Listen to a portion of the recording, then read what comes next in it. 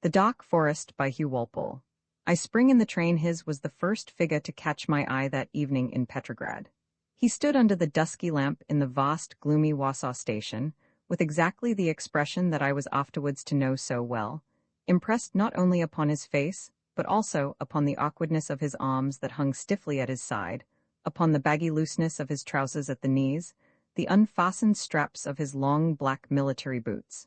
His face, with its mild blue eyes, straggly fair mustache, expressed anxiety and pride, timidity and happiness, apprehension and confidence.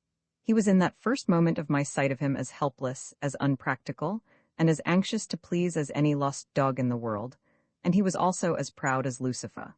I knew him at once for an Englishman. His Russian uniform only accented the cathedral town, small public school atmosphere of his appearance. He was exactly what I had expected. He was not, however, alone, and that surprised me. By his side stood a girl, obviously Russian, wearing her sister's uniform with excitement and eager anticipation, her eyes turning restlessly from one part of the platform to another, listening with an impatient smile to the remarks of her companion. From where I stood I could hear his clumsy, hesitating Russian and her swift, preoccupied replies. I came up to them. "Mr. Trenchard?" I asked. He blushed, stammered, held out his hand, missed mine, blushed the more, laughed nervously. "I'm glad, I knew, I hope." I could feel that the girl's eyes were upon me with all the excited interest of one who is expecting that every moment of her new wonderful experience will be of a stupendous, even immortal quality. "I am Sister Marie Ivanovna, and you are, of course, Mr. Durwood," she said. "They are all waiting for you, expecting you. You're late, you know." She laughed and moved forward as though she would accompany me to the group by the train. We went to the train together. "I should tell you," she said quickly and suddenly with nervousness, "that we are engaged, Mr. Trenchard and I, only last night. We have been working at the same hospital. I don't know anyone," she continued in the same intimate, confiding whisper. "I would be frightened terribly if I were not so excited. Ah, there's Anna Mihailovna. I know her, of course. It was through her aunt, the one who's on Princess Sobolov's train, that I had the chance of going with you. Oh, I'm so happy that I had the chance, if I hadn't had it." We were soon engulfed now. I drew a deep breath and surrendered myself. The tall, energetic figure of Anna Mihailovna, the lady to whose practical business gifts and unlimited capacity for compelling her friends to surrender their lost bow and button in her service, we owed the existence of our Red Cross unit, was to be seen like a splendid flag waving its followers on to glory and devotion. We were devoted, all of us. Even I, whose second departure to the war this was, had after the feeblest resistance surrendered myself to the drama of the occasion. I should have been no gentleman had I done otherwise. After the waters had closed above my head for, perhaps, 5 minutes of strangled, half-protesting, half-willing surrender, I was suddenly compelled, by what agency I know not, to struggle to the surface, to look around me, and then quite instantly to forget my immersion. The figure of Trenchard, standing exactly as I had left him, his hands uneasily at his sides, a half-anxious, half-confident smile on his lips, his eyes staring straight in front of him, absolutely compelled my attention. I had forgotten him, we had all forgotten him, his own lady had forgotten him. I withdrew from the struggling, noisy group and stepped back to his side. It was then that, as I now most clearly remember, I was conscious of something else, was aware that there was a strange faint blue light in the dark, clumsy station. A faint throbbing glow, that, like the reflection of blue water on a sunlit ceiling, hovered and hung above the ugly shabbiness of the engines and trucks, the rails with scattered pieces of paper here and there, the iron arms that supported the vast glass roof, the hideous funnel that hung with its gaping mouth above the water tank. The faint blue light was the spring evening that, encouraged by God knows what brave illusion, had penetrated even these desperate fastnesses. A little breeze accompanied it, and the dirty pieces of paper blew to and fro. Then suddenly a shaft of light quivered upon the blackness, quivered and spread like a golden fan, then flooded the huge cave with trembling ripples of light. There was even, I dare swear, at this safe distance, a smell of flowers in the air. "It's a most lovely," Trenchard said, smiling at me, "spring here, I find." I was compelled by some unexpected sense of fatherly duty to be practical. "You've got your things?" I said. "You've found your seat?" "Well, I didn't know," he stammered. "Where are they?" I asked him. He was not quite sure where they were. He stood, waving his hands whilst the golden sunlight rippled over his face. I was suddenly irritated. But please, I said, there isn't much time. 4 of us men have a compartment together. Just show me where your things are and then I'll introduce you. He seemed reluctant to move, as though the spot that he had chosen was the only safe one in the whole station, but I forced him forward, found his bags, had them placed in their carriage, then turned to introduce him to his companions. Anna Mihailovna had said to me, "This detachment will be older than the last. Dr. Nikitin, he'll take that other doctor's place, the one who had typhus, and Andrei Vasilievich, you've known him for years. He talks a great deal, but he's sympathetic and such a good businessman. He'll be useful. Then there's an Englishman. I don't know much about him, except that he's been working for 3 months at the English hospital. He's not a correspondent, never written a line in his life. I only saw him for a moment, but he seemed sympathetic. Anna Mihailovna, as is well known to all of us, finds everyone sympathetic simply because she has so much to do and so many people to see that she has no time to go deeply into things. If you have no time for judging character, you must have some good common rule to go by. I had known little Andrei Vasilievich for some years and had found him tiresome. Finally, I did not care about the possibility of an Englishman. Perhaps I had wished through pride to remain the only Englishman in our otriad. I had made friends with them all, I was at home with them. Another Englishman might transplant me in their affections. Russians transfer, with the greatest ease, their emotions from one place to another. Or he might be a failure and so damage my country's reputation. Some such vain and stupid prejudice I had. I know that I looked upon our new additions with disfavor. There, at any rate, Dr. Nikitin and little Andrei Vasilievich were, and a strange contrast they made. Nikitin's size would have compelled attention anywhere, even in Russia, which is, of course, a country of big men. It was not only that he was tall and broad, the carriage of his head, the deep blackness of his beard, his eyebrows, his eyes, the sure independence with which he held himself, as though he were indifferent to the whole world, and that I know that he must anywhere have made him remarked and remembered. He looked now immensely fine in his uniform, which admirably suited him. He stood, without his greatcoat, his hand on his sword, his eyes half closed as though he were almost asleep, and a faint half-smile on his face as though he were amused at his thoughts. I remember that my first impression of him was that he was so completely beneath the domination of some idea or remembrance that, at that moment, no human being could touch him. When I took Trenchard up to him, I was so conscious of his remoteness that I was embarrassed and apologetic. And if I was aware of Nikitin's remoteness, I was equally conscious of Andrei Vasilievich's proximity. He was a little man of a round, plump figure. He wore a little imperial and sharp, inquisitive mustaches. His hair was light brown, and he was immensely proud of it. In Petrograd, he was always very smartly dressed. He bought his clothes in London, and his plump hands had a movement familiar to all his friends, a flicker of his hands to his coat, his waistcoat, his trousers, to brush off some imaginary speck of dust. It was obvious now that he had given very much thought to his uniform. It fitted him perfectly, his epaulets glittered, his boots shone, his sword was magnificent, but he looked, in spite of all his efforts, exactly what he was, a rich, successful merchant. Never was there anyone less military. He had dressed up, one might suppose, for some fancy dress ball. I could see at once that he was ill at ease, anxious as ever to please everyone, to like everyone, to be liked in return, but unable, because of some thought that troubled him, to give his whole attention to this business of pleasing. He greeted me with a warmth that was really genuine, although he bestowed it upon his merest acquaintances. His great dream in life was a universal popularity, that everyone should love him. At any rate at that time I thought that to be his dream. I know now that there was something else. But Ivan Petrovitch? This is delightful. Here we all are, what pleasure. Thank God, we're all here, no delays, nothing unfortunate. An Englishman? Indeed, I am very glad. Your friend speaks Russian, not very much, but enough. You know Vladimir Stepanovich, Dr. Nikitin, my friend Mista Durwood. Also Mista? Ah, I beg your pardon, Tronsat. 2 Englishmen in our otriad, the alliance, yes, delightful. Nikitin slowly opened his eyes, shook hands with me and with Trenchard, said that he was glad to see us, and was silent again. Trenchard stammered and blushed, said something in very bad Russian, then glanced anxiously, with an eager light in his mild blue eyes, in the direction of the excited crowd that chatted and stirred about the train. There was something, in that look of his, that both touched and irritated me. What does he come for? I thought to myself, with his bad Russian and his English prejudices. Of course he'll be lonely, and then he'll be in everyone's way. I could remember, readily enough, some of the loneliness of those first months of my own, when both Wa and the Russians had differed so from my expectations. This fellow looked just the figure for high romantic pictures.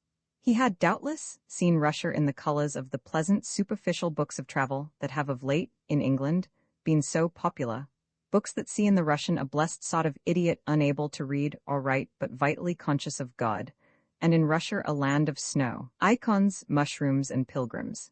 Yes, he would be disappointed, unhappy, and tiresome. Upon myself would fall the chief burden of his trouble. I should have enough upon my shoulders without him. The golden fan had vanished from the station walls.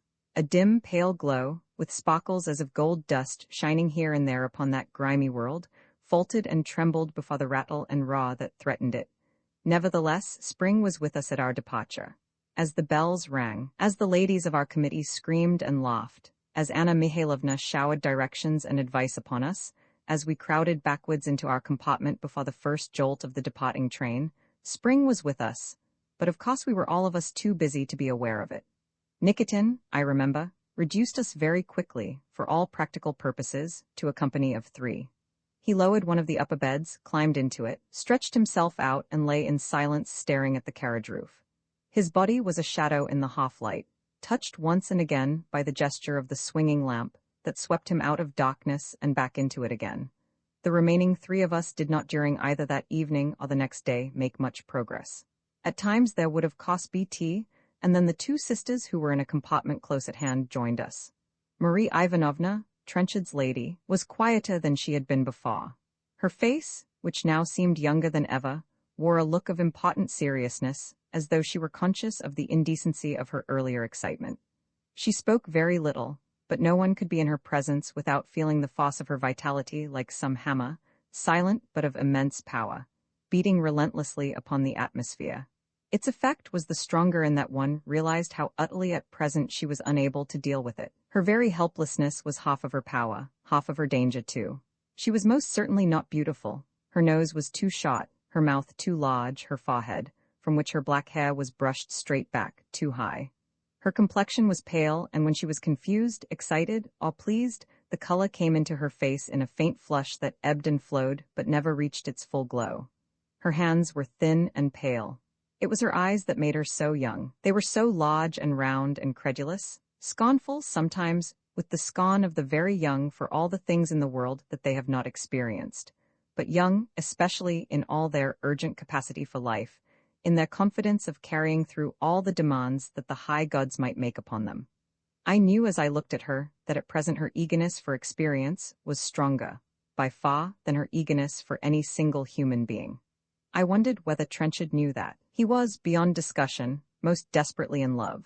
The love of a shy man who has for so many years wondered and dreamed and finds, when the reality comes to him, that it is more, far more, than he had expected.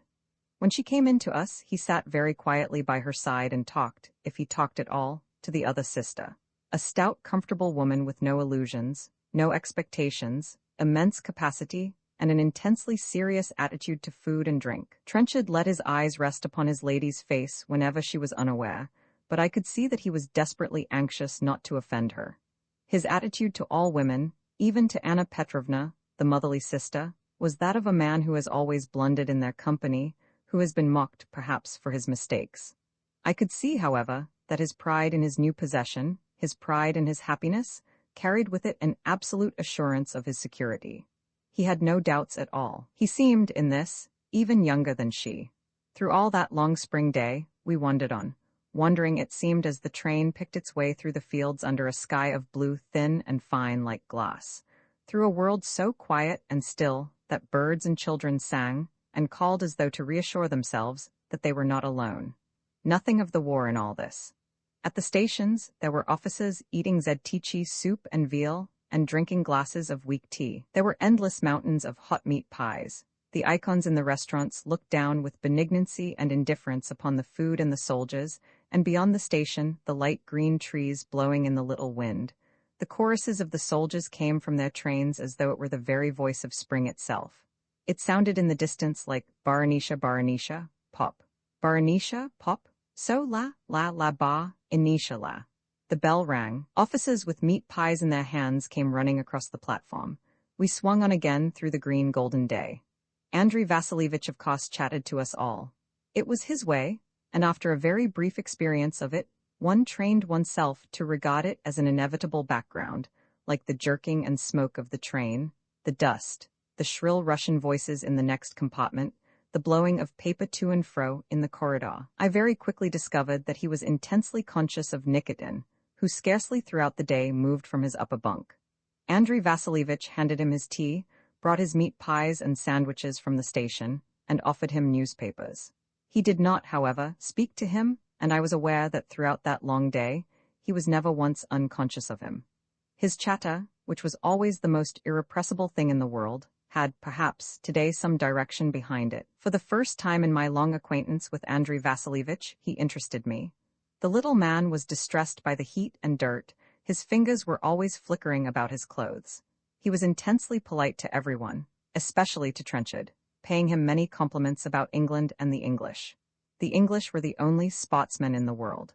He had been once in London for a week. It had rained very much, but one afternoon it had been fine. And then what clothes he had seen! But the city? He had been down into the city and was lost in admiration. He had also been lost in practical earnest, and had appealed to one of the splendid policemen as to the way to Holborn Viaduct, a name that he was quite unable to pronounce. This incident he told us several times. Meanwhile, he hoped he might ask without offense, what was our navy doing? Why weren't our submarines as active as the German submarines? And in France, how many soldiers had we now? He did hope that he was not offending. He spoke rapidly and indistinctly, and much of his conversation Trenchard did not understand. He made some rather stupid replies, and Marie Ivanovna laughed. She spoke English very well, with an accent that was charming. She had, she said, an English nurse, and then an English governess. Of course they asked me many questions about the future. Would we be close to the front? How many versts? Would there be plenty of work, and would we really see things? We wanted to be useful. No use going if we were not to be useful. How many sisters were there then already? Were they sympathetic? Was Molozov, the head of the Otriad, an agreeable man? Was he kind, or would he be angry about simply nothing? Who would bandage and who would feed the villages and who would bathe the soldiers? Were the officers of the Ninth Army pleasant to us? Where? Who? When? The day slipped away, the colors were drawn from the sky, the fields, the hills, the stars came out in their myriads, thickly clustered in ropes and lakes and coils of light. The air was scented with flowers. The second night passed. The greater part of the next day was spent in H, a snug town with a little park like a clean handkerchief, streets with colored shops, neat and fresh-painted like toys from a toy shop, little blue trains, statues of bewigged 18th-century kings and dukes, and a restaurant, painted Watteau fashion with bright green groves, ladies in hoops and powder, and long-legged sheep. Here we wandered, 5 of us. Nikitin told us that he would meet us at the station that evening. He had his own business in the place. The little town was delivered over to the Russian army, but seemed happy enough in its deliverance. I have never realized in any place more completely the spirit of bright cheerfulness, and the soldiers who thronged the little streets were as far from alarm and thunder as the painted sheep in the restaurant. Marie Ivanovna was as excited as though she had never been in a town before. She bought a number of things in the little expensive shops: eau de cologne, sweets, an electric lamp, a wristwatch, and some preserved fruit. Trenchard made her presents. She thanked him with a gratitude that made him so happy that he stumbled over his sword more than ever, blushing and pushing his cap back from his head. There are some who might have laughed at him, carrying her parcels, his face flushed, his legs knocking against one another, but it was here, at H, that, for the first time, I positively began to like him. By the evening when we were assembled in the station again, as I looked at him standing, waiting for directions, smiling, hot, untidy and awkward, I knew that I liked him very much indeed. Our new train overflowed. With the greatest difficulty we secured a small wooden compartment with seats sharp and narrow, and a smell of cabbage, bad tobacco, and dirty clothes. The floor was littered with sunflower seeds and the paper wrappings of cheap sweets. The air came in hot stale gusts down the corridor, met the yet closer air of our carriage, battled with it, and retired defeated. We flung open the windows, and a cloud of dust rose gaily to meet us. The whole of the Russian army seemed to be surging upon the platform. Orderlies were searching for their masters, officers shouting for their orderlies, soldiers staggering along under bundles of clothes and rugs and pillows. Here a group standing patiently, each man with his blue-painted kettle, and on his face that expression of happy, half-amused, half-inquisitive, wholly amiable tolerance, which reveals the Russian soldier's favorite attitude to the world. Two priests with wide, dirty black hats, long hair, and soiled gray gowns slowly found their way through the crowd. A bunch of Austrian prisoners in their blue-gray uniform made a strange splash of color in a corner of the platform, where, very contentedly, they were drinking their tea. Someone in the invisible distance was playing the balalaika, and every now and then some church bell in the town rang clearly and sharply above the tumult. The thin films of dust, yellow in the evening sun, hovered like golden smoke under the station roof. At last, with a reluctant jerk and shiver, the train was slowly persuaded to totter into the evening air. The evening scents were again around us. The balalaika, now upon the train, hummed behind us as we pushed out upon our last night's journey. The two sisters had the seats by the windows. Nikitin curled up his great length in another corner, and Andrei Vasilievich settled himself with much grunting and many exclamations beside him. I entrenched sat stiffly on the other side. I had, long ago, accustomed myself to sleep in any position on any occasion, however sudden it might be, and I fancied that I should now, in a moment, be asleep, although I had never, in my long-traveling experience, known greater discomfort. I looked at the dim lamp, at the square patch beyond the windows, at Nikitin's long body, which seemed nevertheless so perfectly comfortable, and at Andrei Vasilievich's short fat one, which was so obviously miserably uncomfortable.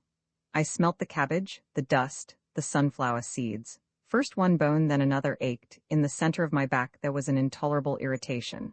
Above all, there was in my brain some strange, insistent compulsion, as though someone were forcing me to remember something that I had forgotten, or as though again someone were forewarning me of some peril or complication. I had very distinctly that impression, so familiar to all of us, of passing through some experience already known. I had seen already the dim lamp, the square patch of evening sky, Nikitin, Andrei Vasilievich. I knew that in a moment Trenchard. He touched my arm. "Can you sleep?" he whispered. "No," I answered. "It's terribly hot, close smell. Are you going to sleep?" "No," I whispered back again. "Let us move into the corridor, it will be cooler there." There seemed to me quite a new sound of determination and resolve in his voice. His nervousness had left him with the daylight. He led the way out of the carriage, turned down the little seats in the corridor, provided cigarettes. "It isn't much better here, but we'll have the window open. It'll get better. This is really isn't it? Being so uncomfortable as this? I feel as though things were really beginning." "Well, we shall be there tomorrow night," I answered him. "I hope you're not going to be disappointed." "Disappointed in what?" His voice was quite sharp as he spoke to me. "You don't know what I want. I suppose you're like the rest of us. You want to see what war really is. You want to do some good if you can. You want to be seriously occupied in it to prevent your thinking too much about it. Then, because you're English, you want to see what the Russians are really like. You're curious and sympathetic, inquisitive, and perhaps a little sentimental about it. Am I right?" "No, not quite. There are other things I'd like to tell you. Do you mind?" he said suddenly, looking up straight into my face with a confiding smile that was especially his own. If I tell you why I've come? I've no right. I don't know you. But I'm so happy tonight that I must talk. I'm so happy that I feel as though I shall never get through the night alive." Of our conversation after this, or rather of his talk, excited, eager, intimate and shy, old and wise and very, very young, I remember now, I think, every word with a special vividness. After events were to fix it all in my brain with peculiar accuracy, but his narration had that night of itself its own individual quality. His was no ordinary personality, at any rate, the especial circumstances of the time drove it into no ordinary shape, and I believe that never before in all his days had he spoken freely and eagerly to anyone. It was simply tonight his exultation and happiness that impelled him, perhaps also some sense of high adventure that his romantic character would, most inevitably, extract from our expedition and its purposes. At any rate, I listened, saying a word now and then, whilst the hour grew dark, lit only by the stars, then trembled into a pale dawn overladen with grey dense clouds, which again broke, rolled away, before another shining, glittering morning. I remember that it was broad daylight when we at last left the corridor. "I'm 33, he said. "I don't feel it, of course. I seem to be now only just beginning life. I'm a very unpractical person, and in that way, perhaps, I'm younger than my age." I remember that I said something to him about his, most certainly, appearing younger. "Most certainly I do. I'm just the same as when I went up to Cambridge and I was then as when I first went to rugby. Nothing seems to have had any effect upon me, except perhaps these last 2 days. Do you know Glebeshire? He asked me abruptly. I said that I had spent one summer there with a reading party. Ah, he answered, smiling, I can tell by the way you say that you don't really know it at all. To us Glebeshire people it's impossible to speak of it so easily. There are trenchards all over Glebeshire, you know, lots of them. In Polchester, our cathedral town where I was born, there are at least 4 trenchard families. Then in Trucks, at Garth, at Rosellas, at Clinton. But why should I bother you with all this? It's only to tell you that the trenchards are simply Glebeshire forever and ever. To a trenchard, anywhere in the world, Glebeshire is hearth and home. I believe I've met, I said, your trenchards of Garth, George Trenchard. She was a Fonda, they have a house in Westminster. There's a charming Miss Trenchard with whom I danced. Yes, those are the George Trenchards, he answered with eagerness and delight as though I had formed a new link with him. Fancy your knowing them, how small the world is. My father was a first cousin of George Trenchard's. The girl, you must mean Millie, is delightful. Catherine, the elder sister, is married now. She too is charming, but in a different, graver way. He spoke of them all with a serious, lingering pleasure, as though he were summoning them all into the dusty, stuffy corridor, carrying them with him into these strange countries and perilous adventures. They always laughed at me, Millie especially. I've stayed sometimes with them at Garth, but I didn't mean really to talk about them. I only wanted to show you how deeply Glebeshire matters to the Trenchards, and whatever happens, wherever a Trenchard goes, he always really takes Glebeshire with him. I was born in Polchester, as I said. My father had a little property there, but we always lived in a little round bow-windowed house in the cathedral close. I was simply brought up on the cathedral. From my bedroom windows, I looked on the whole of it. In our drawing room, you could hear the booming of the organ. I was always watching the cannons crossing the cathedral green, counting the strokes of the cathedral bell, listening to the cawing of the cathedral rooks, smelling the cathedral smell of cold stone, wet umbrellas and dusty hassocks, looking up at the high tower and wondering whether anywhere in the world there was anything so grand and fine. My moral world, too, was built on the cathedral don'ts and musts, on the cathedral hours and the cathedral prayers, and the cathedral ambitions and disappointments. My father's great passion was golf. He was not a religious man, but my mother believed in the cathedral with a passion that was almost a disease. She died looking at it. Her spirit is somewhere round it now, I do believe. He paused, then went on. It was the cathedral that made me so unpractical, I suppose. I who am an only child, I believed implicitly in what I was told, and it always was my mother who told me everything. He was, I thought, the very simplest person to whom I had ever listened. The irritation that I had already felt on several occasions in his company again returned. My father's great passion was golf, would surely in the mouth of another have had some tinge of irony. In Trenchard's mild blue eyes irony was an incredible element. I could fancy what he would have to say to the very gentlest of cynics. Some of the sympathy I had felt for him during the afternoon had left me. He's very little shot of an idiot, I thought. He's going to be dreadfully in the way. I was the only child, you see, he continued. Of course I was a great deal to my mother and she to me. We were always together.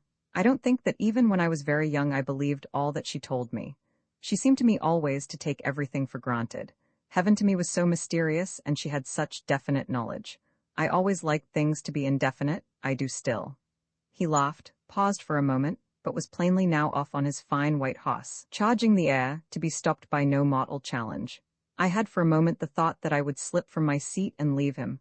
I didn't believe that he would have noticed my absence, but the thought of that small stuffy carriage held me. But he was conscious of me. Like the ancient mariner, he fixed upon my arm his hand and stared into my eyes. There were other things that puzzled me.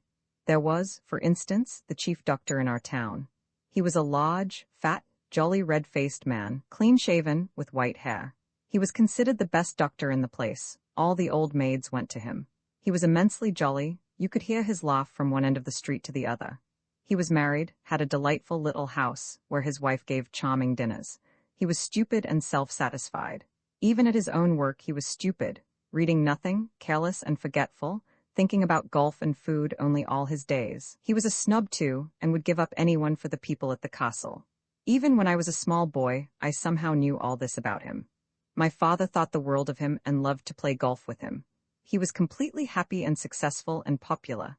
Then there was another man, an old canon who taught me Latin before I went to rugby, an old, untidy, dirty man, whose sermons were dull and his manners bad. He was a failure in life, and he was a failure to himself, dissatisfied with what he used to call his bundle of rotten twigs, his life and habits and thoughts. But he thought that somewhere there was something he would find that would save him, somewhere, sometime, not God merely, like a key that will open all the doors in the house. To me, he was fascinating. He knew so much, he was so humble, so kind, so amusing. Nobody liked him, of course. They tried to turn him out of the place, gave him a little living at last, and he married his cook. Was she his key? She may have been. I never saw him again. But I used to wonder. Why was the doctor so happy and the little canon so unhappy, the doctor so successful, the canon so unsuccessful? I decided that the great thing was to be satisfied with oneself. I determined that I would be satisfied with myself. Well, of course I never was, never have been. Something wouldn't let me alone. The key to the door, perhaps, everything was shut up inside me, and at last I began to wonder whether there was anything there at all.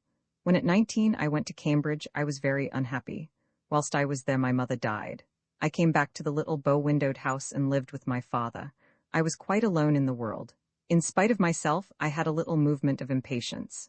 How self-centered the man is, as though his case were at all peculiar, once shaking up and knocking about. He seemed to know my thought. You must think me self-centered. I was. For 13 whole years I thought of nothing but myself, my miserable self, all shut up in that little town. I talked to no one. I did not even read. I used to sit in the dock of the cathedral nave and listen to the organ. I'd walk in the orchards and the woods. I would wonder about people, and I grew more and more frightened of talking, of meeting people, of little local dinner parties. It was as though I were on one side of the river and they were all on the other. I would think sometimes how splendid it would be if I could cross, but I couldn't cross. Every year it became more impossible.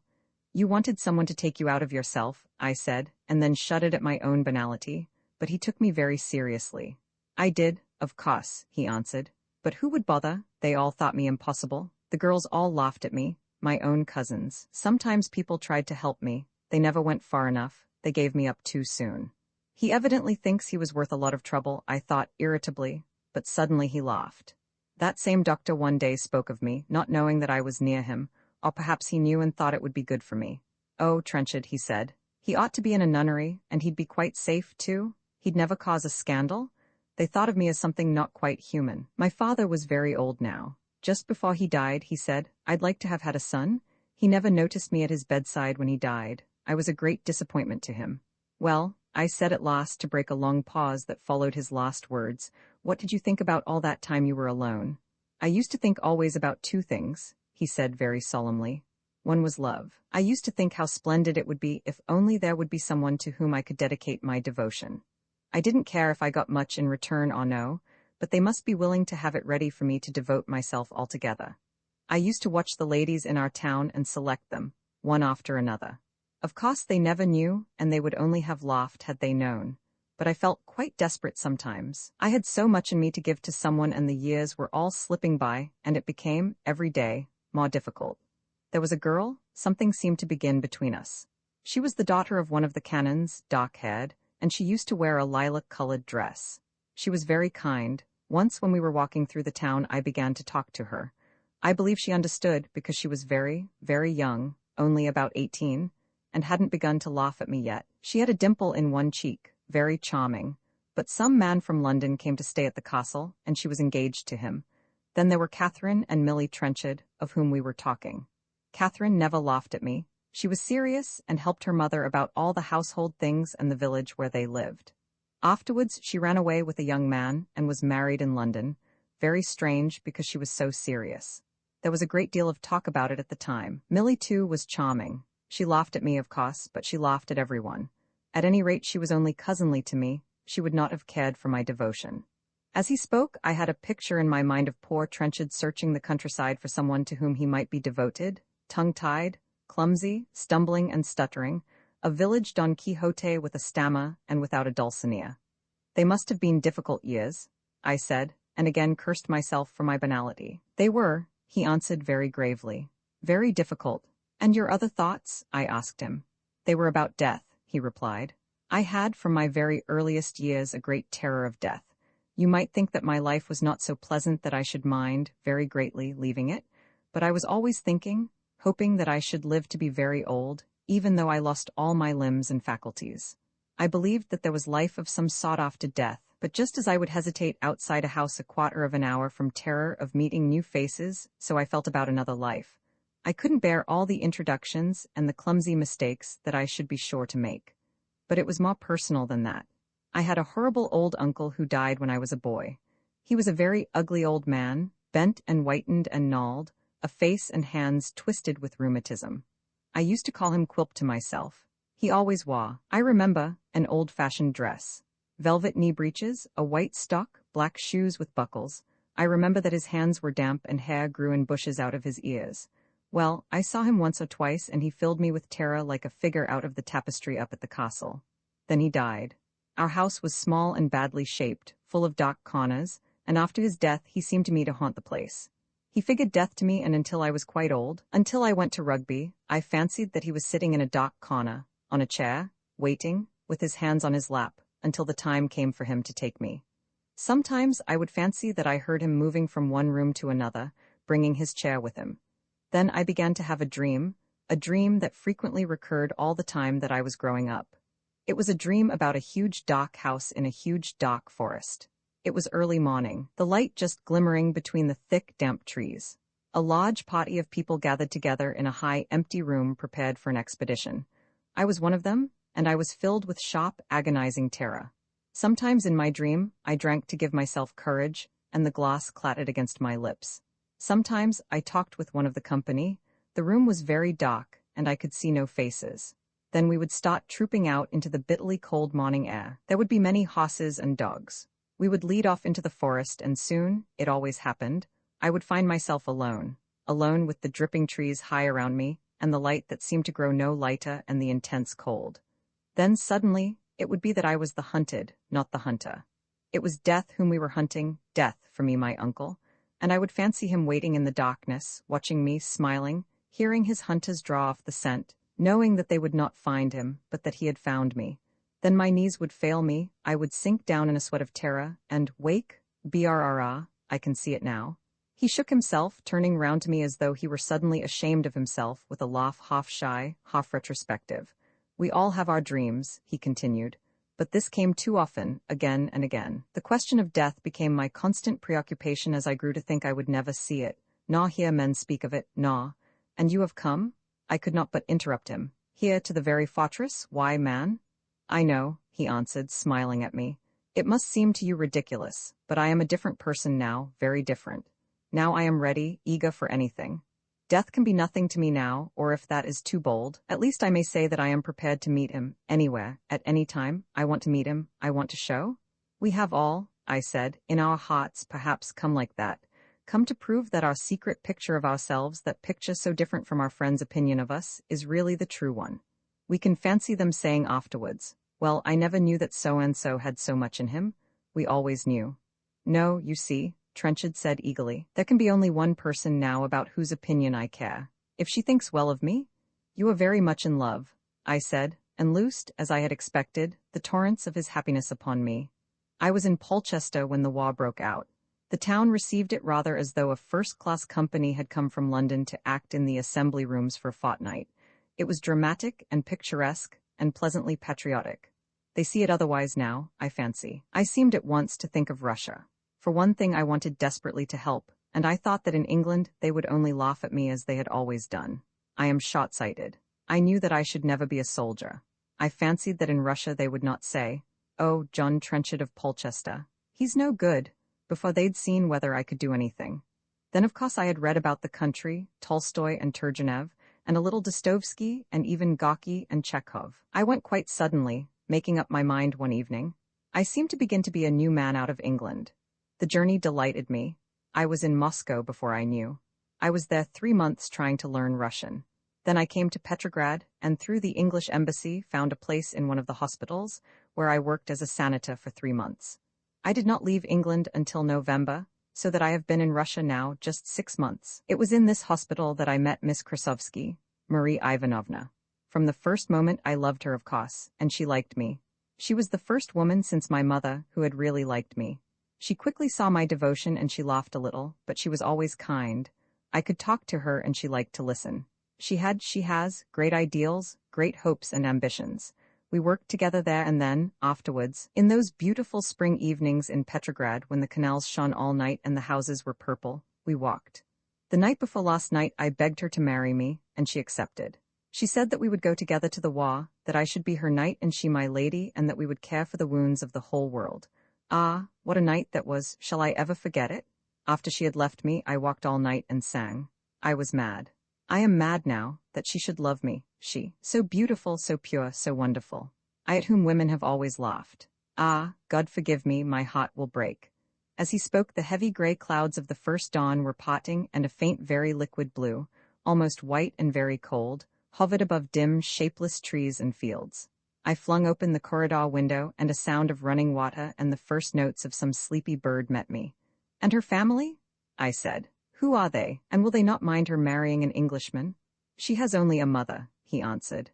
"I fancy that Marie has always had her own way." Yes, I thought to myself, I also fancy that that is so. A sense of almost fatherly protection had developed in myself towards him. How could he, who knew nothing at all of women, hope to manage that self-willed, eager, independent girl? Why had she engaged herself to him? I fancied that very possibly there were qualities in him, his very childishness and helplessness, which, if they only irritated an Englishman, would attract a Russian. Lame dogs find a warm home in Russia. But did she know anything about him? Would she not, in a week, be irritated by his incapacity? And he, bless his innocence, was so confident as though he had been married to her for years. "Look here," I said, moved by a sudden impulse. "Will you mind if, sometimes, I tell you things? I've been to the war before. It's a strange life, unlike anything you've ever known. And Russians too are strange, especially at first. You won't take it badly if—" He touched my arm with his hand while his whole face was lighted with his smile. "Why, my dear fellow, I shall be proud. No one has ever thought me worth the bother. I want to be at my best here. Practical, you know, like others. I don't want her to think me." "No, exactly," I said hurriedly. "I understand." Gold was creeping into the sky. A lark rose, triumphant. A pool amongst the reeds blazed like a brazen shield. The spring day had flung back her daws. I saw that suddenly fatigue had leapt upon my friend. He tottered on his little seat, then his face, gray in the light, fell forward. I caught him in my arms, half carried, half led him into our little carriage, arranged him in the empty corner, and left him, fast, utterly fast, asleep. Roman 3 The forest, and now I am confronted with a very serious difficulty. There is nothing stranger in this whole business of the life and character of war than the fashion in which an atmosphere that has been of the intensest character can, by the mere advance or retreat of a pace or two, disappear, close in upon itself, present the blindest front to the soul that has, a moment before, penetrated it. It is as though one had visited a house for the first time. The interior is of the most absorbing and unique interest. There are revealed in it beauties, terrors, of so sharp a reality that one believes that one's life is changed forever by the sight of them. One passes the door, closes it behind one, steps into the outer world, looks back, and there is only before one's view a thick, cold wall. The windows are dead, there is no sound, only bland, dull, expressionless space. Moreover, this dull wall, almost instantly, persuades one of the incredibility of what one has seen. There were no beauties, there were no terrors. Ordinary life closes round one, trivial things reassume their old importance, one disbelieves in fantastic dreams. I believe that everyone who has had experience of war will admit the truth of this. I had myself already known something of the kind, and had wondered at the fashion in which the crossing of a mere verst or two can bring the old life about one. I had known it during the Battle of S. In the days that followed the battle, in moments of the retreat, when for half an hour we would suddenly be laughing and careless, as though we were in Petrograd. And so when I look back to the weeks of whose history, I wish now to give a truthful account, I am afraid of myself. I wish to give nothing more than the facts, and yet that something that is more than the facts is of the first, and indeed the only, importance. Moreover, the last impression that I wish to convey is that war is a hysterical business. I believe that succession of days in the forest of S, the experience of Nikitin, Semyonov, Andrei Vasilievich, Trenchard, and myself, might have occurred to anyone, must have occurred to many other persons, but from the cool, safe foundation on which now I stand it cannot but seem exceptional, even exaggerated. Exaggerated, in very truth, I know that it is not. And yet this life, so ordered, so disciplined, so rational, and that life, where do they join? I penetrated but a little way. My friends penetrated into the very heart, and because I was left outside, I remain the only possible ricotta, but a ricotta who can offer only signs, moments, glimpses through a closing door. I am waiting now for the return of my opportunity. On the night of the death of Marie Ivanovna, I slept a heavy, dreamless sleep. I was wakened between 6 and 7 the next morning by Nikitin, who told me that he, Trenchard, Andrei Vasilievich, and I were to return at once to the forest. I realized at once that indescribable quiver in the air of momentous events. The house was quite still, the summer morning very fresh and clear, but the air was weighted with some crisis. It was not only the death of Marie Ivanovna that was present with us, it was rather something that told us that now no individual life or death counted in individualities, personalities, were swallowed up in the sweeping urgency of a great climax. Nikitin simply told me that a furious battle was raging some 10 versts on the other side of the river, that we were to go at once to form a temporary hospital behind the lines in the forest, that the nurses and the rest of the Otriad would remain in Matervo to wait for the main tide of the wounded, but that we were to go forward to help the army doctors. He spoke very quietly.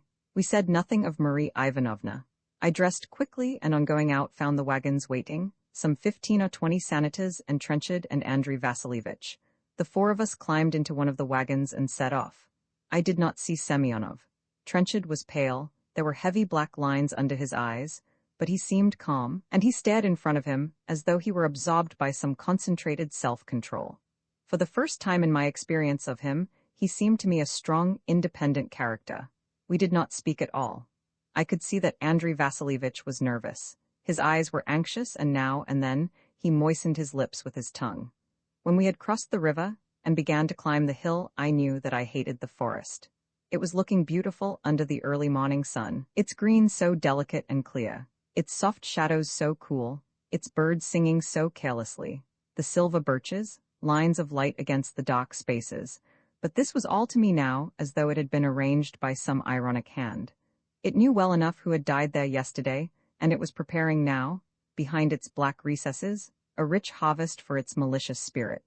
We passed through the cholera village and reached the white house of yesterday at about 10 o'clock. As we clattered up to the door, I for a moment closed my eyes. I felt as though I could not face the horrible place, then summoning my control, I boldly challenged it, surveying its long broken windows, its high doorway, its sunny, insulting garden. We were met by the stout doctor, whom I had seen before. As he is of some importance in the events that followed, I will mention his name, Konstantin Fedorovitch Kryllo. He was large and stout, a true Russian type, with a merry laughing face. He had the true Russian spirit of unconquerable irrational merriment. He laughed at everything with the gaiety of a man who finds life too preposterous for words. He had all the Russian untidiness, kindness of hot, gay, ironical pessimism. Tomorrow was a word unknown to him. Nothing was sacred to him, and yet at times it seemed as though life were so holy, so mysterious, that the only way to keep it from careless eyes was by laughing at it. He had no principles, no plans, no prejudices, no reverences. If he wished to sleep for a week, he would do so. If he wished to eat for a week, he would do so. If he died tomorrow, he did not care. It was all so absurd that it was not worthwhile to give it any attention. He would grow very fat, he would die. He would love women, play cards, drink, quarrel, give his life for a sentimental moment, pour every farthing of his possessions into the lap of a friend, incur debts which he would not pay, quarrel wildly with a man about a ruble, remember things that you would expect him to forget everything that he should remember, a pagan, a saint, a blackguard, a hero, anything you please so long as you do not take it seriously. This morning he was dirty and looked as though he had slept for many nights without taking off his clothes, unshaven, his shirt open showing his hairy chest, his eyes blinking in the light. "That's good," he said, seeing us. "I've got to be off, leaving the place to you. A fearful time they're having over there," pointing across the garden. "Yes, 5 versts away. Plenty of work in a minute. Brought food with you? Very little here." Then I heard him begin, as he walked into the house with Nikitin, "Terrible thing, doctor, about your sister yesterday. Terrible. I remember that my great desire was that I should not be left alone with Trenchard. I clung to Andrei Vasilievich, and a poor resource he was, watching with nervous eyes the building and the glimmering forest. dusting his clothes and beginning sentences which he did not finish. Trenchard was quite silent. We entered the horrible room of yesterday. The dirty plate and the sardine tin were still there with the flies about them. The highly colored German supplement watched us from its rakish position on the wall. The treatise on New Mexico was lying on the table. I picked up the book, and it opened naturally at a place where the lost reader had turned down the corner of the page. The same page happens to be quoted exactly in Trenchard's diary, on an occasion about which afterwards I shall have to speak. There is an account of the year's work of some New Mexican school, and it runs, "Besides the regular class work, there have been other features of special merit, programs of which we append. Lectures. Rev. H.W. Ruffner, Titles and Degrees. Mr. Fred A. Bush, What the Community Owes the Newspaper and What the Newspaper Owes the Community. Dr. E. H. Woods, Tuberculosis. Rev. I. R. Glass, Fools. Mr. Eugene Warren, Blood of the Nation. Dr. L. M. Strong, Orthopedics. Hon. S. M. Ashenfelter, Freedom of Effort. Hon. W. T. Cessna, Don't Pay Too Dearly for the Whistle. Dr. O. S. Westlake, The Physician and the Laity. Prof. Wellington Putman, Rip Van Winkle. Rev. E. S. Hanshaw, The Mind's Picture Gallery. Hon. R. M. Turner, Opportunities. Othello. For the first time, the normal students presented for the Class Day exercise a Shakespearean play, Othello. Cast of characters: Othello, E. F. Dunleavy, Iago, Douglas Gifford, Duke of Venice, Charles Harper, Brabantio, Eugene Cosgrove, Cassio, Arnold Rosenfeld, Rodrigo, Irwin Moore, Montano, Wilson Potherfield, Ludovico, Henry Jates, Graciano, William Fleming, Desdemona, Carrie Whitehill, Emilia, Gussie Rogers, Bianca, Florence Otter, senators, officers, messengers, and attendants. Graduating program. Music: The Anglo-Saxon in History, Douglas Gifford, The Anglo-Saxon in Science, Florence Otter, The Anglo-Saxon in Literature, Gussie Rogers. Music: Annual Address, Hon. R. M. Turner. Music: Presentation of Diplomas. Doubtless among the most interesting and most profitable events of the institution was the annual society contest between the two societies, the Literati and the Lyceum. The Silver City Commercial Club offered a costly cup to the winning society, and it was won by the Lyceum. The contest was in oration, elocution, debate, parliamentary usage, and athletics. The inside adornment of the hall has not been neglected. A number of portraits and a large number of carbon prints of celebrated paintings have been added, the class picture being the most important and costing in the neighborhood of $100. This is the hunting scene of Ricedale. Some of the others are the Parthenon, the Immaculate Conception by Murillo, and the Allegory du Printemps by Botticelli. Many valuable specimens have been added to the museum. Among these are minerals, animals, and vegetable products, and manufactured articles from abroad illustrative of the habits and customs of foreigners. I give this page in full because it was afterwards to have importance, though at the time I glanced at it only carelessly. But I remember that I speculated on the lecture by the Rev. I. R. Glass about fools, that I admired a contest so widely extended as to embrace oration, parliamentary usage, and athletics, that I liked very much the class Ricedale, costing in the neighborhood of $100, and the manufactured articles from abroad, illustrative of the habits and customs of foreigners. Nikitin came up to me. "Will you please set off at once with Mr. Tvilach?" he said. "Find their Colonel Maximoff and get direct orders from him. Return as soon as possible. They say we're not likely to have wounded until late this afternoon, a good thing as a lot wants doing to this place. Hasten, Ivan Andreevich. No time to lose." Tvilach was a little town situated 10 versts to our right in the forest. I had heard of its strange position before. Quite a town, and yet lying in the very heart of the forest, as though it had been the settlement of some early colonists. It had running through it a good high road, but otherwise was far removed from the outer world. It had during the war been twice bombarded, and was now, I believed, ruined and deserted. For the moment it was the headquarters of the 65th Staff. I was frankly frightened of going alone with Trenchard, frightened both of myself and of him. I told him, and without a word he went with me. When we started off in the wagon, I looked at him. He was sitting on the straw, very quietly, his hands folded, looking in front of him. He seemed older. The sentimental naivete that had been always in his face seemed now entirely to have left him. He had always looked before, as though he wanted someone to help him out of a position that was too difficult for him. Now he was alone in a world where no one could reach him. During the whole drive to Tvilach, we exchanged no word. The sound of the cannon was distant but incessant, and strangely, as it seemed to me, we were alone. Once and again soldiers passed us, sometimes wagons with kitchens or provisions met us on the road, sometimes groups of men were waiting by the roadside. Once we saw them setting up telegraph wires, once a desolate band of Austrian prisoners crossed our path, twice wagons with wounded rumbled along, but for the most part we were alone. We were out of the main track of the battle. It was as though the forest had arranged this that it might the more impress us. Our road, although it was the high road, was rough and uneven, and we advanced slowly. With every step that the horses took I was the more conscious of a sinister and malign influence. I know how easily one's nerves can lend atmosphere to something that is in itself innocent and harmless enough, but it must be remembered that, at this time, in spite of what had happened yesterday, neither Trenchard's nerves nor mine were strained. My sensation must, I think, have closely resembled the feelings of a diver who, for the first time, descends below the water. I had never felt anything like this before, and there was quite definitely about my eyes, my nose, my mouth, a feeling of suffocation. I can only say that it was exactly as though I were breathing in an atmosphere that was strange to me. This may have been partly the effect of the sun that was beating down very strongly upon us, but it was also, curiously enough, the result of some dimness that obscured the direct path of one's vision. On every side of our rough forest road there were black cavernous spaces, set here and there like caves between sheets of burning sunlight. Into these caves one's gaze simply could not penetrate, and the light and darkness shifted about one with exactly the effect of stirring, swaying water.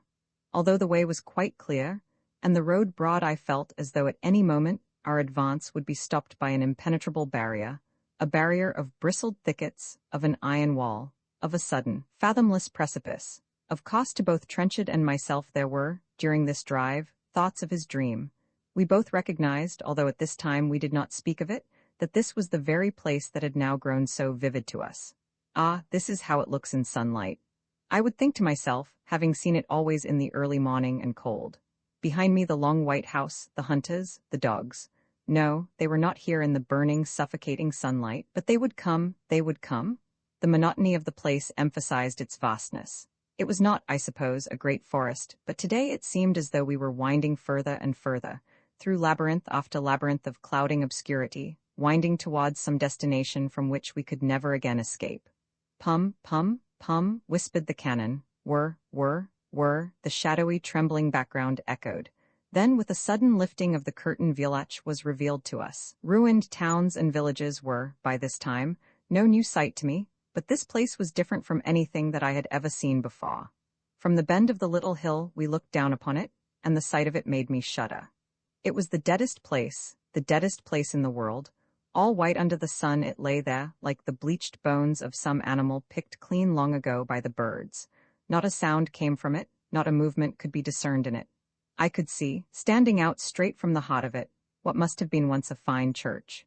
It had had 4 green turrets perched like little green bubbles on white towers. 3 of these were still there, and between them stood the white husk of the place. From where we watched, we could see little fires of blue light sparkling like jewels between the holes. Over it all was a strange metallic glitter, as though we were seeing through glass shaded very faintly green.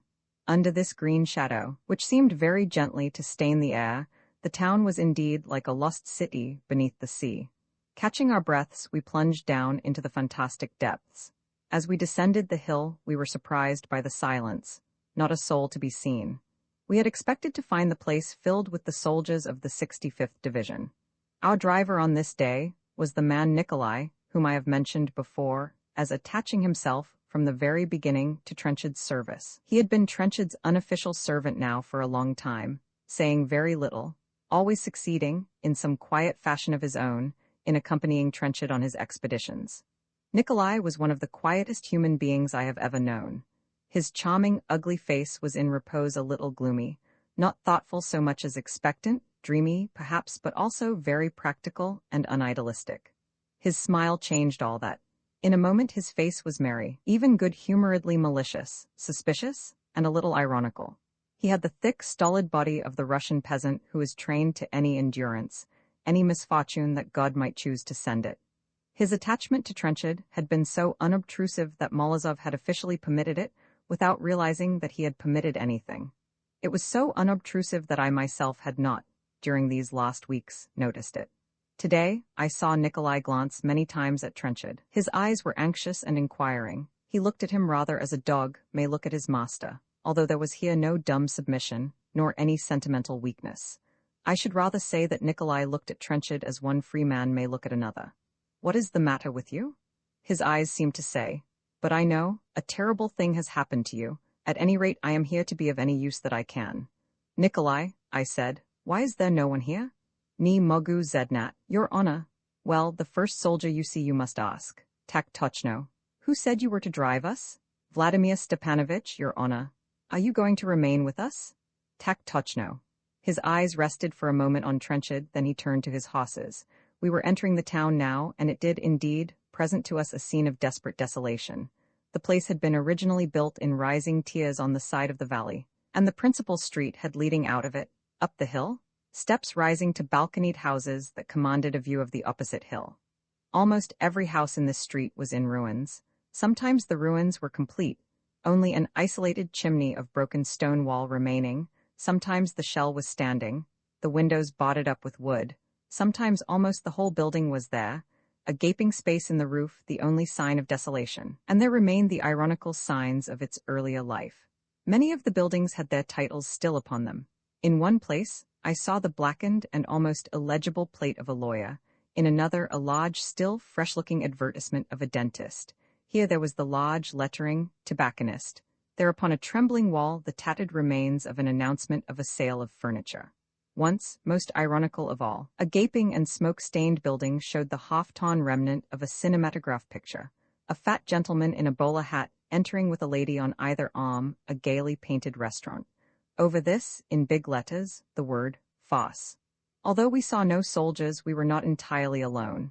In and out of the sunny caverns, appearing outlined against the darkness, vanishing in a sudden blaze of light, were shadows of the citizens of Villach. They seemed to me, without exception, to be Jews. From most of the Galician towns and villages, the Jews had been expelled. Here they only, apparently, had been left. Of women I saw scarcely any. Old men, with long dirty black or grizzled beards, yellow skins, peaked black caps and filthy black gowns clutched about their thin bodies. They watched us, silently, ominously, maliciously.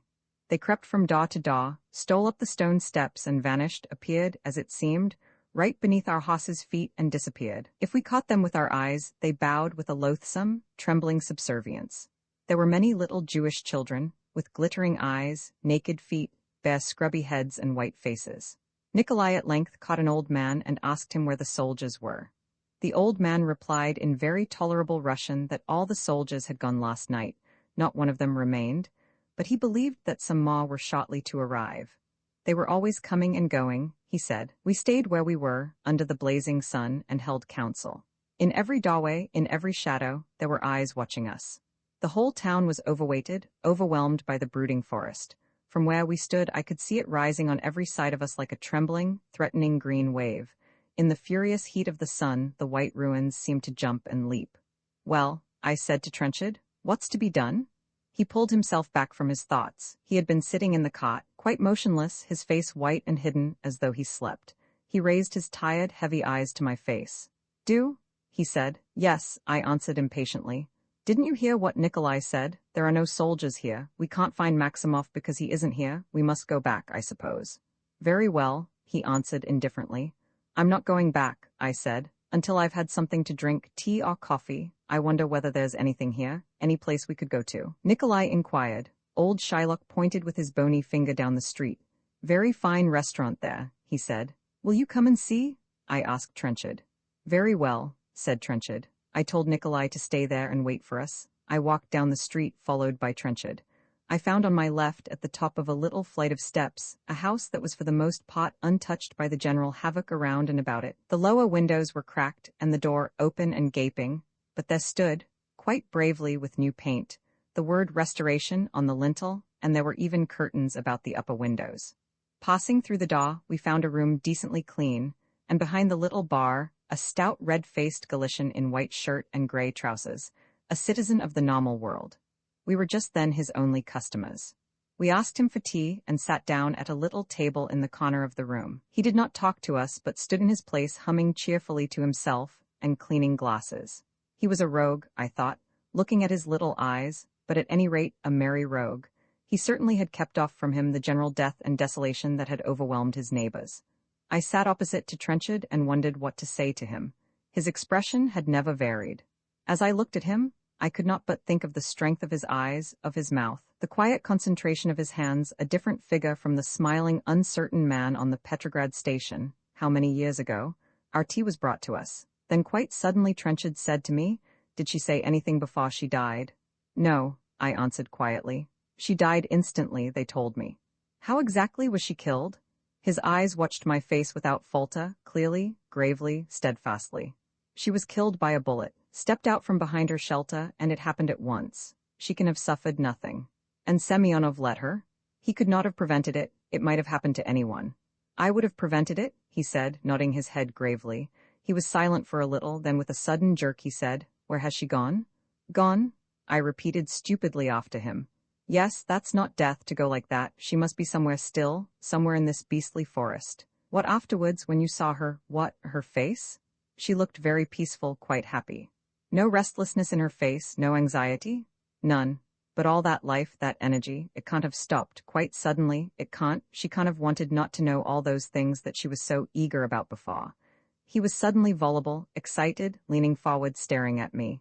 "You know how she was, you must have seen it numbers of times, how she never looked at any of us really, how we were none of us, no, not even Semyonov, anything to her really, always staring past us, wanting to know the answer to questions that we couldn't solve for her. She wouldn't give it all up simply for nothing, simply for a bullet." He broke off. "Look here, Trenchard," I said, "try not to think of her just now more than you can help, just now. We're in for a stiff time, I believe. This will be our last easy afternoon, I fancy, and even now we ought to be back helping Nikitin. You've got to work all you know. One's nerves get wrung easily enough in a place like this, and after what has happened I feel this damned forest already. But we mustn't let our nerves go. We've simply got to work and think about nothing at all, think about nothing at all." I don't believe that he heard me. "Semyonov?" he said slowly. "What did he do?" "He was very quiet," I answered. "He didn't say anything. He looked awful. Yes, she snapped her fingers at him anyway. He couldn't keep her for all his bullying. It pretty well killed him," I said rather fiercely.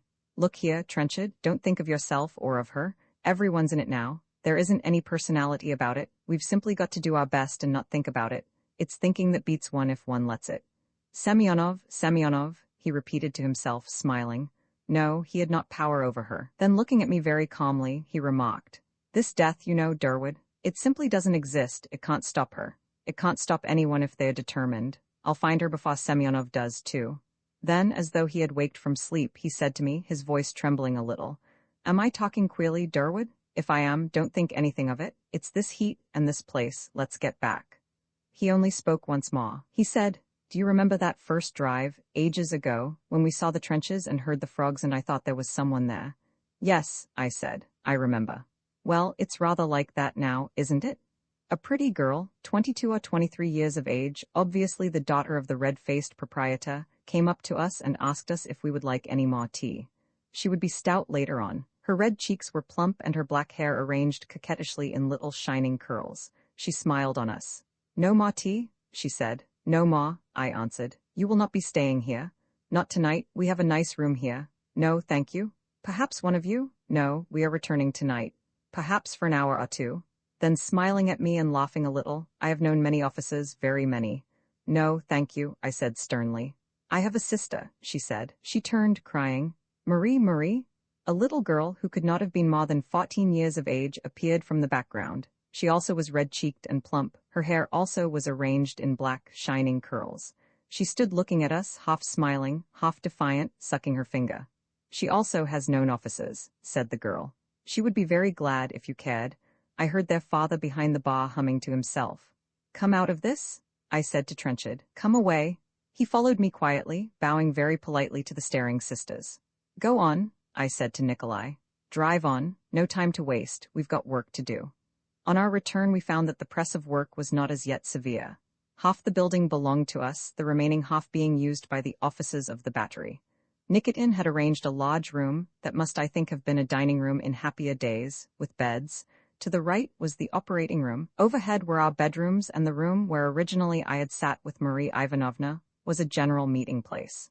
The officers of the battery, two middle-aged and two very young indeed, were extremely courteous and begged us to make use of them in any way possible.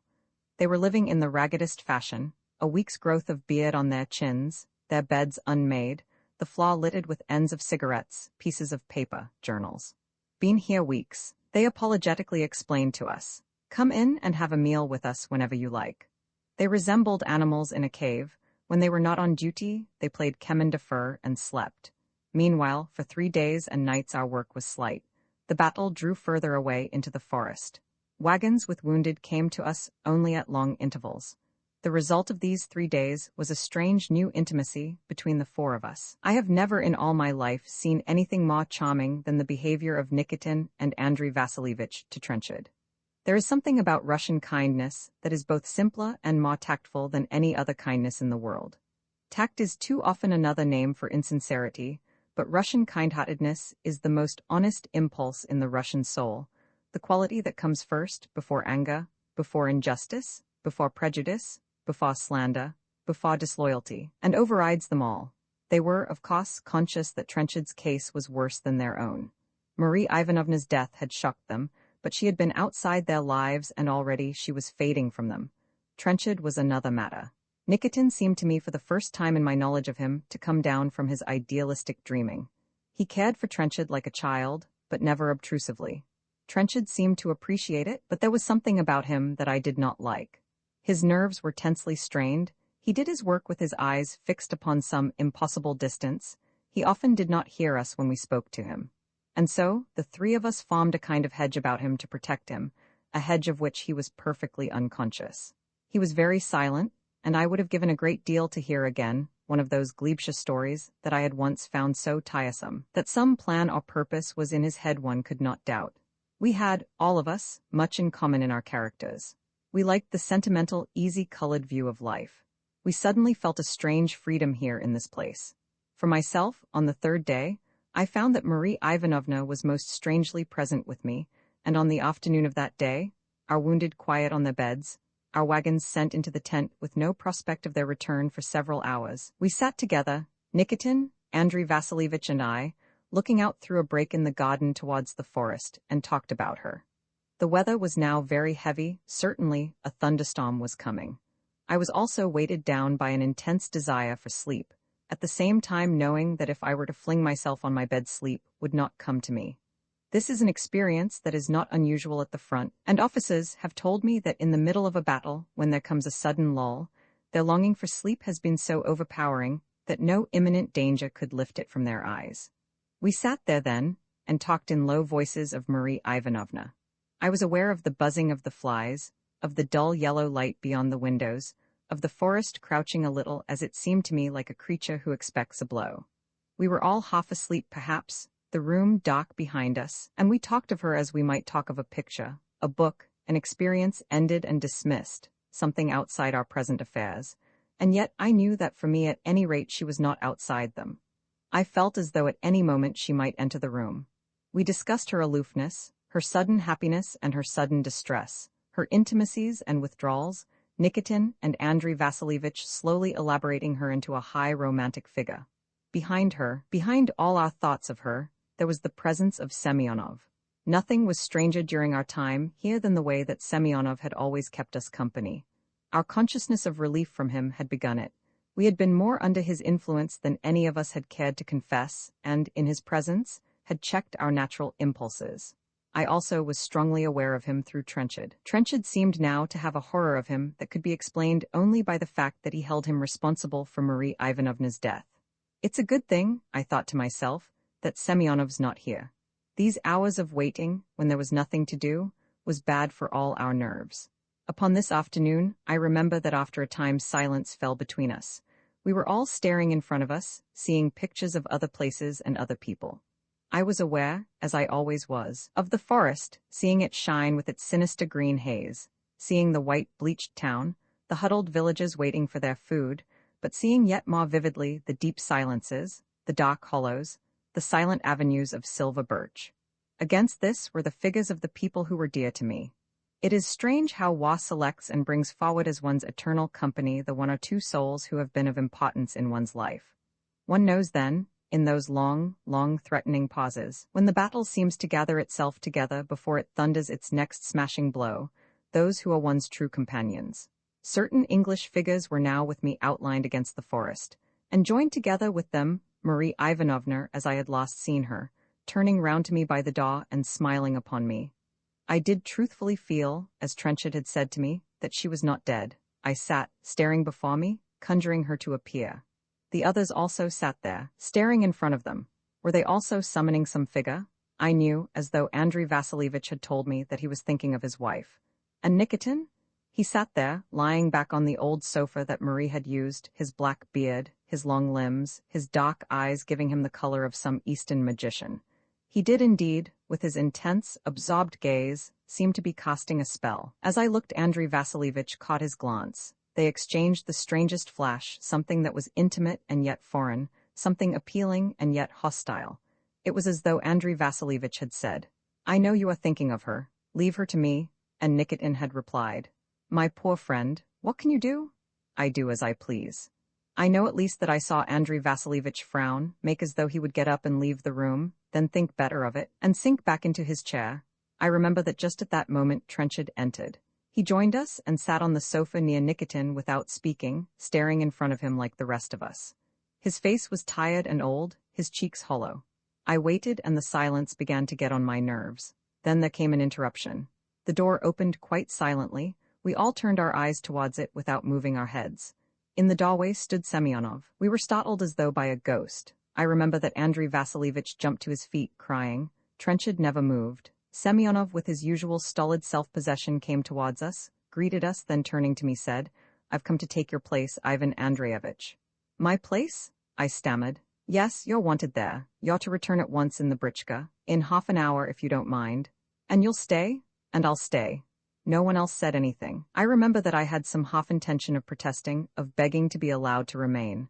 But I was no match for Semyonov. I could fancy the futility of my saying, "But really, Alexei Petrovitch, we don't want you here. It's much better to leave me. You'll upset them all. It's a nervous place, this." I said nothing except, "All right, I'll go." He watched me. He watched us all. I fancy that he smiled. Outside I had a desperate, absurd thought that I would return and ask him to be kind to Trenchard. As I turned away, someone seemed to whisper in my ear, "He's come, you know, to find Marie Ivanovna." Roman fa. Before I give the extracts from Trenchard's diary that follow, I would like to say that I do not believe that Trenchard had any thought whatever, as he wrote, of publication. He says quite clearly that he wrote simply for his own satisfaction and later interest. At the same time, I am convinced that he would not now object to their publication. If he had been here, he would, I know, have supported my intention. The diary lies before me, here on my table, written in 2 yellow, stiff-covered manuscript books without lines. They are written very unevenly and untidily, with very few erasures, but at times incoherently and with gaps. In one place he has cut from the newspaper Rupert Brooke's sonnet, beginning, "Blow out, you bugles, over the rich dead," and pasted it onto the blank page. At times he sticks on to the other pages newspaper descriptions that have pleased him. His own descriptions of the forest seem to me influenced by my talks with him, and I remember that it was Nikitin who spoke of the light like a glass ball and of the green like water. For the most part he exhibits, from the beginning of the diary to the end, extreme practical common sense, and he makes, I fancy, a very strong effort to record quite simply and even naively the truth as he sees it. At other times he is quite frankly incoherent. I will give, on another page, my impression of him when I saw him on my return to the forest. I am, of course, in no way responsible for inconsistencies or irrelevances. He had kept a diary since his first coming to the war, and I have already given some extracts from it. The earlier diary, in one place only, namely his account of his adventure during his night with Nikitin, is of the full descriptive order. That one occasion I have already quoted in its entirety. With that exception, the early diary is brief and concerned only with the driest recital of events. After the death of Marie Ivanovna, however, its character entirely changes for reasons which he himself shows. I would have expected perhaps a certain solemnity or even pomposity in the style of it. He had never a strong sense of humor. But I find it written in the very simplest fashion. Words here and there are misspelt, and his handwriting is large and round like a schoolboy's. Thursday, July 29th. I intend to write this diary with great fullness for 2 reasons. In the first place, because I can see that it is of the greatest importance, if one is to get through this business properly, to leave no hours empty. The trying thing in this affair is having nothing to do, nothing one can possibly do. They all, officers, soldiers, from Nikolai Nikolaevich to my Nikolai here, will tell you that. No empty hours for me if I can help it. Secondly, I really do wish to record exactly my experiences here. I am perfectly aware that when I'm out of it all, when it's even a day's march behind me, I shall regard it as frankly incredible. Not the thing itself, but the way I felt about it. When I come out of it into the world again, I shall be overwhelmed with other people's impressions of it, people far cleverer than I.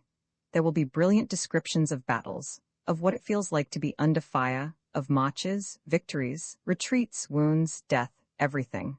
I shall forget what my own little tiny piece of it was like, and I don't want to forget. I want intensely to remember the truth always, because the truth is bound up with Marie, and Marie with the truth. Why need I be shy now about her? Why should I hesitate, under the fear of my own later timidity, of saying exactly now what I feel? God knows what I do feel. I am confused, half numb, half dead, I believe, with moments of fiery, biting realization. I'm neither sad, nor happy, only breathlessly expectant. The only adventure I have ever had in my life is not, no, it is not, yet ended. And I know that Marie could not have left me like that, without a word, unless she were returning or were going to send for me.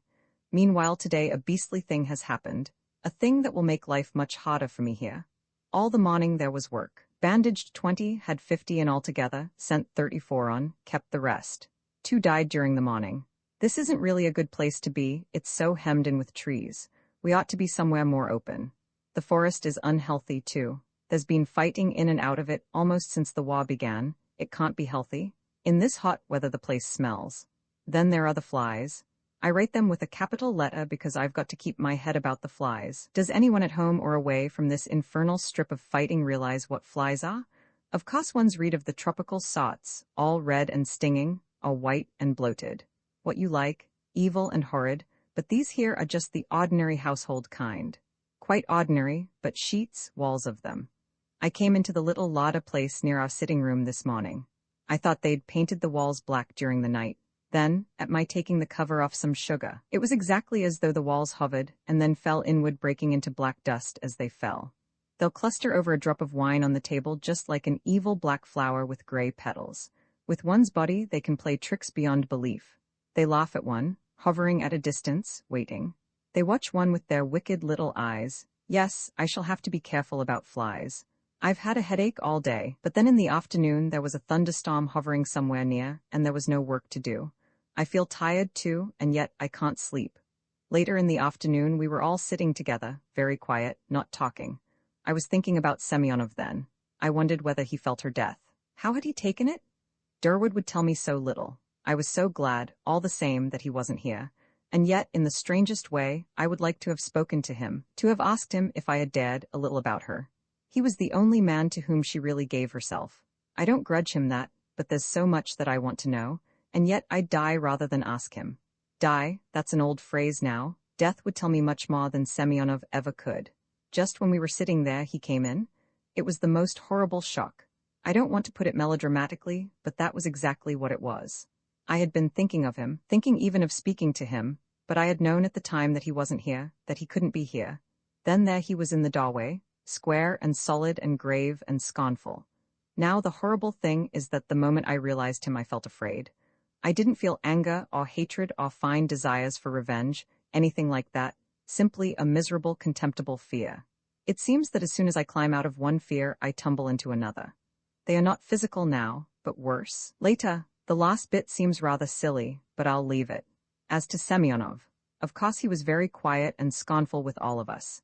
He told Durwood that he'd come to take his place, and Durwood went without a word. Semyonov went off then with Nikitin, looking about and making suggestions. He changed some things, but not very much.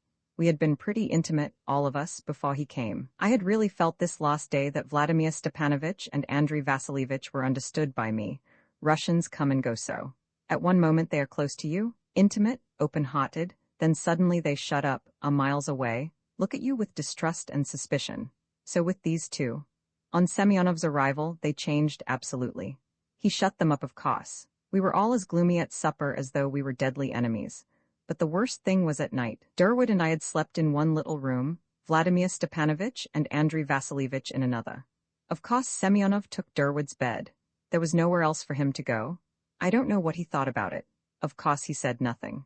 He talked a little about ordinary things, and I answered stupidly, as I always do with him. I hated the solemn way he undressed. He was a long time cleaning his teeth, making noises in his mouth as though he were laughing at me. Then he sat on his bed, naked except for his shirt, combing his mustache and beard very carefully with a pocket comb. He was so thick and solid and scornful, not looking at me exactly, just staring in front of him. There was no sound except his comb scraping through his beard. The room was so small, and he seemed absolutely to fill it, so that I felt really flattened against the wall. It was as though he were showing me deliberately how much finer a man he was than I, how much stronger his body, that he could do anything with me if he liked. He asked me, very politely, whether I'd mind blowing out the candle, and I did it at once. He watched me as I walked across the floor, and I felt ashamed of my thinness and my ugliness, and I know that he knew that I was ashamed. After the light was blown out, I heard him settle into his bed with a great heavy plop. I couldn't sleep for a long time, and at every movement that he made I felt as though he were laughing at me. And yet, with all this, I had also the strangest impulse to get up, there in the dark, to walk across the room, to put my hand on his shoulder and to ask him about her. What would he do? He'd refuse to speak, I suppose. I should only get insulted, and yet. He must be thinking of her, all the time just as I am. He must want to talk of her, and I know her better than anyone else did, and perhaps if I once broke down his pride. And yet every time that his body moved and the bed creaked, I felt that I hated him, that I never wanted to speak to him again, that. Oh, but I'm ashamed of myself. He is right to despise me. Saturday, July 31st. It is just midnight. I am on duty tonight. Everything is quiet, and there are not likely, I think, to be any more wounded until the morning. I am sitting in the room where they brought Marie. It's strange to think of that. And when you're sitting with a candle in a dark room, you can imagine anything. It's odd in this affair how little things affect one. There's a book here, a report on New Mexico. I looked at it idly the other day, and now I'm forever picking it up. It always opens at the same page, and I find myself thinking, speculating about it in a ridiculous manner. I shall throw the thing away tomorrow, but I know the page by heart anyway. It's an account of the work of some school or other. Here are a few of the lectures that were given. Mr. Fred A. Bush. What the community owes the newspaper and what the newspaper owes the community. Rev. I. A. Glass Fools, Hun W. T. Cessna, don't pay too dearly for the whistle. Prof. Wellington Putman, Rip Van Winkle. Rev. A. S. Hanshaw, The Mind's Picture Gallery. Then they acted Othello, the normal students, whoever they may be. Othello, E. F. Dunleavy, Iago, Douglas Gifford. Desdemona, Carrie Whitehill. Emilia, Gussie Rogers. Afterwards I see that Miss Gussie Rogers gave a lecture on the Anglo-Saxon in literature. She must have been a clever young woman. Then I see that they decorated one of their rooms with a large number of carbon prints of celebrated paintings, the class picture being the most important and costing in the neighborhood of $100. This is the hunting scene of Ricedale. Also, they added to their museum manufactured articles from abroad illustrative of the habits and customs of foreigners. Now, isn't that all incredible after the day that I've had? Where do the things join? What's all that got to do with the horrors I've been through today, with the forest, the cholera, Marie, Semyonov? With all that's happening in Europe, with this mad earthquake of a catastrophe, and yet one thinks of such silly things. I can see them doing Othello with their cheap ermine, bad jewelry, and impossible wigs. I expect Othello's black came off as he got hotter and hotter, and the Rev. I. A. Glass on Fools. There'd be all the cheap morality. It's better, my young friends, to be good than to be bad. It pays better in the end, and there'd be little stories, sentimental some of them and humorous some of them. There'd be a general titter of laughter at the humorous ones. And the carbon prints, the Ricedale, always pointed out to visitors. And after the war it will all be going on again. At Polchester, too, they'll be having cheap lectures in the town hall and Shakespeare readings and high school prize givings. Where's the connection between that and this? Where's the permanent thing in us that goes on whatever life may do to us? Is life still beautiful and noble in spite of whatever man may do with it? Or is Semyonov right, and there is no meaning in my love for Marie? Nothing real and true except the things we see with our eyes, hear with our ears? Is Semyonov right, or are Nikitin, Andrei Vasilievich and I? And now let me stick to facts. I left this morning about 6 with 20 wagons to fetch wounded. Such a wonderful summer morning. The forest quite incredibly beautiful, birds singing in thousands, and that strange little stream that runs near our house and can look so abominable when it pleases, was trembling and lovely as though it didn't know what evil was. We got to the first Red Cross place about 8. Here was Krylov. What a good fellow. Always cheerful, always kind-hearted, nothing can dismay him.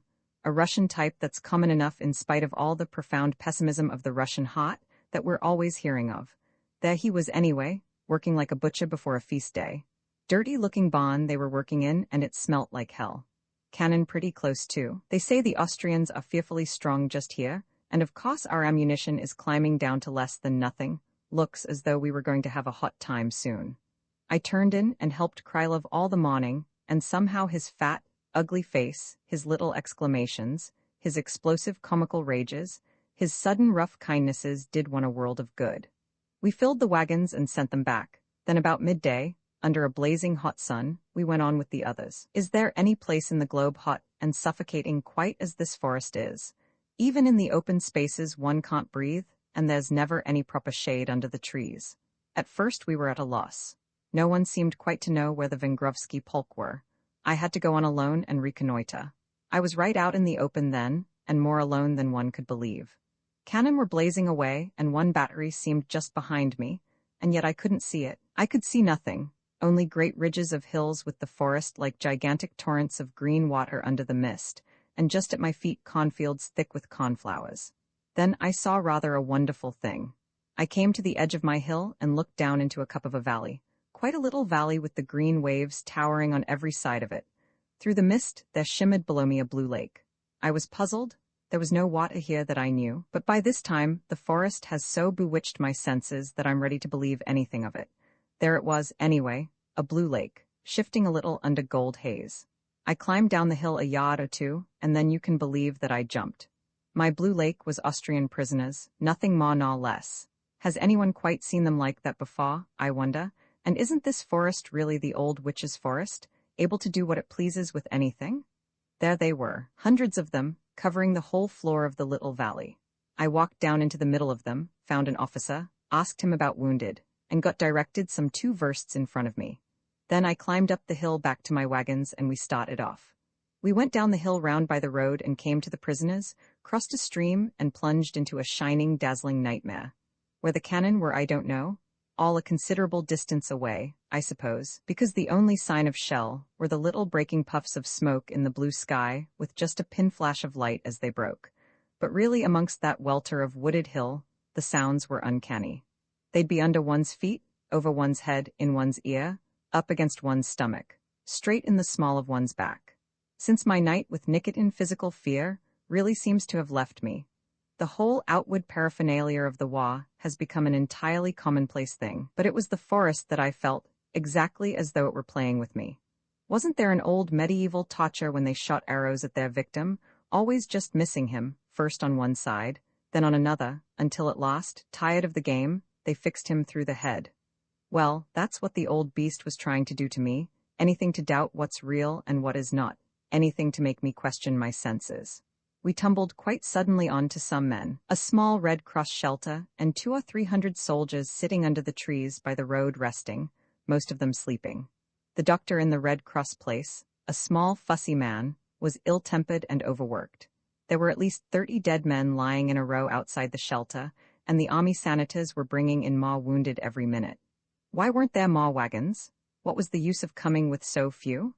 Where was the other doctor, someone or other who ought to have relieved him? There he was, like a little monkey on wires, dancing up and down in the blazing road, his arms covered with blood, pincers in one hand and bandages in the other, and the inside of his shelter with such a green, filthy smell coming out of it that you'd think the roof would burst.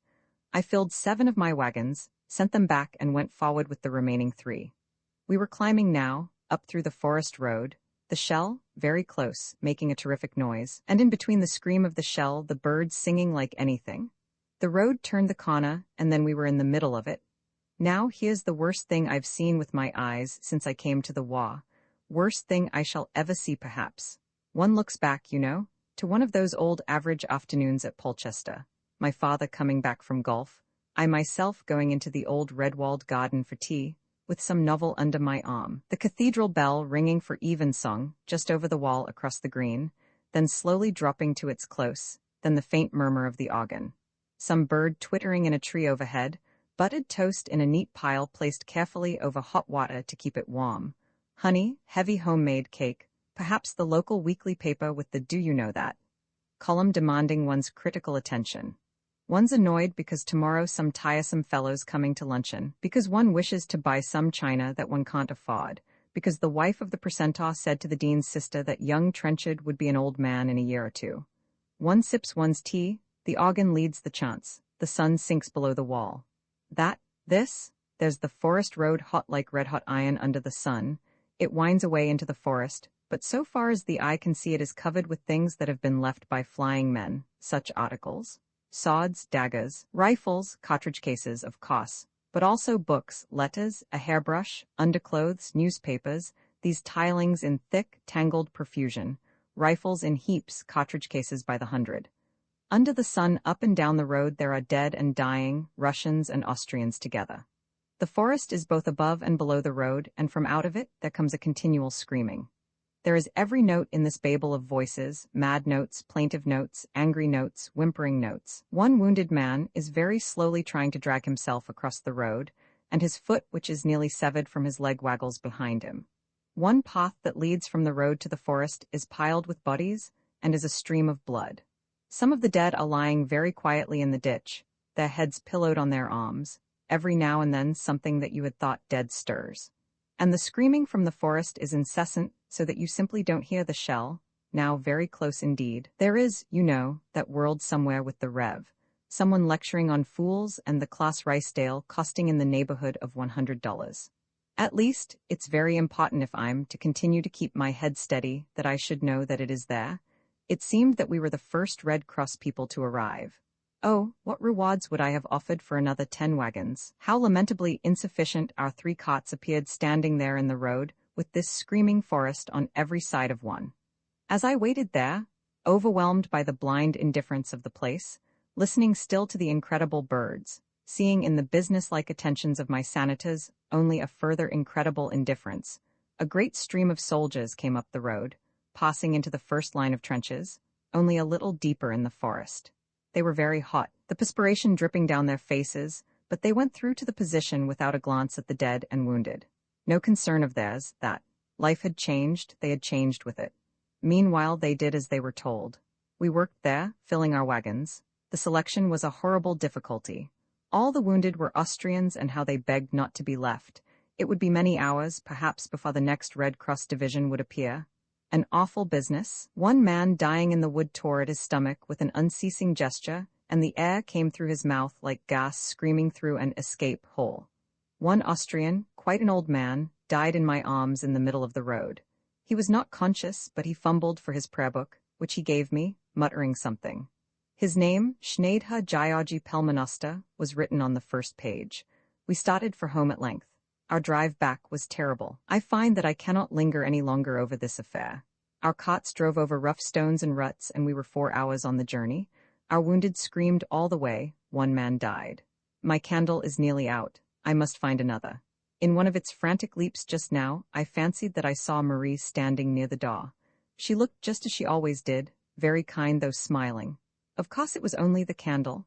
I must be careful not to encourage these fancies. But God, how lonely I am tonight. I realize, I suppose, that there isn't one single living soul in the world who cares whether I die tonight or not, not one. Durwood will remember me perhaps, no one else. And Marie would have cared. Yes, even married to Semyonov she would have cared, and remembered. And I could always have cared for her, been her friend, as she asked me. I'm pretty low tonight, if I could sleep. Boof, there goes the candle. Wednesday, August 4th. I am growing accustomed, I suppose, to Semyonov's company. After all, his contempt for me is an old thing, dating from the very first moment that he ever saw me. It has become now a commonplace to both of us. He is very silent now compared with the old days. There has been much work yesterday and today, but still last night I could not sleep. I think that he also did not sleep, and we both lay there in the dock, thinking, I suppose, of the same thing. I thought even of myself. My sense of humor has never been very strong. But I can at any rate see that I am no very fine figure in life, and that whether such a man as I live or die, can be of no great importance to anyone or anything, but I do most truly desire not to make more of the matter than is just. A man may have felt himself the most insignificant and useless of human creatures all his days, but face him with death, and he becomes, by very force of the contrast, something of a figure. Here am I, deprived of the only thing in life that gave me joy or pride. I should, after that deprivation, have slipped back, I suppose, to my old life of hopeless uninterest and insignificance, but now here the death of Marie Ivanovna has been no check at all. I half believe now that one can do with life or death what one will. If I had known that from the beginning what things I might have found, as it is, I must simply make the best of it. Semyonov's contempt would once have frightened the very life out of me, but after that night of his arrival here, it has been nothing compared with the excitement of our relationship. The things that are keeping us together in spite of ourselves, and the strange changes, I do believe, that this situation here is making in him. The loss of Marie Ivanovna would 2 months ago perhaps have finished me. What is it now beside the wonder as to whether I have lost her after all, the consciousness of pursuit, the longing to know? Durwood and I have spoken sometimes of my dream of the forest. It must seem to him now, as to myself, strangely fulfilled, but I believe that if I catch the beast it will only be to discover that there is a further quest beyond, and then another maybe beyond that. At the same time there's the practical question of one's nerve. If this strain of work continues, if the hot weather lasts, and if I don't sleep, I shall have to take care. 3 times during the last 3 days I have fancied that I have seen Marie Ivanovna, once in broad daylight in the forest, once sitting on the sofa in our room, once at night near my bed. Of course this is the merest illusion, but I have hours now when I am not quite sure of things. Andrei Vasilievich told me something of the same today, that he thought that he saw his wife, and that Nikitin told him the same yesterday. The flies also are confusing, and there's a hot, dry smell that's disagreeable and prevents one from eating. I know that I must keep a clear head on these things. If only one could get away for an hour or two, right outside, but one is shut up in this forest as though it were a green oven. I ought to be sleeping now instead of writing all this. I must say that I had a curious illusion 10 minutes ago while I was writing this, that one of the wounded, in a bed near the door which is open, began to slip, bed and all, across the floor towards me. He did indeed come closer and closer to me, the bed moving in jerks as though it were pushed. This was, of course, simply because my eyes were tired. When I try to sleep, they are hot and smarting. I interrupt Trenchard's diary to give a very brief account of the impression that was made on me by my visit to the 3 of them, with some wagons 4 days after the date of the above entry. It must be remembered that I had not, of course, at this time read any of Trenchard's diary, nor had I seen anything of him since the moment of Semyonov's arrival. My chief impression during the interval had been my memory of Trenchard as I had last seen him, miserable, white-faced, unnerved. I had thought about him a good deal. Those days at the Otriad had been for the rest of us rather pleasantly tranquil. There was no question that we were relieved by the absence of Semyonov and Trenchard. Semyonov was no easy companion at any time, and we had the very natural desire to throw off from us the weight of Marie Ivanovna's unexpected death. I will not speak of myself in this matter, but for the others. She had not been very long in their company. She had been strange and unsettled in her behavior. She had been engaged to a man, jilted him, and engaged herself to another, all within a very short period of time. I, myself, was occupied incessantly by my thoughts of her, but that was my own affair. The past week then with us had been tranquil and easy. On my arrival at the point in the forest I was met at once by a new atmosphere. For one thing, the war here was on the very top of us. Only a few yards away, towards the end of the garden, they were digging trenches. Somewhere beyond the windows in the forest, a battery had established itself near a clearing at the edge of a hill, the guns disguised with leaves and branches. Soldiers were moving incessantly to and fro. The house seemed full of wounded, wagons coming and going. They were digging graves in the garden, and sheeted bodies were lying in the orchard. My friends greeted me, seemed glad to see me for a moment, and then pursued their business. I was entirely outside their life. Only 10 days before I had felt a closer intimacy with Trenchard, Andrei Vasilievich and Nikitin than I had ever had with any of them. Now I simply did not exist for them. It was not the work that excluded me. The evening that passed then was an easy evening, very little to do. We spent most of the night in playing Chemin de Fer. No, it was not the work. It was quite simply that something was happening to all of them in which I had no concern. They were all changed and about them all. Yes, even, I believe, about Semyonov. There was an air of suppressed excitement, rather the excitement that schoolboys have when they have prepared some secret forbidden defiance or adventure. Trenchard, whom I had left in the depths of a lethargic depression, was most curiously preoccupied. He looked at me first as though he did not perfectly remember me.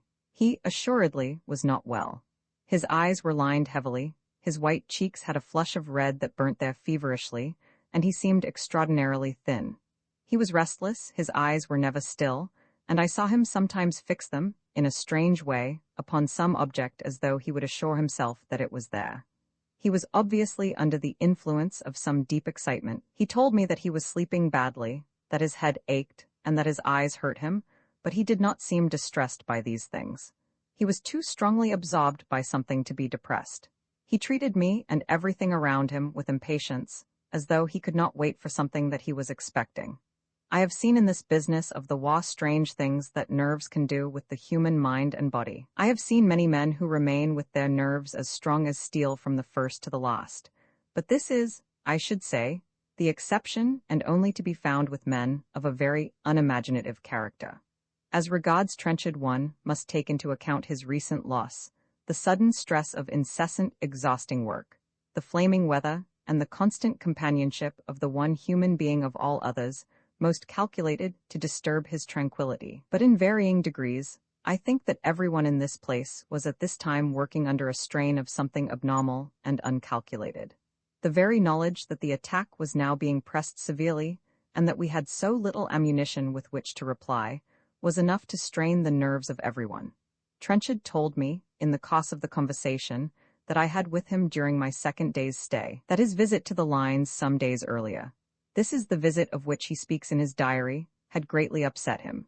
He had been disturbed apparently by the fact that there were not sufficient wagons. The whole sense of the forest, he told me, was a strain to him, the feeling that he could not escape from it, the thought of its color and heat, and at the same time its ugliness and horror, the cholera scarecrow in it, and the deserted town and all the horrors of the recent attacks, the dead Austrians and Russians, but I repeat most emphatically that he was not depressed by this. It was rather that he wished to keep his energies fresh and clear for some purpose of his own, and was therefore disturbed by anything that threatened his health. He was not quite well, he told me, headaches, not sleeping, but that he had it well in control. And here now is a strange thing. One of the chief purposes of my visit had been to persuade one of the four men to return with me to the Otriad. Morozov had asserted very emphatically that none of them should be compelled against their will to return to Maturvo, but he thought that it would be well if, considering the strain of the work and the position, they were to take it in turns to have a day or two's rest, and so relieve one another. I had had no doubt that this would be very acceptable to them, but on my proposing it, was surprised to receive from each of them individually an abrupt refusal even to consider the matter. At the same time, they assured me severally that the one or the other of them needed, very badly, a rest. After I had spoken, Nikitin, taking me aside, told me that he thought that Andrei Vasilievich would be better at Maturvo. He is a little in the way here, he said. Certainly he does his best, but this is not his place. Nikitin wore the same preoccupied air as the others. Whatever you do, he said, don't let Andrei know that I spoke to you. Andrei Vasilievich, on his side with much nervousness and self-importance, told me that he thought that Nikitin was suffering from overwork and needed a complete rest. You know, Ivan Andreyevich, he is really not at all well. I sleep in the same room. He talks in his sleep, fancies that he sees things, very odd, although this hot weather, I myself for the matter of that. And then he nervously broke off. But with all this, they did not seem to quarrel with one another. It is true that I discovered a kind of impatience, especially between Andrei Vasilievich and Nikitin, the kind of restlessness that you see sometimes between two horses which are harnessed together. Semyonov, he paid no attention to me at all during my visit, treated Trenchard quite decently, and I observed on several occasions his look of puzzled curiosity at the man, a look to which I have alluded before. He spoke to him always in the tone of contemptuous banter that he had from the beginning used to him. Well, mister, I suppose that you couldn't bring a big enough bandage however much you were asked to, but why choose the smallest possible? Ah, that's where Mister writes his poetry, being a nice romantic Englishman. Isn't it, mister? But I was greatly struck by Trenchard's manner of taking these remarks. He behaved now as though he had secret reasons for knowing that he was in every way as good a man as Semyonov. A better one, maybe. He laughed, or sometimes simply looked at his companion, or he would reply in his bad halting Russian with some jest at Semyonov's expense. Finally, to end this business, if ever a man were affected to the heart by the loss of a friend or a lover, Semyonov was that man. He was a man too strong in himself, and too contemptuous of weakness to show to all the world his hurt. I myself might have seen nothing had I not always before me the memory of that vision of his face between the trees. But from that, I had proceeded. It was, I suppose, the first time in his life that the fulfillment of his desire had been denied him. Had Marie Ivanovna lived, and had he attained with her his complete satisfaction, he would have tired of her perhaps as he had tired of many others, and have remained only the stronger cynic. But she had eluded him at the very moment of her freshness and happiness and triumph. What defeat to his proud spirit was working now in him? What longing? What fierce determination to secure even now his ends? The change that I fancied in him was perhaps no more than his bracing of his strength and courage to face new conditions. Death had robbed him of his possession, so much the worse then for death. Upon this day of icy cold, as I write these words, I am afraid that my account may be taken as an extravagant and unjustified conceit, but that I do most honestly believe it not to be. I myself felt, during my 2 days' stay in that place, the strangest contact with new experiences, new developments, new relationships. Normal life had been left utterly behind, and there was nothing to remind one of it save perhaps that report on New Mexico still there on the dusty table. But there was the heat. There were the wheeling, circling clouds of flies, now in lines, now in squares, now broken like smoke, now dim like vapor. There was that old familiar smell of dust and flesh, chemicals and blood.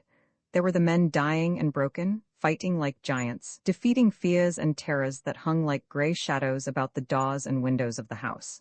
Every incident and experience that we had had at the war, every incident and experience that I have related in these pages seemed to be gathered into this house. As I look back upon it, now, it seems, without any extravagance at all, the very heart of the fortress of the enemy. I do not mean in the least that life was solemn or pretentious or heavy. It was careless, casual, as liable to the ridiculous intervention of unimportant things as ever it had been. But it was life pressed so close to the fine presence of fate that you could hear the very beating of his heart. And in this fortress it seemed to me that I, who was watching, outside the lives of these others, an observer only whom, perhaps, this same fate despised, asked of God a sign. I saw suddenly here the connection, for which I had been waiting, between the 4 men. There they were, Nikitin and Andrei, Semyonov and Trenchard, 2 wise men and 2 fools. Surely the rivalry was ludicrous in its inequality, and yet God does not judge as men do. Nikitin and Semyonov, or Andrei and Trenchard? Who would be taken and who left? I recalled Semyonov's jesting words. Even though it's the wise men succeed in this world, I don't doubt it's the fools have their way in the next. I waited for my sign. Last of all, I can hear it objected that everyone was surely too busy to attend to relationships, or shades of relationships. But it was this very thing that contributed to the situation, namely, that, in the very stress of the work, there were hours, many hours, when there was simply nothing to be done. Then, if one could not sleep, times were bad indeed. Moreover, even in the throng of work itself, one would be conscious of that slipping off from one of all the trappings of reality. One by one they would slip away, and then, bewildered, one would doubt the evidence of one's eyes, one's brain, one's ears, the fatigue hammering at one's consciousness. I have known what that kind of strain can be. I left on the 2nd morning after my arrival and returned to Matervo alone. Trenchard's diary. Tuesday, August 10. Durward has been here for 2 days. He's a good fellow, but I seem rather to have lost touch with him during these last days. Then he's rather bloodless. A little more humor would cheer him up wonderfully. We've all been in mad spirits today as though we were drunk.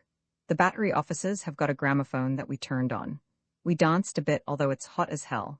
Then in the evening my spirits suddenly went. Andrei Vasilievich gets on one's nerves. His voice is tiresome and I'm tired of his wife. He tells me that he thinks he sees her at night. Do I think it likely? Silly little ass, just the way to rot his nerves. Funny thing tonight, we were playing Kemen de Fer. Suddenly Semyonov said, supposing Molozov says that only one of us is to stay on here. There was silence after that. We all 4 looked at one another. All I knew was nothing was going to move me away from this place if I could help it. Then Semyonov said, Of course I would have to stay. We went for him then. You should have heard Nikitin. I didn't believe that he had it in him. Semyonov was quiet, of course, smiling that beastly smile of his. Then at last he said, "Suppose we play for it." We agreed. The one who turned up the ace of hearts was to stay. You could have heard a pin drop after that. I have never before felt what I felt then.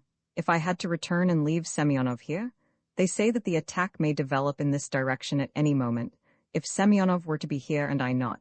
And yet what was it that I wanted? What I want is to be close to Marie again, to be there where Semyonov cannot reach us. I believe that she might always have cared for me if he had not been there. Whatever death may be, I must know. If there is nothing more, no matter. If there is something more, then there is something for her as well as for me, and I shall find her, and I must find her alone. There's nothing left in life now to me save that. As I sat there looking at the cards, I knew all this, knew quite clearly that I must escape Semyonov. There's no madness in this. Whilst he is there, I'm nothing, but without him, if I were with her again, I was always beaten easily by anybody, but in this at least I can be strong. I don't hate him, but I know that he will always be first as long as we're together. And we seem to be tied now like dogs by their tails, tied by our thoughts of Marie. Well, anyway, I turned up the ace. My heart seemed to jump right upside down when I saw it. The others said nothing. Only Semyonov at last. Well, mister, if it comes to it, we'll have to see that it's necessary for two of us to be here. It will never do for you and me to be parted. Meanwhile, the firing's very close tonight. They say the Austrians have taken Villach. Shocking, our lack of ammunition.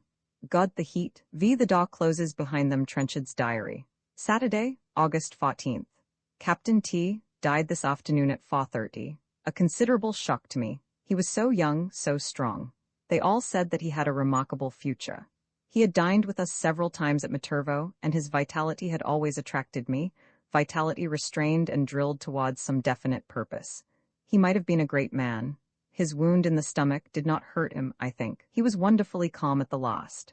How strange it is that at home death is so horrible with its long ceremonies, its crowd of relations, its gradual decay. And here, in 9 out of every 10 deaths that I have seen, there has been peace or even happiness. This is the merest truth and will be confirmed by anyone who has worked here.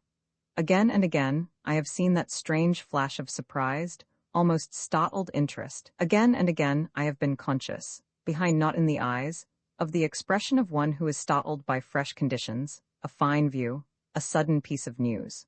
This is no argument for religion, for any creed or dogma. I only say that here it is so, that death seems to be happiness and the beginning of something new and unexpected.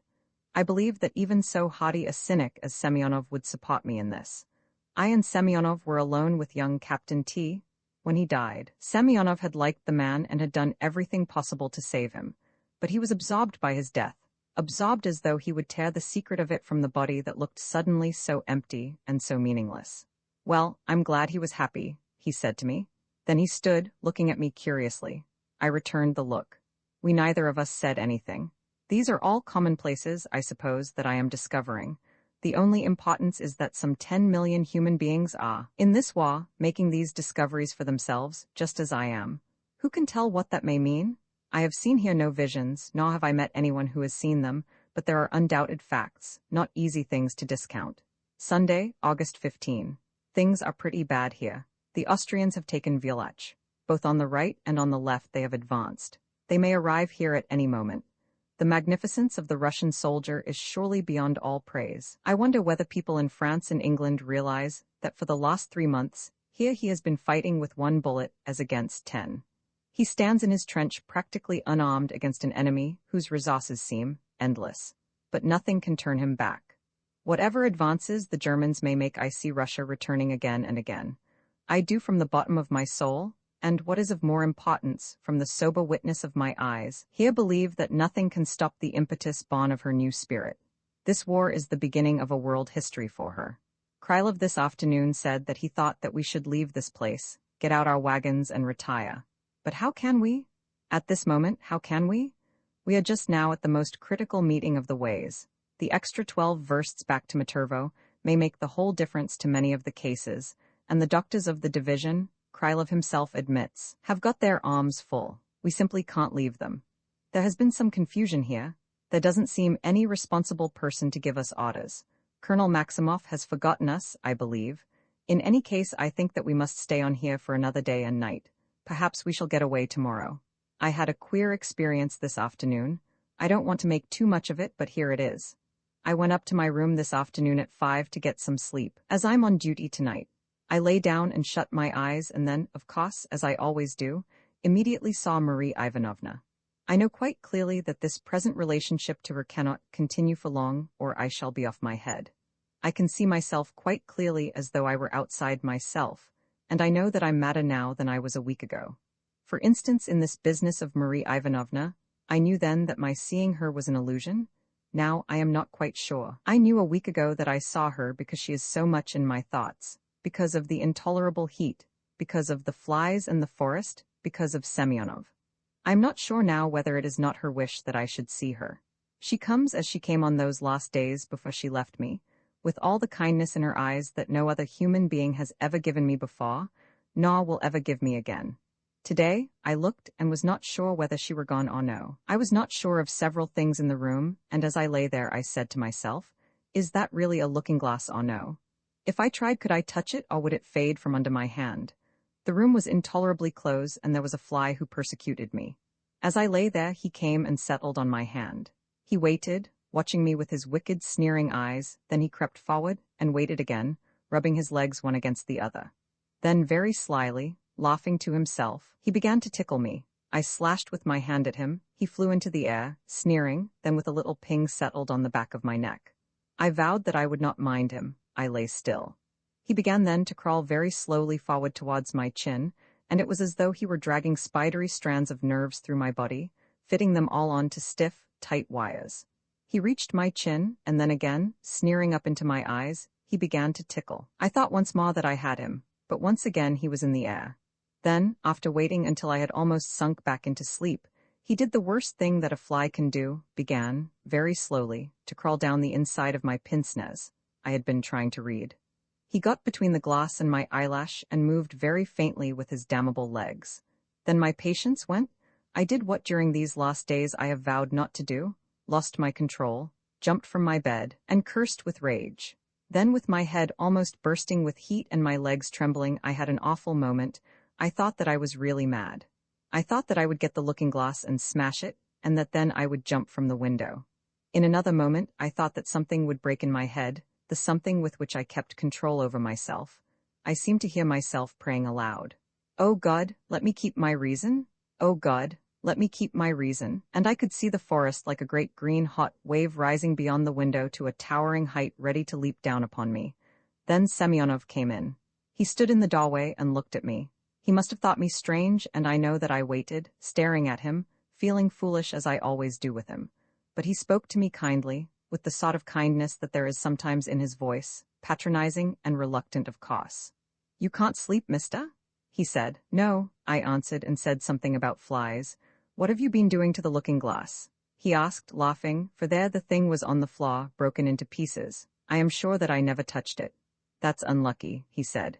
"Never mind, mister," he said, smiling at me. 22 misfortunes, aren't you? Always dropping something," he added quite kindly.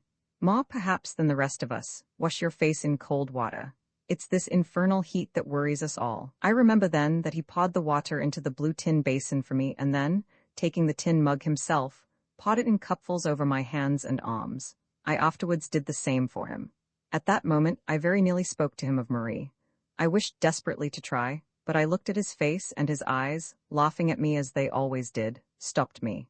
When I had finished he thanked me, wiped his hands, then turning round at the door he said, "Why don't you go back to Matervo, mister? You're tired out." "You know why," I answered. Without looking at him he seemed then as though he would speak, but he stopped himself and went away. I lay down again and tried to sleep, but when I closed my eyes the green beyond the window burnt through my eyelids, and then the fly, I am sure it was the same fly, returned. Monday, August 16. Lord, but I am tired of this endless bandaging, cleaning of filthy wounds, paring away of ragged ends of flesh, smelling, breathing, drinking blood and dust and dirt. The poor fellows? Their bravery is beyond any word of mine. They have come these last few days with their eyes dazed and their ears deafened. Indeed, the roaring of the cannon has been since yesterday afternoon incessant. They say that the Austrians are straining every nerve to break through to the river and cross. We are doing what we can to prevent them, but what can we do? There simply is not ammunition. The officers here are almost crying with despair, and the men know it and go on, with their cheerfulness, their obedience, their mild kindliness, go into that green hell to be butchered, and come out of it again, if they are lucky, with their bodies mangled and twisted, and horror in their eyes. It's nobody's fault, I suppose, this business. How easy to write in the daily papers that the Germans prepared for war and that we did not, and that after a month or two all will be well. After a month or two? Tell that to us here stuck in this forest and hear us how we laugh. Meanwhile, for the good of my health, I'm figuring very clearly to myself all the physical features of this place. It's a long white house, 2-storied. The front door has broken glass over it, and there's a litter of tumbled bricks on the top step. After you've gone through the front door, you come into the hall where the wounded are as thick as flies. You go through the hall and turn to the left. There's a pantry place on your right all full of flies, and when you open the door, they unsettle with a great buzz and shift into all sorts of shapes and patterns. Next to them is our sitting room, the horrid place always dirty and stifling. Then there's the operating room, then another room for beds, then the kitchen. Outside to the right there's the garden, dry now with the heat, and the orchard smells of the men they've buried in it. To the left, after a little clearing, there's the forest always green and glittering. The men are in the trenches now, the new ones that were made last week, so I suppose that we shall be in the thick of it very shortly. That battery at the edge of the hill has been banging away all the morning. What else is there? There's an old pump just outside the sitting-room window. There's a litter of dirty paper and refuse there, too, that the flies gather round.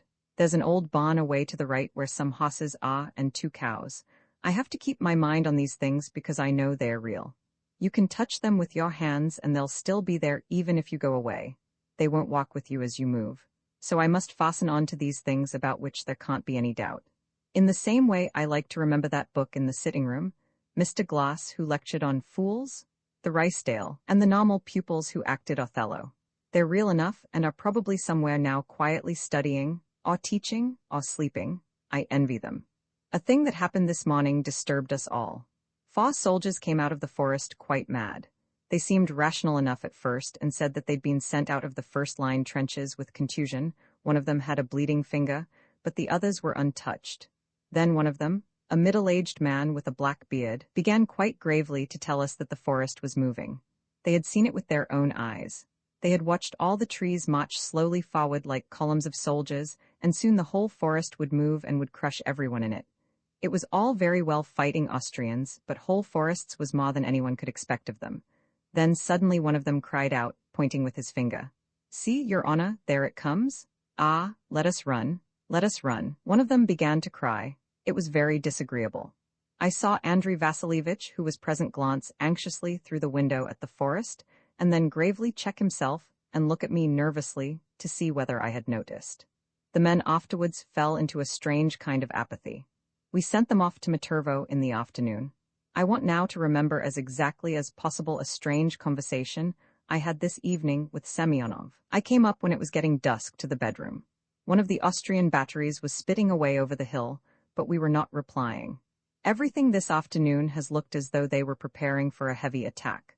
Our little window was open, and the sky beyond was a sort of very pale green, and against this you could see a flush of color rising and falling like the opening and shutting of a door. Everything quite silent except the Austrian cannon, and a soldier, delirious, downstairs, singing. The forest was deep black, but you could see the soldiers' fires gleaming here and there like beasts' eyes. Our room was almost dark, and I was very startled to find Semyonov sitting on his bed and staring in front of him. He looked like a wooden figure sitting there, and he didn't move as I came in. I'm glad that although I'm still awkward and clumsy with him, as I am, and always will be, I suppose, with everyone, I'm not afraid of him anymore. The room was so dark that he looked like a shadow. I had intended to fetch something and go away, but instead of that I sat down on my bed, feeling suddenly very tired and lethargic. "Well, mister," he said in the ironical voice he always uses to me, "I would wish now to repeat if I can every word of our conversation." "Krylov has been again," I said. "He told Nikitin that we ought to go tonight." Nikitin asked him whether the division had plenty of wagons, and Krylov admitted that there weren't nearly enough. He agreed that it would make a lot of difference if we could keep this place going until tomorrow night, All the same, he advised us to leave. "We'll stay until someone orders us to go," said Semyonov. "It will make a difference to 100 men or more probably. If they do start firing onto this place, we can get the men off in the wagons in time." "And what if the wagons have left for Maturvo?" "We'll have to wait until they come back," he answered. We sat there listening to the cannon. Then Semyonov said very quietly and not at all ironically, "I wish to ask you, I have wished before, tell me, you blame me for her death?" I thought for a moment, then I replied, "I did so at first. Now I do not think that it had anything to do with you or with me or with anyone, except herself." "Except herself?" he said. "What do you mean?" "She wished it, I think." His irony returned. "You believe in the power of others, mister, too much. You should believe more in your own." "I believe in her power. She was stronger than you," I answered. "I'm sure that you like to think so," he said, laughing. "She is still stronger than you." "So you are a mystic, mister," he said. "Of course, with your romantic mind that is only natural, you believe, I suppose, that she is with us here in the room." "It cannot be of interest to you," I answered quietly, "what I believe." "Yes, it is of interest," he replied in a voice that was friendly and humorously indulgent, as though he spoke to a child. "I find it strange, I have found it strange for many weeks now, that I should think so frequently of you. You are not a man who would naturally be interesting to me. You are an Englishman, and I am not interested in Englishmen. You are sentimental. You have no idea of life as it is. You like dull things, dull safe things. You believe always in what you are told. You have no sense of humor. You should be of no interest to me, and yet during these last weeks I have not been able to get rid of you." "That is not my fault," I said. "I have not been so anxious for your company." "No," he said, speaking rather thoughtfully, as though he were seriously thinking something out. "You regard me, of course, as a very bad character. I have no desire to defend myself to you. But the point is that I have found myself often thinking of you, that I have even taken trouble sometimes to be with you." He waited as though he expected me to say something, but I was silent. "It was perhaps that I saw that Marie Ivanovna cared for you. She gave you up to the end, something that she never gave to me, that I suppose was tiresome to me." "You thought you knew her?" I said, hoping to hurt him. "You did not know her at all." "That may be," he answered. "I certainly did not understand her, but that was attractive to me. And so, mister, you thought that you understood her?" But I did not answer him. My head ached frantically. I was wretchedly in want of sleep. I jumped to my feet, standing in front of him. Leave me alone," I cried. "Let us part. I am nothing to you. You despise me and laugh at me. You have from the first done so. It was because you laughed at me that she began to laugh. If you had not been there, she might have continued to love me. She was very inexperienced. And now that she is gone, I am of no more importance to you. Let me be. For God's sake, let me be." "You are free," he said. "You can return to Maturvo in an hour's time when the wagons go." I did not speak.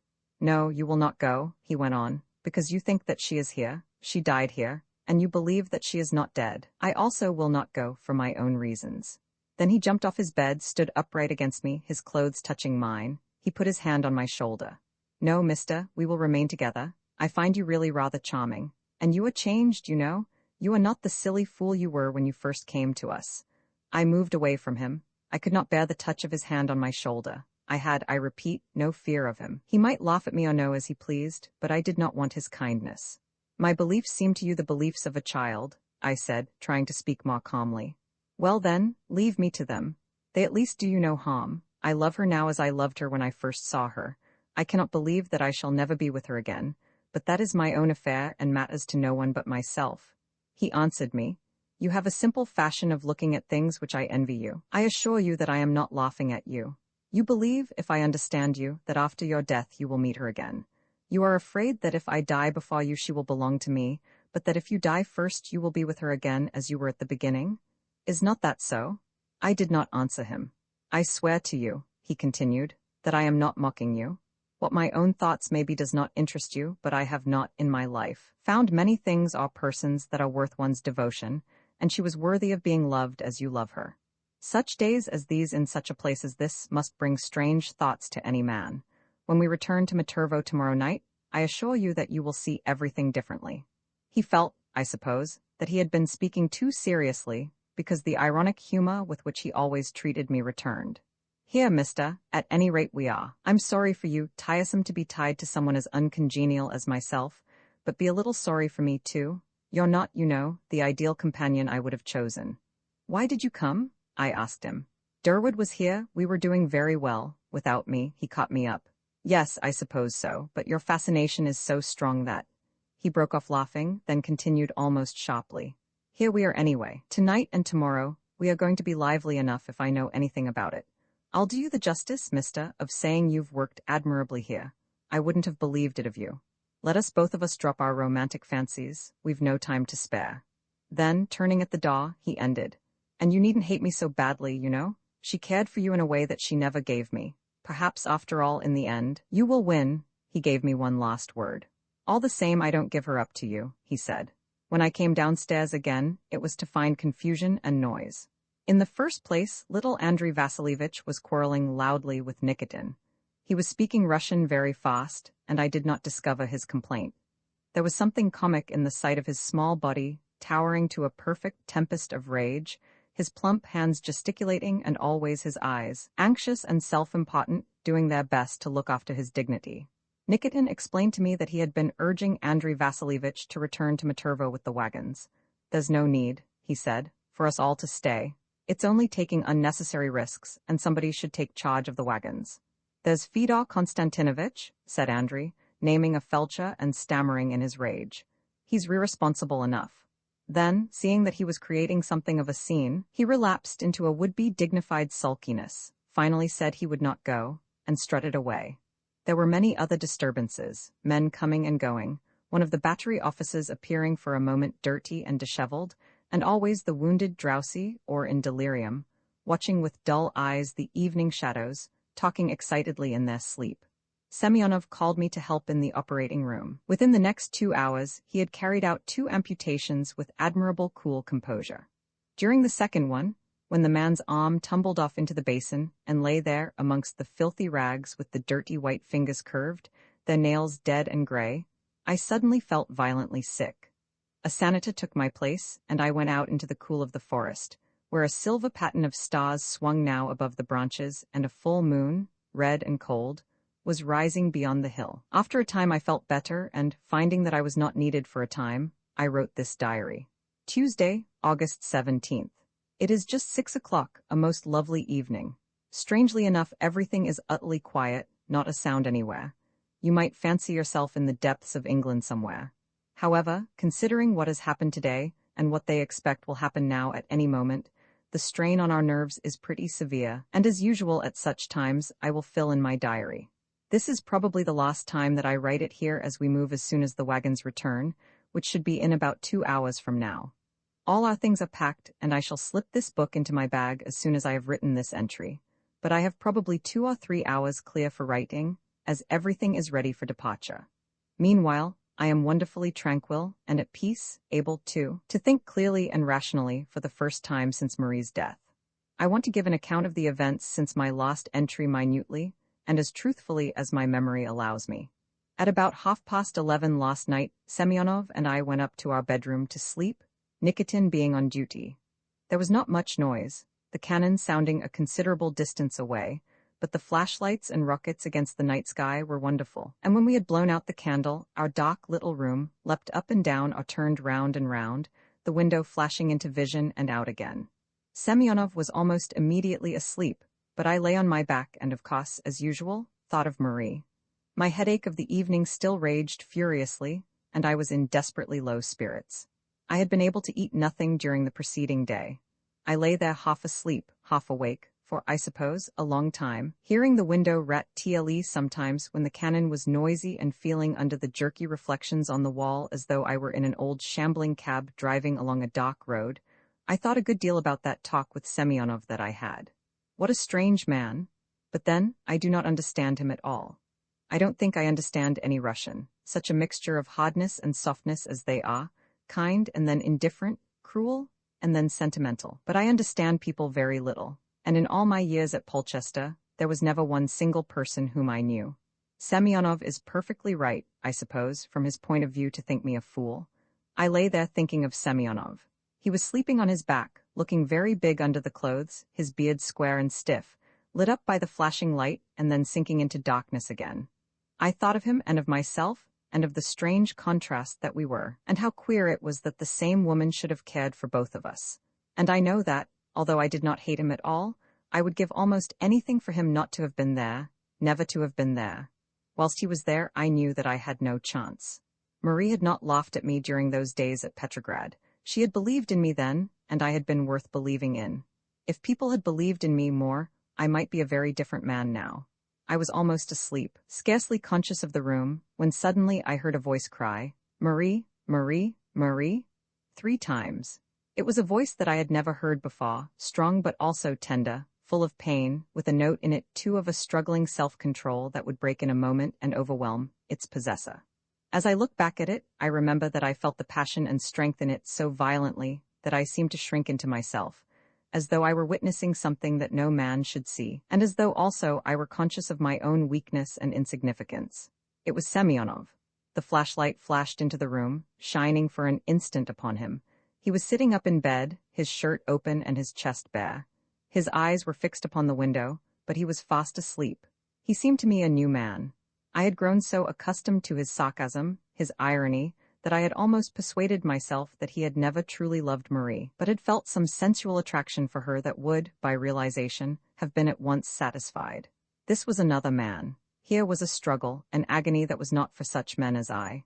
He cried again, "Marie, Marie?" Then got up out of bed, walked on his naked feet in his shirt to the window, stood there and waited. The moonlight had by this struck our room and flooded it.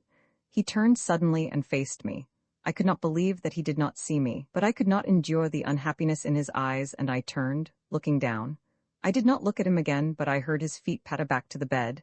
Then he stood there, his whole body strung to meet some overmastering crisis. He whispered her name as though she had come to him since his first call. "Ah, Marie, my darling," he whispered. I could not bear that. I crept from my bed, slipped away, closed the door softly behind me and stole downstairs. I cannot write at length of what followed. It was the crisis of everything that has happened to me since I left Petrograd. Every experience that I had had was suddenly flung into this moment. I was in our sitting room now, pitch dark because shutters had been placed outside the windows to guard against bullets. I stood there in my shirt and drawers, shuddering, shivering with hatred of myself, shivering with fear of Semyonov, shivering above all, with a desperate, agonizing, torturing hunger for Marie. Semyonov's voice had appalled me. I hadn't realized before how strongly I had relied on his not truly caring for her. Everything in the man had seemed to persuade me of this, and I had even flattered myself on my miserable superiority to him, that I was the true faithful lover and he the vulgar sensualist. How small now I seemed beside him, and how I feared him. Then I was at sudden, fierce grip with the beast, at grips at last. I had once before, on another night, been tempted to kill myself, but that had been nothing to this.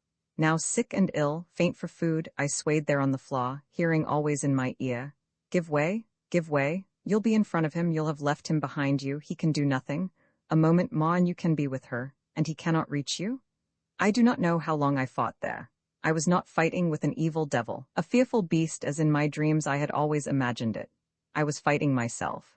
Every weakness in the past to which I had ever surrendered, every little scrap of personal history, every slackness and cowardice and lethargy was there on the floor against me. I don't know what it was that prevented me stealing back to my room, fetching my revolver and so ending it. I could see Marie close to me, to be reached by the stretching of a finger. I could see myself living on, always conscious of Semyonov, his thick, beastly, confident body always there between myself and her. I sank into the lost depths of self-despair and degradation. No fine thing saved me, no help from noble principles, nothing fine. The whole was as sodded as possible. I knew, even as I struggled, that I was a silly figure there, with my bony ugliness in my shirt and drawers, my hair on end and my teeth chattering. But I responded, I suppose, to some little pulse of manly obstinacy that beat somewhere in me. I would not be beaten by the creature. Even in the middle of it, I realized that this was the hottest tussle of my life, and worth fighting. I know, too, that some thought of Nikitin came to me as though, in some way, my failure would damage him. I remembered that night of the retreat when he had helped me, and as though he were appealing visibly to me there in the room, I responded. I seemed to feel that he was fighting some battle of his own and that my victory would fortify him. I stood with him beside me, so I fought it with the sweat dripping down my nose and my tongue dry. No, something suddenly cried in me. If she's his, I will not take her this way. Then, in a sniveling, miserable fashion, I began to cry, simply from exhaustion and nerves and headache. I slipped down into a chair. I sat there feeling utterly beaten and yet in some dim way, as one hears a trumpet sounding behind a range of hills, I was triumphant. There with my head on the table and my nose, I believe, in a plate left from someone's last night's supper, I slept a heavy, dreamless sleep. I woke and heard a clock in the room strike 3. I got up, stretched my arms, yawned and knew that my head was clear and my brain at peace. I can't describe my feelings better than by saying that it was as though I had put my brain and my heart and all my fears and terrors under a good stiff pump of cold water. I felt a different man from 4 hours before, although still desperately tired and physically weak. I went softly upstairs. The light of a most lovely summer morning flooded the room. Semyonov was lying, sleeping like a child, his head pillowed on his arm. Very cautiously I dressed, then went downstairs again. I did not understand now the peace and happiness in my heart. All the time I was saying to myself, why am I so happy? Why am I so happy? The world was marvelously fresh, with little white glittering clouds above the trees, the grass wet and shining, and the sky a high dome of blue light, like the inside of a glass bell that has the sun behind it. Here and there on the outskirts of the forest fires were still dimly burning, pale and dim yellow shadows beneath the sun. Men wrapped in their coats were sleeping in little groups under the trees. Horses cropped at the grass, soldiers were moving with buckets of water. 2 men, at the very edge of the forest, stripped to the waist, were washing in a pool that was like a blue handkerchief in the great forest of green. I found a little glade, very bright and fresh, under a group of silver birch, and there I lay down on my back, my hands behind my head, looking up into the little dancing atoms of blue between the trees and the golden stars of sunlight that flashed and sparkled there. Happiness and peace wrapped me round. I cannot pretend to disentangle and produce in proper sequence all the thoughts and memories that floated into my vision and away again, but I know that whereas before thoughts had attacked me as though they were foul animals biting at my brain, now I seemed myself gently to invite my memories. Many scenes from my Polchester days that I had long forgotten came back to me. I was indeed startled by the clearness with which I saw that earlier figure, the very awkward, careless, ugly boy, listening lazily to other people's plans, taking shelter from life under a vague love of beauty and an idle imagination. The man, awkward and ugly, sensitive because of his own self-consciousness, wasting his hours through his own self-contempt which paralyzed all effort, still trusting to his idle love of beauty to pull him through to some superior standard, complaining of life, but never trying to get the better of it. Then the man who came to Russia at the beginning of the war, still self-centered, always given up to timid self-analysis, but responding now a little to the new scenes, the new temperament, the new chances. Then this man, feeling that at last he was rid of all the tiresome encumbrances of the earlier years, lets himself go, falls in love, worships, dreams for a few days a wonderful dream, then for the first time in his life, begins to fight. I saw all the steps so clearly, and I saw every little thought, every little action, every little opportunity missed or taken, accumulating until the moment of climax 4 hours before. I seemed to have brought Polchester on my back to the wall, and I could see quite clearly how each of us, Marie, Semyonov, Nikitin, Durwood, every one of us, had brought their private histories and scenes with them. War is made up, I believe, not of shells and bullets, not of German defeats and victories, Russian triumphs or surrenders, English and French battles by sea and land, not of smoke and wounds and blood, but of a million past thoughts, past scenes, streets of little country towns, lonely hills, dark sheltered valleys, the wide space of the sea, the crowded traffic of New York, London, Berlin, yes, and of smaller things than that, of little quarrels, of dances at Christmas time, of walks at night, of dressing for dinner, of waking in the morning, of meeting old friends, of sicknesses, theaters, church services, prostitutes, slums, cricket matches, children, rides on a tram, baths on a hot morning, sudden unpleasant truth from a friend, momentary consciousness of God. Death, too. How clear now it was to me. During these weeks I had wondered, pursued the thought of death. Was it this? Was it that? Was it pain? Was it terror? I had feared it, as for instance when I had seen the dead bodies in the forest, or stood under the rain at Nainive. I had laughed at it as when I had gone with the senators. I had cursed it as when Marie Ivanovna had died. I had sought it as I had done last night, and always, as I drew closer and closer to it, fancied it some fine allegorical figure, something terrible, appalling, devastating. How, when I was, as I believed, at last face to face with it, I saw that one was simply face to face with oneself. 4 hours I have been writing, and no sign of the wagons. I am writing everything down as I remember it, because these things are so clear to me now, and yet I know that afterwards they will be changed, twisted. I was drowsy. I saw Polchester High Street, Garth and Roselands, Clinton, trucks, best of all Raphael. I went down the high white hill, deep into the valley, then along the road beside the stream where the houses begin, the hideous Wesleyan Chapel on my right, Ebenezer Villa on my left, then the cottages with the gardens, then the little street, the post office, the butcher's, the turn of the road, and, suddenly, the bay with the fishing boats riding at anchor and beyond the sea. England and Russia. To their strong and confident union, I thought that I would give every drop of my blood, every beat of my heart, and as I lay there, I seemed to see on one side the deep green lanes at Raphael, and on the other the shining canals, the little wooden houses, the cobbler and the tufted trees of Petrograd, the sea coast beyond trucks and the wide snow-covered plains beyond Moscow, the cathedral at Polchester and the Kremlin, breeding their children, to the 100th generation, for the same hopes, the same beliefs, the same desires. I slept in the sun and had happy dreams. I have reread these lost pages, and I find some very fine stuff about giving every drop of blood, etc., etc. Of course I am not that kind of man. Men, like Durwood and myself, he resembles me in many ways, although he is stronger than I am, and doesn't care what people think of him, are too analytical and self-critical to give much of their blood to anybody, or to make their blood of very much value if they did. I only meant that I would do my best. Later in the morning the firing began again pretty close. Andrei Vasilievich came to me and wanted to talk to me. I was rather short with him because I was busy. He wanted to tell me that he hoped I hadn't misunderstood his quarrel with Nikitin last night. It had been nothing at all. His nerves had been rather out of order. He was very much better today, felt quite another man. He looked another man and I said so. He said that I did. Strange, but I felt as I looked at him that he was sickening for some bad illness. One feels that sometimes about people without being able to name a cause. I have an affection for the little man, but he's an awful fool. Well, so am I, but fools never respect fools. Strange to see Semyonov. I had expected him for some reason to be different today. Just the same, of course, very sarcastic to me. I had a hole in one of my pockets and was always forgetting and putting money and things into it. This seemed to annoy him, but today nothing matters. Even the flies do not worry me. All the morning Marie has seemed so close to me. I have a strange excitement, the feeling that one has when one is in a train that approaches the place where someone whom one loves is waiting. I feel exactly as though I were going on a journey. Since 3 o'clock we've had a lively time. The attack began about 5 minutes to 3 by a shell splashing into the forest near our battery. No one killed, fortunately. They've simply stormed away since then.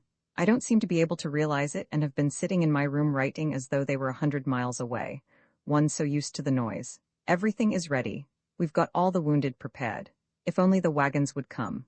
Hallo? A shell in the garden cracked one of these windows. I must go down to see whether anyone's touched. I put this in my bag. Tomorrow, and I am so happy that, the end of Trenchard's diary.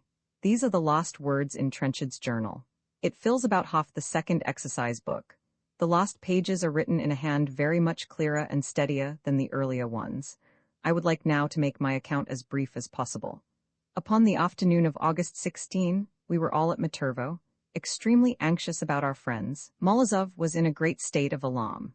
The sanitas with the wagons that arrived at about 4 o'clock in the afternoon told us that a violent attack in the intermediate neighborhood of our White House was expected at any moment. The wagons were to return as quickly as possible and bring everyone away. They left about 5 o'clock in charge of Molozov and Goga, who were bursting with excitement. I knew that they could not be with us again until at any rate 9 o'clock, but I was so nervous that at about 7 I walked out to the cross and watched.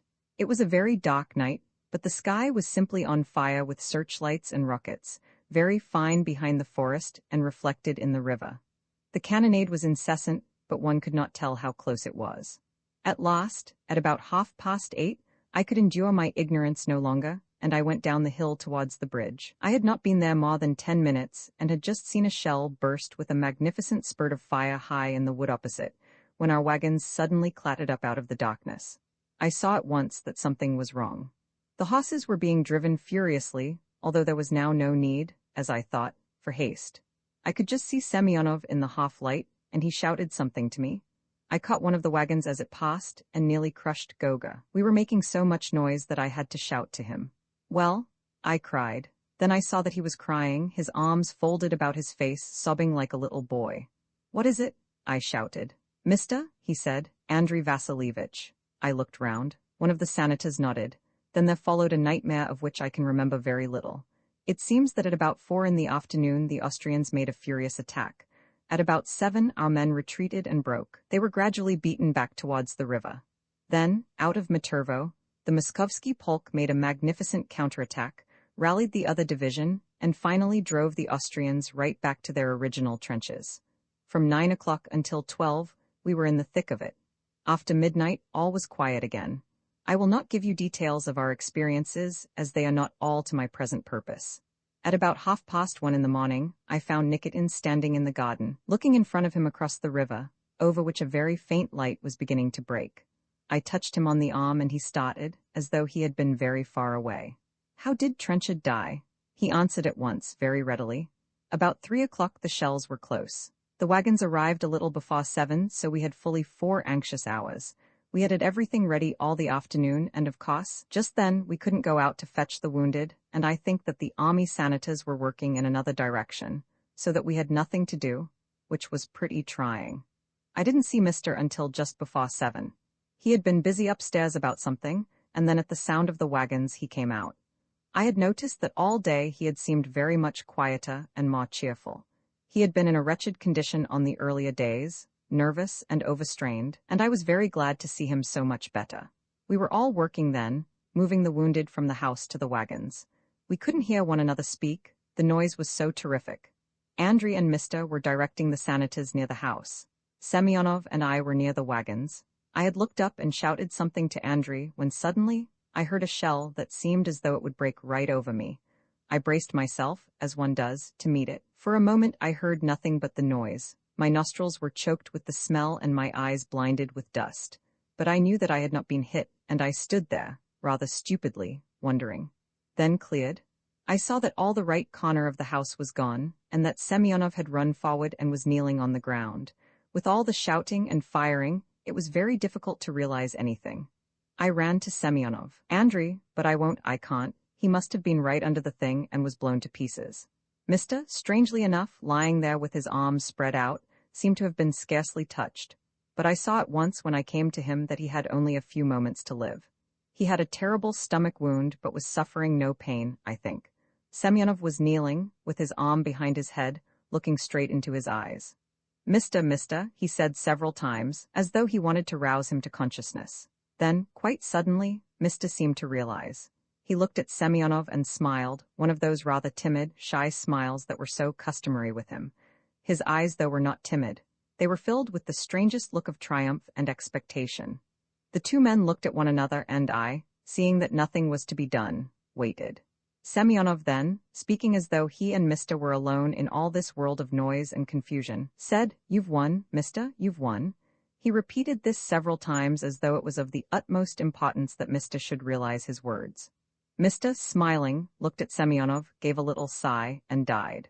I can hear now the tones of Semyonov's voice. There was something so strange in its mixture of irony, bitterness, and kindness, just that rather contemptible, patronizing kindness that is so especially his. We had no time to wait after that. We got the wagons out by a miracle without losing a man. Semyonov was marvelous in his self-control and coolness. We were both silent for a long time, Nikitin only once again. "Andrei, my God, how I will miss him," he said, and I, who knew how often he had cursed the little man and been impatient with his importunities, understood.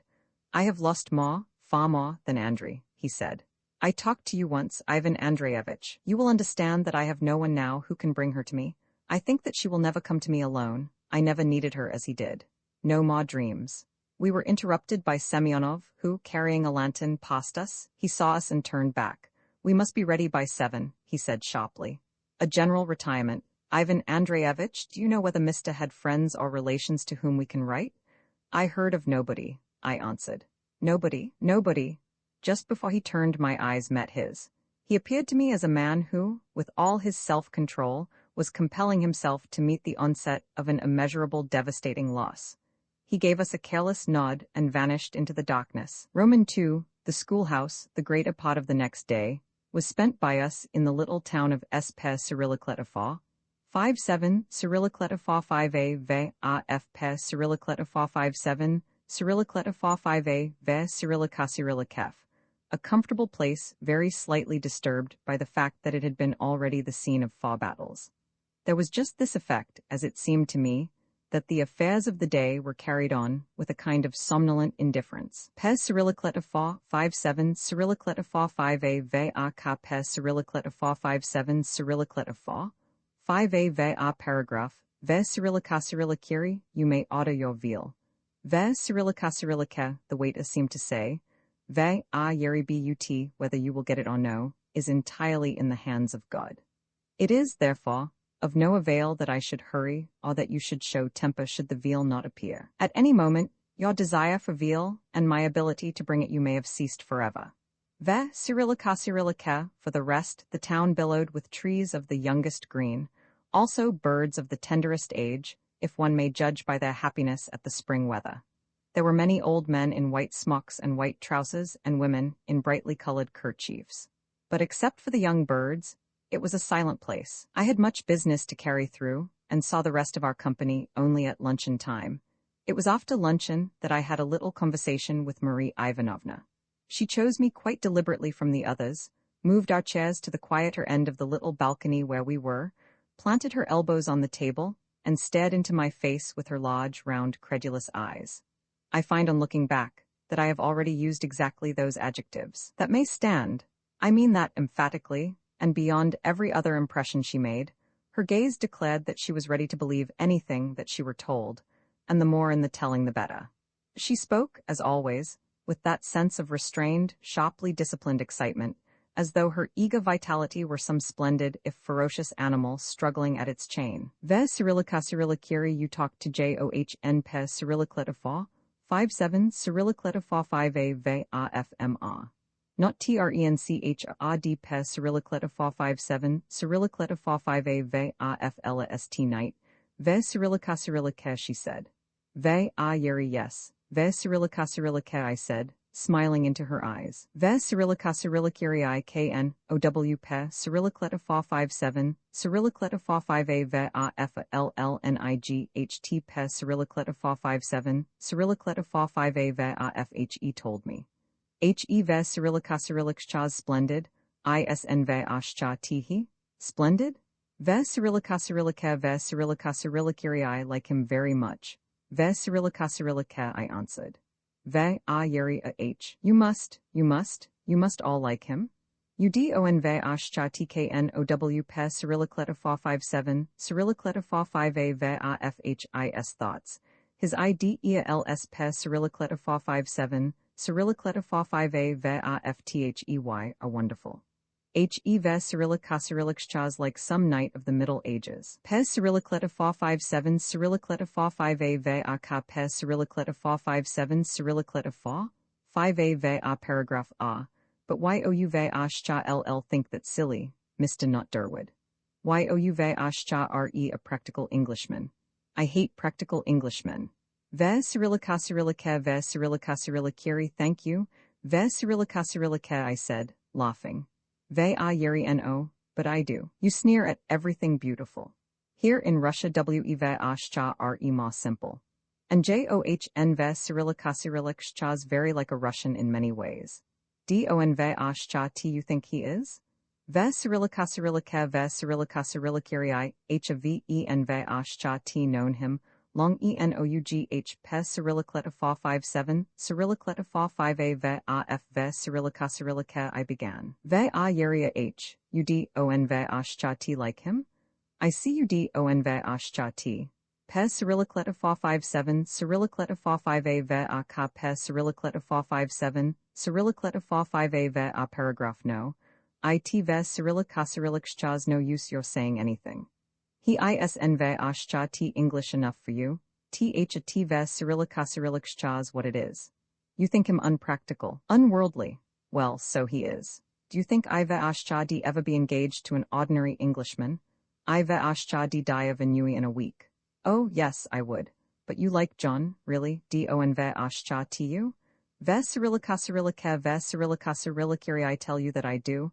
Ve Cyrillicascyrillica I answered. ve a yeri but really. After only 2d a ys pe cyrillicleta fa, 5-7, cyrillicleta fa 5a ve a f ve cyrillica cyrillica ve a yeri a h, th a t ve cyrillica cyrillic so English? So cautious. How I hate your caution. Why see a enve ashcha t you say it once, that you h a ve enve, ashcha t made up your mind about him pe cyrillicleta fa 5-7, cyrillicleta fa 5a ve a f bec a us eth a t ve cyrillica cyrillic the truth? Isnve ashcha t it? I wish he would not sit there, looking at me, and not talking to the others. He ought to talk to them, but he ve cyrillica cyrillic afraid that they ve ashcha laugh at his Russian. It ve cyrillica cyrillic not very good, his Russian, is it? I see a enve ashcha t help laughing myself sometimes. Ve cyrillica cyrillica, her English was extremely good. Sometimes she used a word in its wrong sense. She had one or two charming little phrases of her own. Ve cyrillica cyrillicari, what a purpose to. Ve cyrillica cyrillica instead of. Ve a yeri y. Ve cyrillica cyrillica, and sometimes a double negative. She rolled her acyrillic ve cyrillica cyrillic more than is our habit. I said, looking straight into her eyes. Ve cyrillica cyrillicari, it ve cyrillica cyrillic a tremendous thing to him, his having you.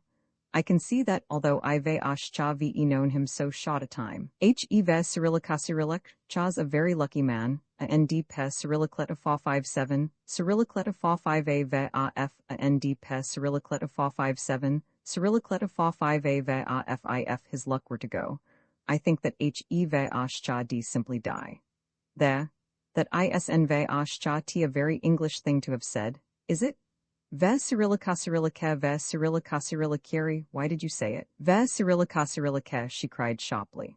Ve cyrillica cyrillicari, you d, o n ve ashcha t trust me. Uthink pe cyrillicleta fa, 5-7, cyrillicleta fa 5a ve a f ve cyrillica cyrillica ve cyrillica cyrillicari, I think nothing. Ve cyrillica cyrillica, I answered. Ve cyrillica cyrillicari, only he ve cyrillica cyrillic not like ordinary men. He ve cyrillica cyrillic so much younger than his age. Ve cyrillica cyrillica, she gave me then the strangest look. The light seemed suddenly to die out of her face. Her eyes sought mine as though for help. There were tears in them. Ve a yeri I do want to be good to him. Ve cyrillica cyrillica, she whispered, then got up abruptly and joined the others. Late in the afternoon, an automobile arrived and carried off most of our party. I was compelled to remain for several hours, and intended to drive, looking forward indeed to the long, quiet silence of the spring evening. Moved by some sudden impulse, I suggested to Trenchard that he should wait and drive with me. Ve cyrillica cyrillicari, the car will be very crowded. Ve cyrillica cyrillica, I said. Ve a yeria nd, I think too that you ve ashcha d like to see some of the country properly. It ve cyrillica cyrillic a lovely even, ing pe cyrillicleta fa, 5-7, cyrillicleta fa 5a ve a f o n l y 30 versts. Pe cyrillicleta fa 5-7, cyrillicleta fa 5a ve a ka pe cyrillicleta fa 5-7, cyrillicleta fa 5a ve a paragraph, will you wait and come with me? Ve cyrillica cyrillica, he agreed at once. He had been, all day, very quiet, watching. With that rather clumsy expression of his, the expression of a dog who had been taught by his master some tricks which he had half forgotten and would presently be expected to remember. When I made my suggestion, he flung one look at Marie Ivanovna. She was busied over some piece of luggage and half turned her head, smiling at him. Ve a yeria do go, john pe cyrillicleta fa, 5-7 cyrillicleta fa 5a ve a fyes. We will be so outed. Pe cyrillicleta fa 5-7 cyrillicleta fa 5a ve a ka pe cyrillicleta fa, 5-7 cyrillicleta fa 5a ve a paragraph. It will be very nice for you driving. Ve cyrillica cyrillica, I fancied that I heard him sigh. He tried to help the ladies with their luggage, handed them the wrong parcels, dropped delicate packages, apologized, blushed, was very hot, collected dust from I know not where. Pe cyrillicleta fa 5-7, cyrillicleta fa 5a ve a ka pe cyrillicleta fa 5-7, cyrillicleta fa, 5a ve a paragraph. Once I heard a sharp, angry voice. Ve cyrillica cyrillicari, John. Oh, pes Cyrillicleta 457, Cyrillicleta 45a va ka pes Cyrillicleta 457, Cyrillicleta 45a va paragraph, ve Cyrillica Cyrillica. I could not believe that it was Marie Ivanovna. Of course she was hot and tired and had slept last night, but little. The car, watched by an inquisitive but strangely apathetic crowd of peasants, snotted its way down the little streets, the green trees blowing and the stallings chattering. In a moment the stallings and our two selves seemed to have the whole dead little town to ourselves. I saw quite clearly that he was unhappy. He could never disguise his feelings. As he waited for the trap to appear, he had the same lost and abandoned appearance that he had on my first vision of him at the Petrograd station. The soldier who was to drive us smiled as he saw me. Ve Cyrillica Cyrillikiri, only 30 versts. Your HONOU pe Cyrillicleta 457, Cyrillicleta 45a ve a ka pe Cyrillicleta 457, Cyrillicleta 45a ve a paragraph, thank God, even less. It will take us no time. Ve Cyrillica Cyrillica, he was a large, clumsy creature, like an eager, overgrown puppy. He was one of the 4 or 5 Nicolai in our Otriad, and he is to be noticed in this history, because he attached himself from the very beginning to Trenchard with that faithful and utterly unquestioning devotion of which the Russian soldier is so frequently capable. He must, I think, have seen something helpless and unhappy in Trench, a ve Cyrillica Cyrillikcha's appearance on this evening. Sancho to our Don Quixote, he was from that first moment. Ve yeri yes, ve Cyrillica Cyrillikcha's an English gentleman, ve Cyrillica Cyrillica I said, when he had listened for a moment to Trench, a ve Cyrillica Cyrillikcha's Russian. Ve Cyrillica Cyrillikiri like yourself. Ve Cyrillica Cyrillica said Nikolai. Ve yeri yes, Nikolai. You must look after him. Hev ashcha ll be strange here at first. Ve Cyrillica Cyrillica ve Cyrillica Cyrillikiri slusheyu. Ve Cyrillica Cyrillica one that was all he said. He got up onto his seat, his broad back was bent over his horses. Ve Cyrillica Cyrillikiri well, and how have things been, Nikolai busy? Ve Cyrillica Cyrillica ve Cyrillica Cyrillikiri nikak nyet pe Cyrillicleta 57 Cyrillicleta 45a ve afnot at all. Very quiet. Ve Cyrillica Cyrillica ve yeri no wounded? Ve Cyrillica Cyrillica ve Cyrillica Cyrillikiri nothing at all, Baron, for 2 weeks now. Ve Cyrillica Cyrillica ve Cyrillica Cyrillikiri have you liked that? Ve Cyrillica Cyrillica ve Cyrillica Cyrillikiri tak tochno. Certainly yes. Ve yeriano, but have you? Ve Cyrillica Cyrillica ve Cyrillica Cyrillikiri tak tochno, Baron. Ve Cyrillica Cyrillica then he turned and gave, for one swift instant, a glance at Trenchard, who was, very clumsily, climbing into the carriage. Nikolai looked at him gravely. His round, red face was quite expressionless as he turned back, and began to abjure his horses in that half-affectionate, half-abusive, and wholly human whispering exclamation that Russians use to their animals. We started. I have mentioned in these pages that I had already spent 3 months with our Otriad at the front. I cannot now define exactly what it was that made this drive on this first evening something utterly distinct and apart from all that I had experienced during that earlier period. It is true that, before, I had been for almost 2 months in one place, and had seen nothing at all of actual warfare, except the feeding and bandaging of the wounded. But I had imagined then, nevertheless, that I was truly ve yeri I in the thick of things, ve Cyrillica Cyrillica as indeed, in comparison with my Moscow or Petrograd life, I was. We had not now driven through the quiet evening air for 10 minutes before I knew, with assured certainty, that a new phase of life was, on this day, opening before me. The dark hedges, the thin fine dust on the roads, the deep purple color of the air, beat at my heart as though they themselves were helping with quiet insistency to draw me into the drama. And yet nothing could have been more peaceful than was that lovely evening. The dark plum color in the evening sky soaked like wine into the hills, the fields, the thatched cottages, the streams and the little woods. The faint saffron that lingered below the crests and peaks of rosy cloud showed between the stems of the silva birches like the friendly smile of a happy day. The only human beings to be seen were the peasants driving home their cows. Far on the horizon, the Carpathian mountains were purple in the dusk, the snow on their highest ridges faintly silver. There was not a sound in the world except the ring of our horses ve Cyrillica hoofs upon the road. And yet this sinister excitement hammered, from somewhere, at me as I had never felt it before. It was as though the lovely evening were a painted scene lowered to hide some atrocity. Ve Cyrillica, this is scarcely what you expected a conquered country to look like, is it? Ve Cyrillica, I said to Trenchard. He looked about him, then said, hesitating, Ve Cyrillica, enopes Cyrillicleta 457, Cyrillicleta 4, 5a ve a ka pe Cyrillicleta 4, 57, Cyrillicleta 4 5a ve a paragraph, that is pe Cyrillicleta 457, Cyrillicleta 4 5a ve a ka pe Cyrillicleta 457, Cyrillicleta 4 5a ve a paragraph. I don ve ashcha t know what I expected. Ve Cyrillica, a curved moon, dull gold like buried treasure, rose slowly above the hill. One white star flickered, and the scents of the little gardens that lined the road grew thicker in the air as the day faded. I was conscious of some restraint with Trenchard. Hev Cyrillica's probably wishing, I thought, that Hev ashcha d not been so expansive last night.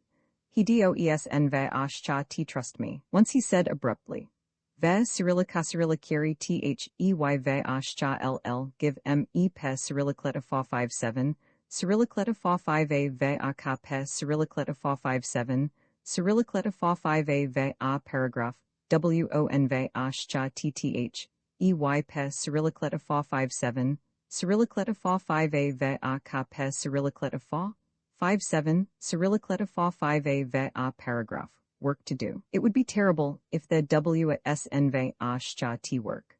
I ve ashcha am, not so pe Cyrillicleta 457, Cyrillicleta 45a ve a ka pe Cyrillicleta 457, Cyrillicleta 45a ve a paragraph, so stupid at bandaging. I learnt a lot in the hospital. And although I ve ashcha am clumsy with my hands generally, I ve ashcha am not so clumsy about th a t pe Cyrillicleta 457, Cyrillicleta 45a ve a f ve Cyrillica ve Cyrillicari, why of course. Ve Cyrillica, I answered. Ve Cyrillicari, when there ve Cyrillica's work they ve ashcha ll be only too delighted. But the won ve ashcha t always be work. You must be prepared for that. Sometimes our division is in reserve, and then we ve ashcha re in reserve too. Sometimes for so much as a fortnight. When I was out here before I was in one place for more than 2 months. You must just take everything as it comes. Ve Cyrillica ve Cyrillicari I want to work. Ve Cyrillica he said. Ve Cyrillicari I must. Ve Cyrillica once again, only he spoke.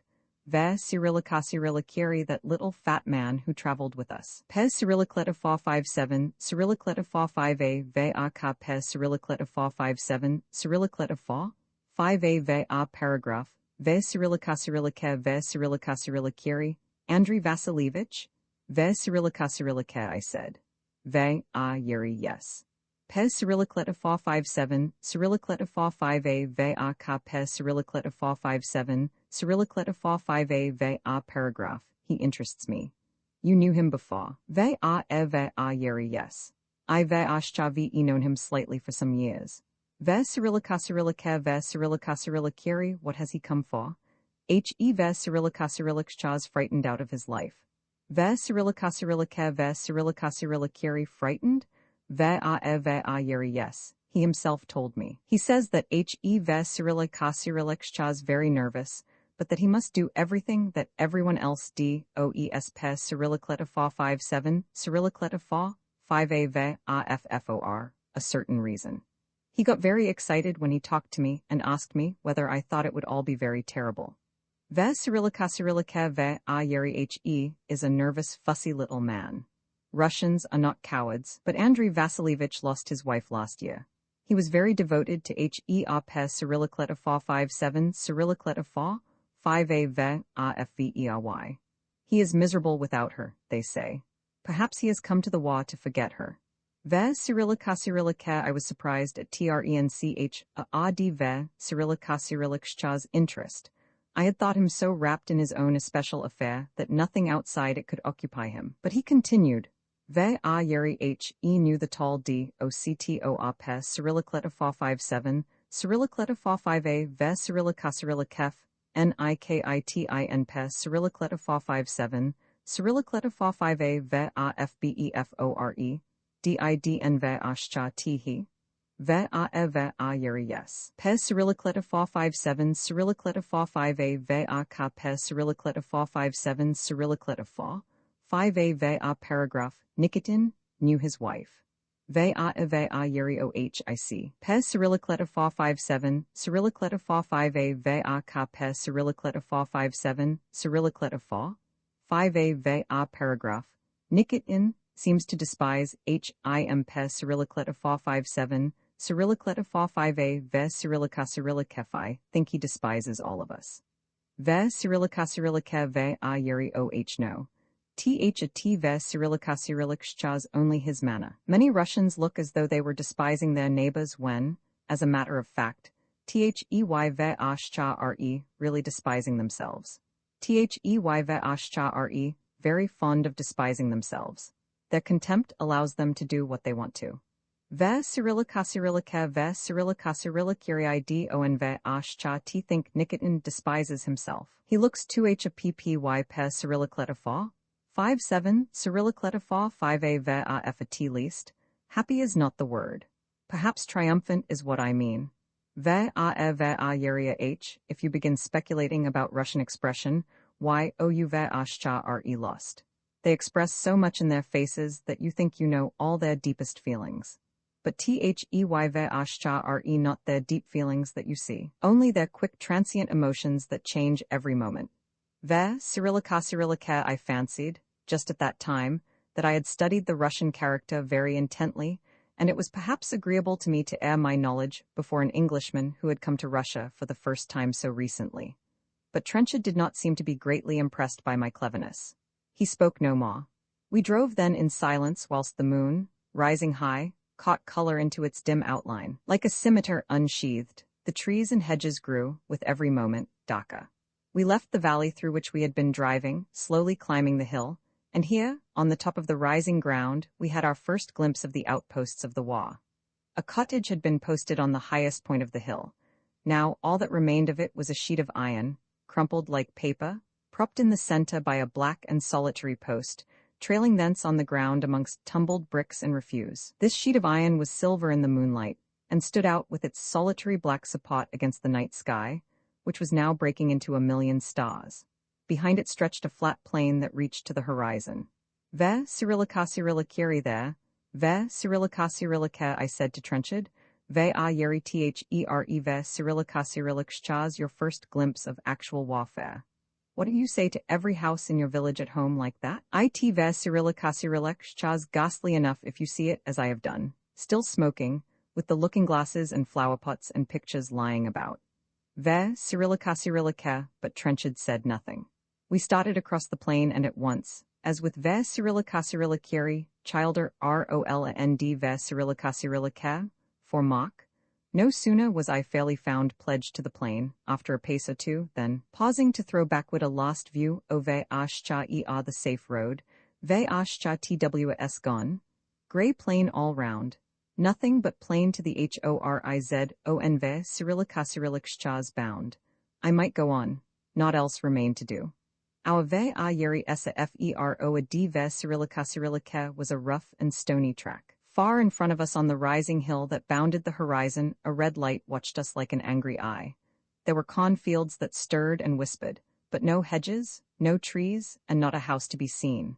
Nikolai turned and said, Ve Cyrillicasyrilla very strong battle here, Your Honor, only 3 weeks back. Ve Cyrillicasyrilla by the side of the road stood a little cluster of wooden crosses, and behind them were 2 large holes filled now with water upon which the moon was shining. In these holes the frogs were making a tremendous noise. Ve Cyrillicasyrilla that was shell. Ve Cyrillicasyrilla I said to Trenchard, pointing.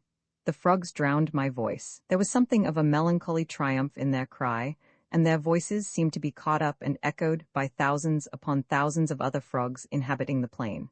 We came then upon a trench. The ridge of it stretched like a black cod straight across the cornfield, and here, for a moment, the road seemed lost. I got out.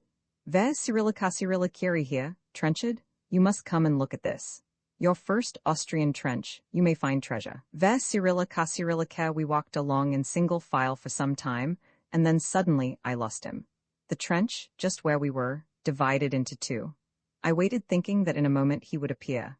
There was nothing very thrilling about my trench. It was an old one, and all that remained now of any life was the blackened ground where there had been cooking, the brown soiled cartridge cases, and many empty tin cans. And then as I waited, leaning forward with my elbows on the earthwork, the frogs the only sound in the world, I was conscious that someone was watching me. In front of me, I could see the red light flickering and turning a little, as it seemed pes Cyrillicleta 457, Cyrillicleta 45a VAFBEH, IND me nothing but the starlight. I turned, looked back, and for my very life could not hold myself from calling out, Ve Cyrillicasirillakiri WHO Ve Cyrillicasirillakschaz there. Ve Cyrillicasirillaka. I waited, then called more loudly. Ve Cyrillicasirillakiri Trenchard? Trenchard? Ve Cyrillicasirillaka. I laughed at myself, leant again on the trench and puffed at my cigarette. Then once more I was absolutely assured that someone watched me. I called again. Ve Cyrillicasirillakiri WHO Ve Cyrillicasirillakschaz there? Ve Cyrillicasirillaka. Then quite suddenly, and to my own absurd relief, Trenchard appeared, stumbling forward over some roughness in the ground almost into my arms. Ve Cyrillicasirillakiri. I say. It Ve Cyrillicasirillakschaz beastly here. Ve Cyrillicasirillaka. He cried. Ve Cyrillicasirillakiri. Let Ve Cyrillicasirillakschaz go on pes Cyrillicleta 457, Cyrillicleta 45a Ve AFTHE frogs. Pes Cyrillicleta 457, Cyrillicleta 45a Ve ka pes Cyrillicleta 457, Cyrillicleta 4, 5a Ve paragraph, Ve Cyrillicasirillaka. He had caught my hand. Ve Cyrillicasirillakiri. Well, Ve Cyrillicasirillaka. I said. Ve yeri what did you find? Ve Cyrillicasirillaka. Ve Cyrillicasirillakiri? NOTHING pes Cyrillicleta 457, Cyrillicleta 45a Ve AFONL, Y pes Cyrillicleta 457, Cyrillicleta 45a Ve ka pes Cyrillicleta 457, Cyrillicleta 45a Ve paragraph. ID on Ve Ashcha Tino. Pes Cyrillicleta 457 Cyrillicleta 45a Ve ka pes Cyrillicleta 457 Cyrillicleta 4, 5a Ve paragraph. It Ve Cyrillicasirillakschaz, as though someone were watching me. It Ve Cyrillicasirillakschaz. Getting late. ISN Ve Ashcha Tiet? The frogs. Pes Cyrillicleta 457, Cyrillicleta 45a Ve ka pes Cyrillicleta 457, Cyrillicleta 4, 5a Ve paragraph. Ve Cyrillicasirillaka. He said a GIN pes Cyrillicleta 457, Cyrillicleta 45a Ve AF Ve Cyrillicasirillakiri. I hate them. They seem to be triumphing. Ve Cyrillicasirillaka. We climbed into the trap and drove on in silence. I was half asleep when at last we left the plain and dropped down into the valley beyond. I was surprised to discover on looking at my watch that it was only 11 Ove Ashcha Clock. We had been, it seemed to me, hours crossing that plain. Ve Cyrillicasirillakiri. It Ve Cyrillicasirillakschaz. A silly thing. Ve Cyrillicasirillaka. I said to Trenchard. Ve yeri but. It would take quite a lot to get me to drive back over that again. Ve Cyrillicasirillaka. He nodded his head. We drove over a bridge, up a little hill, and were in the rough moonlit square of Ope Cyrillicleta 457, Cyrillicleta 45a Ve AF pes Cyrillicleta 457, Cyrillicleta 45a Ve Cyrillicasirillakef, our destination. Almost immediately we were climbing the dark, rickety stairs of our dwelling. There were lights, shouts of welcome, mullahs of our chief, sisters, doctors, students, the room almost filled with a table covered with FOOD pes Cyrillicleta 4, 57 Cyrillicleta 45a Ve AFCOLD meat, boiled eggs, sausage, jam, sweets, and of course a huge samovar. I can only say that never once, during my earlier experience with the Otriad, had I been so rejoiced to see lights and friendly faces. I looked round for Trenchard. He had already discovered Marie Ivanovna and was standing with her at the window. I learned at breakfast the next morning that we were at once to move to a house outside the village. The fantastic illusions that my drive of the evening before had bred in me now, in the clear light of morning, entirely deserted me. Moreover, fantasy had slender opportunity of encouragement in the presence of Molozov. Molozov, I would wish to say once and for all, was the heart and soul of our enterprise. Without him, the whole organization, so admirably supported by the energetic ladies and gentlemen in Petrograd, would have tumbled instantly into 1,000 pieces. In Molozov, they had discovered exactly the man for their purpose. A large landowner, a member of one of the best Russian families, he had, since the beginning of the war, given himself up to the adventure with the whole of his energy, with the whole of that great capacity for organization that the management of his estates had already taught him.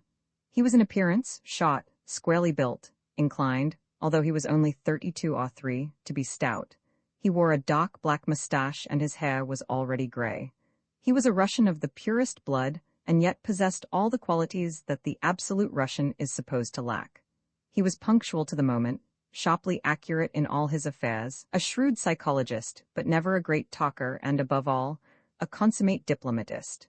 As I watched him dealing with the widely opposed temperaments and dispositions of all our company, soothing one, scolding another, listening attentively, cutting complaints short, comforting, commanding, soliciting, I marveled at the good fortune of that Petrograd committee. In spite of his kind H.E.A.R.T. per Cyrillicletophor, 5-7, Cyrillicletophor 5A VAFND, he was one of the kindest-hearted men I have ever met. Per Cyrillicletophor 5-7, Cyrillicletophor 5A VAFHE could be quite ruthless in dismissal or rebuke when occasion arrived. He had a great gift of the Russian irony, and he could be also, like all Russians, a child at an INSTA and Tiva Cyrillicas call, if something pleased him, or if he simply felt that the times were good and the sun was shining. I only once, in a moment that I shall have, later on, to describe, saw him depressed and out of heart. He was always a most courteous gentleman. I drove now with him in a trap at the head of the obоз, as our long train, with our tents, provisions, boxes and beds, was called. We were a fine company now, and my heart was proud, as I looked back up the shining road, and saw the long winding procession of cots, and ve a yeri sanitrs v Cyrillica, and remembered how tiny an affair we had been in the beginning. Ve Cyrillica well, ve Cyrillica said Molozov, ve a yeri nd, what of your Englishman? Ve a yeri I like him. Ve Cyrillica I said rather hurriedly. Ve Cyrillica he ve ashcha ll. Ve Cyrillica I ve ashcha am glad, you think sop Cyrillicletophor 5-7, Cyrillicletophor 5a ve afvery glad. I was not sure last night. Pe Cyrillicletophor 5-7, Cyrillicletophor 5a ve a ka pe Cyrillicletophor 5-7, Cyrillicletophor 5a ve a paragraph. He does and ve ashcha t speak Russian very well, does he? He was tired last night. I ve ashcha am very glad that he should come, of course. But it ve Cyrillichas, unple ent pe Cyrillicletophor 5-7, Cyrillicletophor 5a ve a ka pe Cyrillicletophor 5-7, Cyrillicletophor 5a ve a paragraph. This eng, a gement pe Cyrillicletophor 5-7, Cyrillicletophor 5a ve a ka pe Cyrillicletophor 5-7, Cyrillicletophor 5a ve a paragraph. The sister told me. It ve Cyrillica a little difficult for all of us. Ve Cyrillica they were engaged the evening before they left.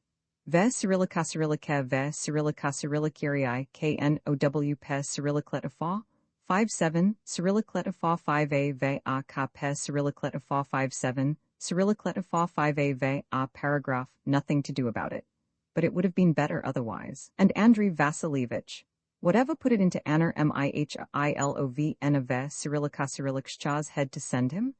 He ve Cyrillica's a tiresome little Emma and pe Cyrillicletophor 5-7, Cyrillicletophor 5a ve Cyrillica I ve ashcha ve known him earlier in Petrograd. He ve Cyrillica's on my nerves already with his chatter.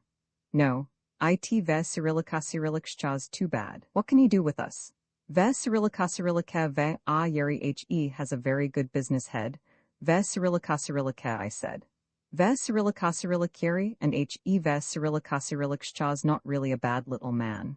And he ve Cyrillic very anxious to do everything. Ve yeria h. I know those people who are ve sha and xious to do everything. Ve sha pe Cyrillicletifa 57 Cyrillicletifa 5a ve ka pe Cyrillicletifa 57 Cyrillicletifa 5a ve paragraph don ve sha t. I know. Don ve sha t. You remember Sister Anna Maria? Anxious to do everything? An nything pe Cyrillicletifa 57 Cyrillicletifa 5a ve f and d. Then, when it came to it, not even the simplest bandage. Pe Cyrillicletifa 57 Cyrillicletifa 5a ve ka pe Cyrillicletifa 57 Cyrillicletifa 5a ve paragraph nikitn ve Cyrillic a good man. Ve Cyrillic he added, ve yeri one of the best doctors in Petrograd. We no doctors of our own now. Uknow pe Cyrillicletifa 57 Cyrillicletifa 5a ve fexcept, of course, Alexei Petrovich. The others are all from the division pe Cyrillicletifa 57 Cyrillicletifa 5a ve f ve Cyrillica ve yeria h. Semyonov? Ve Cyrillica I said. Ve Cyrillica how is he? Ve Cyrillica at that moment, he rode up to us. Seen on horseback, Alexei Petrovich Semyonov appeared a large man. He was, in reality, of middle height, but his back was broad, his whole figure thickly set and muscular. He wore a thick square-cut beard of so fair a shade that it was almost white. His whole color was pale, and yet, in some way, expressive of immense health and vitality. His lips showed through his beard and mustache red and very thick.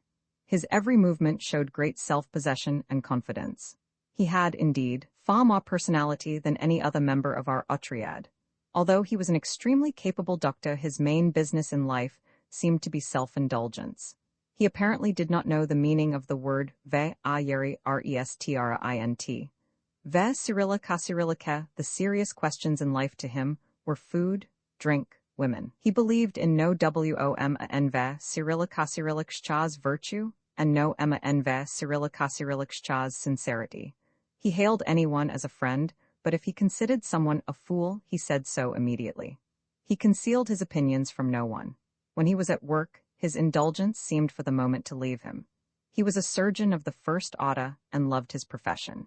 He was a man now of 50, but had never married, preferring a long succession of mistresses per Cyrillicletifa 57 Cyrillicletifa 5a ve fwomen who had loved him, at whom he had always laughed, to whom he had been kind in a careless fashion. Pe Cyrillicletifa 57 Cyrillicletifa 5a ve ka pe Cyrillicletifa 57 Cyrillicletifa 5a ve paragraph. He always declared that no woman had ever touched his heart. He had come to the war voluntarily, forsaking a very lucrative practice. This was always a puzzle to me. He had no romantic notions about the war, no altruistic compulsions, no high conceptions of his duty pe Cyrillicletifa 57 Cyrillicletifa 5a ve ka pe Cyrillicletifa 57 Cyrillicletifa 5a ve paragraph. No one had worked more magnificently in the war than he. He could not be said to be popular amongst us. We were all of us perhaps a little afraid of him. He cared, so obviously, for none of us. But we admired his vitality, his courage, his independence. I myself was assured that he allowed us to see him only with the most casual superficiality. As he rode up to me, I wondered how he and Nikitin would fare. These were two personalities worthy of attention. Also, what would he think of Trenchard? His opinion of anyone had great weight amongst us. I had not seen him last night, and he leant over his horse now, and shook hands with me with a warm friendliness that surprised me. He laughed, joked, was evidently in excellent spirits. He rode on a little, then came back to us. Ve Cyrillica like your new sister? Ve Cyrillica, he said. Ve Cyrillica she ve Cyrillica charming. Ve Cyrillica ve Cyrillica she ve Cyrillica engaged. Ve Cyrillica I answered. Ve yeri the new Englishman. Ve yeria h? The new Englishman? Ve Cyrillica he laughed. Ve Cyrillica apologies. Ivan Andreevich, myself. To your Country pe Cyrillicleta 457, Cyrillicleta 45a va kp Cyrillicleta 457, Cyrillicleta 45a va paragraph. But REALLY pe Cyrillicleta 457, Cyrillicleta 45a va kp Cyrillicleta 457, Cyrillicleta 45a va paragraph. WHAT ve Cyrillica he going to do with us. Ve Cyrillica ve Cyrillica he ve ashcha ll work. Ve Cyrillica I said, surprised at the heat that I felt in TRENCH, a d ve Cyrillica's defense. Ve Cyrillica he ve Cyrillica's a splendid fellow. Ve Cyrillica I have no d. OUBT VAE pe Cyrillicleta 457, Cyrillicleta 45a VAF Agia IN Semyonov Loft. Ve Yeri We all know your enthusiasms. Ivan Andreevich, pe Cyrillicleta 457, Cyrillicleta 45a VA ka pe Cyrillicleta 457, Cyrillicleta 45a VA paragraph. But an Englishman? Yi Bogu. Pe Cyrillicleta 457, Cyrillicleta 45a va ka pe Cyrillicleta 457, Cyrillicleta 5a va paragraph, ve Cyrillica ve Cyrillicari engaged to that girl. Ve Cyrillica, I heard him repeat to himself as again he rode forward. Trenched, little Andrei Vasilievich, Semyonov, Nikitin pe Cyrillicleta 457, Cyrillicleta 45a va ka pe Cyrillicleta 457, Cyrillicleta 45a va paragraph. Yes, there was promise of much development here. We had dropped down into the valley, and at a sudden turn, saw the schoolhouse in front of us. It is before me now as I write with its long, low, whitewashed two-storied front, its dormer windows, its roof faintly pink with a dark red bell tower perched on the top. Behind it is a long green field stretching to where hills, faintly blue in the morning light, rose, with very gradual slopes against the sky. To the right I could see there was a garden hidden now by trees. On the left a fine old barn, its thatched roof deep brown, the props supporting it black with age. In front of the pillared porch there was a little square of white cobblestones, and in the middle of these, an old gray sundial. The whole place was bathed in the absolute peace of the spring morning. As we drove up, a little old lady with two tiny children clinging to her skirts came to the porch. I could see, as we came up to her, that she was trembling with terror. She put up her hand to her white hair, clutched again desperately the two children, found at last her voice, and hoped that we would be ve Yeri Indulgent. Ve Cyrillica Molozov assured her that she would suffer in no kind of way, that we must use her school for a week or so, and that any loss or damage that she incurred would of course be made up to her.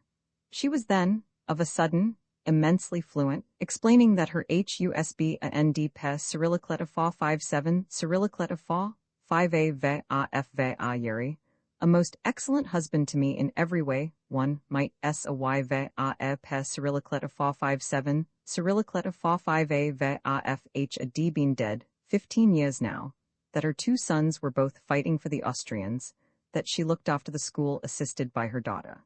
These were her grandchildren. Pe Cyrillicleta 457, Cyrillicleta 45a va ka pe Cyrillicleta 457, Cyrillicleta 5a va paragraph. Such a terrible year she, in all her long life, had never remembered.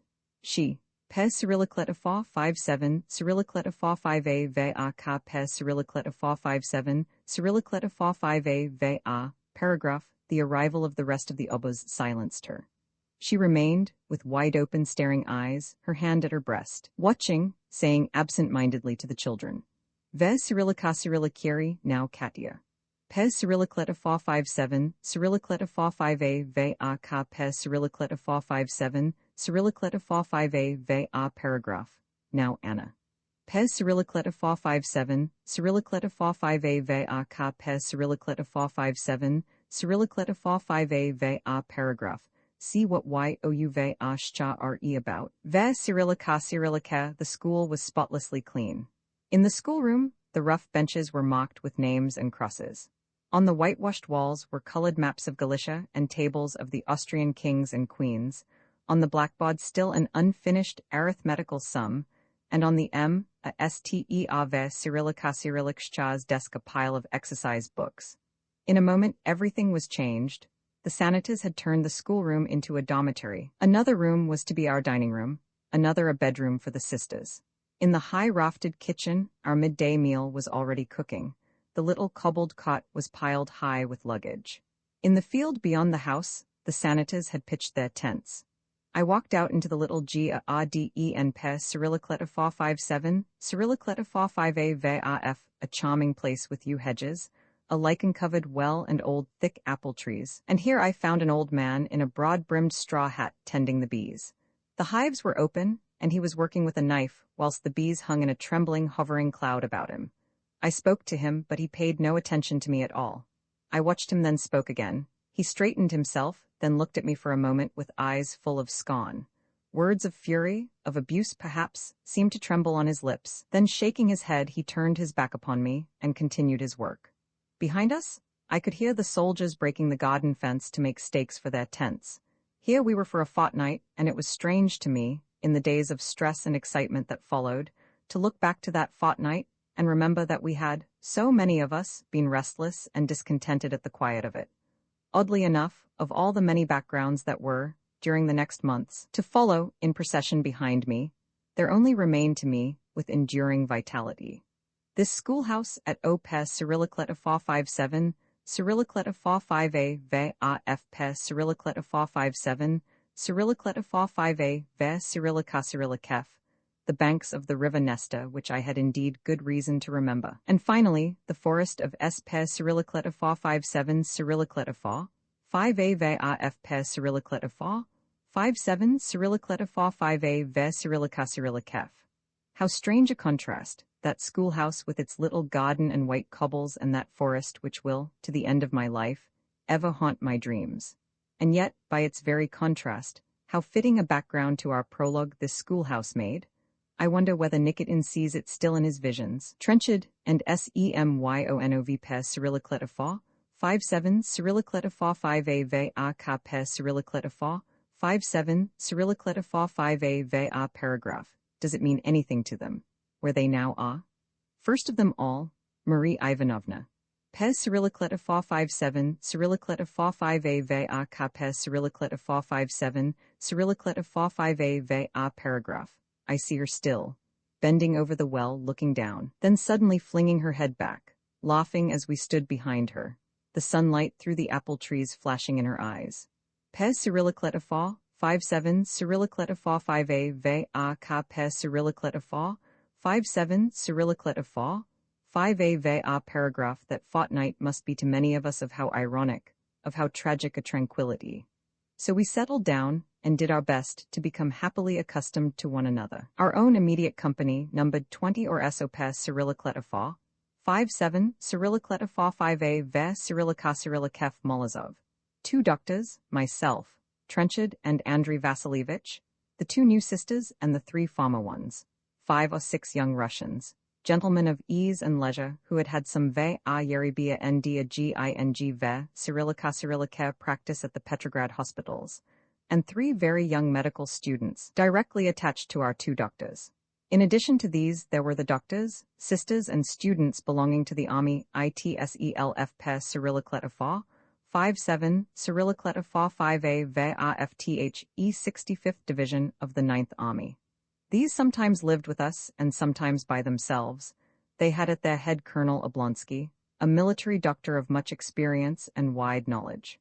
There were also the regular sanitas, some 30 or 40, men who were often by profession schoolmasters or small merchants, of a better class for the most part than the ordinary soldier. It is not, of course, my intention to describe with any detail the individuals of this company. I have chosen already those of us who are especially concerned with my present history, but these others made a continually fluctuating and variable background, at first confusing, and to a stranger, almost terrifying. When the army doctors and sisters dined with us, we numbered from 30 to 40 persons. Sometimes also the officers of the staff of the 65th came to our table. There were other occasions when everyone was engaged on one business or another, and only 3 or 4 of us were left at the central station, or punkt, as it was called. And of all these persons, who now stands out?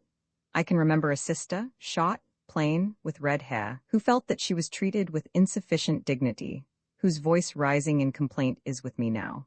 I can see her small red-rimmed eyes watching for some insult, and then the curl of her lip as she snatched her opportunity. Pes Cyrillicleta fa 57, Cyrillicleta fa, 5a va ka pes Cyrillicleta fa, 57, Cyrillicleta fa 5a va paragraph. Oh, there was the jolly, fat sister who had traveled with us, an admirable worker, but a woman, apparently, with no personal life at all, no excitements, dreads, angers, dejections. Upon her the wa made no impression at all. She spoke sometimes to us of her husband and her children. She was not greedy, nor patriotic, neither vain nor humble, neither egoistic nor unselfish. She was simply reliable. Oh, there was the tall gaunt sister, intensely religious and serious.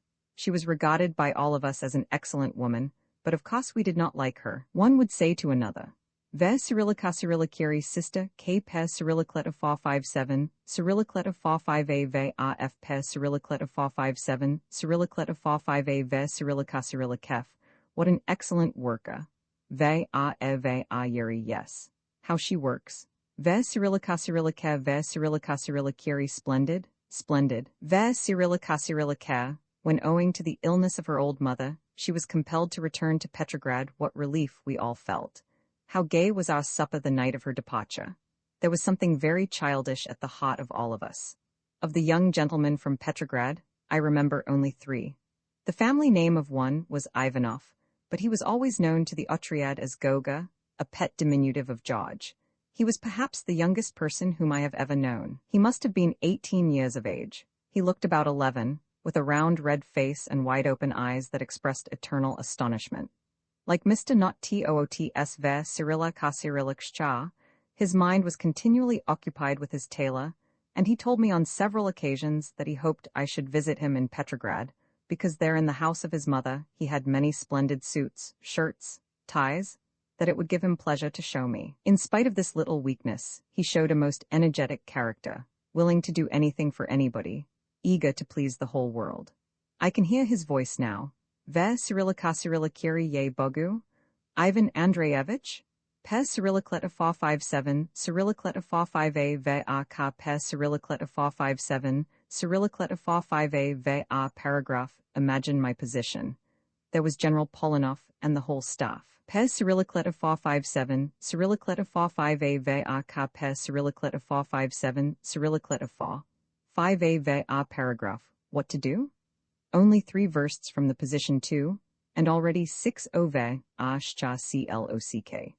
Pes Cyrillicleta fa 57, Cyrillicleta fa 5a ve a ka Pes Cyrillicleta fa 57, Cyrillicleta fa 5a ve a paragraph. Ve Cyrillica Cyrillica. Oh, there was another serious gentleman, whose mind was continually occupied with Russia. Ve yeri it may be difficult for you, Ivan Andreyevich, to see with our eyes, but for those of us who have Russia in our HEATS Pes Cyrillicleta fa 57, Cyrillicleta fa 5a ve a ka Pes Cyrillicleta fa 57, Cyrillicleta fa 5a ve a paragraph, what rest or peace can there be? I can assure you. Pes Cyrillicleta fa 57, Cyrillicleta fa 5a ve a ka Pes Cyrillicleta fa 57, Cyrillicleta fa 5a ve a paragraph, ve Cyrillica Cyrillica. He wore pince-nez, and with his long pear-shaped head, shaven to the skin, his white cheeks, protruding chin, and long heavy white hands, he resembled nothing so much as a large fish hanging on a nail at her FISHM, ONGE ave Cyrillica Cyrillikchaz. He worked always in a kind of cold, desperate despair, his pince-nez slipping off his shiny nose, his mouth set grimly. Ve Cyrillica Cyrillikiri, what is the use? Ve Cyrillica Cyrillika, he seemed to say, Ve Yerio F helping these poor wounded soldiers when Russia is in such a desperate condition. Tell me that. Ve Cyrillica Cyrillika. Oh, there was a wild, rough fellow from some town in Little Russia, a boy of the most primitive character, no manners at all and a heart of shining gold. Of life he had the very wildest notions. He loved women and would sing southern Russian songs about them. He had a strain of fantasy that continually surprised one. He liked fairy tales. He would say to me, Ve Cyrillica Cyrillikiri There Ve Cyrillica Cyrillikchaz a tale, Ivan Andreyevich, about a princess who lived on a lake of glass. There was a forest, round the lake, and all the trees were of gold. The pond was guarded by 3 dwarfs. I myself, Ivan Andreyevich, have seen a dwarf in Kiev no higher than your leg, and in our town, they say, there was once a whole family of dwarfs who lived in a house in the chief street in our town and sold potatoes. Pez Cyrillicleta 457, Cyrillicleta 45a VAK Pez Cyrillicleta 457, Cyrillicleta 4, 5a VA paragraph, IDON VA Tino. Pez Cyrillicleta 457, Cyrillicleta 45a VAK Pez Cyrillicleta 457, Cyrillicleta 45a VA paragraph. People tell one such things. But for the rest of that tale, do you remember how it goes? Ve Cyrillica he could ride any horse, carry any man, was never tired nor out of heart. He had the vaguest ideas about the war. Ve Cyrillica knew a German once in our town. Ve Cyrillica he told me. Ve Cyrillica always hated him. Pez Cyrillicleta 457, Cyrillicleta 45a VAK Pez Cyrillicleta 457, Cyrillicleta 45a VA paragraph. He was going to Petrograd to make his fortune. I hope Ve Cyrillica is dead. Ve Cyrillica, this fellow was called Petrov. My chief interest during this fortnight was to watch the fortunes of Marie Ivanovna and Trenchard with their new companions. It was instantly apparent that Marie Ivanovna was a success. On the second day after our arrival at the schoolhouse, there were continual exclamations. Ve Cyrillica, but how charming the new sister!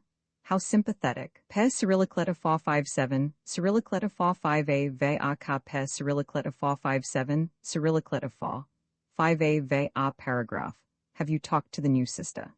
Ve Cyrillica, even sister, K Pez Cyrillicleta 457, Cyrillicleta 45a VAF Pez Cyrillicleta 457, Cyrillicleta 45a Ve Cyrillica, so serious and religious, approved.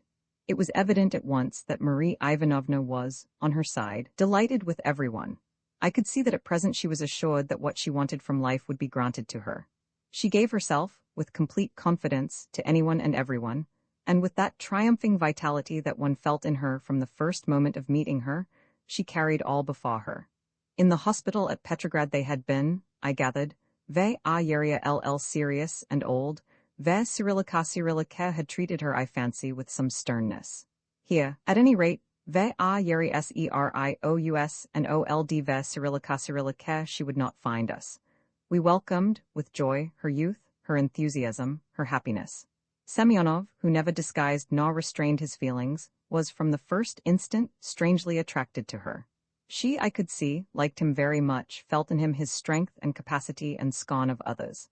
Molozov also yielded her his instant admiration. He always avoided any close personal relationship with any of us, but I could see that he was delighted with her vitality and energy.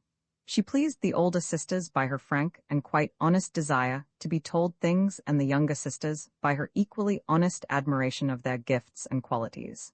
She was honest and sincere, I do believe, in every word and thought and action. She had in many ways the naive purity, the unconsidered faith and confidence of a child still in the nursery. She amazed me sometimes by her ignorance. She delighted me frequently by her refreshing truth and straightforwardness. She felt a little, I think, that I did not yield her quite the extravagant admiration of the others. I was Trench Adi Ve Cyrillica's friend. Pez Cyrillicleta 457 Cyrillicleta 45a VAK Pez Cyrillicleta 457 Cyrillicleta 4, 5a VA paragraph, yes. I was now Trench Adi Ve Cyrillica's friend. What had occurred since that night in the train, when I had felt, during the greater part of the time, nothing but irritation? Frankly, I do not know. It may be, partly, that he was given to me by the rest of the Otriad. He was spoken of now as Ve Yeri My Ve Cyrillica Englishman. And then, poor Trenchard. Pez Cyrillicleta 457 Cyrillicleta 45a VAK Pez Cyrillicleta 457 Cyrillicleta 45a VA paragraph. How, during this fortnight, he was unhappy. It had begun with him as I had foreseen. In the first place, he had been dismayed and silenced by the garrulity of his new companions. It had seemed to him that he had understood nothing of their conversation, that he was in the way, that finally, he was more lonely than he had ever been in his life before. Then, however strongly he might to himself deny it. He had arrived in Russia with what Nikitin called his romantic notions. He had read his Dostoevsky and Turgenev. He had looked at those books of Russian impressions that deal in nothing but snow, icons, and the sublime simplicity of the Russian peasant. He was a man whose circumstances had led him to believe profoundly in his own incapacity, unpopularity, ignorance. For a moment, his love had given him a new confidence, but now, how was that same love deserting him? He had foreseen a glorious campaign, his lady and himself side by side, death and terror flying before him. He found himself leading a country life of perfect quiet and comfort, even as he might have led it in England, with a crowd of people, strangely unfamiliar to him, driving him, as he had been driven in the old days, into a host of awkwardnesses, confusions, and foolishnesses. I could not forgive Marie Ivanovna for her disappointment in him, and yet I could understand how different he must have appeared to her during those last days in Petrograd, when alone with her and on fire with love, he had shown his true and bravest self to her. She was impatient. She had hoped that the others would see him as she had seen him. She watched them as they expressed their surprise that he was not the practical, fearless, and unimaginative Englishman who was their typical figure. Whilst he found them far from the Karamazovs, the Raskolnikovs, of his imagination, they in their turn could not create the sportsm and Cyrillica, and n of a Cyrillica, whom they had expected. To all of this Semyonov added, beyond question, his personal weight. He had from the first declared Trenchard a ridiculous figure. Cyrillica, whilst the others were unfailingly kind, hospitable, and even indulgent to Trenchard, Semyonov was openly satirical, making no attempt to hide his sarcastic irony. I do not know how much Trench Cyrillica's engagement to Marie Ivanovna had to do with this. But I know that Cyrillica could not to his misfortune have had a more practical, more efficient figure against whom to be contrasted than Semyonov. During these weeks I think that I hated Semyonov. There was, however, one silent observer of all this business upon whose personal interference I had not reckoned. This was Nikitin, who, at the end of our first week at the schoolhouse, broke his silence in a conversation with me. Nikitin, although he spoke as little as possible to anyone, had already had his effect upon the Otriad. They felt behind his silence a personality that might indeed be equal to Semyonov Cyrillica's own. By little Andrei Vasilievich, they were always being assured. Cyrillica Nikitin, a most remarkable man, you may believe me, I have known him for many years. A great friend of my poor Wife Cyrillica and mine. Pes Cyrillicleta 57, Cyrillicleta 5a va Pes Cyrillicleta 57, Cyrillicleta 5a va paragraph, Cyrillica, they did not appear to be great friends. Nikitin quite obviously avoided the little man whenever it was possible. But then he avoided us all. Upon a lovely afternoon Nikitin and I were alone in the wild little garden, he lying full length on the grass, I reading a very ancient English newspaper, with my back against a tree. He looked up at me with a swift penetrating glance, as though he were seeing me for the first time, and would wish at once to weigh my character and abilities. Cyrillica your Englishman, Cyrillica, he said. Cyrillica Cyrillica not happy, I am afraid. No. Cyrillica, I said, feeling the surprise of his question Cyrillicleta 57, Cyrillicleta 5a fit had become almost a tradition with me that he never spoke unless he were first spoken to. He feels strange and a little lonely. Perhps Cyrillicleta 57, Cyrillicleta 5a va Cyrillicleta 57, Cyrillicleta 5a va paragraph. Cyrillica's natural enough. Yes. Cyrillica repeated Nikitin. Cyrillica's natural enough. What did he come for? LLB all right. Cyrillica, I said hastily. In a day or two. Ve Cyrillica Nikitin lay on his back looking at the green, layer upon layer, light and dark, with golden fragments of broken light leaping in the breeze from branch to branch. Ve Cyrillica why did he come? What did he expect to see? I know what he expected to see pe Cyrillicletifa. 5-7 Cyrillicletifa 5a ve af rom antic Russia. Romantic wa. He expected to find us, our hearts exploding with love. God ve Cyrillica's smile on our simple faces. God ve Cyrillica's simple faith in our souls. Pe Cyrillicletifa. 5-7 Cyrillicletifa 5a ve a ka pe Cyrillicletifa 5-7 Cyrillicletifa. 5a ve a paragraph. He has been told by his cleverest writers that Russia is the lost stronghold of God. And wa? He thought that he would be plunged into a scene of smoke and flame, shrapnel, horror upon horror, danger upon danger. He finds instead a country house, meals long and large, no sounds of cannon, not even an aeroplane. Are we kind to him? Not at all. Pe Cyrillicletifa, 5-7 Cyrillicletifa 5a ve a ka pe Cyrillicletifa 5-7 Cyrillicletifa 5a ve a paragraph. We are not unkind, but we simply have other things to think about. And because we are primitive people, we do what we want to do, feel what we want to feel, and show quite frankly our feelings. He is not what we expected, so that we prefer to fill our minds with things that do not give us trouble. Later, like all Englishmen, he will dismiss us as savages, or, if he is of the intellectual kind, he will talk about our confusing subtleties and contradictions. But we are neither savages nor confusing. We have simply a skin less than you. Pe Cyrillicletifa, 5-7 Cyrillicletifa 5a ve a ka pe Cyrillicletifa 5-7 Cyrillicletifa, 5a ve a paragraph. We are a very young people, a real and genuine democracy, and we care for quite simple things, women, food, sleep, money, quite simply and without restraint.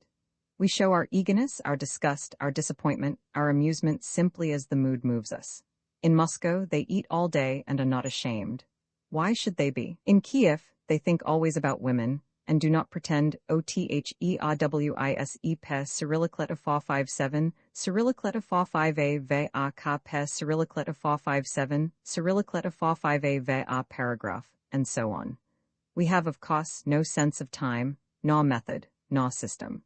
If we were to think of these things, we would be compelled to use restraint, and that would bother us. We may lose the most important treasure in the world by not keeping in a ppointment pe Cyrillicletifa 5-7 Cyrillicletifa 5a ve a ka pe Cyrillicletifa 5-7 Cyrillicletifa 5a ve a paragraph. On the other hand, we have kept our freedom. We care for ideas for which you care nothing in England, but we have a sure suspicion of all conclusions. We are pessimists, one and all. Life cannot be good. We ironically survey those who think that it can. Pe Cyrillicletifa, 5-7 Cyrillicletifa, 5a ve a ka pe Cyrillicletifa, 5-7 Cyrillicletifa 5a ve a paragraph. We give way always to life, but when things are at their worst, then we are relieved and even happy. Here at any rate we are on safe ground. We have much sentiment, but it may, at any moment, give way to some other emotion. We are therefore never to be relied upon, as friends, as enemies, as anything you please. Except this pe Cyrillicletifa, 5-7 Cyrillicletifa 5a ve afth in the heart of every Russian, there is a passionate love of goodness. We are tolerant to all evil, to all weakness because we ourselves are weak. We confess our weakness to anyone, because that permits us to indulge in it pe Cyrillicletifa 5-7 Cyrillicletifa 5a ve afbut when we see in another goodness, strength, virtue, we worship it. You may bind us to you with bands of iron by your virtues pe Cyrillicletifa 5-7 Cyrillicletifa 5a ve afnever, as all foreigners think, by your vices. In this, too, we are sentimentalists. We may not believe in God, but we have an intense curiosity about him pe Cyrillicletifa 5-7 Cyrillicletifa 5a ve af, a curiosity that with many of us never leaves us alone, compels us to fill our lives, Pe Cyrillicletifa 5-7 Cyrillicletifa 5a ve a ka pe Cyrillicletifa 5-7 Cyrillicletifa 5a ve a paragraph. We love Russia. Pe Cyrillicletifa 5-7 Cyrillicletifa 5a ve a ka pe Cyrillicletifa 5-7 Cyrillicletifa 5a ve a paragraph. but that is another thing. Pes Cyrillicletafa, 57 Cyrillicletafa 5a ve a ka pes Cyrillicletafa 57 Cyrillicletafa, 5a ve a paragraph. Never forget, too, that behind every auss, ia and ve Cyrillicas simplicity, there is always his IDE pes Cyrillicletafa, 57 Cyrillicletafa 5a ve a fhis secret ideal, perhaps, that he keeps like an icon sacred in his heart. Yes, of every Russian, even of the worst of us, that is true. And it complicates our lives, delivers us to our enemies, defeats all our worldly aims, renders us helpless at the moment when we should be most strong. But it is good, before God, that it should be so.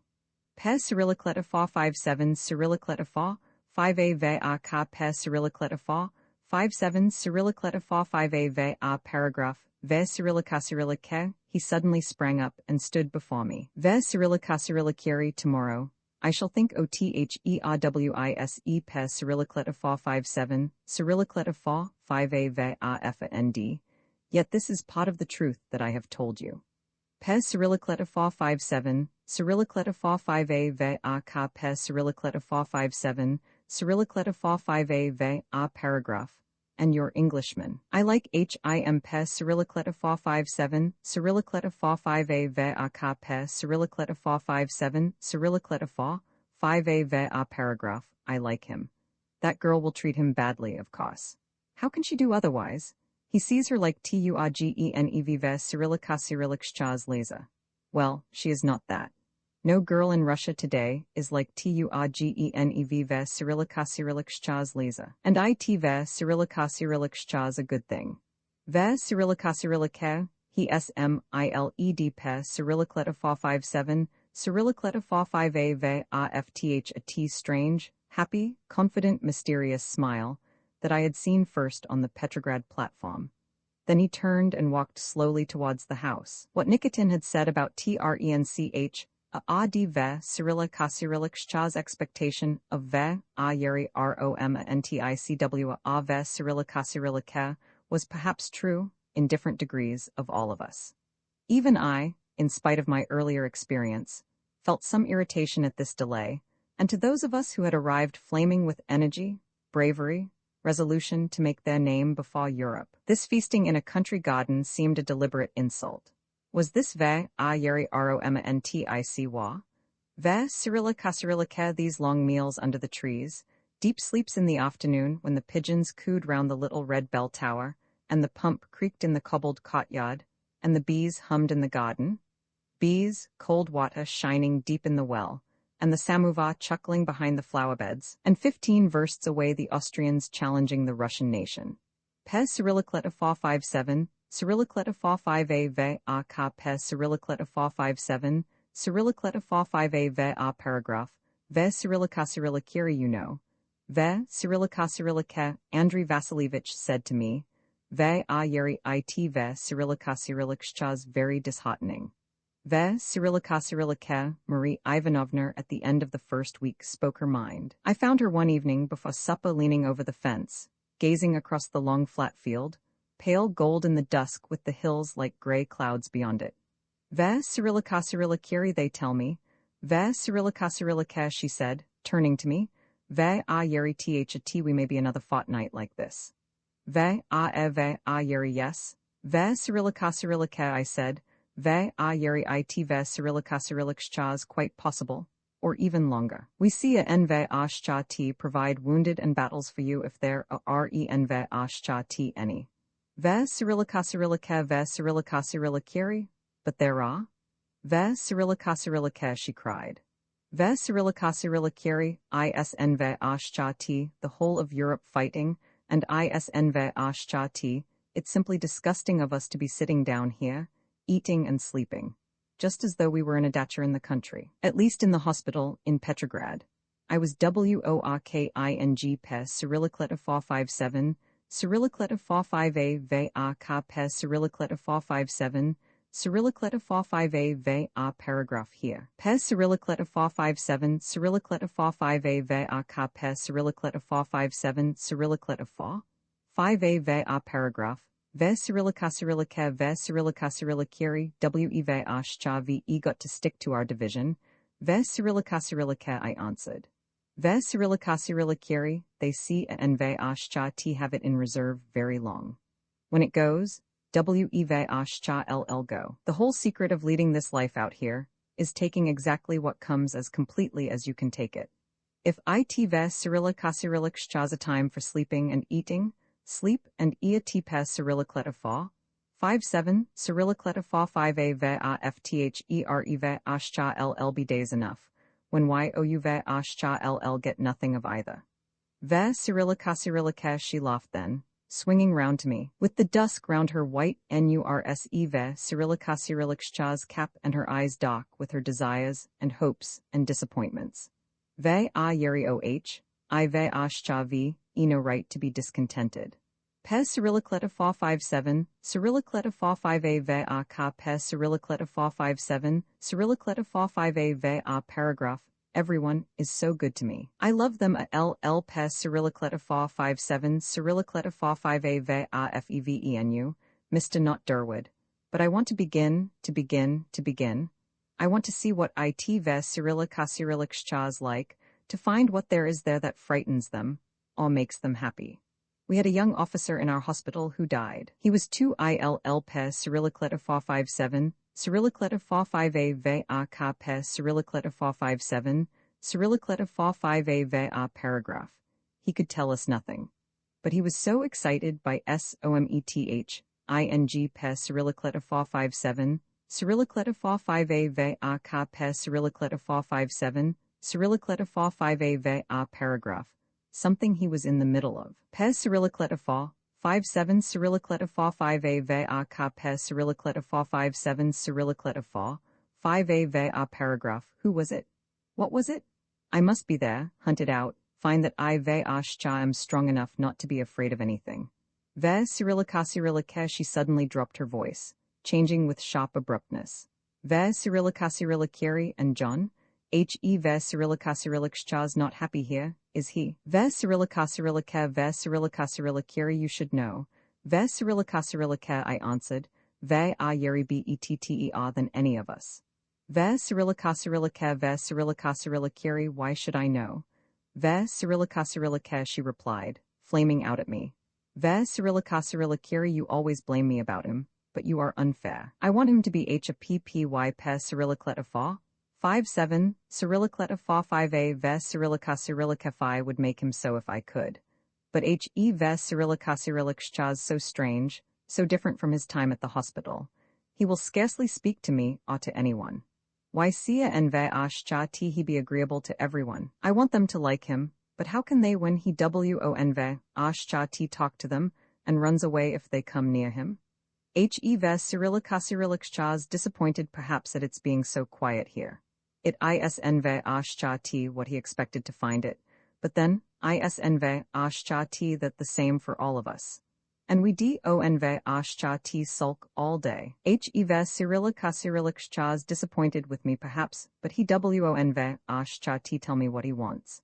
If I ask him, he only says ve ashcha oh. It ve Cyrillicascyrillic's all rright pe Cyrillicleta fa 5-7, Cyrillicleta fa 5a ve fit ve Cyrillicascyrillic's all rright ve ashcha pe Cyrillicleta fa 5-7, Cyrillicleta fa 5a ve Cyrillicascyrillica phi, hate that ve asha ll rright ve Cyrillicascyrillic's of your l and ngu a ge pe Cyrillicleta fa 5-7, Cyrillicleta fa 5a. What a purpose not to say if he wants something. Ve Cyrillicascyrillica, I said nothing. My silence urged her to a wama defense. Ve Cyrillicascyrilliciri, and then he makes such mist a kes pe Cyrillicleta fa 5-7, Cyrillicleta fa 5a ve a lwys everything wrong that ve Cyrillicascyrillic's asked to do. Dr. Semyonov laughs at him pe Cyrillicleta fa 5-7, Cyrillicleta fa 5a ve a fbut of course. Ve Cyrillicascyrillic's like a little boy, a man as old as he is. And Englishmen are always so practical, capable. Oh, speak to him, Mr. Not Durwood, you can, please. If I say anything ve Cyrillicascyrillic's at once so miserable. Pe Cyrillicleta fa 5-7, Cyrillicleta fa 5a ve a ka pe Cyrillicleta fa 5-7, Cyrillicleta fa 5a va paragraph, idon va ashchati understand, idon va ashchati understand. Ve Cyrillicasirillike, she cried, raising her hands with a little despairing gesture. Ve Cyrillicasirillike, how can he have been like that in Petrograd? And now like this. Ve Cyrillicasirillike, give him time, Marie Ivanovna. Ve Cyrillicasirillike, I answered her. Ve Cyrillicasirillike, this is all new to him, confusing, alarming. Ve Cyrillicasirillike led a very quiet life. Ve Cyrillicasirillike very sensitive. He cares for you so deeply that the slightest thing wounds him. He would hide that if he see ould pes Cyrillicletifa, 5-7, Cyrillicletifa 5a ve afit ve Cyrillicasirillike his tragedy that he see a n ve ashcha t. Ve Cyrillicasirillike, she would have answered had not supper arrived and with it our whole company. Shall I ever know a more beautiful night?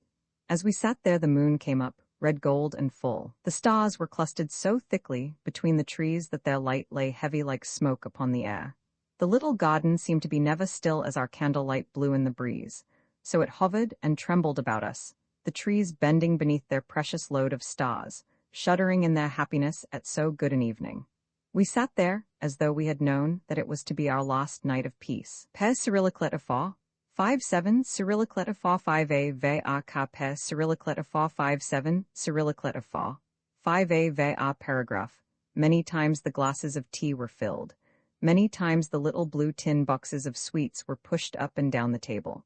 Many times the china teapot on the top of the samovar was fed with fresh tea. Many times spoons were dipped into the strawberry jam and then plunged into the glasses of tea, such being the Russian pleasure. There occurred then an unfortunate incident. Someone had said something about England. There had been a joke then about ve a yeri spotsmen. Ve Cyrillicasirillike, some allusion was made to some old story connected with myself, and I had laughingly taken up the challenge. Suddenly, Semyonov leaned across the table and spoke to Trenchard. Trenchard, who had been silent throughout the meal, misunderstood the Russian, thought that Semyonov was trying to insult him, and sat there coloring, flaming at last, silent. We all of us felt the awkwardness of it. There was a general pause pes Cyrillicletifa 5-7, Cyrillicletifa 5a ve Cyrillicasirillike. Semyonov himself drew back with a little laugh. Suddenly, Marie Ivanovna, across the table, in English said softly, but with a strange eager hostility, Ve Cyrillicasirillike, how absurd. Pes Cyrillicletifa 5-7, Cyrillicletifa 5a ve a ka pes Cyrillicletifa 5-7, Cyrillicletifa, 5a ve a paragraph. To let them all see pes Cyrillicletifa 5-7, Cyrillicletifa 5a ve a ka pes Cyrillicletifa 5-7, Cyrillicletifa 5a ve a paragraph. To let them know. Pes Cyrillicletifa 5-7, Cyrillicletifa 5a ve a ka pes Cyrillicletifa 5-7, Cyrillicletifa, 5a ve a paragraph. Ve Cyrillicasirillike, perhaps I, who was sitting next to her, alone heard her words. The color left Trench Adi ve Cyrillicasirillike's face. He looked at her once, then got up and left the table. I could see then that she was distressed, but she talked, laughed more eagerly, more enthusiastically than before. Sometimes I saw her look towards the schoolhouse.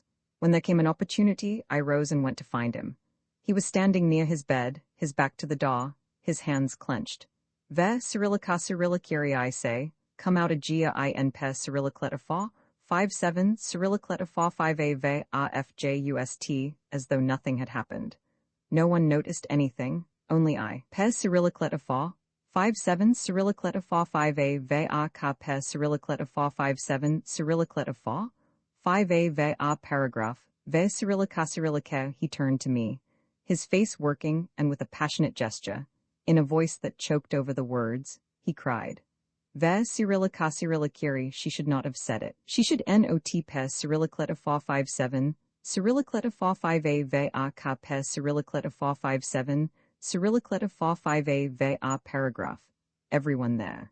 Pes Cyrillicletifa 5-7, Cyrillicletifa 5a ve a ka pes Cyrillicletifa 5-7, Cyrillicletifa 5a ve a paragraph. She knew how it would wound me. Pes Cyrillicletifa 5-7, Cyrillicletifa 5a ve a ka pes Cyrillicletifa 5-7, Cyrillicletifa, 5a ve a paragraph. Semyonov. Pes Cyrillicleta Fa 57, Cyrillicleta Fa 5a ve a ka Pes Cyrillicleta Fa 57, Cyrillicleta Fa 5a ve a paragraph, ve Cyrillica Cyrillique. He positively was silent over that name.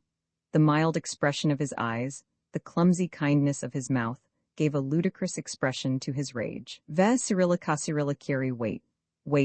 Ve Cyrillica Cyrillique, I cried. Ve a yeri be patient? Ve Cyrillica Cyrillique. As I spoke I could hear him in the railway carriage. Ve Cyrillica Cyrilliciri, I am mad with happiness. Pes Cyrillicleta Fa 57, Cyrillicleta Fa 5a ve a ka Pes Cyrillicleta Fa 57, Cyrillicleta Fa 5a ve a paragraph. God forgive me, my heart will break. Ve Cyrillica Cyrillique, breaking from me. Despair in his voice, he whispered to the empty room, the desolate row of white beds watching him. Ve Cyrillica Cyrilliciri, I always knew that I was Hopeless Pes Cyrillicleta Fa 57, Cyrillicleta Fa 5a ve a ka Pes Cyrillicleta Fa 57, Cyrillicleta Fa 5a ve a paragraph. Hopeless Pes Cyrillicleta Fa 57, Cyrillicleta Fa 5a ve a ka Pes Cyrillicleta Fa 57, Cyrillicleta Fa 5a ve a paragraph. Hopeless. Ve Cyrillica Cyrillique, ve Cyrillica Cyrilliciri, look here. Ve Cyrillica Cyrillique, I said. Ve Cyrillica Cyrilliciri, you must and ve ashcha t take things so hard. You go up and down. Pes Cyrillicleta Fa 57, Cyrillicleta Fa 5a ve a ka Pes Cyrillicleta Fa 57, Cyrillicleta Fa 5a ve a paragraph. Your emotions. Pes Cyrillicleta Fa 57, Cyrillicleta Fa 5a ve a ka Pes Cyrillicleta Fa 57, Cyrillicleta Fa 5a ve a paragraph, ve Cyrillica Cyrillique. But he only shook his head. Ve Cyrillica Cyrilliciri, she should and ve ashcha t, have said it Pes Cyrillicleta Fa 57, Cyrillicleta Fa 5a ve a fliketh Pes Cyrillicleta Fa 57, Cyrillicleta Fa 5a ve a fbef. Ve Cyrillica Cyrillique, he repeated. I left him. Afterwards, as I stood in the passage, white and ghostly in the moonlight, something suddenly told me that this night the prologue of our drama was concluded. I waited on the steps of the house, heard the laughing voices in the distance, while over the rest of the world there was absolute silence. Then abruptly, quite sharply, across the long low fields, there came the rumble of cannon. 3 times it sounded. Then hearing no more, I returned into the house. Roman 3. The invisible battle on the evening of the following day, Trenchard. Andrei Vasilievich and I were sent with sanitas and wagons to the little hamlet of M. 5 versts only from the position. It was night when we arrived there. No sound of cannon, only on the high hills, the first lines of the Carpathians, that faced us the scattered watchfires of our own 65th Division, and in the little village street a line of cavalry moving silently, without a spoken word, onto the high road beyond. After much difficulty, the village was filled with the officers of the 65th. We found a kitchen in which we might sleep. Upon the rough earth floor our mattresses were spread, my feet under the huge black oven, my head beneath a gilt picture of the Virgin and Child that in the candlelight bowed and smiled, in company with 8 other pictures of virgins and children, to give us confidence and encouragement. It was a terrible night. On a high pillared bed set into the farther wall, an old Galician woman, her head bound up in a red handkerchief, knelt all night and prayed aloud. Her daughter crouched against the wall, sleeping, perhaps, but nevertheless rocking ceaselessly a wooden cradle that hung from a black bar in the ceiling. In this cradle lay her son, aged 1 or 2, and once and again he cried for half an hour or so, protesting, I suppose, against our invasion. There was a smell in the kitchen of sour bread, mice, and bad water. The heat was terrible, but the old lady told us that the grandchild was ill and would certainly die were the window opened. The candle we blew out, but there remained a little burning lamp under the picture of the Virgin immediately over the old lady's bed. I slept, but for how long I do not know. I was only aware that suddenly I was awake, staring through the tiny diamond-paned window, at the faint white light now breaking in the sky. I could see from my mattress only a thin strip of this light above the heavy mass of dark forest on the mountainside. I must have been still only half awake because I could not clearly divide, before my eyes, the true from the false. I could see quite plainly in the dim white shadow the face of Trenchard. He was not asleep, but was leaning on his elbow staring in front of him. I could see the old woman with her red handkerchief, kneeling in front of her lamp, and her prayer came like the turning of a wheel, harsh and incessant. The cradle creaked, in the air was the heavy smell, and suddenly, beyond the window, a cock crowed. These things were real. But also, I seemed to be in some place much vaster than the stuffy kitchen of the night before. Under the light that was with every minute growing stronger, I could fancy that many figures were moving in the shadows. It seemed to me as though I were in some place where great preparations were being made. I fancied then that I could discern Marie Ivanovna's figure, then Nikitin, then Semyonov, then Molozov. There was a great silence, but I felt that everyone was busily occupied in making ready for some affair. This was with half my consciousness. With the other half I was perfectly aware of the actual room, of Trenchard, the creaking cradle, and the rest. Then the forest that had been on the hills seemed to draw closer to the house. I felt that it had invaded the garden, and that its very branches were rubbing against the windows. With all of this, I was aware that I was imagining some occurrence that I had already seen, that was not, in any way, new to me. I was assured of the next event. When we, all of us, Marie Ivanovna, Semyonov, Nikitin, and the rest, were ready, we should move out into the forest, would stand, a vast company, with our dogs and horses. Why, it was Trenchard's dream that I was seeing. I was merely repeating to myself his own imaginations, and with that I had suddenly, as though someone had hypnotized me, fallen back into a heavy, dreamless sleep. It was already midday when I was wakened by little Andrei Vasilievich, who, sitting on my bed, and evidently in a state of the very greatest excitement, informed me that Dr. Semyonov and the sisters Marie Ivanovna and Anna Petrovna had arrived from, and that we might be off at any moment. I was aware, as he spoke, of a great stir beyond the window and saw, passing up through the valley, a flood of soldiers, infantry, cavalry, kitchens with clumsy black funnels bobbing on their unsteady wheels, cannon, hundreds of carts. The soldiers came up through our own garden, treading down the cabbages, stopping at the well near our door and filling their tin kettles, tramping up the road, spreading, like smoke, in the far distance, up the high road that led into the furthest forest. "They say, tonight for certain," said Andrei Vasilievich, his fat hand trembling on my bed. He began to talk, his voice shaking with excitement. "Do you know, Ivan Andreyevich, I am continually surprised at myself. Here you are, Andrei Vasilievich, here at the war. What do you make of it? I say to myself, just consider. No, but seriously, Ivan Andreyevich, of course I must seem to all of you something of a comic figure. When my wife was alive, how I wish that you could have known her. Such a remarkable woman. Everyone who met her was struck by her fine character. When my wife was alive, I had my position to support. That I should have been a comic figure would have distressed her. But now, who cares? Nobody, you may very truly say. Well, but the point is that this evening we shall really be in the thick of it. And may I tell you something, Ivan Andreyevich? Only for yourself, because you are an Englishman and can be trusted. To speak quite truthfully, I'm frightened. I say to myself that one is at the war and that one must be frightened at nothing, and still I remain frightened. Frightened of what? I really cannot tell you. Death, perhaps? But no, I should not be sorry to die. There are reasons. And yet, although I should not be sorry to die, I remain frightened. All night I was awake. I do my utmost to control it, but there is something stronger than I, something. I feel as though if I once discovered what that something was, I should not be frightened any longer. Something definite that you could meet and say to yourself, "There, Andrei Vasilievich, you're not frightened of that, are you? What is there to be frightened of?" Why then, I don't believe I should be frightened any more. I remember that he then explained to me that he wished Nikitin had been sent instead of Semyonov. Nikitin was much more sympathetic.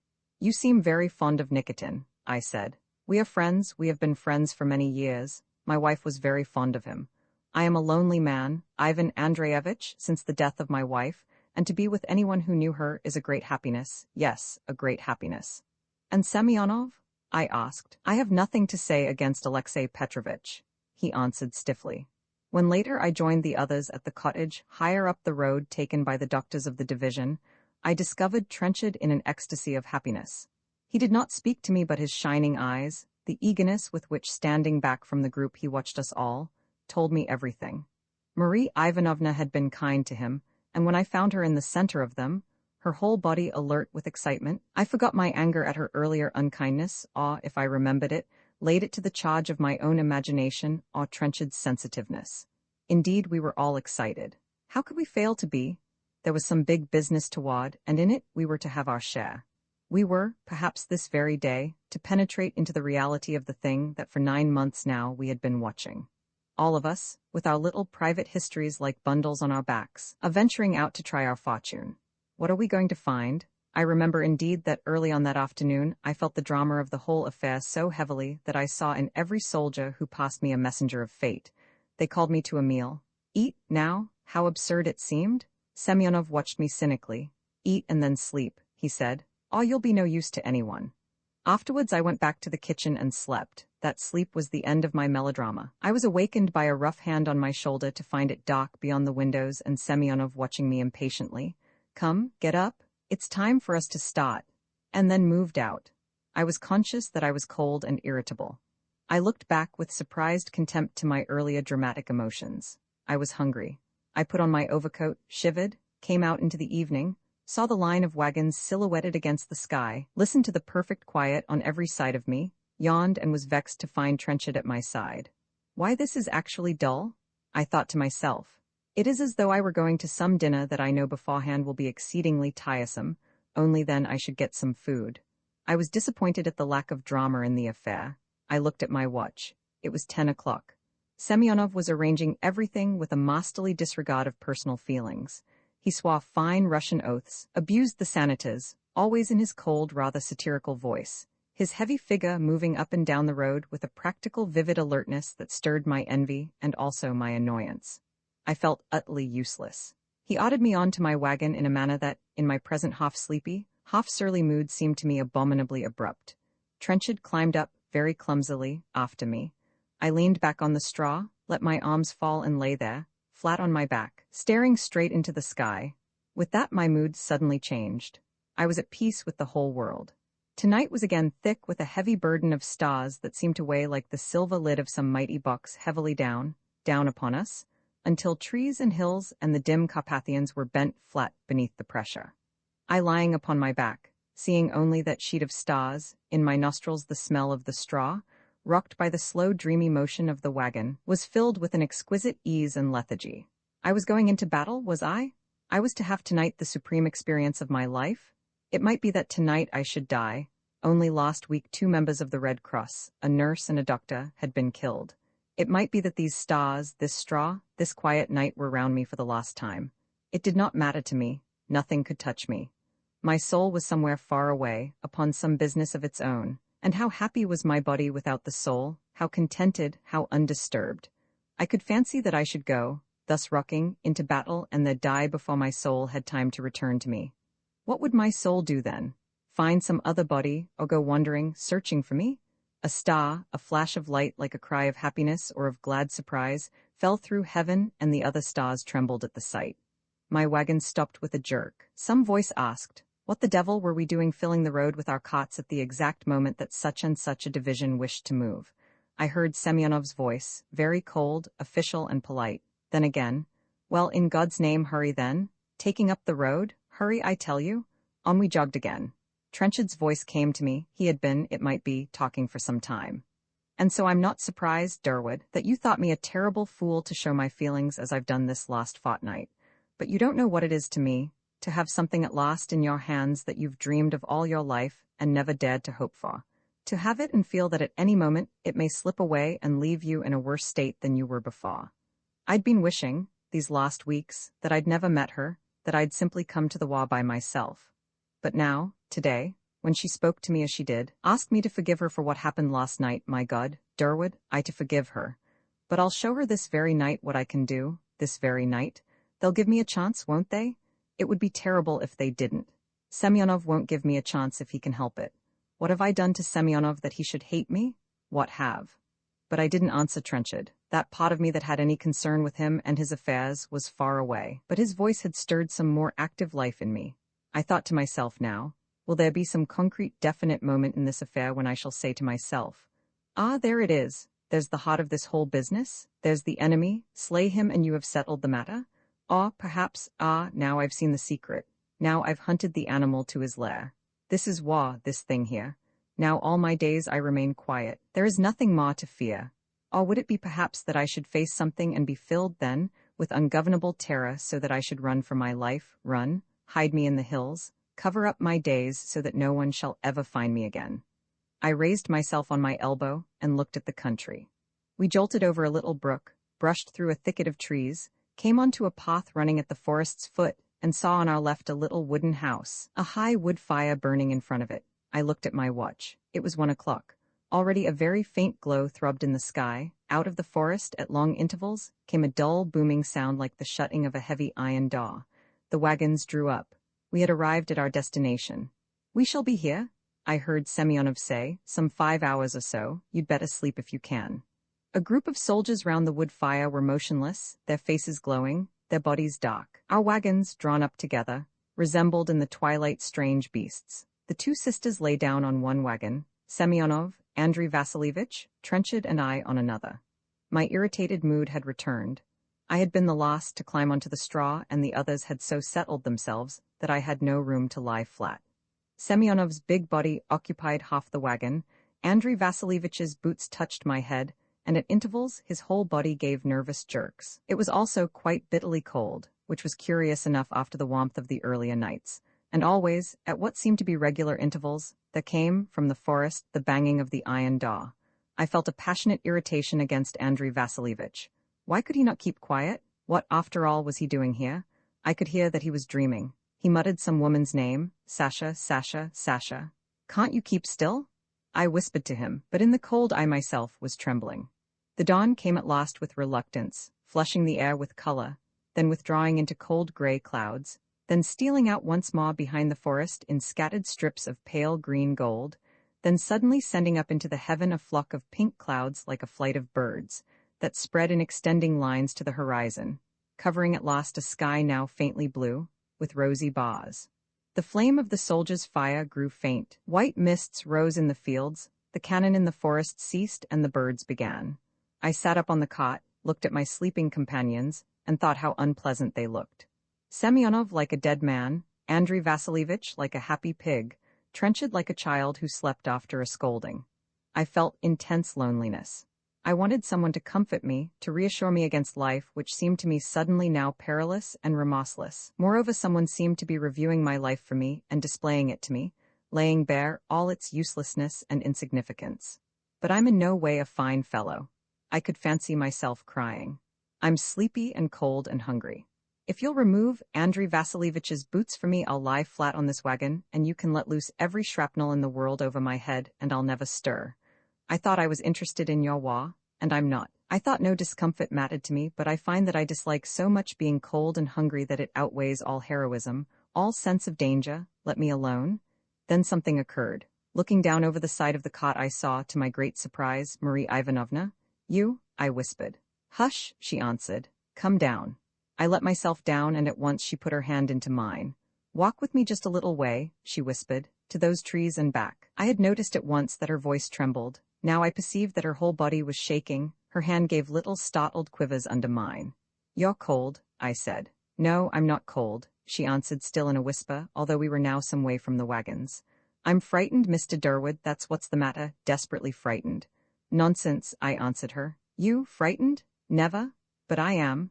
I've been terribly frightened all night, and that Sister Anna Petrovna, she sometimes confused her pronouns, sleeps like a log." "How can he?" "I've never slept, not for a moment, and I've been so cold, and every time the cannon sounded I wanted to run away." "Oh, Mr. Durwood, I'm so ashamed." Then, suddenly, desperately clutching my hand, "Mr. Durwood, you'll never tell anyone never. Promise?" "Never a soul," I answered. "It's only because you're cold and hungry and sleepy that you think you're frightened. You're not frightened really. But wouldn't you like me to wake Trenchard and get him to come to you? He'd be so happy." She started fiercely from me. "Never, never. Why, what can you think? You must never tell, most of all you must never tell him. He must never know, nothing." The cannon began again. She caught my arm and stood with her body trembling, pressed against mine. I could feel her draw a deep breath.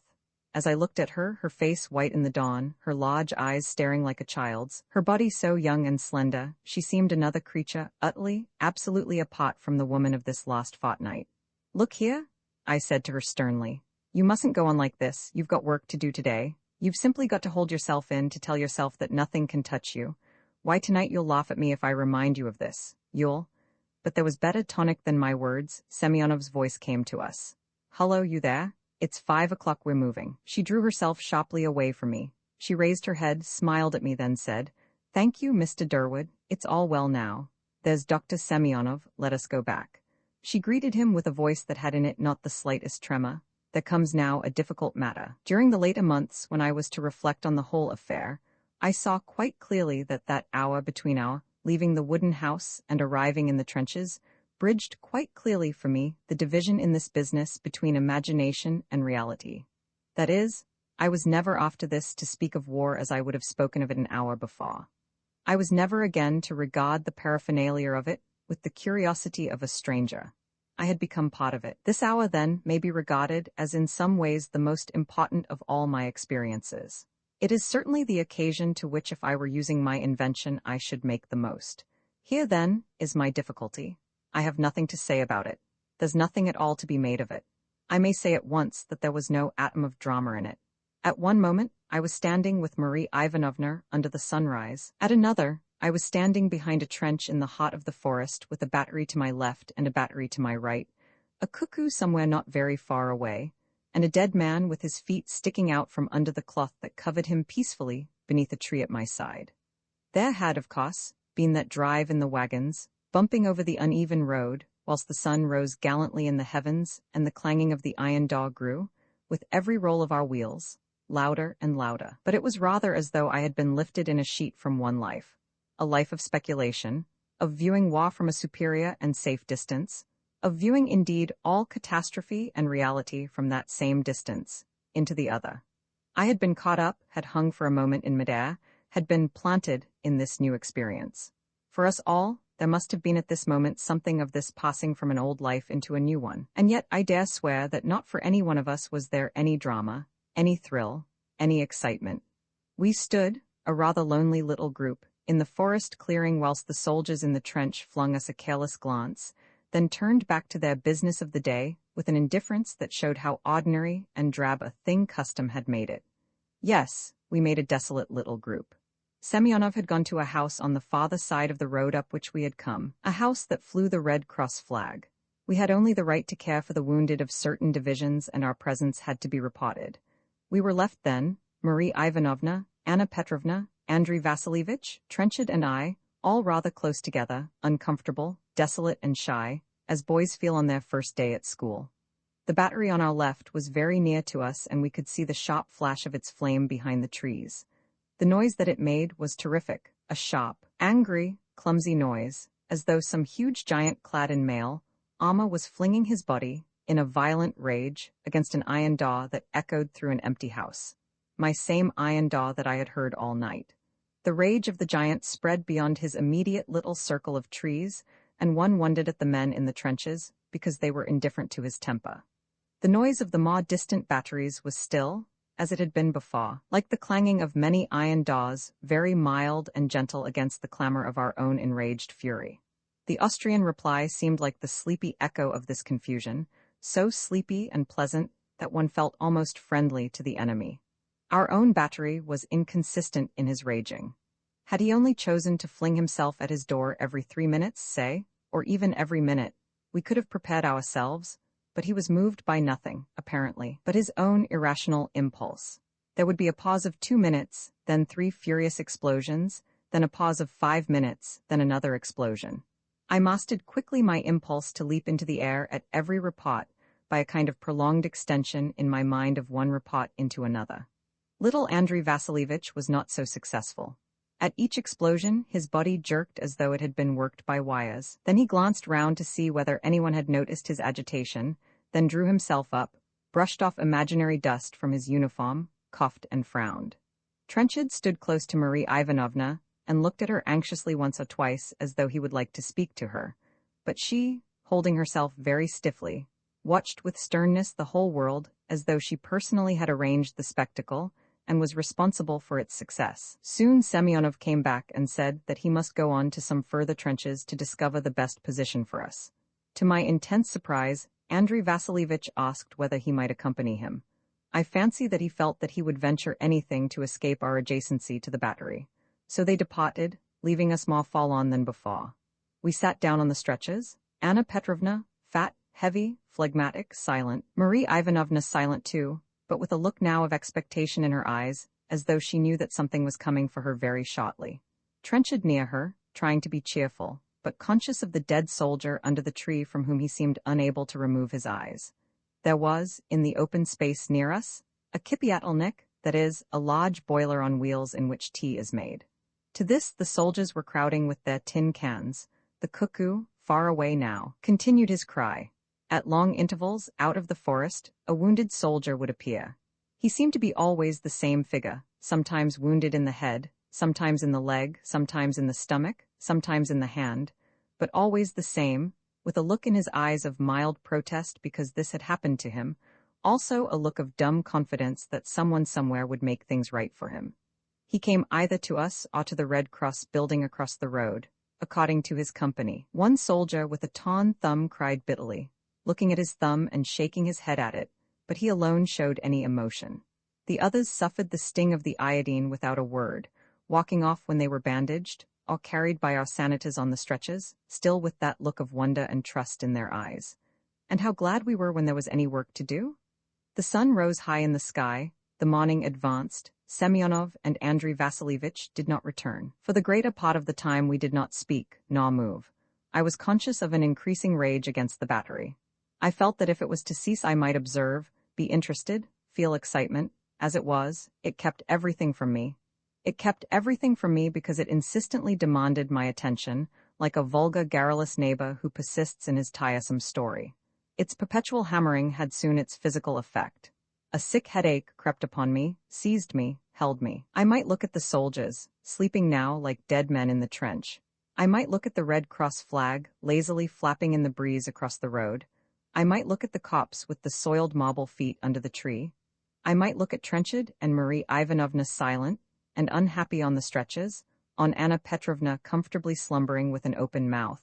I might listen to the distant batteries, to the sudden, quick, impatient chatter of the machine guns, to the rattling give and take of the musketry somewhere far away where the river was. I might watch the cool green hollows of the forest glades, the dark, sleepy shadows, the bright patches of burning sky between the branches.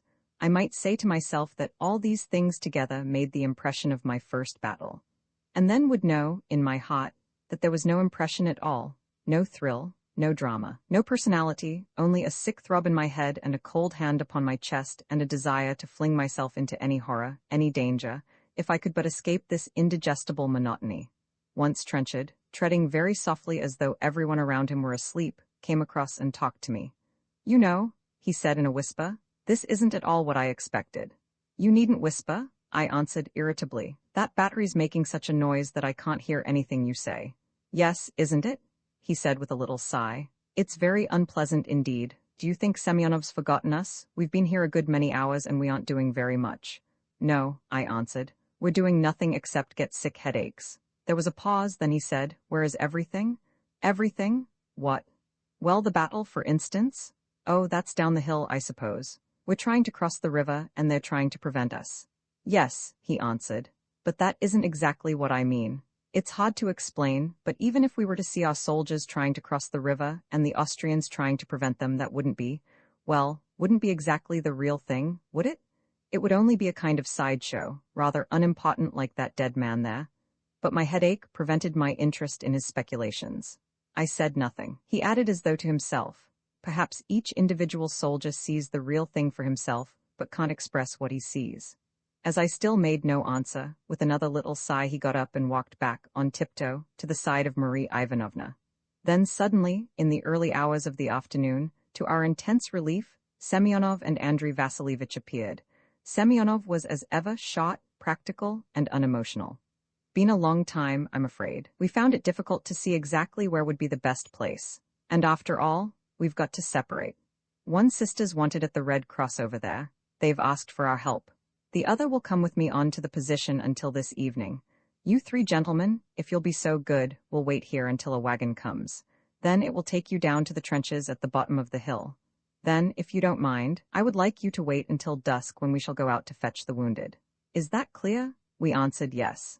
"Now which sister will come with me?" "Marie Ivanovna, I think it would interest you.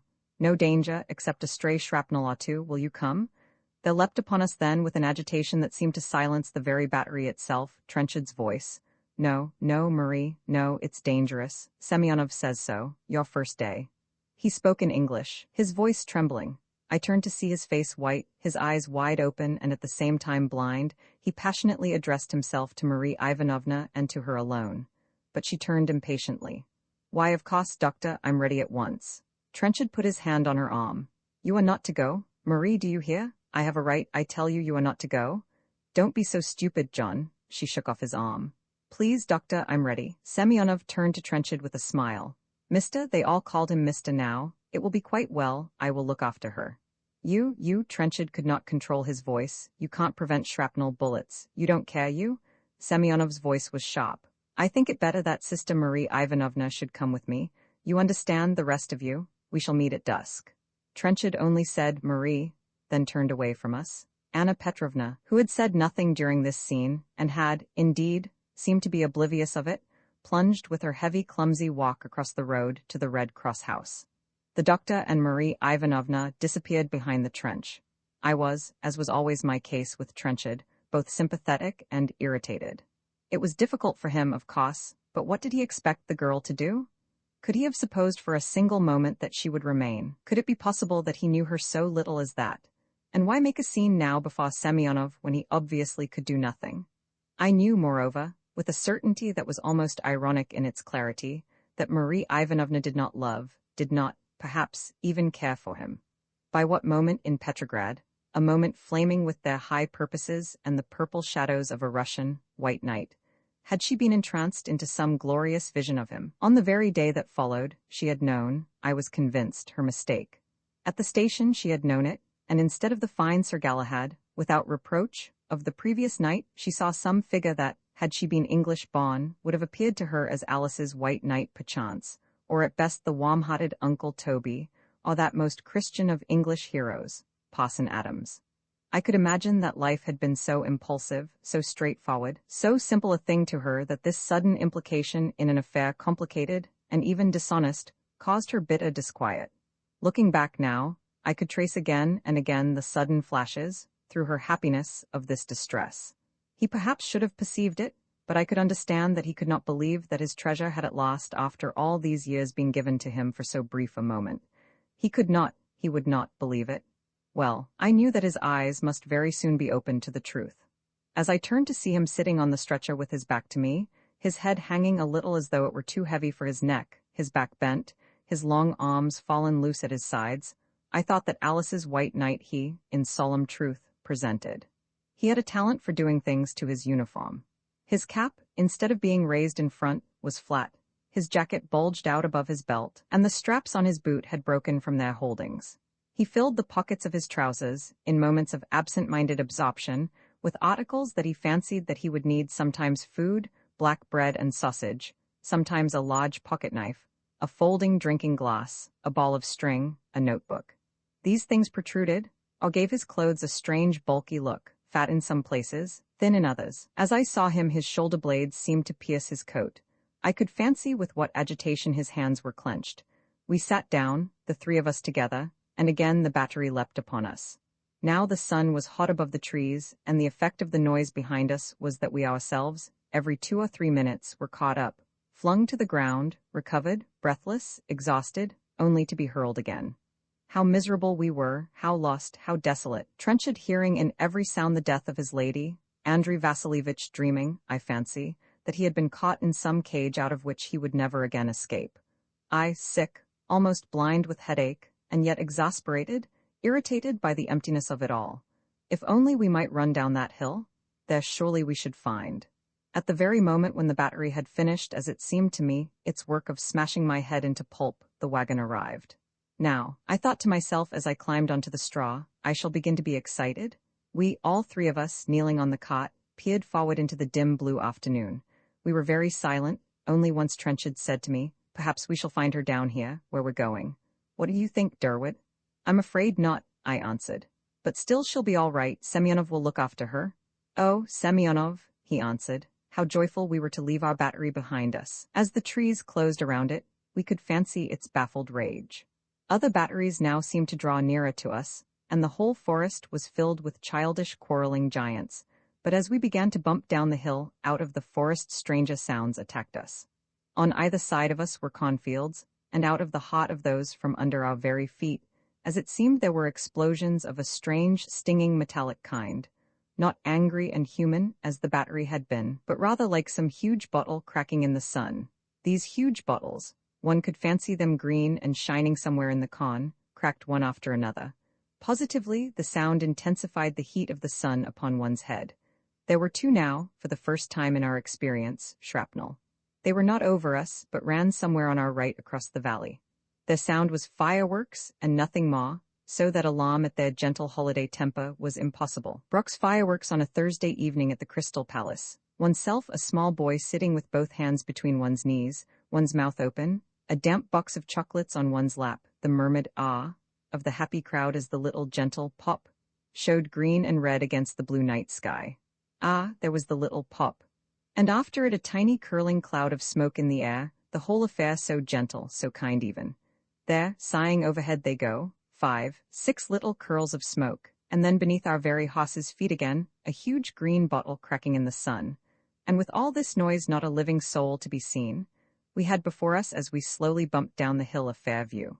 The river was hidden from us, but there was a little hamlet guarded happily by a green wood. There was a line of fair hills, fields of corn, and the long dusty white road. Not a soul to be seen, only our bumping cot, and now and then, against the burning sky, those little curling circles of smoke. The world slumbered. Suddenly from the ditch at the side of the road a soldier appeared, spoke to our driver, and disappeared again. What did he say? I asked. He says, Your Honor, that we must hasten, we may be hit. Hit here on this road? Tak tochno. Well, hurry then. I caught a little frightened sigh behind me from Andrei Vasilievich, whom the events of the day had frozen into horror-stricken silence. We hurried, bumping along. At the bottom of the hill there was a farmhouse. From behind it an officer appeared.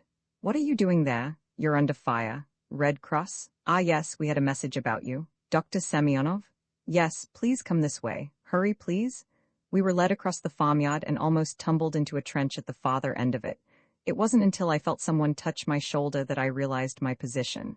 We were sitting, the three of us, in a slanting fashion with our backs to the earthworks of the trench. To our right, under an improvised round roof, a little dried-up man like a bee, with his tunic open at the neck and a beard of some days on his chin, was calling down a telephone. Next to me on the left a smart young officer, of a perfect neatness and even dandiness, was eating his supper, which his servant, crouching in front of him, ladled with a spoon out of a tin can. Beyond him again, the soldiers in a long line under the farm wall were sewing their clothes, eating, talking in whispers, and one of them reading a newspaper aloud to himself. A barn opposite us in ruins showed between its bare posts the green fields beyond. Now and then a soldier would move across the yard to the door of the farm, and he seemed to slide with something between walking and running, his shoulders bent, his head down. The sun, low now, showed just above the end of the farm roof, and the lines of light were orange between the shadows of the barn. All the batteries seemed now very far away. The only sound in the world was the occasional sigh of the shrapnel. The farmyard was bathed in the peace of the summer evening. The colonel, when he had finished his conversation with some humorous sally that gave him great pleasure, greeted us. Very glad to see you, gentlemen. 2 Englishmen? Well, that's the alliance in very truth, yes. How's London, gentlemen? Yes, Golubchik, that small tin, the grey one. No, Durak, the small one. Dr. Semyonov sent a message. Pray make yourselves comfortable, but don't raise your heads. They may turn their minds in this direction at any moment again. We've had them once already this afternoon. Pyotr Ivanovitch, this to the smart young officer, that would have made your Ekaterina Petrovna jump in her sleep. Ha, ha, ha. Oh yes, but I can see her jumping. Hullo, telephone, give it here. That you, Ivan Leontievich? No, very well for the moment. 2 Englishmen here sitting in my trench, truth itself. Well, what about the second rota? Are they coming down? Yea, Bogu, I don't know. What do you say? The young officer, in a very gentle and melodious voice, offered Trenchard, who was sitting next to him, some supper. One of these cutlets? Trenchard, blushing and stammering, refused. A cigarette then. Trenchard again refused, and Pyotr Ivanovitch, having done his duty, relapsed into his muffled elegance. We sat very quietly there, Trenchard staring with distressed eyes in front of him. Andrei Vasilievich, very uncomfortable, his fat body sliding forward on the slant, pulling itself up, then sliding again. Always he maintained his air of impotence, giving his cough, twisting the ends of his mustache, staring, fiercely, at someone suddenly that he might disconcert him, patting, with his plump little hands, his clothes. The shadows lengthened, and a great green oak that hung over the barn seemed, as the evening advanced, to grow larger and larger, and to absorb into its heart all the flaming colors of the day, to press them into its dark shadow, and to hide them, safe and contented, until another morning. I sat there and gradually, caught, as it seemed to me, into a world of whispers and half-lights. I slipped forward a little down into the dark walls of the trench and half-slumbered, half clung still to the buzzing voice of the colonel, the languid replies of the young officer. I felt then that someone was whispering to me that my real adventure was about to begin. I could see quite plainly, like a road up which I had gone, the events of the day behind me. I saw the ride under the stars, the cold red dawn. Marie Ivanovna standing beneath my cot, the sudden battery and the desolate hours of waiting, the wounded men stumbling out of the forest, the ride down the hill and the green bottles bursting in the sun, the sudden silences and the sudden sounds, my own weariness and discomfort and loneliness, and now something. Was it the dark green oak that bent down and hid the world for me? Whispered, "You're drawing near, you're close, you're almost there. In a moment you will see, you will see, you will see." Somewhere the soldiers were singing, and then all sounds ceased. We were standing, many of us, in the dock, the great oak and many other giant trees were about us, and the utter silence was like a sudden plunge into deep water on a hot day. We were waiting, ready for the creature, breathless with suspense. Now, someone cried, and instantly there was such a roar that I seemed to be lifted by it far into the sky, held, rocked, then dropped gently. I woke to find myself standing up in the trench, my hands to my ears. I was aware first that the sky had changed from blue into a muddy gray, then that dust and an ugly smell were in my eyes, my mouth, my nose. I remembered that I repeated stupidly, again and again, "What? Then the gray sky slowly fell away as though it were pushed by some hand, and I saw the faint evening blue, with, so strange and unreal they seemed, silver-pointed stars. I caught my breath and realized that now the whole right corner of the barn was gone. The field stretched, a dark shadow, to the edge of the yard. In the ground where the stakes of the barn had been there was a deep pit. Scattered helter-skelter were bricks, pieces of wood, and over it all a cloud of thin, fine dust that hovered and swung a little like gray silk. The line of soldiers was crouched back into the trench as though it had been driven by some force. From, as it appeared, a great distance, I heard the colonel's voice. "Slava Bogu, another step to the right and we'd not have had time to say goodbye. Get in there, you with your head out like that, do you want another?" I was conscious then of Andrei Vasilievich sitting huddled on the ground of the trench, his head tucked into his chest. "You're not hurt, are you?" I said, bending down to him. He got up and to my surprise seemed quite composed. He was rubbing his eyes as though he had waked from sleep. "Not at all," he answered in his shrill little voice. "No, what a noise, did you hear it, Ivan Andreyevich?" "Did I hear it? A ridiculous question. But I assure you I was not alarmed," he said eagerly, turning round to the young officer, who was rather red in the face but otherwise unruffled. "The first time that one has been so close to me, what a noise." Trenchard searched in his pockets for something. "What is it?" I asked. "My handkerchief?" he answered. "So dusty after that. It's in my eyes." He tumbled onto the ground a large clasped pocket knife, a hunk of black bread, a cigarette case, and some old letters. "I had one," he muttered anxiously. "Somewhere, I know." I heard the colonel's voice again. "No one touched, there's some more of their precious ammunition wasted. What about your Ekaterina, Pyotr Ivanovich? Ho, ho, ho, here, Golubchik, the telephone? Hullo, hullo." For myself, I had the irritation that one might feel had a boy thrown a stone over the wall, broken a window and run away. Moreover, I felt that again I had missed it. Always round the corner, always just out of sight, always mocking one's clumsy pursuit. And still, even now, I felt no excitement, no curiosity. My feet had not yet touched the enchanted ground. The trench had at once slipped back into its earlier composure. The dusk was now creeping down the hill. With every stir of the breeze, more stars were blown into the sky. The oak was all black now, like a friendly shadow protecting me. "There'll be no more for a while," said the colonel. He was right. There was stillness, no battery, however distant, no pitter-patter of rifle fire, no chattering report of the machine guns. Men began to cross the yard, slowly, without caution. The dusk caught us so that I could not see the colonel's face. A stream that cut the field, hidden in the day, was now suddenly revealed by a grinning, careless moon. Then a soldier crossed the yard to us, told us that Dr. Semyonov wished us to start and had sent us a guide. The wagons were ready. At that instant, whence I know not, for the first time that day, excitement leapt upon me. Events had hitherto passed before me like the shadowed film of a cinematograph. It had been as though someone had given me glimpses of a life, an adventure, a country with which I should later have some concern, but whose boundaries I was not yet to cross. Now, suddenly, whether it was because of the dark and the silence I cannot say, I had become, myself, an actor in the affair. It was not simply that we were given something definite to do. We had had wounded during the morning. It was rather that, as in the children's game we were hot, we had drawn in a moment close to someone or something of whose presence we were quite distinctly aware. As we walked across the yard into the long low field, speaking in whispers, watching a shaft of light, perhaps some distant projector that trembled in pale white shadows on the horizon, we seemed to me to be, in actual truth, the hunters of Trenchard's dream. Never, surely, before, had I known the world so silent. Under the hedges that lined the field there were soldiers like ghosts, our own wagons, with the sanitors walking beside them, moved across the ground without even the creak of a wheel. Semyonov was to meet us in an hour's time at a certain crossroad. I was given the command of the party. I was now, in literal truth, breathlessly excited. My heart was beating in my breast like some creature who makes running leaps at escape. My tongue was dry and my brain hot.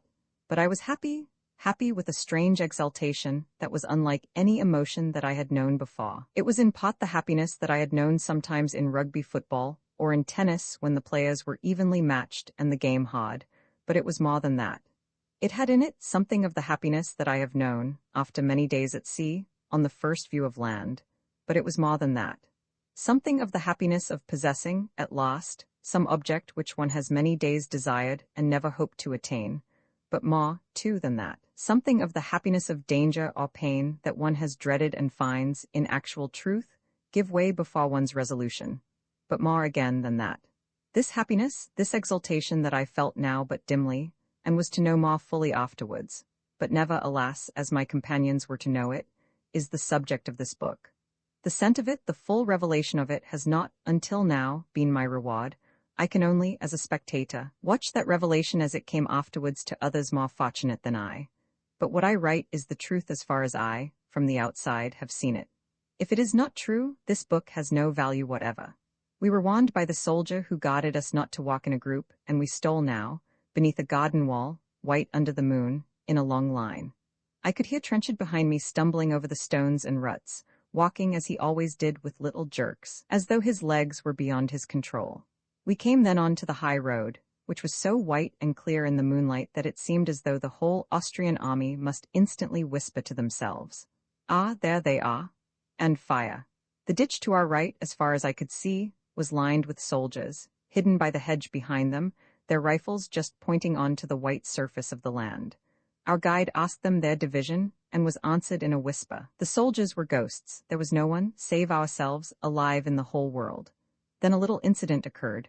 I was walking in the rear of our wagons that I might see that all were there. I felt a touch on my arm and found Andrei Vasilievich standing in the middle of the road. His face, staring at me as though I were a stranger, expressed desperate determination. "Come on," I said. "We've no time to waste." "I'm not coming," he whispered back. His voice was breathless as though he had been running. "Nonsense," I answered roughly, and I put my hand on his arm. His body trembled in jerks and starts. "It's madness, this road, the moon. Of course they'll fire. We'll all be killed, but it isn't, I can't move." "You must move." "Come, Andrei Vasilievich, you've been brave enough all day. There's no danger, I tell you, see how quiet everything is, you must." "I can't, it's nothing to do with me. It's awful all day, and now this?" I thought of Marie Ivanovna early in the morning. I looked down the road and saw that the wagons were slowly moving into the distant shadows. "You must come," I repeated. "We can't leave you here, don't think of yourself, and nothing can touch you, nothing, I tell you." "I'll go back, I can't go on." "Go back? How can you? Where to? You can't go back to the trench, we shan't know where to find you." A furious anger seized me. I caught his arm. "I'll leave you if you like, there are other things more important." I move away from him. He looked down the long road, looked back. "Oh, I can't," he repeated. "What did you come for?" I whispered furiously. "What did you think war was?" "Well, goodbye, do as you please." As I drew away, I saw a look of desperate determination in his eyes. He looked at me like a dog who expects to be beaten. Then what must have been one of the supreme moments of his life came to him. I saw him struggle to command, with the effort of his whole soul, his terror. For a moment he wavered. He made a hopeless gesture with his hand, took 2 little steps as though he would run into the hedge amongst the soldiers and hide there, then suddenly walked past me, quickly, towards the wagons, with his own absurd little strut, with his head up, giving his cough, looking, after that, neither to the right, nor to the left. In silence we caught up the wagons. Soon, at some crossroads, they came to a pause. The guide was waiting for me. "It would be better, Your Honor," he whispered, "for the wagons to stay here. We shall go now simply with the stretchers." We left the wagons and some 15 of us turned off down a lane to the left. Sometimes there were soldiers in the hedges, sometimes they met us, slipping from shadow to shadow. Always we asked whether they knew of any wounded. We found a wounded soldier groaning under the hedge. One leg was soaked in blood, and he gave little shrill desperate cries as we lifted him onto the stretcher. Another soldier, lying on the road in the moonlight, murmured incessantly, "Bujez-moi, bujez-moi, bujez-moi." But they were all ghosts. We alone, in that familiar and yet so unreal world, were alive. When a stretcher was filled, 4 senators turned back with it to the wagons, and we were soon a very small party. We arrived at a church, a large, fantastic white church with a green turret that I had seen from the opposite hill in the morning. Then it had seemed small and very remote.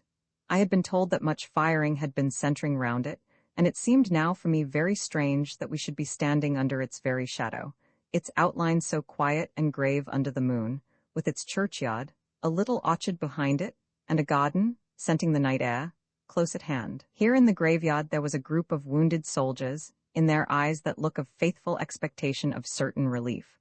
Our stretchers were soon full. We were about to turn back when suddenly the road behind us was filled with shadows. As we came out of the churchyard, an officer stepped forward to meet us. We saluted and shook hands. He seemed a boy, but stood in front of his men with an air as though he commanded the whole of this world of ghosts. "What are you doing here?" he asked. We explained. "Well, if you'll excuse me, you'd better make haste, and attack very shortly. Yes, I should advise you to be out of this." "Petrogradsky Otriad?" "Yes, very glad to have the pleasure." We left him, his men a grey cloud behind him, and when we had taken a few steps he seemed, with his young air of importance, his happy serious courtesy, to have been called out of the ground then, with all his shadows behind him, to have been caught up into the air. These were not figures that had anything to do with the little curling wreaths of smoke, the bottles cracking in the sun, our furious giants of the morning. "Ah, bujez-moi, sighed the wounded. It was impossible, in such a world of dim shadow, that there should ever be any other sound again. My excitement had never left me. I had had no doubt, during this last half-hour, that I was on the enchanted ground of the enemy. So stray and figurative had been my impressions all day. Now they were all gathered into this half-hour, and the whole affair received its climax. Ah, I thought to myself, if I might only stay here now, I should draw closer and closer. I should make my discovery, hunt him down. But just when I am on the verge I must leave it all. Ah, if I could but stay! Nevertheless we hastened. The world, in spite of the ghosts, was real enough for us to be conscious of that attack looming behind us. We found our wagons, transferred our wounded, then hurried down the road. We found the crossroads, and there, waiting for us, Semyonov and Marie Ivanovna. Standing in the moonlight, commanding, as it seemed to me, all of us, even Semyonov, she was a very different figure from the frightened girl of the early morning. Now her life was in her eyes, her body inflamed with the fire of the things that had come to her. So young in experience was she, so ignorant of all earlier adventure, that she could well be seized utterly and completely by her new vision, possessed by some vision she was. And that vision was not Trenchard. Seeing her, he hurried towards her with a glad cry. "Ah, you are safe?" But she did not notice him. "Quick, this way. Yes, the stretch is here. No, I have everything. At once. There is little time." The wounded were laid on the stretches in the square of the crossroads. Semyonov and Marie Ivanovna bandaged them under the moonlight and with the aid of electric torches. On every side of me there were little dialogues. "No, not there. Ma, this way. Yes, that bandage will do. It's fresh. Hold up his leg. No, Durek, under the knee there. Where's the lint? Turn him a little there, like that. Horosho, Golubchik, Seychess? No, turn it back over the thigh. Now, once more, that's it. What's that, bullet or shrapnel? Take it back again, over the shoulder. Yes, twice." Once I caught sight of Trenchard, hurrying to be useful with the little bottle of iodine, stumbling over one of the stretches, causing the wounded man to cry out. Then Semyonov's voice angrily, "Teachot. Who's that?" "Ah, Mista, of course." Then Marie Ivanovna's voice. I've finished this, Alexei Petrovitch, that's all, isn't it? These voices were all whispers, floating from one side of the road to the other. The wounded men were lifted back onto the wagons. We moved off again. Semyonov, Trenchard, Marie Ivanovna and I were now sitting together. We left the flat fields where we had been so busy. Very slowly we began to climb the hill down which I had come this afternoon. Behind me was a great fan of country, black now under a hidden moon, dead as though our retreat from it, depriving it of the lost proofs of life, had flung it back into non-existence. Before us was the black forest. Not a sound save the roll of our wheels and, sometimes, a cry from one of the wounded soldiers, not a stir of wind. I looked back. Without an instant's wanting, that dead world, as a match is set to a waiting bonfire, broke into flame. 1,000 rockets rose, soaring, in streams of light into the dark sky. The fields that had been vapor ran now with light. A huge projector, the eye, as it seemed to me, of that enemy for whom I had all day been searching, slowly wheeled across the world, cutting a great path across the plain, picking houses and trees and fields out of space, then dropping them back again. The rockets were gold and green, sometimes as it seemed ringed with fire, sometimes cold like dead moons, sometimes sparkling and quivering like great stars. And with this light the whole world crackled into sound as though the sky, a vast china plate, had been smashed by some angry god and been flung, in a million pieces, to earth. The rifle fire rose from horizon to horizon like a living thing. Now the shrapnel rose, breaking on the dark sky in flashes of fire. Suddenly some house was burning. The flames rose in a column, breaking into tongues that advanced and retreated, climbed and fell again. In the farthest distance, other houses had caught, and their glow trembled in faint yellow light, fading into shadow, when the projector found them.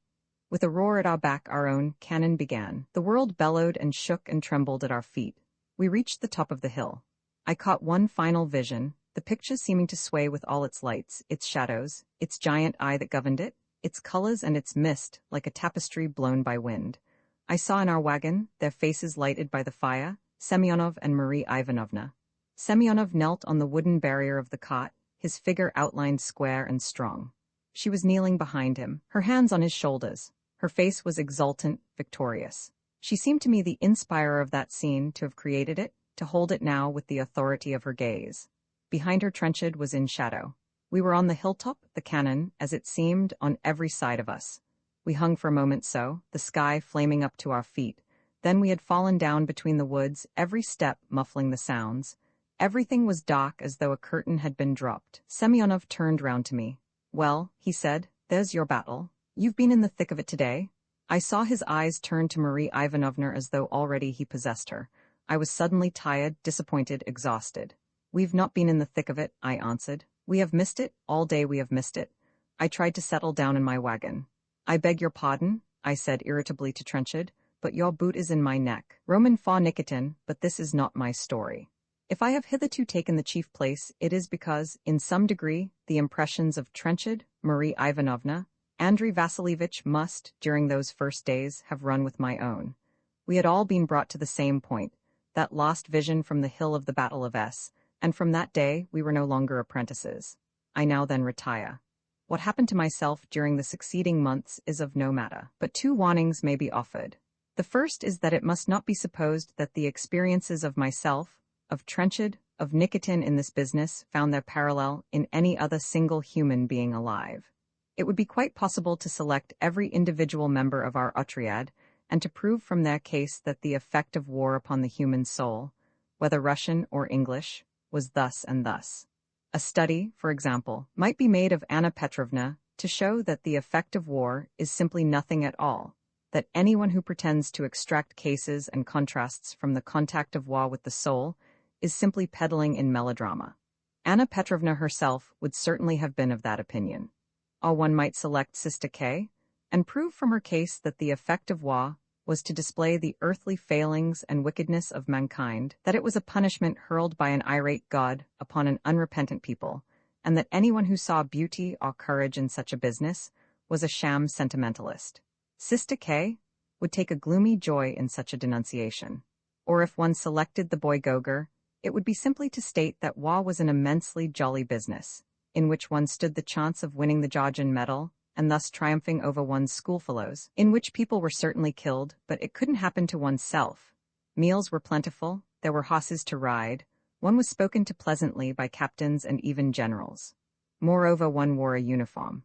Or if Molozov, our chief, were questioned, he would most certainly say that war, as he saw it, was mainly a business of diplomacy, a business of keeping the people around one in good temper, the soldiers in good order, the generals and their staffs in good appetite, the other Red Cross organizations in good self-conceit, and himself in good health.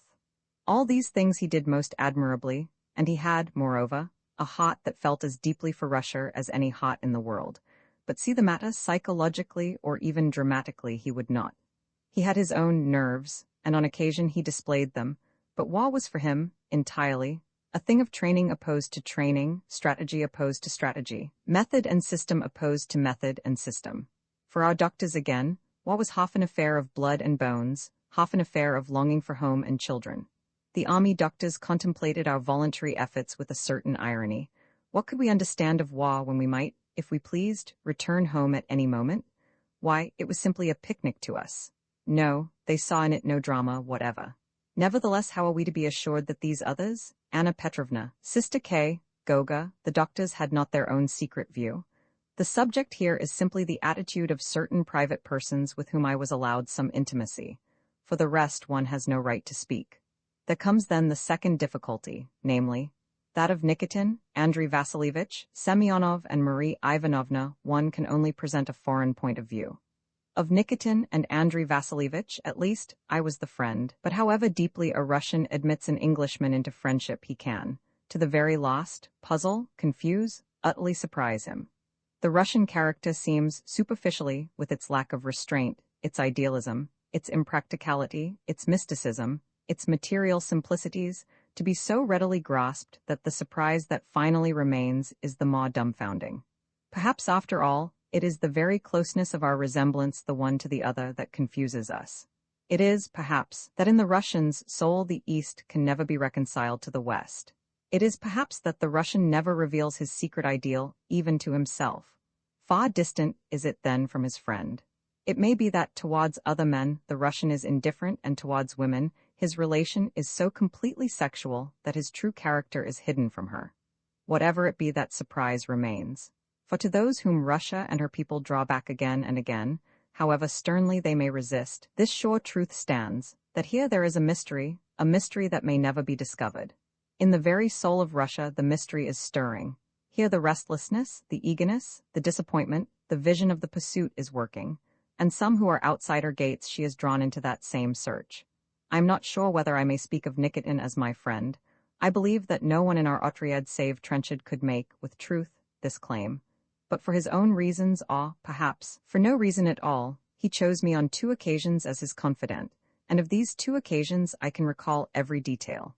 We returned that night from S, to find that the whole Otriad had settled in the village of M, where I myself had been the night before. We were all living in an empty, deserted farmhouse, with a yard, a big orchard, wide barns, and a wild, overrun garden.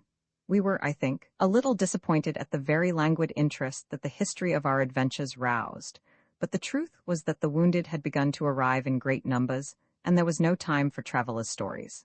A dream, I know. Yesterday's experiences seemed to me as I settled down to the business that had filled so much of my earlier period at the war. Here, with the wounded, I was at home.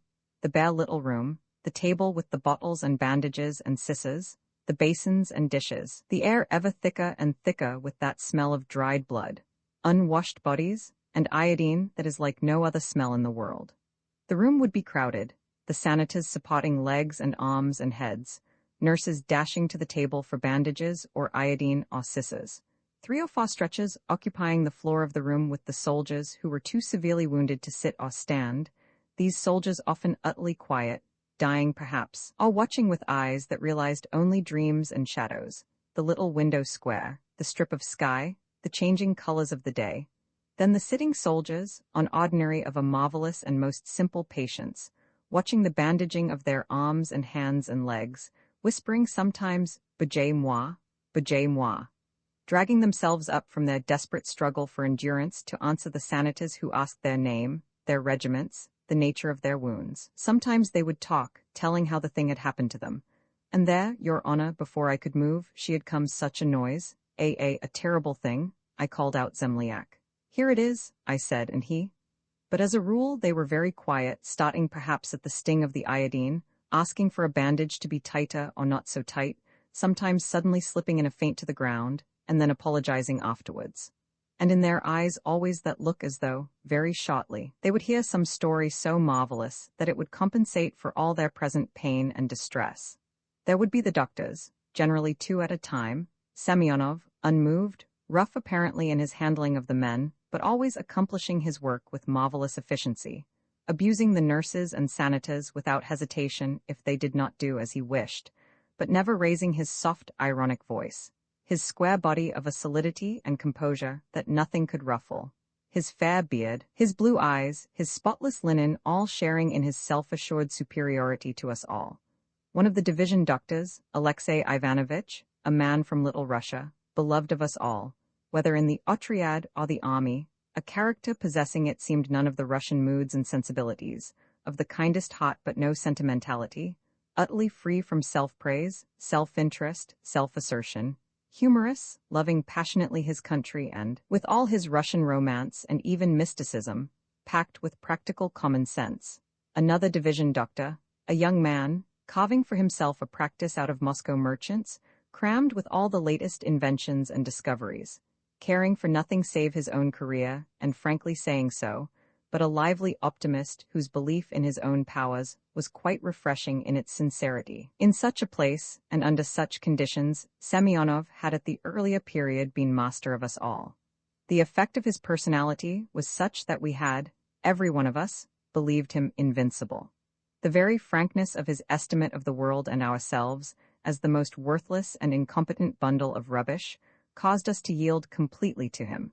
We believed that he rated himself but little higher than the rest of us. He was superior, but only because he saw so clearly with eyes purged of sentiment and credulity. We, poor creatures, had still our moments of faith and confidence. I had never liked him, and during these last days had positively hated him. I did not doubt that he was making the frankest love to Marie Ivanovna, and I thought he was influencing her. Trenchard was my friend, and what an infant indeed he seemed against Semyonov's scornful challenge. But now, behold, Semyonov had his rival. If Semyonov cared nothing for any of us, Nikitin, it was plain enough, cared nothing for Semyonov. From the very first the two men had been opponents. It seemed as though Nikitin's great stature and fine air, as of a king traveling in disguise from some foreign country, made him the only man in the world to put out Semyonov's sinister blaze. Nikitin was an idealist, a mystic, a dreamer, everything that Semyonov was not. It is true that if we mattered nothing at all to Semyonov, we also mattered nothing at all to Nikitin, but for Nikitin there were dreams, visions, memories, and hopes. We were contented to be banished from his attention when we were aware that happier objects detained him. We might envy him, we could not dislike him. Semyonov never sneered at Nikitin. From the first he left him absolutely alone. The two men simply avoided one another, in so far as was possible in a company so closely confined as ours. From the first they treated one another with a high and almost extravagant politeness. As Nikitin spoke but seldom, there was little opportunity for the manifestation of what Semyonov must have considered his childishly romantic mind. And Nikitin, on his side, made on no single occasion a reply to the challenge of Semyonov's caustic cynicism. But if Nikitin was an idealist, he was also, as was quite evident, a doctor of absolutely first-rate ability and efficiency. I was present at the first operation that he conducted with us, an easy amputation. Semyonov was assisting, and I know that he watched eagerly for some slip or hesitation. It was an operation that any medical student might have conducted with success, but the first incision of the knife showed Nikitin a surgeon of genius. Semyonov recognized it. I fancied that from that moment I could detect in his attitude to Nikitin a puzzled wonder that such an artist could be at the same time such a fool. I began to feel in Nikitin a very lively interest. I had from the first been conscious of his presence, his distinction, his attitude of patient expectation, and continuously happy reminiscence. But I felt now for the first time a closer, more personal interest. From the first, as I have said on an earlier page, his relationship to Andrei Vasilievich had puzzled me. If Nikitin were not of the common race of men, most assuredly was Andrei Vasilievich of the most ordinary in the world. He was a little man of a type in no way distinctively Russian, a type very common in England, in America, in France, in Germany. He was, one would have said, of the world worldly, a man who with a sharp business brain had acquired for himself houses, lands, food, servants, acquaintances. Upon these achievements he would pride himself, having worked with his own hand to his own advantage, having beaten other men who had started the race from the same mark as himself.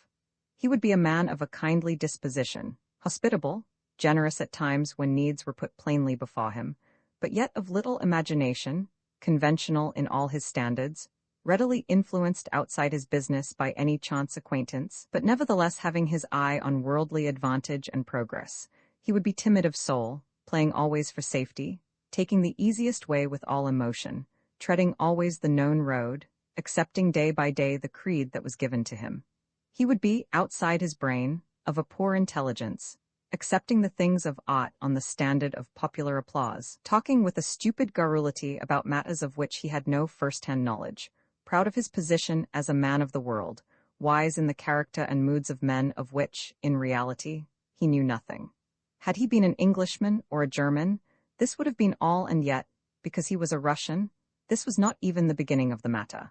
I had, as I have already said, in earlier days known him only slightly. I had once stayed for 3 days in his country house, and it was here that I had met his wife. Russian houses are open to all the world, and, with such a man as Andrei Vasilievich, through the doors crowds of men and women are always coming and going, treating their host like the platform of a railway station, eating his meals, sleeping on his beds, making rendezvous with their friends, and yet almost on their departure, forgetting his very name. My visit had been of a date now some 5 years old.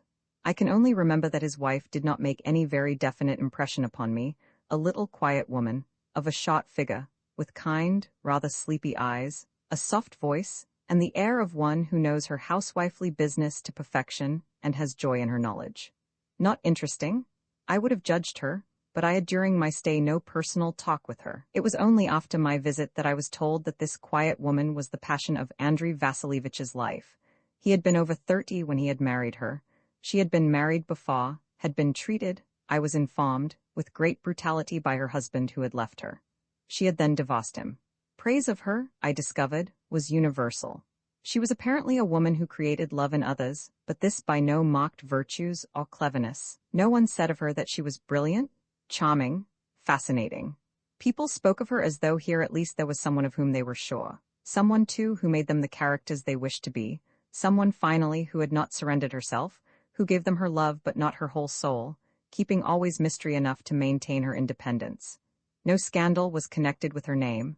I heard of Nikitin and others as her friends, and that was all. Then, quite suddenly, 2 months before the beginning of the war, she died. They said that Andrei Vasilievich was like a lost dog, wished also at first to talk to all who had known her, wearying her friends with his reminiscences, his laments, his complaints. Then suddenly silent, speaking to no one about her, at first burying himself in his business, then working on some committee in connection with one of the hospitals, then, as it appeared on the impulse of a moment, departing to the war. I had expected to find him a changed man, and was, perhaps, disappointed that he should appear the same chattering, feather-headed little character whom I had known of old.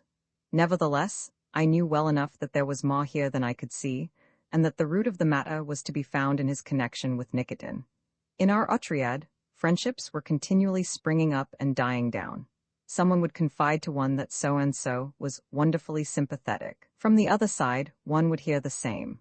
For some days these friends would be undivided, would search out from the Otriad the others who were of their mind, would lose no opportunity of declaring their sympathy, would sit together at table, work together over the bandaging, unite together in the public discussions that were frequent and to a stranger's eye horribly heated.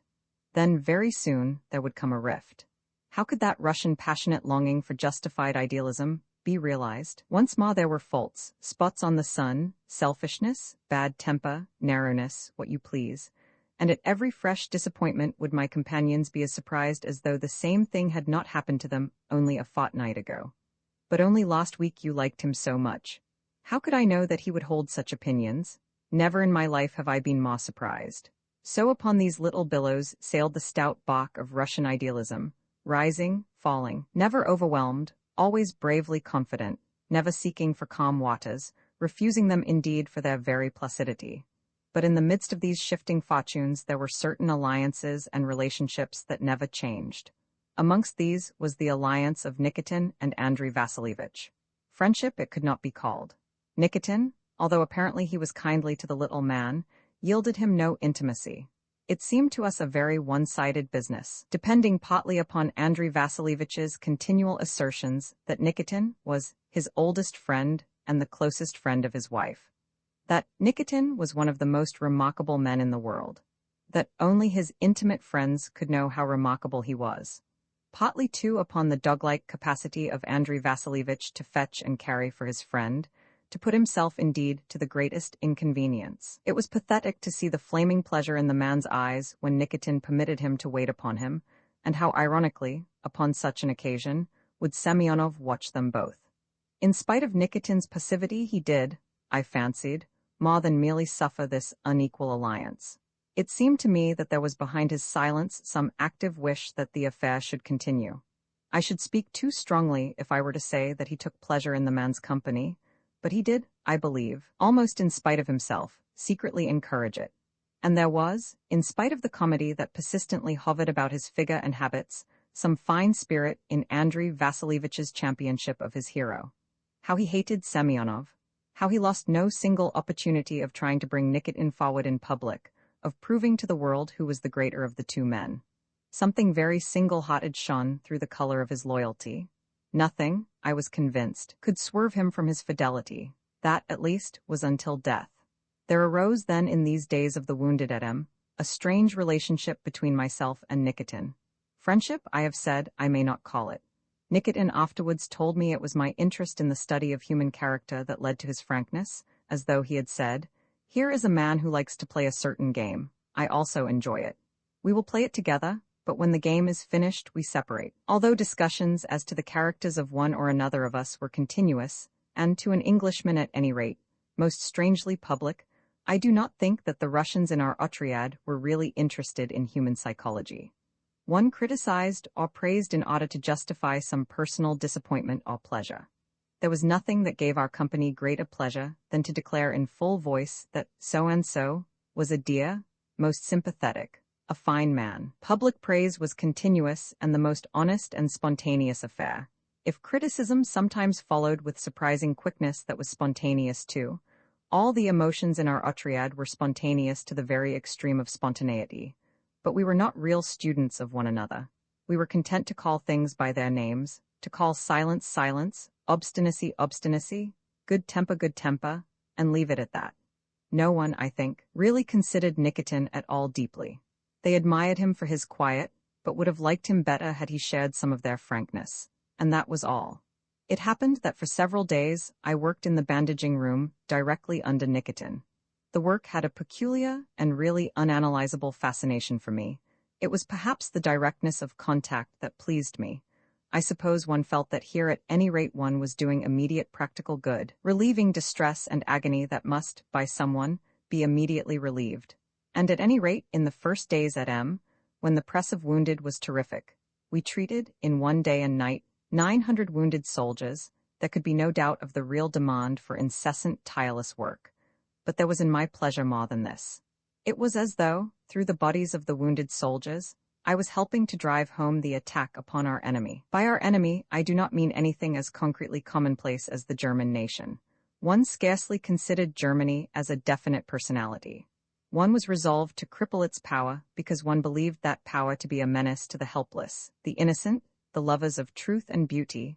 But that resolve, although it never altered, seemed, the nearer one approached the citadel, in some way to be farther and farther removed from the real question. Germany was of no importance, and the ruin that Germany was wreaking was of no importance compared with the histories of the individual souls that were now in the making.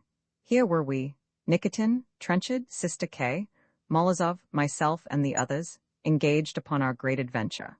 Across the surface of the world at this same instant, out upon the same hunt, seeking the same answer to their mystery, were millions of our fellows. Somewhere in the heart of the deep forest the enemy was hiding. We would defeat him. He would catch us unawares. He had some plot, some hidden surprise. What should we find when we met him? We hated Germany, God knows, with a quiet, unresting, interminable hatred, but it was not Germany that we were fighting. And these wounded knew something that we did not.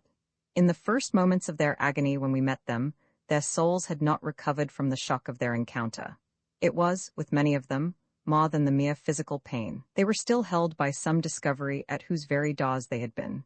The discovery itself had not been made by them, but they had been so near to it that many of them would never be the same man again. "No, Your Honor," one soldier said to me. "It isn't my arm, that is nothing, Slava Bogu, but life isn't so real now, it is half gone." He would explain no more. Since the Battle of S, I had been restless. I wanted to be back there again, and this work was to me like talking to travelers who had come from some country that one knew and desired. In the early morning, when the light was so cold and inhuman, when the candles stuck in bottles on the windowsills shivered and quavered in the little breeze, when the big basin on the floor seemed to swell ever larger and larger, with its burden of bloody rags and soiled bandages and filthy fragments of dirty clothes, when the air was weighted down with the smell of blood and human flesh, when the sighs and groans and cries kept up a perpetual undercurrent that one did not notice and yet faltered before, when again and again bodies, torn almost in half, faces mangled for life, hands battered into pulp, legs hanging almost by a thread, rose before one, passed and rose again in endless procession, then in those early hours, some fantastic world was about one.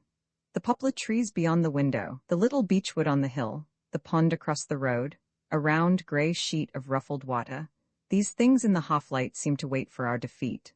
One instant on our part, and it seemed that all the pain and torture would rise in a flood and overwhelm one. In those early morning hours, the enemy crept very close indeed. We could almost hear his hot breath behind the bars of our fastened doors. There was a peculiar little headache that I have felt nowhere else, before or since, that attacked one on those early mornings. It was not a headache that afflicted one with definite physical pain.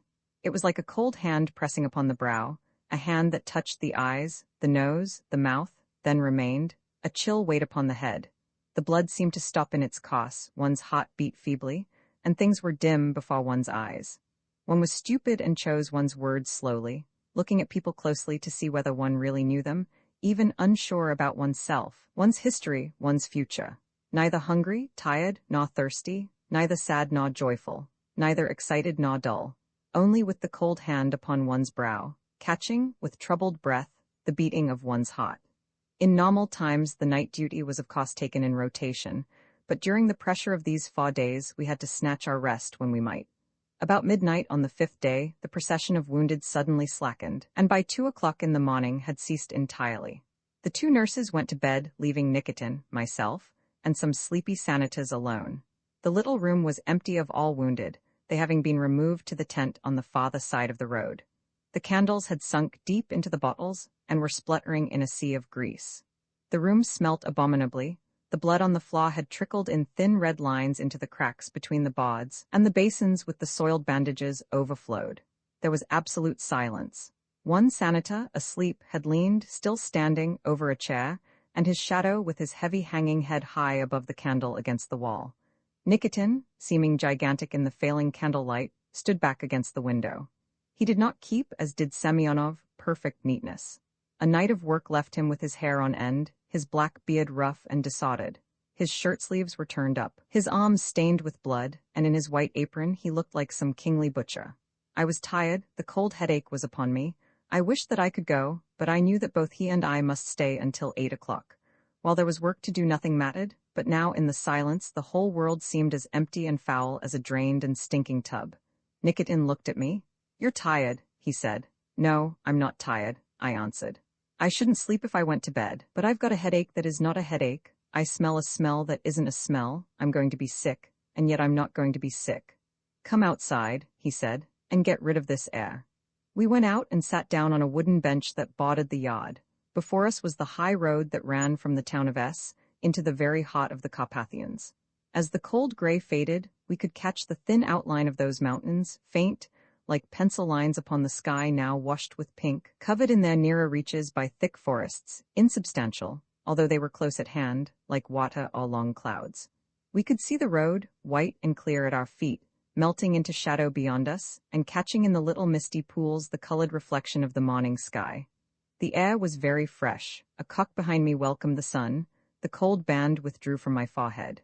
Nikitin was silent and I, silent also, sat there, almost asleep, happy and tranquil. It seemed to me very natural to him that he should neither move nor speak, but after a time he began to talk. I had in that early morning a strange impression, as though deep in my dreams I was listening to some history. I know that I did not sleep, and yet even now, as I recover his quiet voice, and I believe, many of his very words, in reminiscence those hours are still dreaming hours. I know that every word that he told me then was true in actual fact. And yet it seems to me that we were all slumbering, the world at our feet, the sun in the sky, the wounded in their tent, and that through the mist of all that slumber Nikitin's voice, soft, measured, itself like an echo of some other voice miles away, penetrated, but to my heart rather than to my brain. Afterwards this was all strangely parallel in my mind with that earlier conversation that I had had with Trenchard in the train. And now as I sit here, in so different a place, amongst men so different, those other two come back to me, happy ghosts. Yes, happy I know that one at least of them is. Like water behind glass, like music behind a screen, Nikitin's voice comes back to me, dim but so close, mysterious but so intimate. Ah, the questions that I would ask him now, if only I might have those morning hours over again. You're a solemn man altogether, Durwood. Perhaps all Englishmen seem so to us, and it may be only your tranquillity, so unlike our moods and nerves by which we kill ourselves dead before we are halfway through life. I had an English tutor for a year when I was a boy. He didn't teach me much. All right and thank you is the only English I've kept, but I think of him now as the very quietest man in all the universe. He never seemed to breathe, so still he was, and how I admired him for that. My father was a very excitable man. His moods and tempers killed him when he was just over 40. We have a proverb, in the still marshes there are devils, and we admire and fear quiet men because they have something that we have not. And I like the way that you watch us, Durwood. Your friend Trenchard does not watch us at all, and one could be his friend. For you one has quite another feeling. It is as though I had something to give you that you really want. Why should I not give it you? My giving it will do me no harm. It may even yield me pleasure. You will not throw it away. You are an Englishman and will not for a moment's temper or passion reveal secrets. And there are no secrets. What I tell you you may tell the world, but I warn you that it will neither interest them nor will they believe it. There is, you see, no climax to my story. I have no story, indeed, like an old felcher in my village who hates our village pope. Why, Georgievich, I say, do you hate him? He is a worthy man. Your Honor, he says there is nothing there, a fat man, but God has the rest of him. I hate him for his emptiness. I'm in a humor to talk. I have, in a way, fulfilled the purpose that my English tutor created in me. I've grown a sort of quiet skin, you know, but under that skin the heart pounds away, the veins swell to bursting. I'm a fool behind it all, just a fool as every Russian is a fool with more in hand than he knows how to deal with. You don't understand Russia, do you? No, and I don't and no one does. But we can all talk about her, and love her too if you like, although our sentiment's a bad thing in us, some say. But for us not to talk, for one of us to be silent. Do you know how hard that is? And through it all how I despise myself for wishing to tell them. What business is it of theirs, then this war? Can you conceive what it is doing to Russians? If you have loved Russia and dreamed for her, and had your dreams flung again and again to the ground and trampled on. And now, once more, the bubbles are in the sky, glittering, gleaming. Do we not have to speak, do you think? Must it not be hard, when before we have not been able to be silent about women and vodka, to be silent now about the dearest wish of our heart? We have come out here, all of us, to see what we will find. I have come because I want to get nearer to something. I had brought something in my heart about which I had learnt to be silent. That is enough? I thought, there can be nothing else about which I can wish to talk. But now, suddenly, like that crucifix on the hillock by the road that the sun has just touched, there is something more. And now here we are nothing. Two souls come together out of space for an hour, and it doesn't matter what I say to you, except that it's true and the truth will be something for you. Here's what I've come to the wall with, my little bit of possession, if you like, that I've brought with me, as we've all brought something. Will you understand me? Perhaps not, and it really doesn't matter. I know what I have, what I want, but not what I am. So how should you know if I do not? And I love life, I believe in God. I wish to meet death. One can be serious without being absurd at an early hour like this, when nothing is real except such things. Andrei Vasilievich and myself have puzzled you, have we not? I have seen you watching us very seriously, as though we were figures in a novel, and that has amazed me, because you must not be solemn about us. You'll understand nothing about Russian life unless you laugh at it during at least half the week.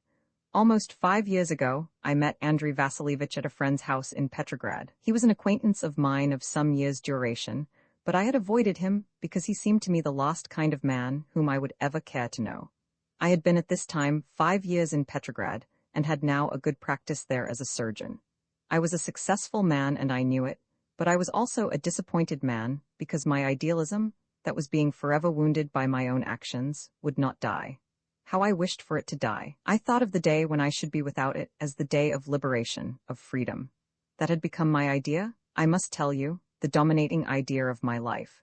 That I should kill my idealism, laugh at the belief in God, lose faith in everyone and everything, and then simply enjoy myself. My work which I loved and my pleasure which I should love when my idealism had died. Sometimes during those years, I thought that it was dying. Women helped to kill it, I believed, and I knew many women, desperately persistently laughing at them, leaving them or being left by them, and then, in spite of myself, bitterly, deeply disappointed. Something always saying to me, I am God and you cannot hide from me. I am God and I will not be hidden. And on this night, about 5 years ago, at the house of a friend, I met Andrei Vasilievich. We left the house together, and because it was a fine night, walked down the Nevsky. There at the corner of the Moskaya, because he was a nervous man who wished to be well with everyone in the world, and because he had nothing especial to say, he asked me to dinner, and I, because it was a fine night and there had been good wine, said that I would go. The next day I cursed my folly. I do not know to this day why I did not break the engagement. It would have been sufficiently easy, but break it I did not, and a week later, reluctantly, I went. Do you know how houses and streets of which you have observed nothing, afterwards, called out by some important event, leap into detail? That night I swear that I saw nothing of that little street behind the Mariinsky Theatre. It was a fine white night at the end of May, and the theatre was in a bustle of arrivals because it was nearly 8 o'clock. Not at all the hour of Russian dinner, as you know, but Andrei Vasilievich always liked to be as English as possible. I tell you that I saw nothing of the street, and yet now I know that at the door of the little traktir there were 2 men and a woman laughing, that an isvotchik was drawn up in front of a high white block of flats, asleep, his head fallen on his breast, that the wonderful light, faintly blue and misty like gauze, hung down from the sky, down over the houses, but falling not quite on to the pavement, which was hard and ugly and grey. The little street was very silent and quiet and had, like so many Petrograd streets, a decorous intimacy with the 18th century ghosts thronging its air. Afterwards, how I was to know that street, every stone and corner of it. It seems wonderful to me now that I trod its pavement that night so carelessly. My destination was a square little house at the corner on the right. Andrei Vasilievich boasted a whole house to himself, a rare pride in our city, as you know. When I was inside the doors I knew at once that it was not Andrei Vasilievich's house at all. Some stronger spirit than his was there. Knowing him, I had expected to find there many modern things, some imitation of English manners, some bad but expensive pictures, a gramophone, a pianolo, a library of Russian classics in our hideous modern bindings, a billiard room, you know the character. How quiet this little house was. In the little square hall an old faded carpet, a grandfather's clock, and 2 18th century prints of Petrograd. All the rooms were square, so Russian with their placid family portraits, their old tables and chairs, not beautiful save for their fidelity, and old thumbed editions of Pushkin and Gogol and Lermontov in the bookshelves. Clocks, old slow clocks, all telling different time, all over the house. The house was very neat, but in odd corners there were all those odd family things that Russians collect, china of the worst period, brass trays, large candlesticks, musical boxes, anything you please. Only in the dining room there was some attempt at modernity. Bad modern furniture, on the walls bad copies of such things as Somov's Blue Lady, Vrubel's Pan, and one of Benoit's Peter the Great watercolors. Beyond this room the house was of 80 years ago, muffled in its old furniture, speaking with the voice of its old clocks, scented with the scent of its musk and lavender, watched by the contented gaze of the old family portraits. Alexandra Pavlovna, Andrei Vasilievich's wife, was waiting for us. Has it happened to you yet that your life that has been such and such a life is in the moment of a heartbeat all another life? You have passed an examination, you are suddenly ill, you break your back by a fall, or more simply than all of these, you enter a town, see a picture, hear a bar of music. The thing's done, all values changed, What you saw before you see no longer, what you needed before you need no longer, what you expected before you expect no longer. Alexandra Pavlovna was not a beautiful woman. Not tall, with hair quite grey, eyes not dark nor light, sad though. When she smiled there was great charm, but so it is true of many women. Her complexion was always pale, and her voice, although it was sweet to those who loved her, was perhaps too quiet to be greatly remarked by strangers. I have known men who thought her an ordinary woman. She had much humor, but did not show it to everyone. She was as still as that cloud there above the hill, full of color, like, that is, to those who loved her. Seen from another view, as perhaps that cloud may be, there was nothing wonderful. Nothing wonderful, but so many loved her. There was never, I think, a woman so greatly beloved. And you may judge by me. I had led a life in which after my work women had always played the chief part, and as the months passed and I had grown proud, I had vowed that women must be exceptional to please me. I had felt the eye of the world upon me. You'll see no ordinary women in Viktor Leontievitch's company, I heard them say, and I was proud that they should say it. From the first instant of seeing Alexandra Pavlovna, I loved her, and I loved her in a new, an utterly new way. For the first time in my life, I did not think of myself as a traveler who, passing for many years through countries that did not greatly interest him, feels his aches and pains, his money troubles, his discomforts and little personal irritations. Then suddenly he crosses the border, and the new land so possesses him that he is only a vessel for its beauty, to absorb it, to hold it, to carry the burden of it in safety. I crossed the border. For 4 years after that I pursued that enchanted journey. Why did I love her? Who can say? Andrei Vasilievich adored her with an utter devotion, and had done so since the first moment of meeting her. I have known many others, women and men, who felt that devotion. On that first evening we were very quiet, only another woman, a cousin of hers. After dinner I had half an hour's talk with her. I can see her. Ah, how I can see you, my dear. Sitting back a little in her chair, resting, her hands folded very quietly in her lap, her eyes watching me gravely. I felt like a boy who has come into the world for the first time. I could not talk to her. I stammered over the simplest things. But I was conscious of a deep, luxurious delight. I did not, as I had done before, lay plans, say that this and this would be so if I did this and this. I did not consciously try to influence or direct her. I felt no definite sensual attraction, did not say, as I had always done with other women, it is the hair, the eyes, the mouth. If I thought at all, it was only this is better than anything that I have known before. I had never dreamt of anything like this. After I had left her that night, I did not walk the streets, nor drink, nor find companions. I went home and slept the soundest sleep of my life. In the morning, I knew tranquility for the first time in all my days. I did not, as I had done after many earlier first meetings, hasten to see my friend. I did not know even that she liked me, and yet I felt no doubt nor confusion. It was, perhaps, that I was ready to accept this new influence under any conditions, was ready for once to leave the rules to another. I felt no curiosity, knew no determination to discover the conditions of her life that I might bend them to my own purposes.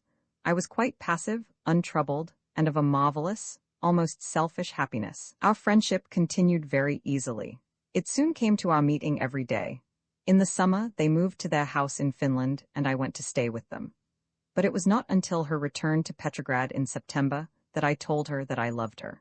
Upon one of the first autumn days, upon an evening, when the little green tree outside their door was gold, and there was a slip of an apricot moon, when the first fires were lighted, Andrei Vasilievich had English fireplaces. Sitting alone together in her little faded old-fashioned room, I told her that I loved her. She listened very quietly as I talked, her eyes on my face, grave, sad perhaps, and yet humorous, secure in her own settled life, but sharing also in the life of others. She watched me rather as a mother watches her child. I told her that it mattered nothing the conditions that she put upon me, that so long as I saw her and knew that she believed me to be her friend, I asked for nothing. She answered, still very quietly but putting her hand on mine, that she had loved me from the first moment of our meeting. That she wondered that yet once again, love should have come into her life when she had thought that that was all finished for her. She told me that love had been in her life nothing but pain and distress, and then she asked me, very simply, whether I would try to keep this thing so that it should be happy and should endure. I said that I would obey her in anything that she should command. There followed then the strangest life for me. Lovers in the fullest sense we were, and yet it was different from any love that I had ever known. When I ask myself why, in what, it differed I cannot answer. Two old gray middle-aged people who happened to suit one another. Not romantic, but I think in the end of it all the reason was that she never revealed herself to me entirely. I was always curious about her, always felt that other people knew more of her than I did, always thought that one day I should know all. It is knowing all that kills love, and I never knew all. We were always together. She was a woman of very remarkable intelligence, loving music, literature, painting, with a most excellently critical love. Her friendship with me gave her, I do believe, a new youth and happiness. We became inseparable, and all my earlier life had passed away from me like worn-out clothes. I was happy, but of course I was not satisfied. I was jealous of that which Andrei Vasilievich had and I lacked. My whole relationship to Andrei Vasilievich was a curious one.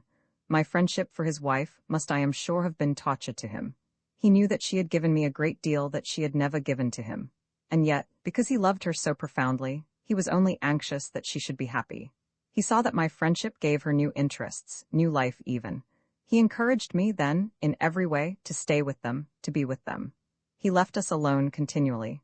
During the whole of that 4 years, he never once spoke in anger to me nor challenged my fidelity. My relationship to him was difficult. We were, quite simply as men, the worst suited in the world. He had not a trick nor a habit that did not get on my nerves. He was intelligent only in those things that I despised a man for knowing. This would have been well enough had he not persisted in talking about matters of art and literature, of which, of course, he knew nothing. He did it, I believe, to please his wife and myself. I despised him for many things, and yet, in my heart, I knew that he had much that I had not. He was, and is, a finer man than I. And, last and first of all, he possessed part of his wife that I did not. After all, she did, in her own beautiful way, love him. She was a mother to him. She laughed tenderly at his foolishness, cared for him, watched over him, defended him. Me she would never need to defend. Our relationship was built rather on my defense of her. Sometimes I would wish that I were such a Durak as Andrei Vasilievich, that I might have her protection. There were many, many times when I hated him, no times at all when he did not irritate me. I wished. I do not know what I wished. Only I always waited for the time when I should have all of her, when I should hold her against all the world. Then, after 4 years of this new life, she quite suddenly died. Again in that little house on a white night, just as when I had at first met her, the purple curtains hanging in the little street, the isvostchiks sleeping, the clocks in the house chattering in their haste to keep up with time. Only 2 months before the outbreak of the war she caught cold, for a week suffered from pneumonia and died. At the last, Andrei Vasilievich and I were alone with her. He had her hand in his, but her last cry was Victor, and as she died I felt as though, at last, after that long waiting, she had leapt into my arms forever. After her death for many weeks, she was with me more completely than she had been during her lifetime. I knew that she was dead, but I thought that I also had died. I went into Finland alone, saw no one, talked to no one, saw only her. Then quite suddenly I came to life again. She withdrew from me. Work seemed the only possible thing, but I was, during all this time, happy not miserable. She was not with me, but she was not very far away. Then Andrei Vasilievich came back to me. He told me that he knew that she had loved me, that he had tried to speak of her to others who had known her, but they had, none of them, had real knowledge of her. Might he speak to me sometimes about her? I found that though he irritated me more than ever, I liked to talk about her to him. As I spoke of her, he scarcely was present at all, and yet he had known her and loved her, and would listen forever and ever if I wished. When the war had lasted some months, the fancy came to me that I could get nearer to her by going into it. I might even die, which would be best of all. I did not wish to kill myself because I felt that to be a coward's death, and in such a way I thought that I would only separate myself from her. But in the war, perhaps, I might meet death in such a way as to show him that I despised him both for myself and her. By suicide, I would be paying him reverence. Some such thought also had Andrei Vasilievich. I heard that he thought of attaching himself to some Red Cross otriad. I told him my plans. He said no more, but suddenly, as you know, I found him on the platform of the Warsaw station. Afterwards he apologized to me, said that he must be near me, that he would try not to annoy me, that if sometimes he spoke of her to me, he hoped that I would not mind. And I, what do I feel? I do not know. He has some share in her that I have not. I have some share in her that he has not, and I think that it has come to both of us that the one of us who dies first will attain her. It seems to me now that she is continually with me, but I believe that this is nothing to the knowledge I shall have of her one day. Am I right? Is Andrei Vasilievich right? Can it be that such a man, such men, I should say, as either I or he, will ever be given such happiness? I do not know. I only know that God exists, that love is more powerful than man, that death can fall before us if we believe that it will, that the soul of man is power and love. I believe in God. V first moved to the enemy. It was during 2 nights in the forest of S, about which I must afterwards write, that I had those long conversations with Trenchard, upon whose evidence now I must very largely depend. Before me as I write is his diary, left to me by him. In this whole business of the war, there is nothing more difficult than the varied and confused succession with which moods, impressions, fancies, succeed one upon another. But Trenchard told me so simply, and yet so graphically, of the events of these weeks that followed the Battle of S, that I believe I am departing in no way from the truth in my present account, the truth, at any rate as he himself believed it to be. The only impression that he brought away with him from the Battle of S was that picture, lighted by the horizon fires, of Marie Ivanovna kneeling with her hand on Semyonov's shoulder. That every detail and color of it bit into his brain. In understanding him, it is of the first importance to remember that this was the one and only love business of his life. The effect of those days in Petrograd, when Marie Ivanovna had shown him that she liked him, the thundering, stupefying effect of that night when she had accepted his love, must have caught his soul and changed it, as glass is caught by the worker, and blown into shape and color. There he was, fashioned and purified, ready for her use. What would she make of him? That she should make nothing of him at all was as incredible to him as that there should not be, somewhere in the world, Polchester town in Glebeshire County. There had been with him, I think, from the first a fear that it was all too good to be true. Timeo Danaus et dona ferens. It is not easy for any man, after 30 years shy shrinking from the world, to shake himself free of superstitions, and such terrors the quiet and retired Polchester had bred in Trenchard's heart as though it had been the very epitome of life at its lowest and vilest. It simply came to this, that he refused to believe that Marie Ivanovna had been given to him only to be taken away again. About women, he knew simply nothing, and Russian women are not the least complicated of their sex.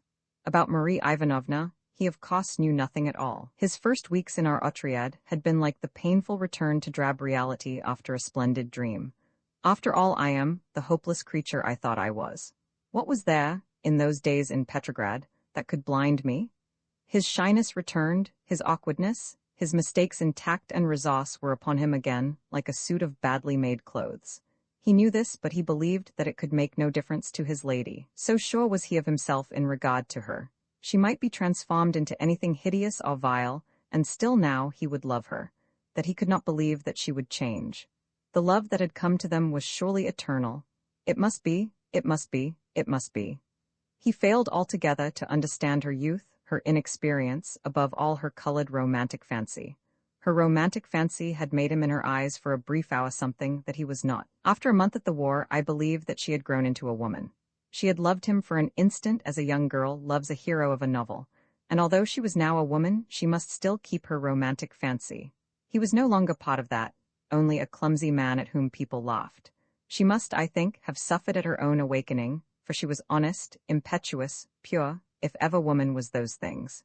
He did not see her as she was. He still clung to his confidence, but he began, as the days advanced, to be terribly afraid. His fears centered themselves round Semyonov. Semyonov must have seemed to him an awful figure, powerful, contemptuous, all-conquering. Any blunders that he committed were doubled by Semyonov's presence. He could do nothing right if Semyonov were there. He was only too ready to believe that Semyonov knew the world, and he did not. And if Semyonov thought him a fool, it was quite obvious what Semyonov thought him, then a fool he must be. He clung desperately to the hope that there would be a battle, a romantic, dramatic battle, and that in it he would most gloriously distinguish himself. He believed that, for her sake, he would face all the terrors of hell. The battle came, and there were no terrors of hell, only sick headache, noise, men desperately wounded, and once again, his own clumsiness. Then, in that final picture of Marie Ivanovna and Semyonov, he saw his own most miserable exclusion. In the days that followed there was much work, and he was forgotten. He assisted in the bandaging room. In later days he was to prove most efficient and capable, but at first he was shy and nervous, and Semyonov, who seemed always to be present, did not spare him. Then, quite suddenly, Marie Ivanovna changed. She was kinder to him than she had ever been, yes, kinder than during those early days in Petrograd. We all noticed the change in her.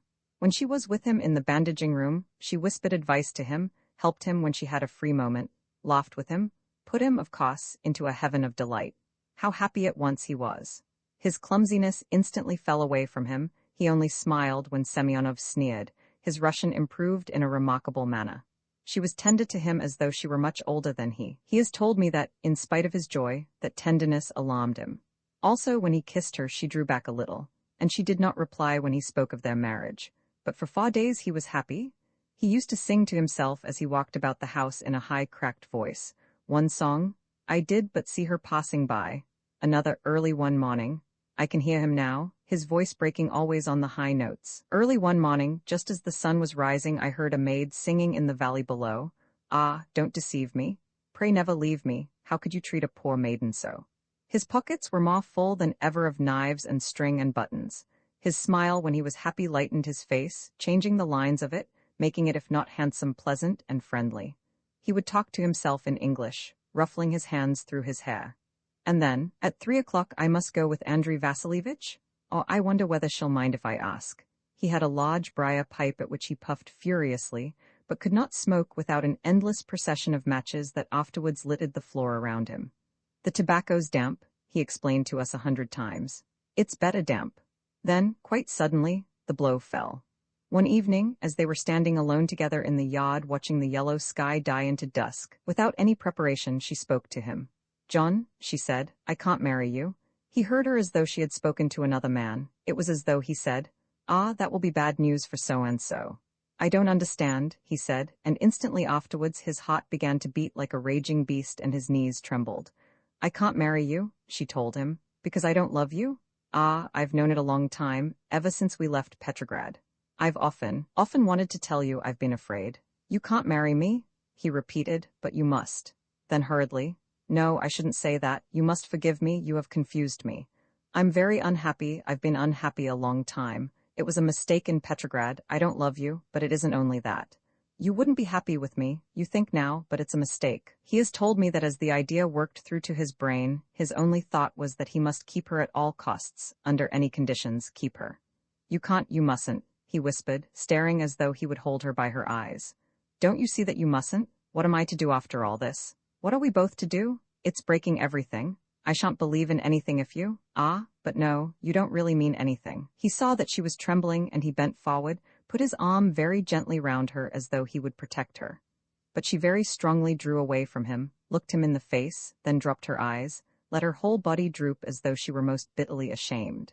"I don't know," she said, what I've done. During these last weeks I've been terrible to myself, and yet it's better too. I didn't live a real life before, and now I see things as they are. I don't love you, John, and so we mustn't marry." He looked at her and then suddenly wild, furious, shouting at her, "You mustn't. You dare not. Then go if you wish. I don't want you, do you hear? I don't want you." She turned and walked swiftly into the house. He watched her go, then with quick stumbling steps hurried into the field below the farm. There he stood, thinking of nothing, knowing nothing, seeing nothing. The dusk came up. There had been rain during the day. The mist was in grey sheets, the wet dank smell of the earth and of the vegetables amongst which he stood grew stronger as the light faded. He thought of nothing, nothing at all. He felt in his pocket for his pipe, something dropped, and he knelt down there on the soaking ground, searching. He searched furiously, raging to himself again and again. "Oh, I must find it, I must find it, I must find it." His hands tore the wet vegetables, were thick with the soil. Other things fell from his pockets. Then the rain began to descend again, thin and cold. In some building he could hear a horse moving, stamping. He pulled up the vegetables by their roots in his search, as though a sod had struck him. His brain was clear. He knew of his loss. He flung himself on the ground, rubbing the wet soil onto his face, whispering desperately, "Oh God, oh God, oh God."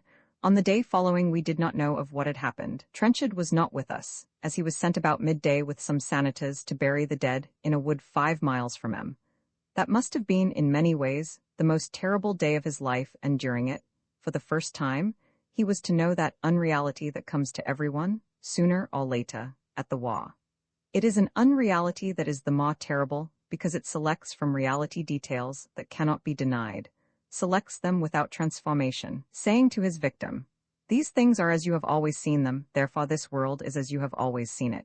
It is real, I tell you. Let that false reality be admitted, and there is no more peace. On this day there were the two senators, whose faces now he knew, walking solidly beside his cot. There were the little orchards with the soldiers' tents sheltering beneath them, the villages with the old men, the women, the children, watching, like ghosts, their passage, the fields in which the summer corn was ripening, the first trembling heat and beauty of a quiet day in early June. No sound in the world but peace, the woods opening around them as they advanced. He lay back on his bumping cot, watching the world as though he was seeing pictures of some place where he had once been, but long left. Yes, long ago he had left it. His world was now a narrow burning chamber, in which dwelt with him a taunting, jeering, torturing spirit of reminiscence. He saw with the utmost clearness every detail of his relationship with Marie Ivanovna. He had no doubt at all that that relationship was finally, hopelessly closed. His was not a character that was the stronger for misfortune. He submitted, crushed to the ground. His mind now dwelt upon that journey from Petrograd, a journey of incredible, ironic ecstasy lighted with the fires of the wonderful spring that had accompanied it. He recalled every detail of his conversation with me, his confidence that life would now be fine for him. How could life ever be fine for a man who let the prizes, the treasures, slip from his fingers without an attempt to clutch them? It was so now that he saw the whole of the affair. Blame of Marie Ivanovna there was none, only of his own weakness, his imbecile, idiotic weakness. In that lost conversation with her, why could he not have said that he refused to let her go, held to her, dominated her, as a strong man would have done? No, without a word, except a cry of impotent childish rage, he had submitted.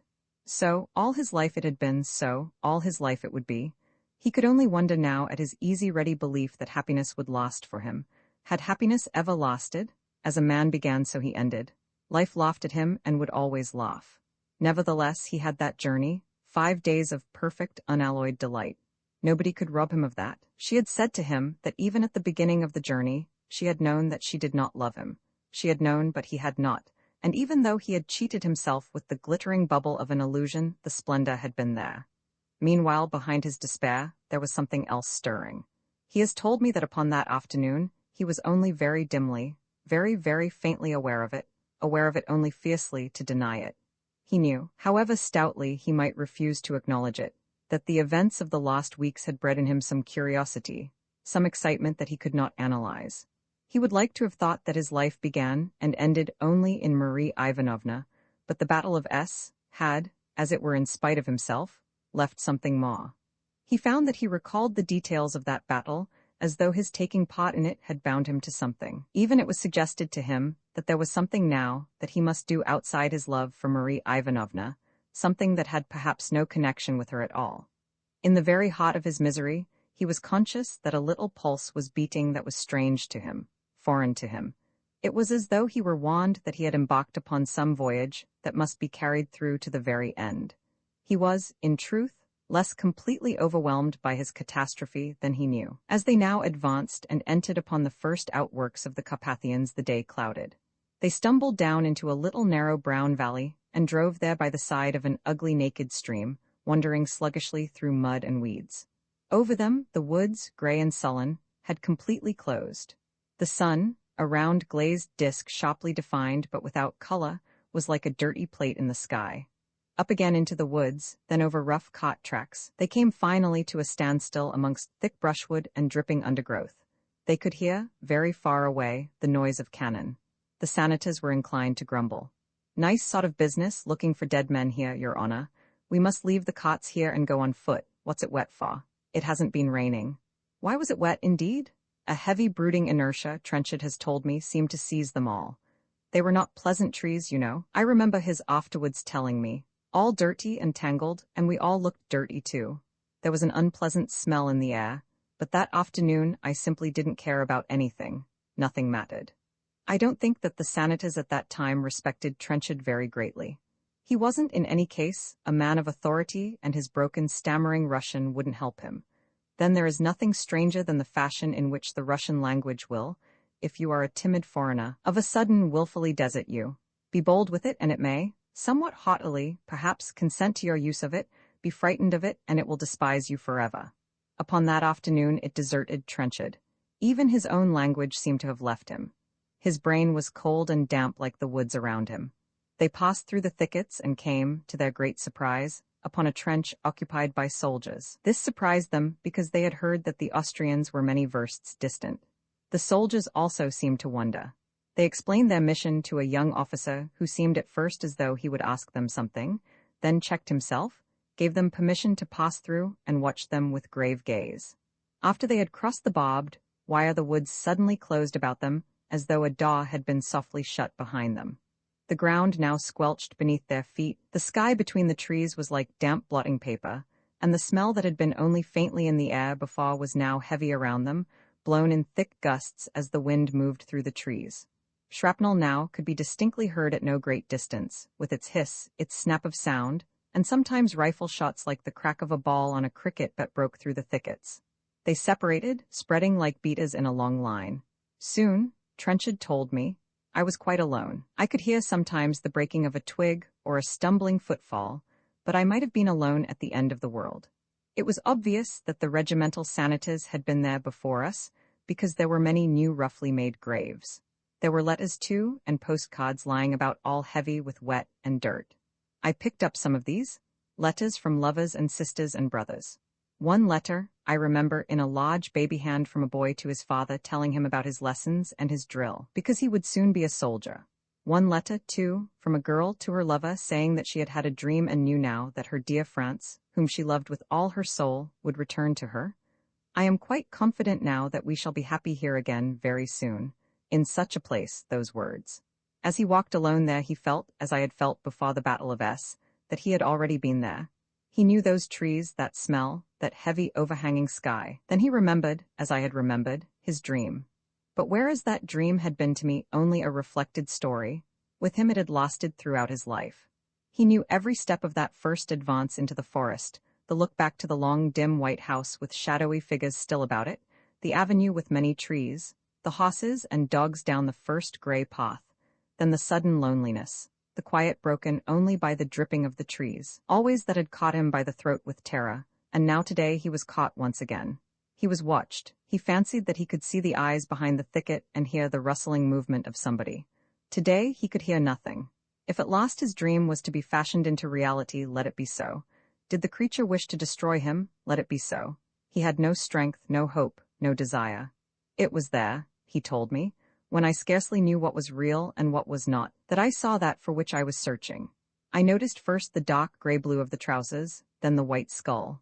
There was a horrible stench in the air. I called and the sanitors answered me. Then I looked at it. I had never seen a dead man before. This man had been dead for about a fortnight, I suppose. Its grey-blue trousers and thick boots were in excellent condition, and a tin spoon and some papers were showing out of the top of one boot. Its face was a grinning skull, and little black animals like ants were climbing in and out of the mouth and the eye sockets. Its jacket was in good condition. Its arms were flung out beyond its head. I felt sick, and the whole place was so damp and smelt so badly that it must have been horribly unhealthy. The sanitors began to dig a grave. Those who were not working smoked cigarettes, and they all stood in a group watching the body with a solemn and serious interest. One of them made a little wooden cross out of some twigs. There was a letter just beside the body which they brought me. It began, Darling Heinrich, your last letter was so cheerful that I have quite recovered from my depression. It may not be so long now before, and so on, like the other letters that I had read. It grinned at us there with a devilish sarcasm, but its trousers and boots were pitiful and human. The men finished the grave and then, with their feet, turned it over. As it rolled, a flood of bright yellow insects swarmed out of its jacket, and a grey liquid trickled out of the skull. The last I saw of it was the gleam of the tin spoon above its boot. We searched after that, he told me, for several hours and found 3 more bodies. They were Austrians in the condition of the first. I walked in a dream of horror. It was, I suppose, a bad day for me to have come with my other unhappiness weighing upon me, but I was, in some stupid way, altogether unprepared for what I had seen. I had, as I have told you, thought of death very often in my life, but I had never thought of it like this. I did not now think of death very clearly, but only of the uselessness of trying to bear up against anything when that was all one came to in the end. I felt my very bones crumble and my flesh decay on my body, as I stood there. I felt as though I had really been caught at last, after a silly, aimless flight, and that even if I had the strength or cleverness to escape, I had not the desire to try. I had been mocked with a week's happiness, only to have it taken from me for my enemy's ironic enjoyment. I had a quite definite consciousness of my enemy. I had as a boy thought, you remember, of my uncle. And now, as I moved through the wood, I could hear the old man's chuckle just as he had chuckled in the old days, snapping his fingers together and twitching his nose. They searched the wood until late in the afternoon, trampling through the wet, peering through thickets, listening for one another's voices, finding sometimes a trophy in the shape of an empty shrapnel case, an Austrian cap or dagger. Then, quite suddenly, a senator noticed that the bursting of the shrapnel was much closer than it had been during the early afternoon. It was now, indeed, very near, and they could sometimes see the flash of fire between the trees. "There's something strange about this, Your Honor," said one of the senators nervously, and they all looked at Trenchard as though it were his fault that they were there. Then close behind them, with a snap of rage, a shrapnel broke amongst the trees. After that they turned for home, without a word to one another, not running but hastening with flushed faces as though someone were behind them. They came to the trench and to their surprise found it absolutely deserted. Then, plunging on, they arrived at the 2 wagons, climbed onto one of them, leaving Trenchard alone with the driver on the other. "I tell you," he remarked to me afterwards, "I sank into that wagon as though into my grave. I don't know that ever before or since in my life have I felt such exhaustion. It was reaction, I suppose, a miserable, wretched exhaustion that left me well enough aware that I was the most unhappy of men and simply forced me, without a protest, to accept that condition. Moreover, I had always before me the vision of the dead body. Wherever I turned there it was, grinning at me, the black flies crawling in and out of its jaws, and behind it something that said to me, 'There, now I have shown you what I can do. To that you're coming.'" He must have slept because he was suddenly conscious of sitting up in his car, surrounded by an intense stillness. He looked about him but could see nothing clearly, as though he were still sleeping. Then he was aware of a senator standing below the cot, looking up at him with great agitation and saying again and again, "Bougez-moi, bougez-moi, bougez-moi." "What is it?" he asked, rubbing his eyes. The senator then seemed to slip away, leaving him alone with a vague sense of disaster. The sun had set, but there was a moon, full and high, and now by its light he could see that his wagon was standing outside the gate of the house at M. There was the yard, the bandaging room, the long faded wall of the house, the barn, but where? Where? He sat up, then jumped down onto the road. The big white tent on the further side of the yard, the tent that had that very morning been full of wounded, was gone. The lines of wagons, horses, and tents that had filled the field across the road were gone. No voices came from the house. Somewhere a door banged persistently, other sound there was none. The senators then surrounded him, speaking all together, waving their arms, their faces white under the moon, their eyes large and frightened like the eyes of little children. He tried to push their babel off from him. He could not understand. Was this a continuation of the nightmare of the afternoon? There was a roar just behind their ears as it seemed. They saw a light flash upon the sky and fade, flash again and fade. With their faces towards the horizon they watched. "What is it?" Trenchard said at last. There advanced towards him, then from out of the empty house an old man in a wide straw hat with a broom. "What is it?" Trenchard said again. "It's the Austrians," said the old man in Polish, of which Trenchard understood very little. "First it's the Russians, then it's the Austrians, then it's the Russians, then it's the Austrians, and always between each of them I have to clean things up," and some more which Trenchard did not understand. The old man then stood at his gate watching them with a gaze serious, sad, reflective. Meanwhile, the senators had discovered one of our own soldiers. This man, who had been sitting under a hedge and listening to the Austrian cannon with very uncomfortable feelings, told them of the affair. At 3 o'clock that afternoon, our otriad had been informed that it must retreat within half an hour. Not only our own 65th Division, but the whole of the 9th Army was retreating within half an hour. Moreover, the Austrians were advancing a verst a minute. By 4 o'clock the whole of our otriad had disappeared, leaving only this soldier to inform us that we must move on at once to T, or S, 20 or 30 versts distant. "Retreating?" cried Trenchard. "But we were winning. We'd just won a battle." "Tak tochno," said the soldier gravely. 20 versts, the horses won't do it, Your Honor." "They've got to do it," said Trenchard sharply, and the echo of the Austrian cannon, again as it seemed quite close at hand, emphasized his words. Except for this, the silence of the world around them was eerie. Only far away they seemed to hear the persistent rumble of cots on the road. They're gone, they're all gone, we're left lost of all.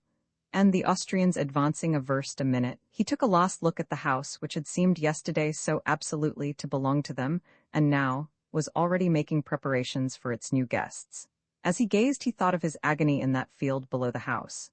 Only last night and now, what years ago it seemed? What years ago? He climbed wearily again upon his wagon. There had entered into his unhappiness now a new element. This was a sensation of cold despairing anger that ground should be yielded so helplessly. About every field, every hedge and lane and tree, as slowly they jogged along he felt this. Only today this Khan, these stones, these flowers were Russian, and tomorrow Austrian. This, as it seemed, simply out of the air, dictated by some whispering devil crouching behind a hedge, afraid to appear. This, too, when only a few hours ago there had been that battle of S. Won by them after a struggle of many days. That position, soaked with Russian blood, to be surrendered now as a leaf blows in the wind. When they arrived at tea, and found our Otriad he was, I believe, so deeply exhausted that he was not conscious of his actions. His account to me of what then occurred is fantastic and confused. He discovered apparently the house where we were. It was then 1 o'clock in the morning. Everyone was asleep. There seemed to be no place for him to be. He could find neither candles nor matches, and he wandered out into the road again. Then, it seems, he was standing beside a deep lake. I can remember nothing clearly except that the lake was black and endless. I stood looking at it. I could see the bodies out of the forest, only now they were slipping along the water, their skulls white and gleaming. I had also a confused impression that Russia was beaten and the war over, and that for me too life was utterly at an end. I remember that I deliberately thought of Marie because it hurt so abominably. I repeated to myself the incidents of the night before, all of them, talking aloud to myself. I decided then that I would drown myself in the lake. It seemed the only thing to do. I took my coat off, then sat down in the mud and took off my boots. Why I did this, I don't know. I looked at the water, thought that it would be cold, but that it would soon be over because I couldn't swim. I heard the frogs, looked back at the flickering fires amongst our wagons, then walked down the bank. Nikitin must for some time have been watching him, because at that moment he stepped forward, took Trenchard's arm, and drew him back. Nikitin has himself told me that he was walking up and down the road that night because he could not sleep. When he spoke to Trenchard the man seemed dazed and bewildered, said something about life being all over for him and death being horrible. Nikitin put his arm round him, took him back to his room, where he made him a bed on the floor, gave him a sleeping draught and watched him until he slept. That was the true beginning of the friendship between Nikitin and Trenchard. The retreat struck us as breathlessly, as though we had been whirled by a windstorm into midair on the afternoon of a summer day. At 5 minutes to 3, we had been sitting round the table in the garden of the house at M, drinking tea. We were, I remember, very gay. We had heard only the day before of the Russian surrender of Przemysl, and that had for a moment depressed us. But as always we could see very little beyond our own immediate division. Here, on our own front, we had at last cleared the path before us. On that very afternoon we were gaily anticipating our advance. Even Sister K, who, for religious reasons, took always a gloomy view of the future, was cheerful. She sipped her cherry jam and smiled upon us. Anna Petrovna, imperturbably sewing, calmly sighed her satisfaction. Perhaps tomorrow we shall move, I feel like it. It will be splendid to go through the Carpathians. Beautiful scenery, I believe. Morozov was absent in the town of B, collecting some wagons that had arrived from Petrograd. He'll be back tonight, I believe, said Sister K. Dear me, what a pleasant afternoon. It was then that I saw the face of the boy Goga. I had turned, smiling, pleased with the sunshine, cherry jam, and a good Russian cigarette straight from Petrograd. The boy Goga stared across the yard at me, his round red cheeks pale, mouth open, and his eyes confused and unbelieving. He seemed then to jump across the intervening space. Then he screamed at us. We're retreating. We're retreating? He shrieked in the high, trembling voice peculiar to agitated Russians. We have only half an hour and the Austrians are almost here now. We were flung after that into a hurry of movement that left us no time for reasoning or argument. Semyonov appeared and in Morozov's absence took the lead. He was, of course, entirely unmoved, and as I now remember, combed his fair beard with a little tortoise-shell pocket comb as he talked to us. Yes, we must move in half an hour. Very sad the whole army is retreating. Why, God knows. There arose clouds of dust in the yard where we had had our happy luncheon. The tents had disappeared. The wounded were once more lying on the jolting cots, looking up through their pain and distress to a heaven that was hot and grey and indifferent. An old man whom we had not seen during the whole of our stay suddenly appeared from nowhere with a long broom and watched us complacently. We had our own private property to pack. As I pressed my lost things into my bag, I turned from my desolate little tent, looked over the fields, the garden, the house, the barns. But it was ours, I thought passionately. We had but just now won a desperately fought battle. Across the long, purple, misty fields the bodies of those fallen Russians seemed to rise and reproach us. We had won that land for you, and now, like this, you can abandon us. At that moment, I cursed my lameness that would prevent me from ever being a soldier. How poor on that afternoon, it seemed to be unable to defend with one's own hand those fields, those rivers, those hills. Ah, but Russia, I will serve you faithfully for this, was the prayer at all our hearts that afternoon. Semyonov had wisely directed our little procession away from the main road to O, which was filled now with the cots and wagons of our 65th Division. We were to spend the night at the small village of T, 20 versts distant, then tomorrow morning to arrive at O. The cots were waiting in a long line down the road. The soldiers, hot and dusty, carried bags and sacks and bundles. A wounded man cried suddenly. Oh, oh, oh. An ugly mongrel terrier who had attached himself to our otriad tried to leap up at him, barking in the air. There was a scent of hay and dust and flowers, and very faintly, behind it all, came the soft, gentle rumble of the Austrian cannon. Nikitin, splendid on his horse, shouted to Semyonov, "What of Mister? Hadn't someone better go to meet him?" "I've arranged that," Semyonov answered shortly. It was of course my fate to travel in the ancient black carriage that was one of the glories of our otriad, with Sister Sofia Antonovna, the sister with the small red-rimmed eyes of whom I have spoken on an earlier page. She was a woman who found in every arrangement in life, whether made by God, the Germans, or the general of our division, much cause for complaint and dismay. She had never been pretty, but had always felt that she ought to be. She was stupid, but comforted herself by the certain assurance that everyone else was stupid too. She had come to the war because a large family of brothers and sisters refused to have her at home. I disliked her very much, and she hated myself and Marie Ivanovna more than anyone else in the world. I don't know why she grouped us together. She always did. Marie Ivanovna was sitting with us now in the carriage, white-faced and silent. Sofia Antonovna was very patronizing. "When you've worked a little more at the front, dear, you'll know that these things must happen. Bad work somewhere, of course. What can you expect from a country like Russia? Everything mismanaged, nothing but thieves and robbers. Of course we're beaten and always will be." "How can you, Sofia Antonovna?" Sister Marie interrupted in a low, trembling voice. "It is nobody's fault, it is only for a moment. We will return soon, at once. I know it. Ah, we must. And your courage all goes. Of course it would." Sister Sofia Antonovna smiled and her eyes watched us both. "I'm afraid your mister will be left behind," she said. "Dr. Semyonov," Marie Ivanovna began, then stopped. We were all of us silent during the rest of the journey, and how is one to give any true picture of the confusion into which we flung ourselves at O? O had been the town at which, a little more than a month ago, we had arrived so eagerly, so optimistically. It had been to us then the quietest retreat in the world, irritating, provoking by reason of its peace. The little schoolhouse, the green well, the orchard, the bees, the long light evenings with no sound but the birds and running water. Those things had been a month ago. We were hurled now into a world of dust and despair. The square marketplace, the houses that huddled round it, were swallowed up by soldiers, horses, cots, and whirling clouds. A wind blew, and through the wind a hot sun blazed. Everywhere horses were neighing, cows and sheep were driven in thick herds through columns of soldiers. Motor cars frantically pushed their way from place to place, and always, everywhere, covering every inch of ground, flying, as it seemed, from the air, on to roofs, in and out of windows, from house to house, from corner to corner, was the humorous, pathetic, expectant, matter-of-fact, dreaming, stolid Russian soldier. He was to come to me, later on, in a very different fashion, but on this dreadful day in O, he was simply part of the intolerable, depressing background. If this day were dreadful to me, what must it have been to Trenchard? We were none of us aware at this time of what had happened to him 2 days before, nor did we know of his adventure of yesterday. Oh, seemed to him, he has told me, like hell.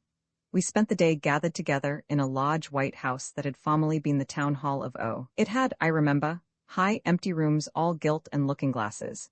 The windows were broken and the dust came, in circles and twisting spirals, blowing over the gilt chairs and wooden floors.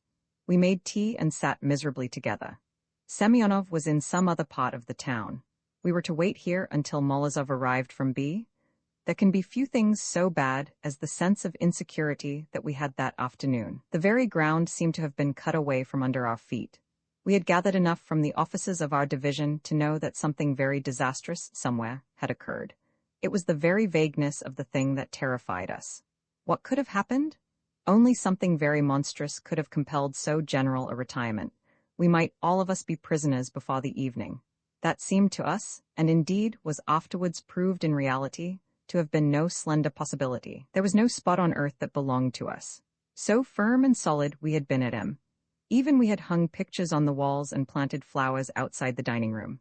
Now all that remained for us was this horrible place with its endless looking-glasses, its bare gleaming floors, and the intolerable noise through its open windows of cots, soldiers, horses, the smell of dung and tobacco, and the hot air, like gas, that flung the dust into our faces. Beyond the vague terrors of our uncertainty was the figure, seen quite clearly by all of us without any sentiment, of Russia.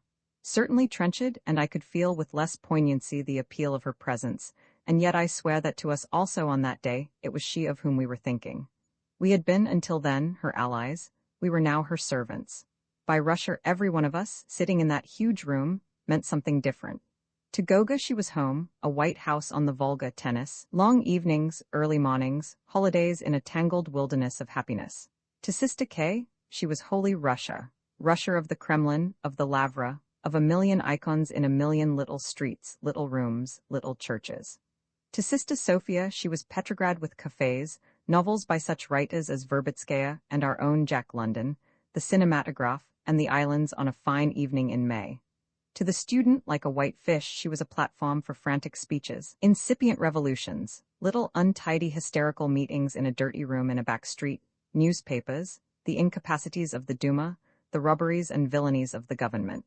To Anna Petrovna she was comfortable, unspeculative, friendly, home. To Nikitin she was the face of one woman upon whose eyes his own were always fixed. To Marie Ivanovna she was a flaming glorious wonder, mystical, transplendent, revealed in every blade of grass, every flash of sun across the sky, every line of the road, the top of every hill. And to Trenchard and myself. For Trenchard she had, perhaps, taken to herself some part of his beloved country. He has told me, and I will witness in myself to the truth of this, that he never in his life felt more burningly his love for England than at this first moment of his consciousness of Russia. The lanes and sea of his remembered vision were not far from that dirty, desodded town in Galicia, and for both of them he was rendering his service. At any rate, there we sat, huddled together, reflected in the countless looking-glasses as a helpless, miserable lot, falling into long silences, hoping for the coming of Morozov with later news, listening to the confusion in the street below. Marie Ivanovna, with her hands behind her back and her head up, walked, nervously, up and down the long room. Her eyes stared beyond us and the place, striving perhaps to find some reason why life should so continually insist on being a different thing from her imaginings of it. Lighted by the hot sun, blown upon by the dust, her figure, tall, thin, swaying a little in its many reflections, had the determined valor of some Joan of Arc. But Joan of Arc, I thought to myself, had at least someone definite against whom to wave her white banner. We were fighting dust and the sun. Trenchard and Nikitin had left us to go into the town to search for news. We were silent.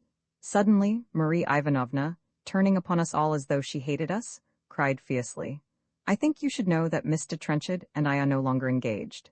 It was neither the time nor the place for such a declaration.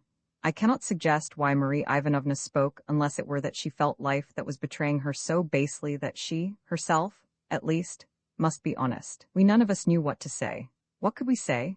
This appalling day had sunk for us all individualities. We were scarcely aware of one another's names, and here was Marie Ivanovna thrusting all these personalities upon us. Sister Sophia's red-rimmed eyes glittered with pleasure, but she only said, "Oh dear, I'm very sorry." Sister K, who was always without tact, made a most uncomfortable remark. Poor mister? That, I believe, was what we were all feeling. I had an impulse to run out into the street, find Trenchard, and make him comfortable. I felt furiously indignant with the girl. We all looked at her, I suppose, with indignation, because she regarded us with a fierce, insulting smile, then turned her back upon us and went to a window. At that moment, Morozov with Trenchard, Nikitin, and Semyonov entered. I have said earlier in this book that only upon one occasion have I seen Morozov utterly overcome, a defeated man. This was the occasion to which I refer. He stood there in the doorway, under a vulgar bevy of gilt and crimson cupids, his face dull paste in color, his hands hanging like lead. He looked at us without seeing us. Semyonov said something to him. "Why, of course," I heard him reply. "We've got to get out as quickly as we can, that's all." He came over towards us and we were all, except Marie Ivanovna, desperately frightened. She cried to him, "Well, what's the truth? How bad is it?" He didn't turn to her but answered to us all, "It's abominable everywhere." I know that then the great feeling of us all was that we must escape from the horrible place in some way. This beastly town of O, once cursed by us for its gentle placidity, was responsible for the whole disaster. It was as though we said to ourselves, "If we had not been here, this would not have happened." We all stood up as though we felt that we must leave at once, and while we stood thus, there was a report that shook the floor so that we rocked on our feet, brought a shower of dust and whitewash from the walls, cracked the one remaining pane of glass, and drove 2 mice scattering with terror wildly across the floor. The noise had been terrific. Our very hearts stood still. The Austrians were here then. This was the end. "It's the bridge," Semyonov said quietly, and of course ironically. "We've blown it up, there'll be the other in a moment." There was. A second shock brought down more dust and a large scale of gilt wood from one of the cornices. We waited then for our orders, looking down from the windows on to what seemed a perfect babel of disorder and confusion. "We must be at X tonight," Morozov told us. "The staff is on its way already. We should be moving in half an hour." We made our preparations. Trenchard, meanwhile, had during this afternoon one driving compelling impulse beyond all others, that he must, at all costs, escape all personal contact with Marie Ivanovna. It seemed to him the most awful thing that could possibly happen to him now would be a compulsory conversation with her. He did not, of course, know that she had spoken to us, and he thought that it would be the easiest thing in all the confusion that this retreat involved that he should be flung up against her. He sought his chief refuge in Nikitin. I am aware that in the things I have said of Nikitin, in speaking both of his relation to Andrei Vasilievich's wife and to Trenchard himself, I have shown him as something of a sentimental figure. And yet sentimental was the very last thing that he really was. He had not the open-heartedness that is commonly asserted to be the chief glory and the chief defect of the Russian soul. He had talked to me because I was a foreigner and of no importance to him, someone who would be entirely outside his life. He took Trenchard now for his friend, I believe, because he really was attracted by the admixture of chivalry and helplessness, of simplicity and credulity, of timidity and courage that the man's character displayed. I am sure that had it been I who had been in Trenchard's position, he would not have stretched out one finger to help me. Trenchard himself had only vague memories of the events of the preceding evening. He was aware quite simply that the whole thing had been a horrible dream and that nothing so bad could ever possibly happen to him again. He had touched the worst, and he undoubtedly found some relief today in the general distress and confusion. It covered his personal disaster and forced him to forget himself in other persons' misfortunes. He was, as it happened, of more use than anyone just then in getting everyone speedily out of O. He ran messages, found parcels and bags for the sisters, collected sanitors, even discovered the mongrel terrier, tied a string to him, and gave him to one of our soldiers to look after. In what a confusion, as the evening fell, was the garden of our large white house.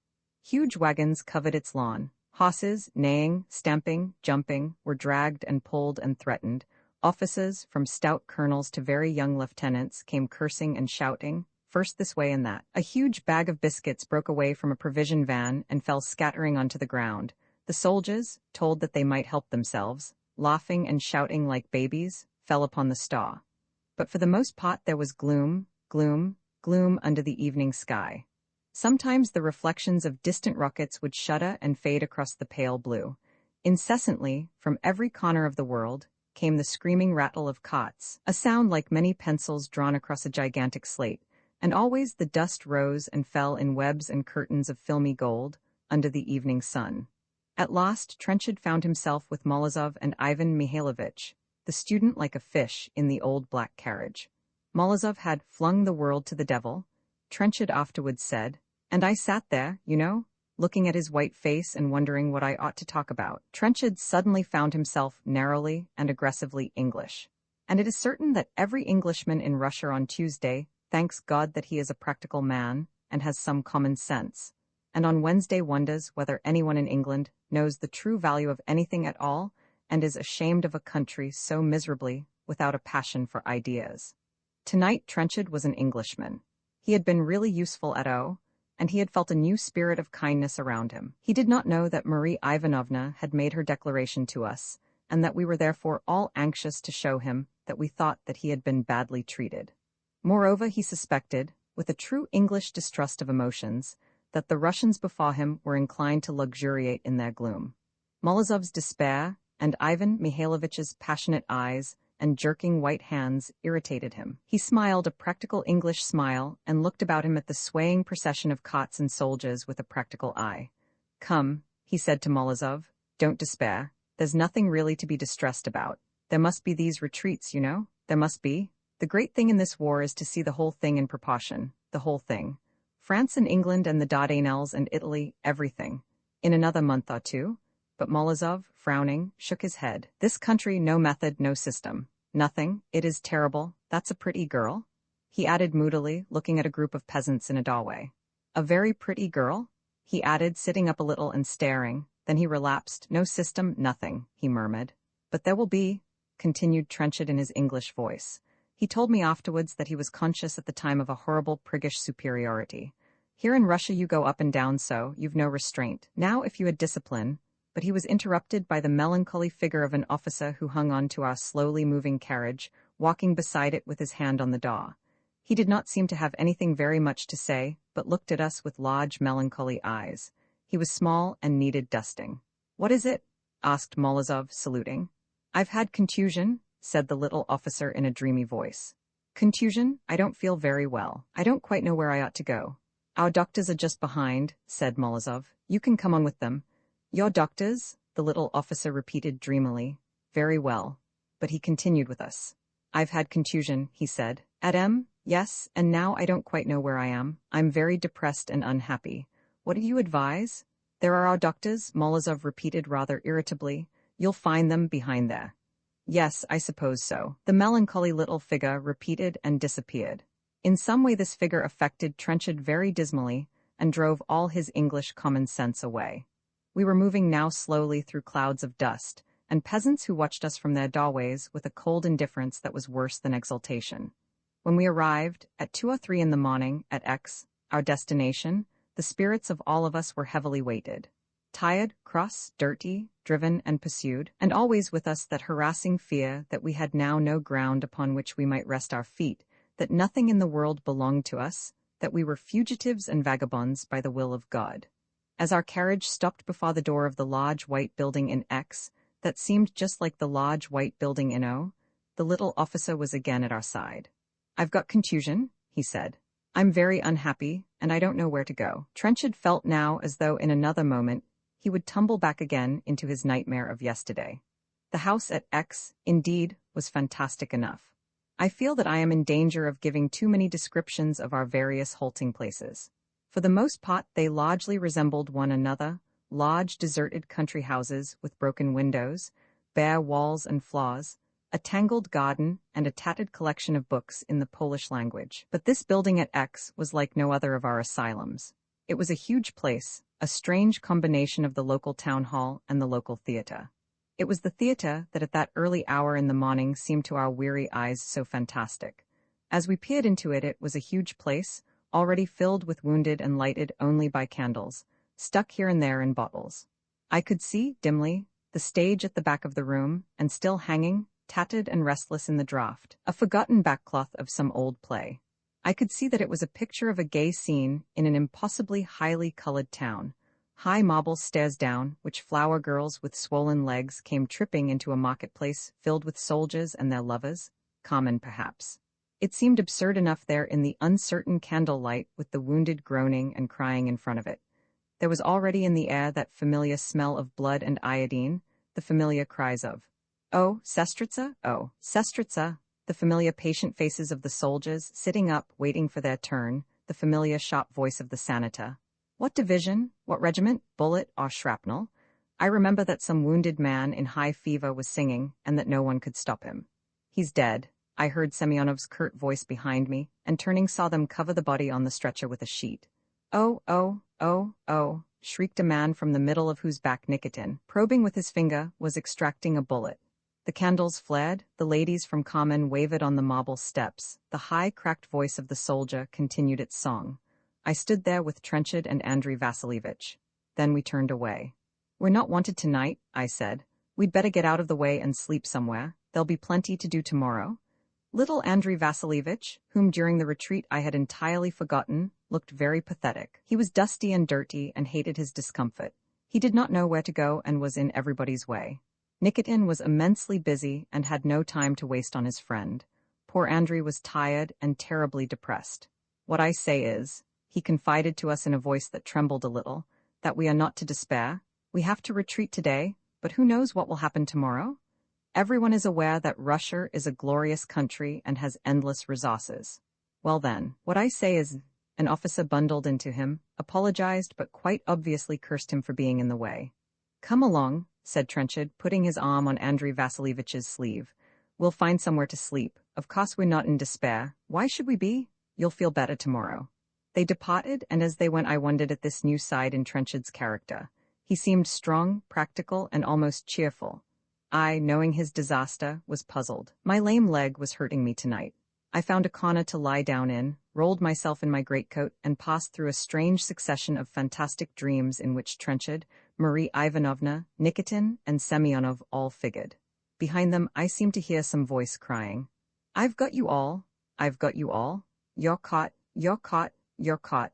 On the following day there happened to Trenchard the thing that he had dreaded. Writing of it now, I cannot disentangle it from the circumstances and surroundings of his account of it to me. He was looking back then, when he spoke to me, to something that seemed almost fantastic in its ironical reality. Every word of that conversation he afterwards recalled to himself again and again. As to Marie Ivanovna, I think that he never even began to understand her. That he should believe in her was a different matter from his understanding her. That he should worship her was a tribute both to his inexperience and to his sentiment.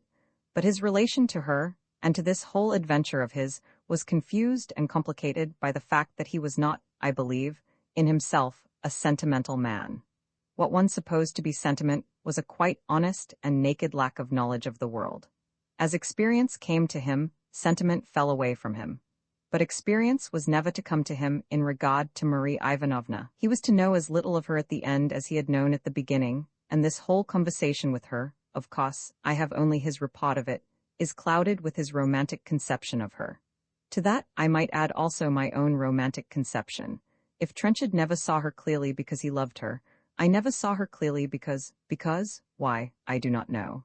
She was from first to last a figure of romance, irritating, aggressive, enchanting, baffling, always blinding, to all of us. During the morning after our arrival in M, Trenchard worked in the theatre, bandaging and helping with the transport of the wounded up the high and difficult staircase. Then at midday, tired with the heat, the closeness of the place, he escaped into the little park that bordered the farther side of the road. It was a burning day in June. The sun came beating through the trees, and as soon as he had turned the corner of the path, and had lost the line of ruined and blackened houses to his right, he found himself in the wildest and most glittering of little orchards. The grass grew here to a great height. The apple trees were of a fine age, and the sun in squares and circles and stars of light flashed like fire through the thick green. He stepped forward, blinded by the quivering gold, and walked into the arms of Marie Ivanovna. He, quite literally, ran against her and put his arms about her for a moment to steady her, not seeing who she was. Then he gave a little cry. She was also frightened. It was the only time, he told me, that I had ever seen her show fear. They were silent, neither of them knowing the way to speak. Then she said, "John, don't run away. It is very good. I wanted to speak to you. Here, sit down here." She herself sat down and patted the grass, inviting him. He at once sat down beside her, but he could say nothing, nothing at all. She waited for a time and then, seeing him, I suppose, at a loss and helpless, regained her own courage. "Are you still angry with me?" "No," he answered, not looking at her. "You have a right to be. I behaved very badly." "I don't understand," he replied, "why you thought in Petrograd that you loved me and then, so soon, found that you did not so soon." He looked at her and then lowered his eyes. "What do you know or I know?" she suddenly asked him impetuously. Are we not both always thinking that things will be so fine, psychas, and then they are not? How could we be happy together when we are both so ignorant? Ah, you know, John, you know that happy together we could never be. He looked at her clearly and without hesitation. I was very stupid, he said. I thought that because I had come into a big thing I would be big myself. It is not so. I am the same person as I was in England. I have not changed at all, and I shall never change. Only in this one thing, that whether you go from me or whether you stay, I shall never love anybody but you. All men say that, I know, he added, but there are not many men who have had so little in their lives as I, and so perhaps it means more with me than it does with others. She made no reply to him. She had not, I believe, heard him. She said, as though she were speaking to herself, if we had not come, John, if we had stayed in Petrograd, anything might have been. But here there is something more than people. I don't know whether I love or hate anyone. I cannot marry you or any man until this is all over. And then, he interrupted passionately, touching her sleeve with his hand. After the war, perhaps again you will. She took his hand in hers, looking at him as though she were suddenly seeing him for the first time. No, you, John, never. In Petrograd I didn't know what this could be, no idea, none. And now that I'm here I can think of nothing else than what I'm going to find. There is something here that I'd be afraid of if I let myself be, and that's what I love. What will happen when I meet it? Shall I feel fear or no? And so, too, if there were a man whom I feared. Semyonov? Trenchard cried. She looked at him and did not answer. He caught her hand urgently. No, Marie, no, anyone but Semyonov. It doesn't matter about me, but you must be happy, you must be. Nothing else, and he won't make you. He isn't? Happy? She answered scornfully. I don't want to be happy, that isn't it. But to be sure that one's not afraid? She repeated to herself several times Hrabrost, the Russian for bravery. That is more than you, John, or than I, or than. She broke off, looked at him suddenly as he told me very tenderly and kindly as though she liked me. John, I'm your friend. I've been bad to you, but I'm your friend. I don't understand why I've been so bad to you, because I would be furious. Yes, furious, if anyone else were bad to you. And be mine, John, whatever I do, be mine. I'm not really a bad character, only I think it's too exciting now, here, everything, for me to stop and think. You know, he answered with a rather tired gesture, he had worked in that hot theater all the morning, that I am always the same, but you must not marry Semyonov, he added fiercely. She did not answer him, looked up at the sunlight and said after a time, I hate Sister K. She is not really religious, she doesn't wash either. Let us go back. I was away, I said, only for a little. They walked back, he told me, in perfect silence. He was more unhappy than ever. He was more unhappy because he saw quite clearly that he did not understand her at all. He felt farther away from her than ever and loved her more devotedly than ever.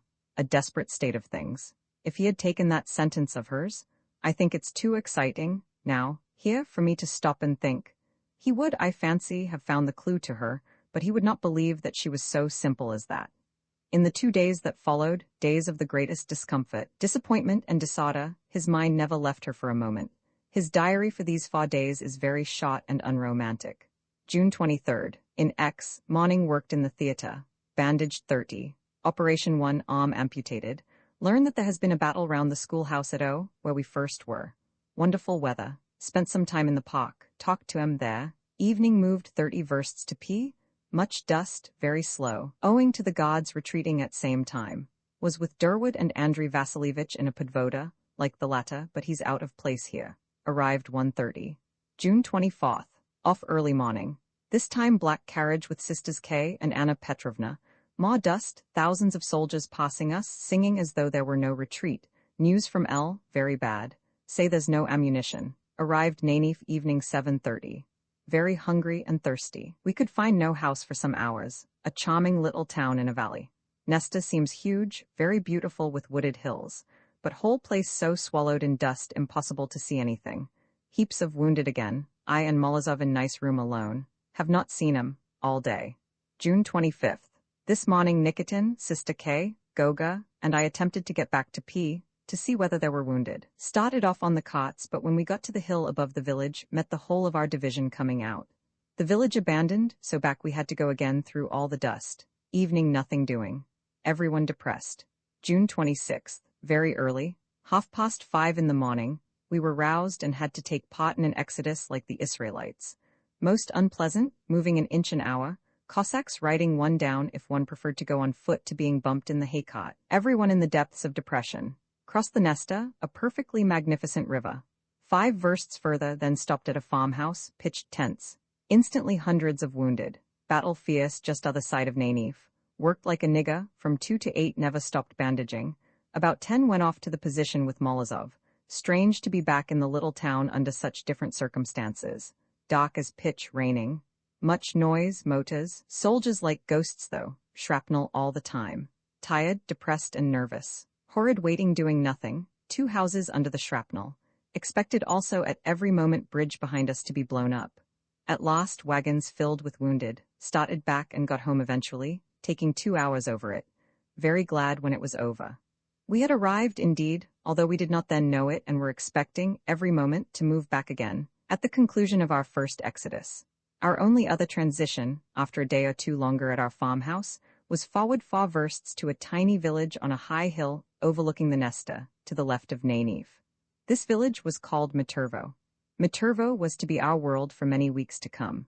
We inhabited once again the large white deserted country house with the tangled garden, the dusty bare floors, the broken windows. At the end of the tangled garden, there was a white stone cross, and here was a most wonderful view, the high hill running precipitously down to the flat silver expanse of the Nesta that ran like a gleaming girdle under the breasts of the slopes beyond. These further slopes were clothed with wood. I remember, on the first day that I watched, the forest beyond was black and dense like a cloud resting on the hill. The Nesta and our own country was soaked with sun. "That's a fine forest," I said to my companion. "Yes, the forest of S stretches miles back into Galicia." It was Nikitin that day who spoke to me. We turned carelessly away. Meanwhile, how difficult and unpleasant those first weeks at Maturvo were. We had none of us realized, I suppose, how sternly those days of retreat had tested our nerves. We had been not only retreating, but, at the same time, working fiercely, and now, when for some while the work slackened and, under the hot, blazing sun, we found nothing for our hands to do, a grinding, irritable reaction settled down upon us. I had known in my earlier experience at the war the troubles that inevitably rise from inaction, the little personal inconveniences, the tyrannies of habits and manners and appearances, when you've got nothing to do but sit and watch your immediate neighbor. But on that earlier occasion, our army had been successful. It seemed that the war would soon find its conclusion in the collapse of Germany, and good news from Europe smiled upon us every morning at breakfast. Now we were tired and overwrought. Good news there was none. Indeed, every day brought disastrous tidings. We, ourselves, must look back upon 100 versts of fair, smiling country that we had conquered with the sacrifice of many thousands of lives and surrendered without the giving of a blow. And always the force that compelled us to this was sinister and ironical by its invisibility. It was the Russian temperament to declare exactly what it felt, to give free rein to its moods and dislikes and discomforts. The weather was beginning to be fiercely hot. There were many rumors of cholera and typhus. We, all of us, lost color and appetite, slept badly, and suffered from sudden headaches. 3 days after our arrival at Maturvo, we had all discovered private hostilities and resentments. I was as bad as anyone. I could not endure the revolutionary student, Ivan Mihailovich. I thought him most uncleanly in his habits, and I was compelled to sleep in the same room with him. Certainly, it was true that washing was not one of the most important things in the world to him. In the morning he would lurch out of bed, put on a soiled shirt and trousers, dab his face with a decrepit sponge, take a tiny piece of soap from an old tin box, look at it, rub it on his fingers, and put it hurriedly away again, as though he were ashamed of it. Sometimes, getting out of bed, he would cry, "Have you heard the latest scandal about the ammunition in the 10th Army, they say?" And then he would forget his washing altogether. He did not shave his head as most of us had done, but allowed his hair to grow very long, and this, of course, was often a subject of irritation to him. He had also a habit of sitting on his bed in his nightclothes, yawning and scratching his body all over, very slowly, with his long, and I'm afraid dirty, fingernails, for the space, perhaps, of a quarter of an hour. This I found difficult to endure. His long white face was always a dirty shade of gray, and his jacket was stained with reminiscences of his meals. His habits at table were terrible. He was always so deeply interested in what he was saying that he had not time to close his mouth whilst he was eating, to ask people to pass him food. He stretched his long, dirty hand across the table, or to pass food to others. He shouted a great deal, and was in a furious passion every 5 minutes. I also, just at this time, found the boy Goga tiresome. The boy had not been taught by his parents the duty that children owe to their elders, and I am inclined to believe that this duty is almost universally untaught in Russia. To Gogor a general was as nothing. He would contradict our old white-haired General T, when he came to dine with us, would patronize the colonel and assure the general's aide-de-camp that he knew better. He would advance his father as a perpetual and faithful witness to the truth of his statements. You may say what you like, he would cry to myself or a sister, but my father knows better than you do. He has the front seat in the Moscow Opera all through the season and has been to England 3 times. Gogor also had been once to England for a week, spent entirely on the Brighton pier, and he told me many things. He would forget for a moment that I was an Englishman and would assure me that he knew better than I did. He was a being with the best heart in the world, but his parents loved him so much that they had neglected his education. These things may seem trifling enough, but they had nevertheless their importance. Among the sisters, Sister K was the unpopular one. I myself must honestly confess that she was a woman ill-suited to company less worthy than herself. She had an upright, virtuous character, but she was narrow, a rare fault in a Russian, superstitious, dogmatically religious, and entirely without tact. She quite honestly thought us a poor lot and would say to me, "I hope, Mr. Durwood, you don't judge Russia by the specimens you find here," and was, of course, always overheard. She was a strict moralist, but was also generous with all the warmth of Russian generosity in money matters. She was a marvelous hard worker, quite fearless, accurate, and punctual in all things. She fought incessant battles with Anna Petrovna, who hated her as warmly as it was in her quiet, unruffled heart to hate anyone. The only thing stranger than the fierceness of their quarrels was the suddenness of their conclusion. I remember that at dinner one day, they fought a battle over the question of a clean towel with a heat and vigor that was Homeric. A quarter of an hour later, I found them quietly talking together. Anna Petrovna was showing Sister K a large and hideous photograph of her children. "How sympathetic, how beautiful," said Sister K, "but I thought you hated her?" I said afterwards in confusion to Anna Petrovna. "She was very sympathetic about my children," said Anna Petrovna placidly. Then, of course, Sister Sofia Antonovna, the sister with the red eyes, made trouble when she could. She was, as I discovered afterwards, a bitterly disappointed woman, having been deserted by her fiancé only a week before her marriage. That had happened 3 years ago, and she still loved him, so that she had her excuse for her view of the world. My friends seemed to me, during those first weeks at Matervo, simply a company of good-hearted, ill-disciplined children. I had gone directly back to my days in the nursery. Restraint of any kind there was none, discipline as to time or emotions was undreamed of, and with it all a vitality, a warmth of heart, a sincerity and honesty that made that Otriad, perhaps, the most lovable company I have ever known.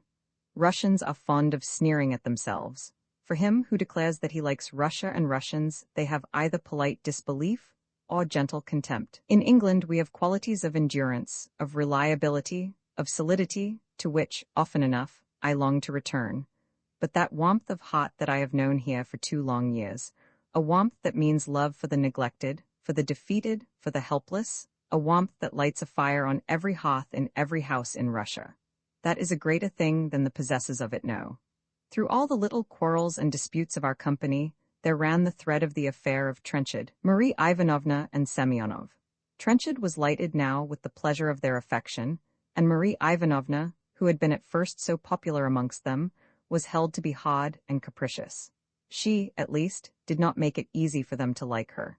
She had seemed in those first days in O, as though she wished to win all their hearts, but now it was as though she had not time to consider any of us, as though she had something of far greater importance to claim her attention. She was now very continually with Semyonov, and yet it seemed to me that it was rather respect for his opinion and admiration of his independence than liking that compelled her. He was, beyond any question, in love with her, if the name of love can be given to the fierce, intolerant passion that governed him. He made no attempt to disguise his feelings, was as rude to the rest of us as he pleased, and, of course, flung his scorn plentifully over Trenchard. But now, I seemed to detect in him some shades of restlessness and anxiety that I had never seen in him before. He was not sure of her. He did not, I believe, understand her any more than did the rest of us. With justice, indeed, I was afraid for her. His passion, I thought, was as surely and as nakedly a physical one as any other that I had seen precede it, and would as certainly pass as all purely physical passions do. She was as ignorant of the world as on the day when she arrived amongst us. But my feeling about her was that she would receive his love almost as though in a dream, her thoughts fixed on something far from him and in no way depending on him. At any rate, she was with him now continually. We judged her proud and hard-hearted, all of us except Trenchard, who loved her, Semyonov, who wanted her, and Nikitin, who, as I now believe, even then understood her. Trenchard, meanwhile, was confused and unsettled. Inaction did not suit him any better than it did the rest of us. He had too much time to think about Marie Ivanovna. He was undoubtedly pleased at his new popularity. He expanded under it and became something of the loquacious and uncalculating person that he had shown himself during his confession to me in the train. To the Russians, his loquacity was in no way strange or unpleasant. They were in the habit of unburdening themselves, their hopes, their disappointments, their joys, their tragedies, to the first strangers whom they met. It seemed quite natural to them that Trenchard, puffing his rebellious pipe, should talk to them about Glebsha, Polchester, Raphael, Millie, and Catherine Trenchard. "I'd like you to meet Catherine, Anna Petrovna," he would say. "You would find her delightful. She's married now to a young man she ran away with, which surprised everyone, her running away. I mean, because she was always considered such a serious character." "I forget whether you've seen my children, Mr. Anna Petrovna would reply. "I must show you their photograph." And she would produce the large and hideous picture. He was the same as in those first days, and yet how immensely not the same. He bore himself now with a chivalrous tact towards Marie Ivanovna that was beyond all praise. He always cherished in his heart his memory of their little conversation in the orchard. "How I wish," he told me, "that I had made that conversation longer. It was so very short, and I might so easily have lengthened it. There were so many things afterwards that I might have said, and she never gave me another chance." She never did. She kept him from her. Kind to him, perhaps, but never allowing him another moment's intimacy. He had almost the air, it seemed to me, of patiently waiting for the moment when she should need him, the air too of a man who was sure, in his heart, that that moment would come. And the other thing that stiffened him was his hatred for Semyonov. Hatred may seem too fierce a word for the emotion of anyone as mild and gentle as Trenchard, and yet hatred at this time it was. He seemed no longer afraid of Semyonov, and there was something about him now which surprised the other man. Through all those first days at Matervo, when we seemed for a moment almost to have slipped out of the war and to be leading the smaller, more quarrelsome life of earlier days, Trenchard was occupied with only one question. What was he feeling about Semyonov? I felt as though I could stand anything if only she didn't love him. Since that awful night of the retreat, I had resigned myself to losing her. Anyone should marry her who would make her happy, but he? Never. But it was the indecision that I could not bear. I didn't know, I couldn't tell what she felt. The indecision was not to last much longer. One evening, when we had been at Matervo about a week, he was at the cross watching the sun, like a crimson flower, sink behind the dim gray forest. The Nesta, in the evening mist, was a golden shadow under the hill. This beauty made him melancholy. He was wishing passionately, as he stood there, for work, hard, dangerous, gripping work. He did not know that that was to be the last idle minute of his life. Hearing a step on the path, he turned round to find Semyonov at his side. "Lovely view, isn't it?" said Semyonov, watching him. "Lovely," answered Trenchard. Semyonov sat down on the little stone seat beneath the cross and looked up at his rival. Trenchard looked down at him, hating his square, stolid composure, his thick thighs, his fair beard, his ironical eyes.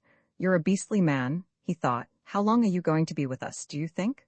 asked Semyonov. "Don't know, depends on so many things." "Why don't you go back to England? They want soldiers." "Wouldn't pass my eyesight." "When are they going to begin doing something on the other front, do you think?" "When they're ready, I suppose." "They're very slow. Was all your army we heard so much about?" "There's a big army going to be ready soon." "Yes, but we were told things would begin in May." "It's only the Germans who have begun." "I don't know. I've seen no English papers for some weeks." There was a pause. Semyonov smiled, stood up, looked into Trenchard's eyes. "I must go to England," he said slowly, "after the war. Marie Ivanovna and I will go, I hope, together.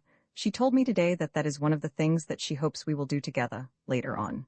Trenchard returned Semyonov's gaze. After a moment he said, "Yes, you would enjoy it." He waited, then added, "I must be walking back now, I'm late," and he turned away to the house. Roman 7 One night Marie Ivanovna herself spoke to me of Semyonov. She found me alone waiting for my morning tea.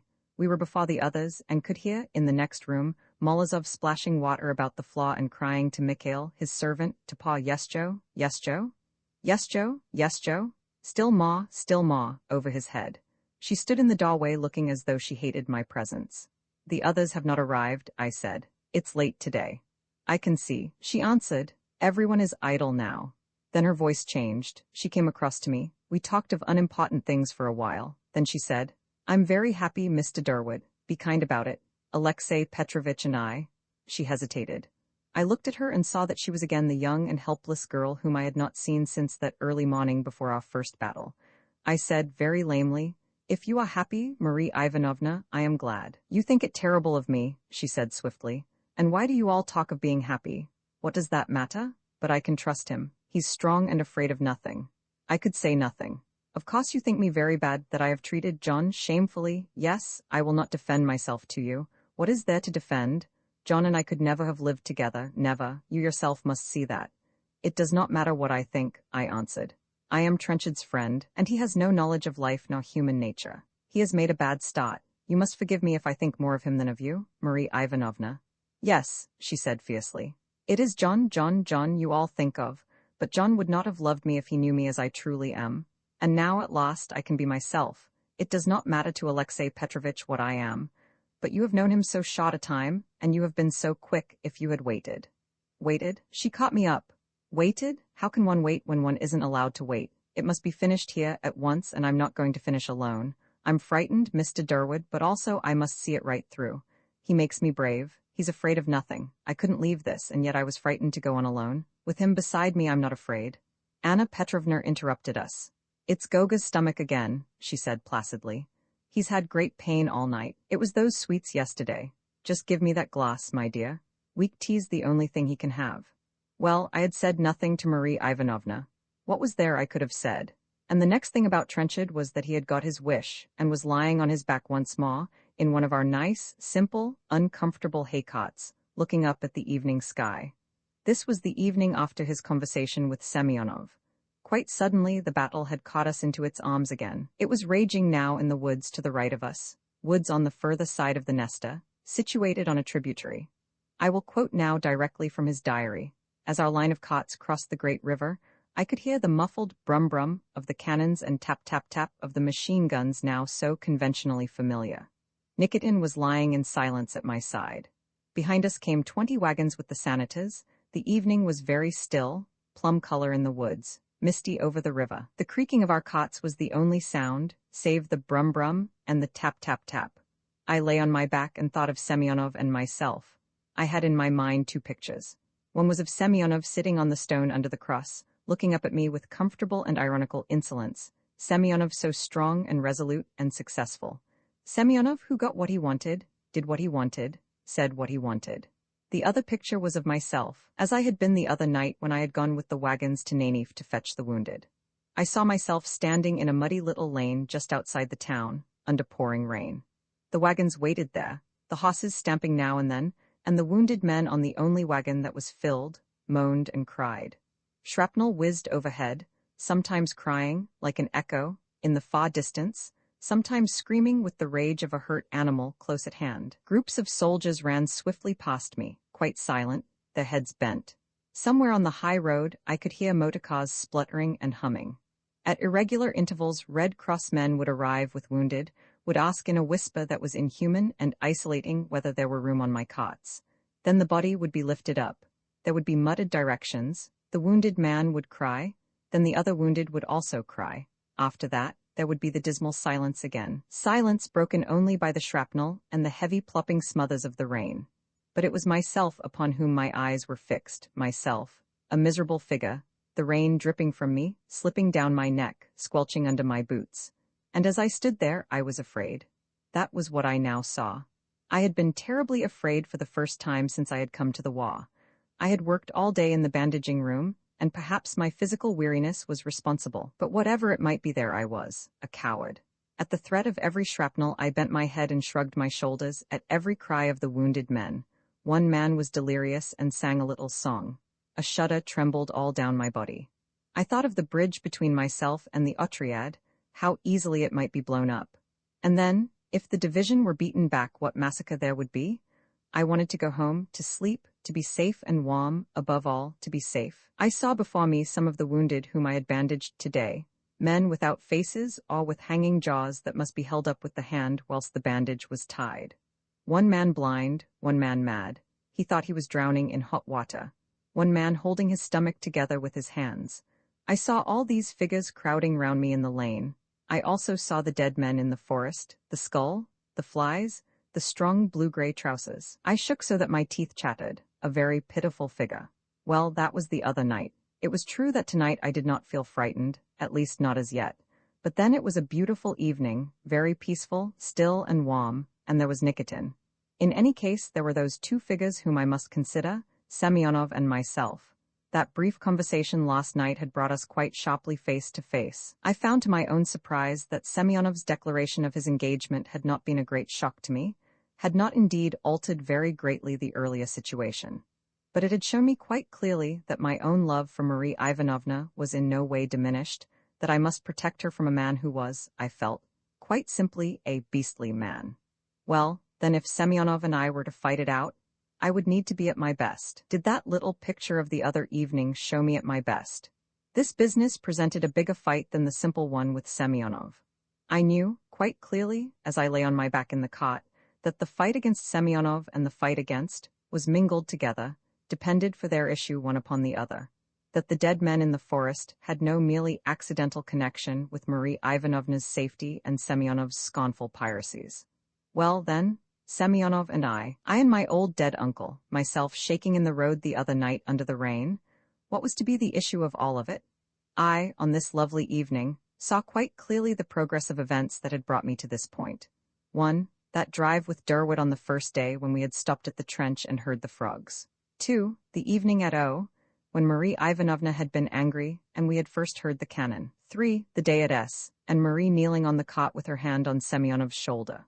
4. Her refusal of me, the bodies in the forest, the retreat, that night Nikitin, getting well into the thick of it now. 5. The talk with Marie in the park. 6. The wet night at Nainif. 7. Last night's little talk with Semyonov. Yes, I could see now that I had been advancing always forward into the forest, growing ever nearer and nearer, perceiving now the tactics of the enemy, beaten here, frightened there, but still penetrating, not, as yet, retreating, and always, my private little history marching with me, confused with the private little histories of all of the others, all of them penetrating more deeply and more deeply. And if I lost my nerve, I was beaten?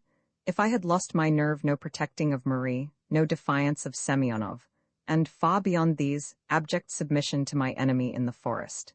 If I had lost my nerve? Had I? Was it only weariness the other night?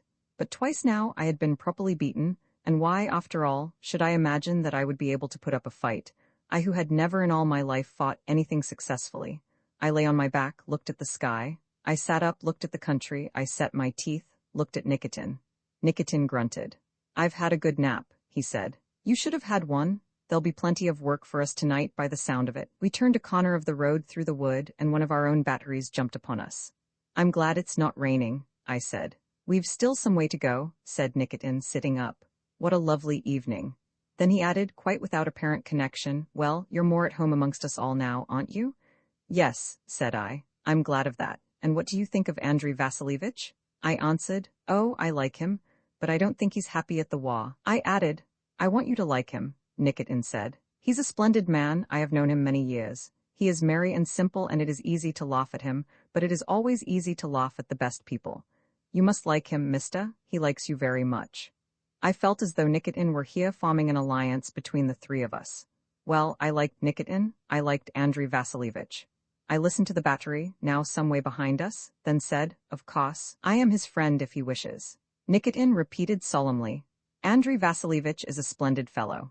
Then we arrived. Here, beside the broad path of the forest, there was a clearing, and above the clearing a thick pattern of shining stars curved like the top of a shell.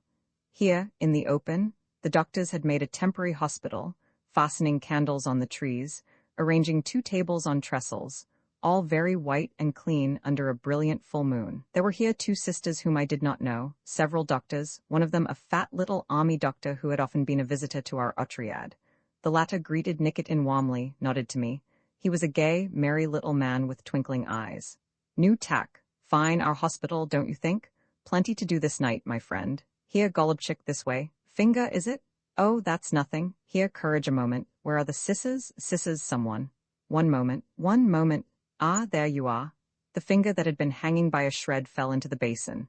The soldier muttered something, slipped onto his knees, his face gray under the moon, then huddled into nothing, like a bundle of old clothes, fainted helplessly away. Here, Wata? No, take him over there. That's right. Well, mister, how are you? Lovely night. Plenty of work there'll be, too. Oh, you're going down to the Vengerovsky Polk? Yes, they're down to the right there somewhere, across the fields. Wham over there. The noise just then of the batteries was terrific. We were compelled to shout at one another. A battery behind us bellowed like a young bull, and the shrapnel, falling at some distance amongst the trees, had a strange splashing sound as of a stone falling into Wata Point 2. The candles twinkled in the breeze, and the place had the air of a Christmas tree celebration, the wounded soldiers waiting their turn as children wait for their presents. The starlight gave the effect of a blue-frosted crispness to the pine-strewn ground. We arranged our wagons safely, then, followed by the Sanitas, walked off, Nikitin almost fantastically tall under the starlight as he strode along. The forest path stopped and we came to open country. Fields with waving cons stretched before us to be lost in the farther distance in the dark shadows of the forest. A little bunch of soldiers crouched here, watching. Nikitin spoke to them. Here, Golubchik, tell me, what polk? Moskovsky, Your Honor. And the Vengerovsky there to the right, are they? Yes, Your Honor, by the high road when it comes into the forest. What there where the road turns? Tak Tochno. How are things down there just now? Wounded, do you think? Ni mogu zednat. I'm unable to say, Your Honor, but there's been an attack there an hour ago. Ah, those hours. Listening to a battery across the fields. Hours, Your Honor. Well, we'll go on and see.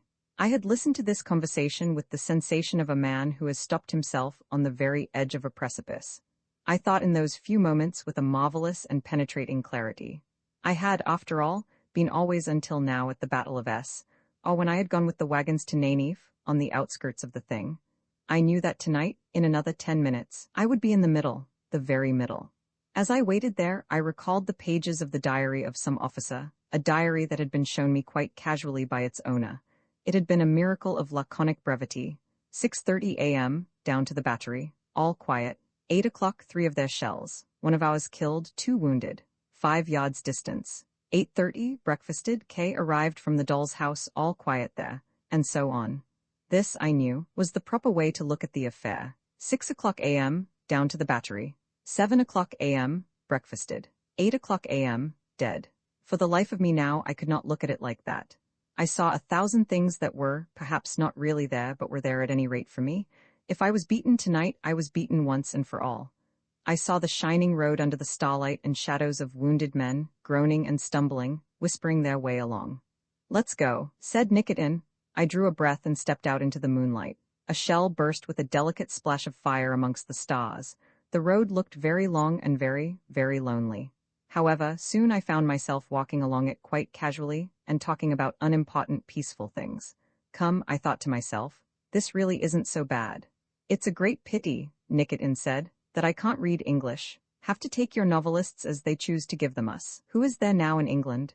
Well, said I as one talks in a dream, there's Hardy and Henry James and Conrad. I've seen translations of Conrad in Petrograd. And then there's Wells. Yes, Wells I know, but he writes stories for boys. There's Jack London, but his are American. I like to read an English novel sometimes. Your English life is so cozy. You have tea before the fire and everything is comfortable. We don't know what comfort is in Russia. A machine gun rat-tat-tat-tated close to us, and 3 rockets, like a flight of startled birds, rose suddenly together on the far horizon. No, we have no comfort in Russia, repeated Nikitin. Now I fancy that an English country house. We had reached the further wood. The moonlight fell away from us and the shadows shifted and trembled under the reflection of rockets and a projector that swung lazily and unsteadily, like something nodding in its sleep. On the left of the road there was a house standing back in its own garden. I could see dimly that this was a row of country villas. Stand by this gate 5 minutes, Nikitin whispered to me. I must find the colonel. The sanitas will come and fetch you when I've settled the spot for our bandaging. Nikitin disappeared and I was quite alone. I felt terribly desolate. I stood back against the gate of the villa watching soldiers hurry by, seeing high mysterious hedges, the roofs of houses, a line of lighted sky, the tops of trees, all these things rising and falling as the glare in the heavens rose and fell. There was sometimes a terrible noise and sometimes an equally terrible stillness. Somewhere in the darkness a man was groaning, oh ah, without cessation. Somewhere the gate of one of the villas swung to and fro, creaking. Sometimes soldiers would stare at my motionless figure and then pass on. All this time, as in one's dreams sometimes one holds off a nightmare, I was keeping my fear at bay. I had now exactly the sensation that I had known so often in my dream, that I was standing somewhere in the dark, that the enemy was watching me and waiting to spring. But tonight I was only nearly afraid. One step on my part, one extra noise, one more flare of light, and I would abandon myself to panic. But although the perspiration was wet on my forehead, my heart thumping, and my hands dry and hot, I was not yet quite afraid. I had a strange sensation of suffocation, as though I were at the bottom of a well black and damp, with the stars of the sky miles away. There came to me, with a kind of ironic sentimentality, the picture of the drawing room at home in Polchester, the corner where the piano stood with a palm in an ugly brass pot just behind it, the table near the door with a brass Indian tray, and a fat photograph book with gilt clasps, the picture of Christ being scourged above the fireplace, and the green silk screen that stood under the picture in the summer. A soldier stopped and spoke to me. Your Honor, it's on the right, the next gate. I followed him without attention, having no doubt but that this was one of our own senators, and accompanied a group of soldiers that surrounded a bobbing kitchen on wheels. I was puzzled by the kitchen, because I knew that one had not been brought by our Otriad, but I thought that the doctors of the division had perhaps begged our men to aid the army senators. We hurried through a gate to the right, where in what appeared to be a yard of some kind, the kitchen was established, and then, from out of the very earth as it seemed, soldiers appeared, clustering around it with their tin cans. The soldier who was in charge of the party said to me in a confidential whisper, "There's plenty of kasha, Your Honor, and the soup will last us too." "Very good," said I in a bewildered voice. At the strange accent the soldier looked at me and then I looked at the soldier. The soldier was a stranger to me, a pleasant round man with a huge smiling mouth and two chins, and I was a stranger to the soldier. "Well," said the soldier, looking, I thought, said I, most uncomfortable. The soldiers vanished back into the darknesses round the kitchen. Voices, whispering, could be heard. Now that's the end, thought I. I'm shot as a German spy. I looked at the soldiers, clustered like bees round the kitchen, then I slipped through the gate into the dock road. I stood there listening. The battle seemed to have drawn away, because I could hear rifles, machine guns, cannon muffled round a corner of the hill. Here there was now silence, broken only by soldiers who hurried up the road or went in and out at the villa gates. I felt abandoned. How was I to discover Nikitin again? Before what gate had I stood? I did not know. I seemed to know nothing. I moved down the road, very miserable and very cold. I had stupidly left my coat in one of the wagons. I walked on, my boots knocking against one another, thinking to myself, if I'm not given something to do very soon I shall be just as I was the other night at Nainif, and then I shall suddenly take to my heels down this road as hard as I can go. It was then that I tumbled straight into the arms of Nikitin, who was standing at the edge of the forest watching for me. I was so happy that I felt now afraid of nothing. I held Nikitin's arm, babbling something about kitchens and Germans. "Well, I don't understand what you say," I remember Nikitin replied, "but you must come and work, there's plenty of it." We moved to a cottage on the very boundary of the forest, where a little common ran down to the moonlight. Passing through a narrow passage, I entered into a little room with a large white stove. On the top of the stove, under the roof, crouched a boy or a young man with long black hair and a white face. This youth wore what resembled a white shirt over baggy white trousers. His feet were bare and very dirty. Nothing moved except his eyes. He sat there, in exactly that position, all night. The room was small, but was the best that could be obtained. Within the space of 10 minutes, it became a perfect shambles. The wounded were brought in without pause, and under the candlelight Nikitin, 2 senators, and I worked until the sweat ran down our backs and arms in streams. It dripped from my nose, into my mouth, into my eyes. The wounds were horrible. No man seemed to come into the room with an unmangled body. The smell rose higher and higher. The bloody rags lay about the kitchen floor, torn arms, smashed legs, heads with gaping wounds, the pitiful crying and praying, the shrill voices of the delirious Nikitin, his arms steeped in blood to the elbows, probing, cutting, digging, I myself bandaging, until I did not know what my hands were doing. Then suddenly the battle coming right back to us again, overhead now as it seemed, the cannon shaking 3 silly staring china dogs on the kitchen dresser, the rifle fire clattering like tumbling crockery about the walls of the cottage, and through it all the white youth, crouched like a ghost on the stove, watching without pause. "Ah no, your honor. Ah no, I can't, oh oh oh oh," and then sobs, the man breaking down like a child, hiding his face in his arms, his wounded leg twitching convulsively. I paused, wiped the sweat from my eyes, stood up. Nikitin looked at me. "Take some fresh air," he said. "Go out with the stretcher for half an hour, I can manage here." I wiped my forehead. "Sure you can manage?" I asked. "Quite," said Nikitin. "Here, hold his back." "No, Jurek, his back." "Bajay moi, can't you get your arm under?" "They're like that." "Horosho, Golubchik, Horosho, only a minute, there." I washed my hands and went out. The air caressed my forehead like cold water. From the little garden at the back there came scents of flowers. The moonlight was blue on the common. 8 sanitors were waiting to start. The felcher in charge of them did not, I thought, seem greatly pleased when he saw me. But then, I am often stupidly sensitive. No one said anything, and we started. We carried 2 stretchers, and a soldier from the trenches was with us to guide us. I could see that the men were not happy. I heard one of them mutter to another that they should not have been sent now, that they should have waited until the attack was over. And the full moon. Did anyone ever see such a moon? We came to crossroads and advanced very carefully. As we crossed the road, I was conscious of great excitement. The noise around us was terrific and different from any noise that I heard before. I did not think at the time, but was informed afterwards that it was because we were almost directly under a high-wooded cliff. The actual position about whose possession the battle was being fought, that the noise was so tremendous.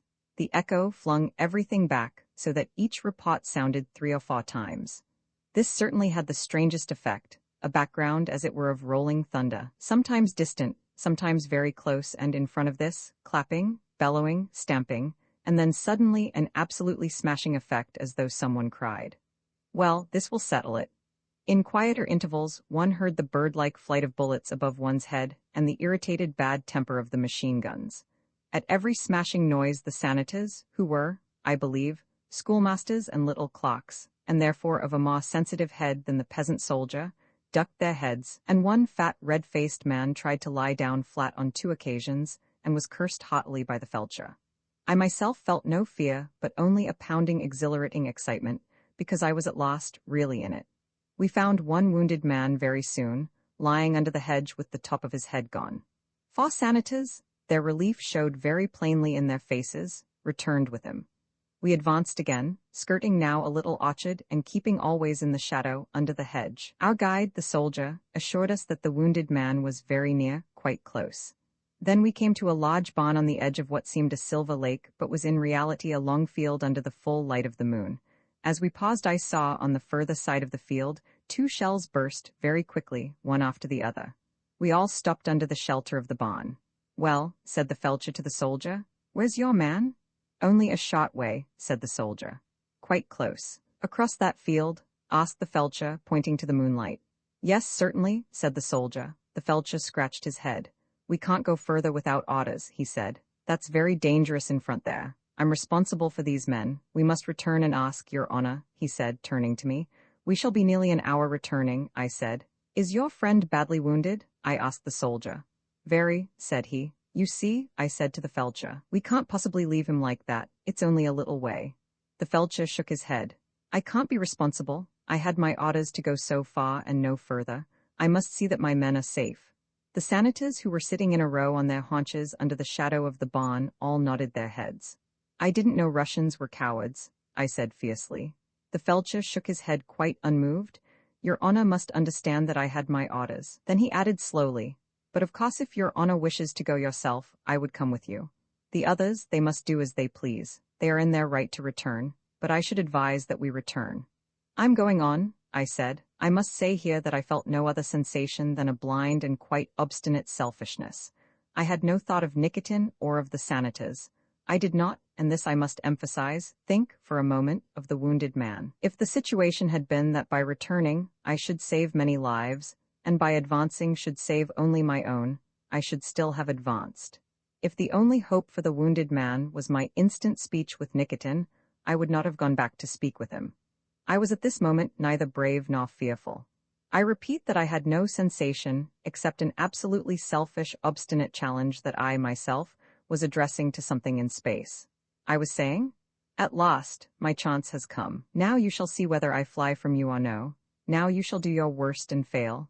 I'm the hunter now, not the hunted." I was conscious of nothing but this quite childish preoccupation with myself. I was nevertheless pleased with myself. "There, you see," someone near me seemed to say. "He's not quite so unpractical after all. He's full of common sense." I looked at the row of senators squatting on the ground and felt like a schoolmaster with his children. "You'd better go home then," I said scornfully. The felcher, who was a short, stocky man with a red face and melancholy eyes, something like a prize-fighter turned poet, dismissed them. They went off in a line under the hedge. The man obviously thought me a tiresome prig. He had no romantic illusions about the business. He had not been a felcher during 20 years for nothing and knew that a wound was a wound. When a man was dead, he was dead. However, "Truly it's not far?" he asked the soldier. "Tak Tochno," the man answered, his face quite without expression. We crossed the moonlit field and for a brief moment silence fell, as though an audience were holding its breath watching us. On the other side were cottages, the outskirts of a tiny village. Here beside these cottages, we fell into a fantastic world. That small village must in other times have been a pretty place, nestling with its gardens by the river under the hill. It seemed now to rock and rattle under the noise of the cannon. All the open spaces were like white marble in the moonlight, and in these open spaces there was utter silence and emptiness. The place seemed deserted, and yet in every shadow, in long lines under the cottage wells, in little clumps and clusters round trees or ruins there were eyes staring, the gleam of muskets shone, little specks of light, dancing from wall to wall. Everywhere there were bodies, legs, boots, arms, heads, sudden caps, sudden fingers, sudden hot and streaming breaths, and over everything this infernal noise and yet no human sound. A nightmare of the true nightmare of dreams. The open silver spaces, the little gardens thick with flowers, the high moon and the starry sky, not a living soul to be seen, and nevertheless watches everywhere. Step forward onto that little plot of grass in front of the cottage windows and you're a dead man, the moonlight said. There were men in the body of the earth, not in trenches but in holes. My foot stepped on a head of hair and some low voice cursed me. I was, I suppose by this time, a little delirious with my adventure. I know that I could now distinguish no separate sounds. Shells and bullets had vanished and in their stead were whispers and screams and shouts of triumph and bursts of laughter. Songs in chorus, somewhere miners hammering below the earth, somewhere storm at sea with the crash of waves on rocks and the shriek of wind through rigging, somewhere someone who dropped heavy loads of furniture so carelessly that I cursed him, and always these little patches of moonlight, so tempting just because one was forbidden. We were not popular here. Husky, breathless voices whispered to us to be away from here quick, we would draw the fire. What did we want here now? "Have you any wounded?" we whispered in return. "No, no," the answer came. "Keep away from the moonlight." The voices came to us connected sometimes with a nose, an eye, or a leg, often enough out of the heaven itself. "There's a man wounded behind the next lines," some voice murmured. We stumbled on and suddenly came to a river with very steep banks and a number of narrow and slender bridges. If this had in reality been a nightmare, this river could not have obtruded itself more often than it did. We discovered to our dismay that our soldier guide had disappeared exactly as in a nightmare he would have done. We crossed the river bathed of course in moonlight, the plank bridge shaking and quivering beneath us. We had then a difficult task. Here a row of cottages beneath the very edge of the bank, and in the cottage shadow the soldiers were ranged in a long line. Their boots stretched to the verge of the bank, which was slippery and uncertain. We had to walk on this with our stretches, stepping between the boots, stumbling often and slipping down towards the water.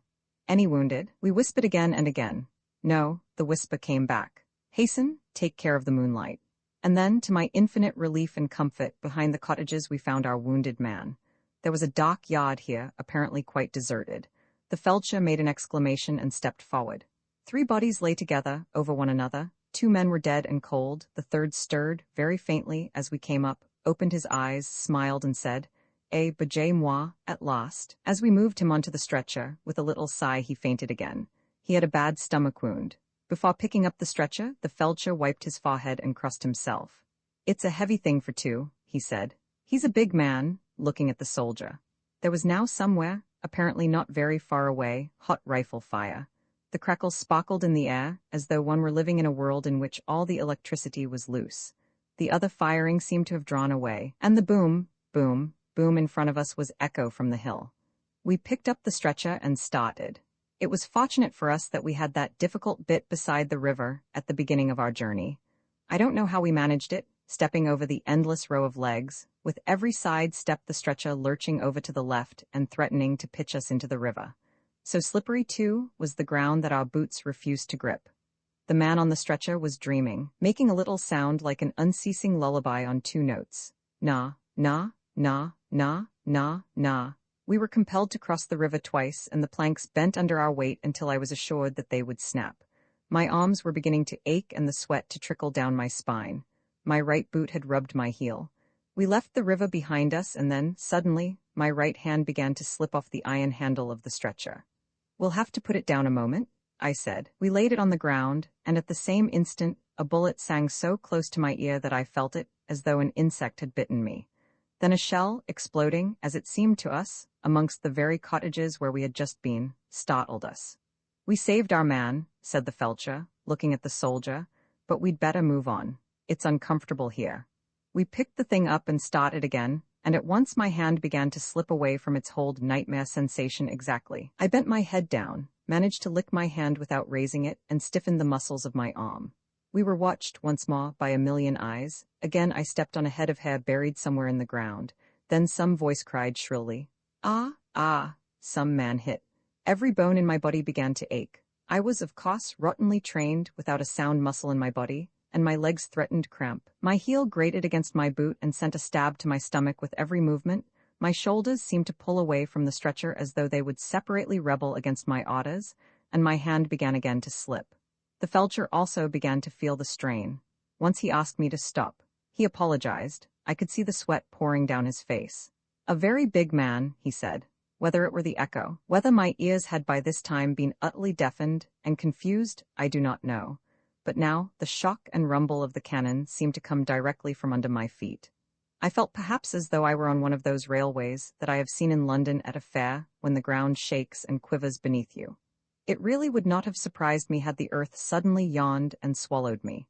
Every plague now beset me.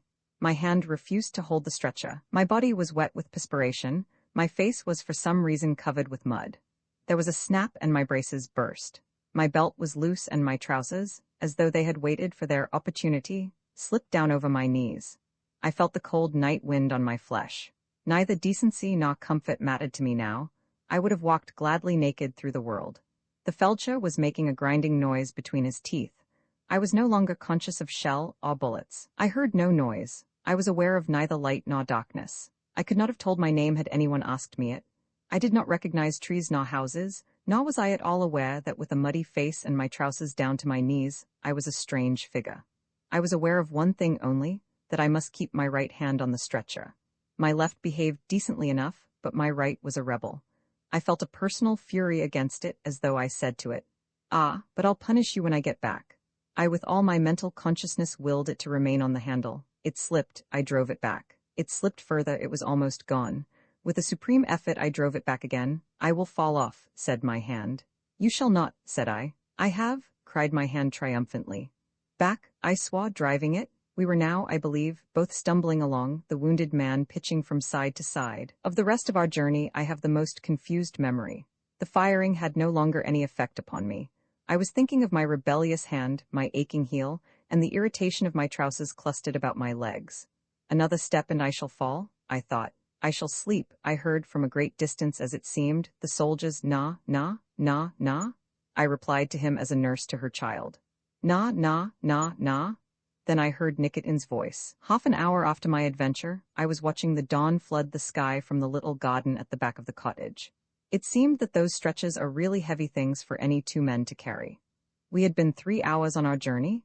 Well, I sat in the garden watching the sun rise. To my right were 4 dead men neatly laid out in a row under a tree. Their faces had not been covered, but their eyes were closed, their cheeks, hands, and feet like wax. In front of them the young man who had sat on the stove in the kitchen all night and watched us at work was mowing the tall grass with a scythe. He was going to dig graves. He wore a white shirt and white trousers and had long black hair. "Why didn't they take you for a soldier?" I asked him. Consumptive, he said. I had washed my face, hitched up my trousers. I sat on the trunk of a tree, watched the dew on the grass and the faint blue like the color of a bird's egg flood the sky, staining it pale yellow. All firing had utterly ceased. There was not a sound except the birds in the trees who were beginning to sing. A soldier, a fine grave figure with a black beard, was washing in a little pool at the end of the garden. He was naked save for his white drawers. There was, I repeat, not a sound. Our cottage looked so peaceful, smoke coming from the chimney.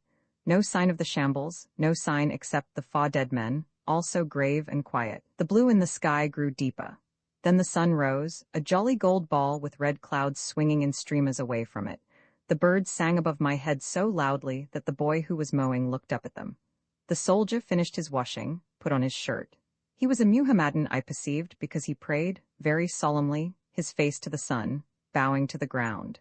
The grass fell before the flashing scythe, the sun flamed behind the trees, and I was happy as I had never known happiness in my life before.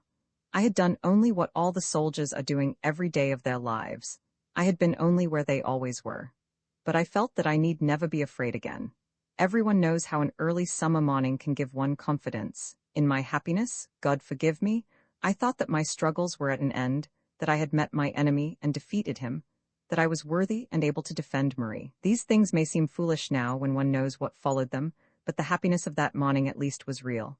Perhaps all over Europe there were men, at that moment, happy as I was, because they had proved something to themselves. Then Nikitin called to me, laughing. Tea, Mr. and Bulky 3 and sausage? All right, I'm coming, I answered.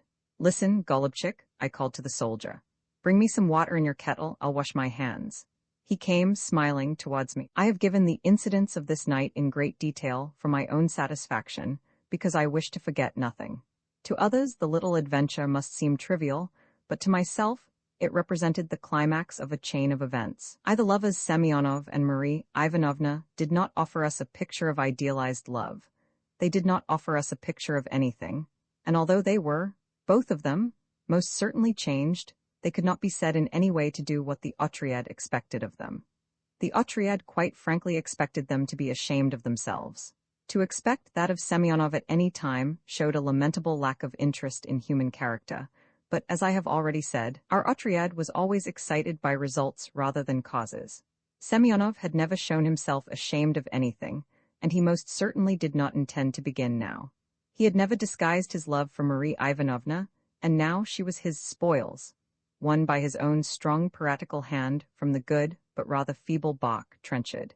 He manifested his scorn of us more openly than ever. He seemed to have grown rather stronger and stouter during these last months, and his square stolidity was a thing at which to marvel. Had he been taller, had his beard been pointed rather than square, he would have been graceful and even picturesque. But his figure, as he strode along, showed foursquare, as though it had been hewn out of wood. One of those pale, almost white, honey-colored woods would give the effect of his fair beard and eyebrows. His thick red lips were more startling than ever, curved as they usually were in cynical contempt of some foolish victim. How he did despise us! When one of our childish quarrels arose at mealtimes he would say nothing, but would continue stolidly his serious business of eating. He was very fond of his food, which he ate in the greediest manner. When the quarrel was subsiding, as it usually did, into the first glasses of tea, he would look up, watch us with his contemptuous blue eyes, laugh and say, "Well, and now? Who is it next?" And everyone would be clumsily embarrassed. We were often, as are all Russian companies, ridiculously amused about nothing. At the most serious crises we would, like Gaev in the cherry orchard, suddenly break into stupid bursts of laughter, quite aimless but with a great deal of sincerity. Whirls of laughter would invade our table. "Oh, do look at Goga," someone would say, and there we all were, perhaps for a quarter of an hour. Semyonov, strangely enough, shared this childish habit, and there was nothing odder than to see the man lose control of himself, double himself up, laugh until the tears ran down his face, simply at nothing at all. The truth is that now I was very far from hating him. There were moments, certainly, when he was rude to the sisters, when he was abominably greedy, when he was ruthlessly selfish, when he pawed scorn upon me. At such times I thought him, as Trenchard has expressed it, a beastly man. He certainly had no great opinion of myself. "You think yourself very clever, Ivan Andreyevitch. Yes, you think you're watching all of us and studying all our characters. And I suppose there'll be a book one day, another of those books by Englishmen about poor Russians, and you'll flatter yourself that now at last one true picture has been given, but let me tell you that you'll never know anything really about us so long as you're a sentimentalist. Yes, there were moments when I hated him, but those moments never continued for long. For one thing, one could not hate so magnificent, so honest, so uncompromising, so efficient a worker. He was worthy of some very high position in the army, and he could certainly have attained any height had he chosen. He had a genius for compelling other men to obey him. He was never perturbed by unexpected mischance. He paid no attention at all to what other people thought of him, and he seemed incapable of fatigue. I often wondered what he was doing here, why he had chosen so small an otriad as ours in which to work, why he stayed with us when he, so openly, despised us all. Until the arrival of Marie Ivanovna, there was no answer to these questions. After that, the answer was obvious enough. Again, one could not hate a man of his sterling independence of character. We were, all of us I think, emotionalists of one kind or another, and went up and down in our feelings, alliances, severances, trusts and distrusts, as a thermometer goes up and down. We were good enough people in our way, but we were most certainly not a strong lot. Even Nikitin, the best of the rest of us, was a dreamy idealist, far enough from life as it was, and quite unprepared to come down from his dreams and see things as they were. But Semyonov never relaxed for an instant from his position. He asked no man's help nor advice, minded no man's scorn, sought no man's love. During my experience of him, I saw him moved only once by an overmastering emotion, and that was, of course, his love for Marie Ivanovna. That, I believe, did master him, but deep down, he kept his rebellions, his anxieties, his surmises, only as the light of a burning house is seen by men, pale and faint upon the sky many miles from the conflagration, did we catch signs of his trouble. If I had not had those talks with Trenchard and read his diary, I should have known nothing. Even now I can offer no solution. Meanwhile, he showed fiercely and openly enough his love for Marie Ivanovna. He behaved to her with the vulgarest ostentation, as a rich merchant behaves when he has snatched some priceless picture from a defeated rival. As he laughed at us, he seemed to say, "Now, I have really a thing of value here. You are, all of you, too stupid to realize this, but you must take my word for it. Show yourself off, my dear, and let them all see." Marie Ivanovna most certainly did not show herself off. The beginning of his trouble was that he could not do with her as he pleased. She had fallen into his hands so easily that he thought, I suppose, that she had been dying of love for him from the first moment of seeing him. But this was, I believe, very far from the truth. My impression of her acceptance of him was that she had done it with her eyes fixed upon something else. That she had not realized all the consequences of accepting him any more than she had realized the consequences of her accepting Trenchard was obvious from the first. She simply was ignorant of life, and at the same time wanted to cram into her hands the full sense of it, as one crushes rose leaves, as quickly as possible. She admired Semyonov. It may be that she loved him, but she certainly had not surrendered herself to him, and in her lively, ignorant way, she was as strong as he. During the first weeks of her engagement, she was, as she had been at her first arrival amongst us, as happy and light-hearted as a child. She knew that we disapproved of her treatment of Trenchard, but she thought that we must see, as she did, that she had behaved in the only possible way. Once again she was straight and honest to the world, and she could behave now like a real friend of her John. That strange irrational temper that she had shown during the retreat had now entirely disappeared. She approved of us all and wished us to approve of her, which we, as we were Russians and could not possibly dislike pleasant, agreeable people whatever there might be against them, speedily did. She was charming to us. I can see her now, leaning her chin on her hands, looking at us, the color, shell-pink, coming and going delicately in her cheek, like flame behind china. Her delicacy, her height, her slender figure, her wide, childish eyes, her charmingly ugly large mouth and short nose, her black hair, the appeal of her ignorance and strength and credulity. Ah, she won our hearts simply whenever she pleased. Of course we disliked her when she was rude to us, our self-respect demanded it, but let her come round, and round we came too. Her treatment of Semyonov was strange. She was quite fearless, laughing at his temper, his sarcasm, rebuking his selfishness and bad manners, avoiding his coarse and unhesitating love-making, and above all, trusting him in the oddest way as though, in spite of his faults, she placed all her reliance on him and knew that he would not fail her. Nothing annoyed him more than her behavior to Trenchard. It would, of course, be absurd to say that he was jealous of Trenchard. He despised the man too deeply and was, himself, too sure of his lady to know jealousy. But he was irritated by the attention paid to him, irritated even by the attention he himself paid to him. "Wherever I go there's that man," he said once to me. "Why doesn't he go back to his own country?" "I suppose," I would answer hotly, "he has other things to do than to consider your individual wishes, Alexei Petrovitch." Then he would laugh. "Well, well, Ivan Andreyevitch, you sentimentalists all hang together. Why can't you leave him alone?" I remember that I continued. "Because he doesn't leave me alone," he answered shortly. It was, of course, Marie Ivanovna who brought them together. She could not see, or rather she would not see, that friendship between two such men was an impossibility. For herself, she liked Trenchard better than she had ever done. She had now no responsibility towards him. We were all fond of him, pleased ourselves by saying that he was more Russian than English. The sisters mended his clothes, cared for his stomach, and listened with pleased gravity to his innocent chatter. Marie Ivanovna was now really proud of him. There were great stories of the courage and enterprise he had shown during the night when he had been with Nikitin. Nikitin, in his lofty romantic fashion, spoke of him as though he had been the hero of the Russian army. Trenchard was, of course, quite unspoiled by this praise and popularity. He remained for me at least very much the same innocent, clumsy, pathetic, and frequently irritating figure that he had been at the beginning. I will honestly confess that I was often heartily tired of his Glebsha stories, tired too of a certain childish obstinacy with which he clung to his generally crude and half-baked opinions. But then, I do not care to be contradicted by people of whom, intellectually, I have a low estimation. It is one of my most unfortunate weaknesses. I had no opinion of Trenchard's intellect at all, and in that I was quite wrong. Semyonov at this time flung Nikitin, Andrei Vasilievich, Trenchard and myself into one basket. We were all crazy romantics, and there came an occasion, which I have reason most clearly to remember, when he told us what he thought of us. We were together, Semyonov, Nikitin, Trenchard and I, after breakfast, smoking cigarettes, enjoying half an hour's idleness before setting about our various business. It was a blazing hot morning, and the air quivered, like a silver curtain before our eyes, separating us from the dim blue forest of S. Beyond the river, the Nestor itself, the deep green slopes of our own hill. We had been silent, then Trenchard said a foolish thing. "War brings all the best out of people, I think," he said. God knows what private line of thought he had been pursuing, some sentimental reflections, I suppose, that were in him perfectly honest and sincere.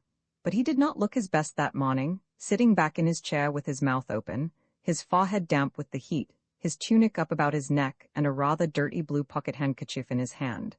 I saw Semyonov's lip curl. "Yes, that's very interesting, mister," he said. "I'm glad at any rate that we've had the honor of seeing the best of you. That's very pleasant to know." "What I mean," said Trenchard, blushing and stammering. "What that is?" "I agree with mister," suddenly said Nikitin, who had been dreamily watching the blue forest. "War does bring out the best in the human character, always." Semyonov turned smilingly to him. "Yes, Vladimir Stepanovitch, we know your illusions. Forgive me for insisting that they are illusions. I would not disturb your romantic happiness for the world." "You can't disturb me, Alexei Petrovitch," Nikitin answered sleepily. "What a hot morning." "No," said Semyonov. "I would be very wrong to disturb you. Believe me, I've never tried. It's very agreeable to me to see you and Mr. so happy together, and it must be pleasant for both of you to feel that you've got a nice god all of your own who sleeps a good deal, but still, on the whole, gives you what you want. We may wonder a little what Mr. has done to be so favored. Never very much, I fancy. But still I like the friendliness and comfort of it, and I'm really lucky to have the good fortune of your acquaintance. So nice for Russia, too, to have plenty of people about who don't do any work nor take any trouble about anything, because they've got a nice fat god who'll do it all for them if they'll only be patient. That's why we're beating the Germans so handsomely. The poor Germans, who only, ignorant heathens as they are, believe in themselves." He looked at us all with a friendly patronizing contempt. "That's your point of view, Alexei Petrovitch," Nikitin answered rather hotly. "Think as you please, of course, but there's more in life than you can see, there is indeed." "Of course there is," said Semyonov lazily. "Much more. I'm an ignorant, rough man. I like things as they are and make the best of them, so of course I'm not clever. Mister's clever, aren't you, Mister? All the same, he doesn't know how to put his boots on properly. If he put his boots on better and knew less about God, he might be of more use at the front, perhaps. That's only my idea, and I dare say I'm wrong." All the same, for the sake of the comfort and the pockets of all of us, I do hope you'll really rouse your God and ask him to do something sensible, something with method in it, and a few more bullets in it, and a little more efficiency in it. You might ask him to do what he can. He looked at us, laughing, then he said to Trenchard, "But don't you fear, mister, you'll go to heaven all right. Even though it's the wise men who succeed in this world, I don't doubt it's the fools who have their way in the next." He left us. Semyonov was with every new day more baffled by Marie Ivanovna. In the first place, she quietly refused to obey him. We were now much occupied with the feeding of the peasants in a village stricken with cholera on the other side of the river. A gloomy enough business it was, and I shall have, very shortly, to speak of it in detail. For the moment, it is enough to say that two of us went off every morning with a kitchen on wheels, distributed the food, and returned in the afternoon. Semyonov intensely disliked Marie Ivanovna's share in this work, but he could not, of course, object to her taking, with the other sisters, the risks and unpleasantness of it. He made, whenever it was possible, objections, found her work at the hospital where he himself was, occupied her in every possible way. But he did this against her will. She seemed to find a very especial pleasure and excitement in the cholera work. She wished often to take the place of some other sister. Indeed, everything on the other side of the river seemed to have a great fascination for her. She herself told me, "The moment I cross the bridge I feel as though I were on enchanted ground." On the occasions when I accompanied her to the cholera village she was radiant, so happy that she seemed to have nothing further in the world to desire. She herself was puzzled. "What is it?" she said to me. "Is it the forest? It must be, I think, the forest. I would remain on this side forever if I had my way." When I saw Semyonov's anxiety about her, I could not but remember that little scene at the Battle of S, when he had taken her off with him, leaving Trenchard in so pitiful a condition. Certainly time brings in his revenges, and Marie Ivanovna would listen to nothing that he said. "I want you at the hospital this morning," he would say. "Do you really want me?" she would ask, looking up, laughing in his face. "Of course I do." "Well, you should have told me last night. This morning I go with Anna Petrovna to the cholera. All is arranged. I'm afraid you must change your plans. I'm afraid not. Goga may go." "No, I wish to go." And she went. He had certainly never before in his life been thus defied. He simply did not know what to do about it. If he had thought that bullying would frighten her, he would, I believe, have bullied her, but he knew quite well that it wouldn't. And then, as I now began to perceive, I had at first thought otherwise. He was for the first time in his life experiencing something deeper and more confusing than his customary animal passions. He may at first have wanted Marie Ivanovna as he wanted his dinner or his supper. Now he wanted her differently. New emotions, surprising, confusing emotions stirred in him. At least that is how I interpret the uneasiness, the hesitation, which I now seem to perceive in him. He was no longer sure of himself. I witnessed just at this time a little scene that surprised me. I had been in the bandaging room alone one evening, cutting up bandages. I was going through the passage into the other part of the house when a sound stopped me. I could not avoid seeing beyond the open door a little scene that happened so swiftly that I could neither retire nor advance. Marie Ivanovna and Semyonov were coming together towards the bandaging room. She was in front of him when he put his hand on her arm. "Do you love me?" he said in a low voice. She turned round to him, laughing. "Yes," she said, looking at him. "Then kiss me." "No, not now." "Why not now?" "I don't want to." "Why don't you want to?" She shook her head, still laughing into his eyes. "But if I command you?" "Ah, command, then I certainly will not." His hand tightened on her arm and she did not draw away. "Kiss me." "No." "I say yes." "I say no." He suddenly caught her, held her to him as though he would kill her and kissed her furiously, on her eyes, her mouth, her hair. With his violence he pushed back her headdress. I could see his back bent like a bow, and his thick short legs wide apart, every muscle taut. She lay quite motionless, as though asleep in his arms, giving him no response. Then quite suddenly she flung her hands round his neck and kissed him as passionately as he had kissed her. At last they parted, both of them laughing. He looked at her, and then with a gentleness and courtesy that I had never seen in him before nor dreamed that he possessed, very softly kissed her hand. "I love you and you love me," he said. "Yes, I love you," she answered gravely. "At least part of me does." "It shall be all of you soon," he answered. "If there's time enough," she replied. "Time? I'll follow you wherever you go." "I really believe you will," she answered, laughing again. They waited then, looking at one another. A bell rang. "Ah, I'm hungry. Supper time." To my relief, they passed away from the bandaging room towards the other part of the house. Meanwhile, his irritation at Marie Ivanovna's kindness to Trenchard increased with every hour. His attitude to the man had changed since Trenchard's night at the position. He was vexed, I think, to hear that the fellow had proved himself a man, and a practical man with common sense. Semyonov was honest about this. He did not doubt Nikitin's word. He even congratulated Trenchard, but he certainly disliked him more than ever. He thought, I suppose, as he had thought about Nikitin, how can a man with his wits about him be at the same time such a fool? And then he saw that Marie Ivanovna was delighted with Trenchard's little piece of good luck. She laughed at Semyonov about it. "We all know you're a very brave man," she cried. "But you're not so brave as Mr. and Semyonov," because he knew that Trenchard was a fool and that he himself was not, was vexed, as a bull is vexed by a red flag. These things made him think a great deal about Trenchard. I have seen him watching him with angry and puzzled gaze, as though he would satisfy himself why this gnat of a man worried him. Then, finally, was Andrei Vasilievich. The little man had not given me much of his company during these last weeks. I fancy that since that night at the Battle of S, when he had revealed his terror, he had been shy of me, although, God knows, he had no need to be. He never forgot if anyone had seen him in an unfortunate position, and although he bore me no grudge, he was nervous and embarrassed with me. It happened, however, that during this same week of which I have been speaking, I had a conversation with him. I was standing alone by the cross watching a long trail of wagons cross the bridge far beneath me, watching a high bank of black cloud that was passing away from the sky above the forest, blown by a wind that rolled the surface of the river into silver.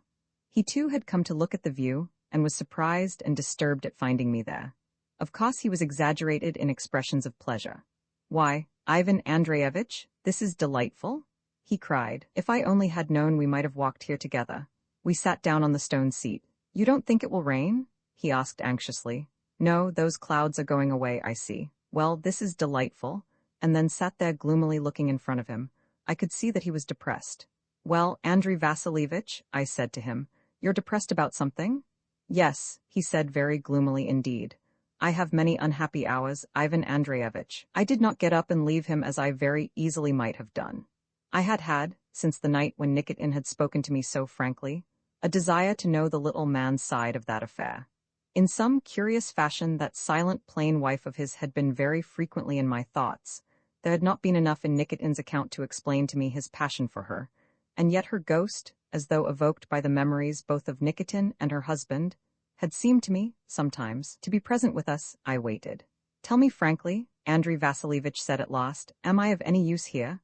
"Of use?" I repeated, taken by surprise. "Yes, am I doing only what anyone else can do as well? Would it be better perhaps if another were here?" "No, certainly not," I answered warmly. "Your business training is of the greatest value to us. Molozov has said to me that he does not know what we should do without you." This was not strictly true. "Ah," the little man was greatly pleased. "I am glad, very glad, to hear what you say." Semyonov made me feel. "You should not be influenced," I hurriedly interrupted him, "by what Semyonov thinks. It is of no importance." "He has a bad character," Andrei Vasilievich said suddenly with great excitement. "A bad character. And why cannot he leave me alone? Why should he laugh always? I do my best. I am quiet and not in his way. I can do things that he cannot. I am not big as he, but at least I do not rob men of their women." He was shaking with anger, his head trembling and his hands quivering. It was difficult not to smile. "You must not listen nor notice nor think of it," I said firmly. "We are grateful for your work, all of us. Semyonov laughs at us all." "That poor Marie Ivanovna," he burst out. "She does not know. She is ignorant of life. At first I was angry with her, but now I see that she is helpless. There will be terrible things afterwards, Ivan Andreyevich," he cried. "I think she understands him better than we do." "I have never," he said vehemently, "hated a man in my life as I hate him." But in spite of his passionate declaration, he was obviously reassured by my defense of him. He was quiet suddenly, looked at the view mildly, and in a moment thought me the best friend he had in the world, in the Russian manner. "You see, Ivan Andreyevich," he said, looking at me with the eyes of an unnaturally wise baby, "that I cannot help wishing that my wife were here to advise Marie Ivanovna. She would have loved my wife very much, as everyone did, and would have confided in her. That would have helped a girl who, like Marie Ivanovna, is ignorant of the world and the loves of men." "You miss your wife very much?" I asked.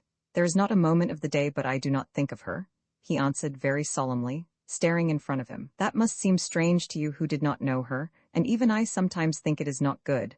But what to do? She was a woman so remarkable that no one who knew her can forget. I have often been told that everyone who knew her loved her, I said. Ah, you have heard that. They talk of her, of course, she will always be remembered. His eyes shone with pleasure. Yes, everyone loved her. I myself loved her with a passion that nothing can ever change. And why? I cannot tell you, unless it were that she was the only person I have known who did not wish me another kind of man. I could be myself with her, and know that she still cared for me. I will not pretend to you, Ivan Andreyevich, that I think myself a fine man, he continued. I have never thought myself so.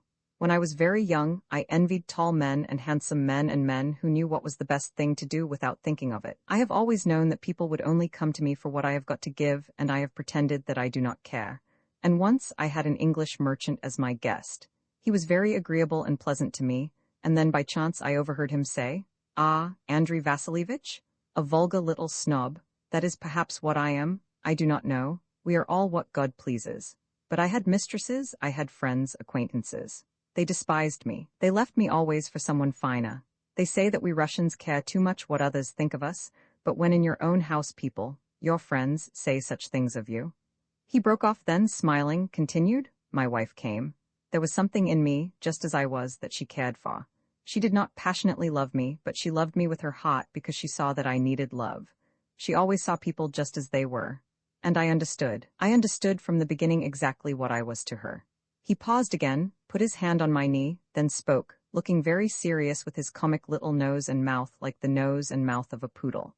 "I had a friend, Ivan Andreyevich, a fine man. He loved my wife and my wife loved him. He was not vulgar, he had a fine taste, he was handsome and clever. What was I to do? I knew that my wife loved him, and she must be happy. I knew that I owed her everything because of all that she had done for me. I helped them in their love. For 5 years I wished them well. Do you think it was easy for me? I suffered, Ivan Andreyevich, the tortures of hell. I was jealous, God forgive me. How jealous? Sometimes alone in my room I would cry all night, not a fine thing to do. But then how should I act? She gave him what she could never give to me. She loved him with passion. For me she cared as good women care for the poor. I was foolish, perhaps. I tried to be as they were, with their taste and easy judgments. I failed, of course. What could I do all at once? One is as God has pleased from the beginning. Ah, how I was unhappy those 5 years. I wished that he would die and then cursed myself for wishing it, and yet I knew that I had something that he had not. I needed her more than he, and she knew that. Her charm for him would fade perhaps as the years passed. He was a passionate man who had loved many women. For me, as she well knew, it would never pass. She died. For a time I was like a dead man, and she was not enough with me.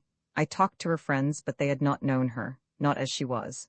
Only one had known her, and he was the friend whom she had loved. Of course he found me as he had always done, tiresome, irritating, of vulgar taste. But he, too, wanted to speak of her, and so we were drawn together.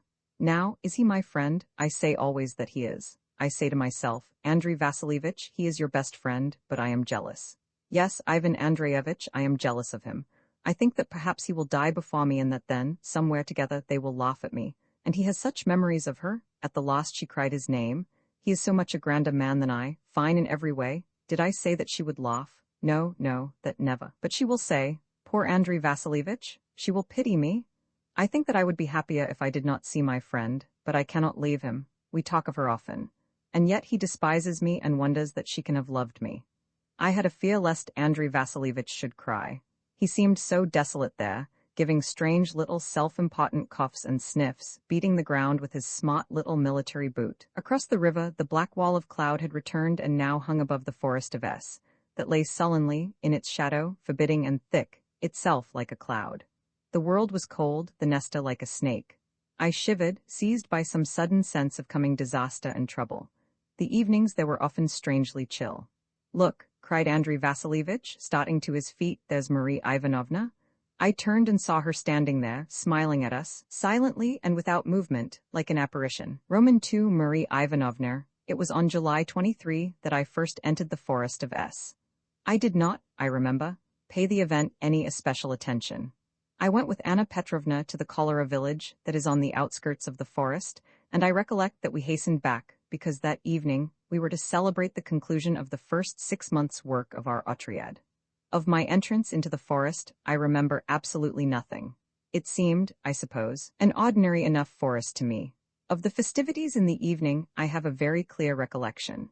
I remember that it was the loveliest summer weather, not too hot, with a little breeze coming up from the river, and the green glittering on every side of us with the quiver of flashing water.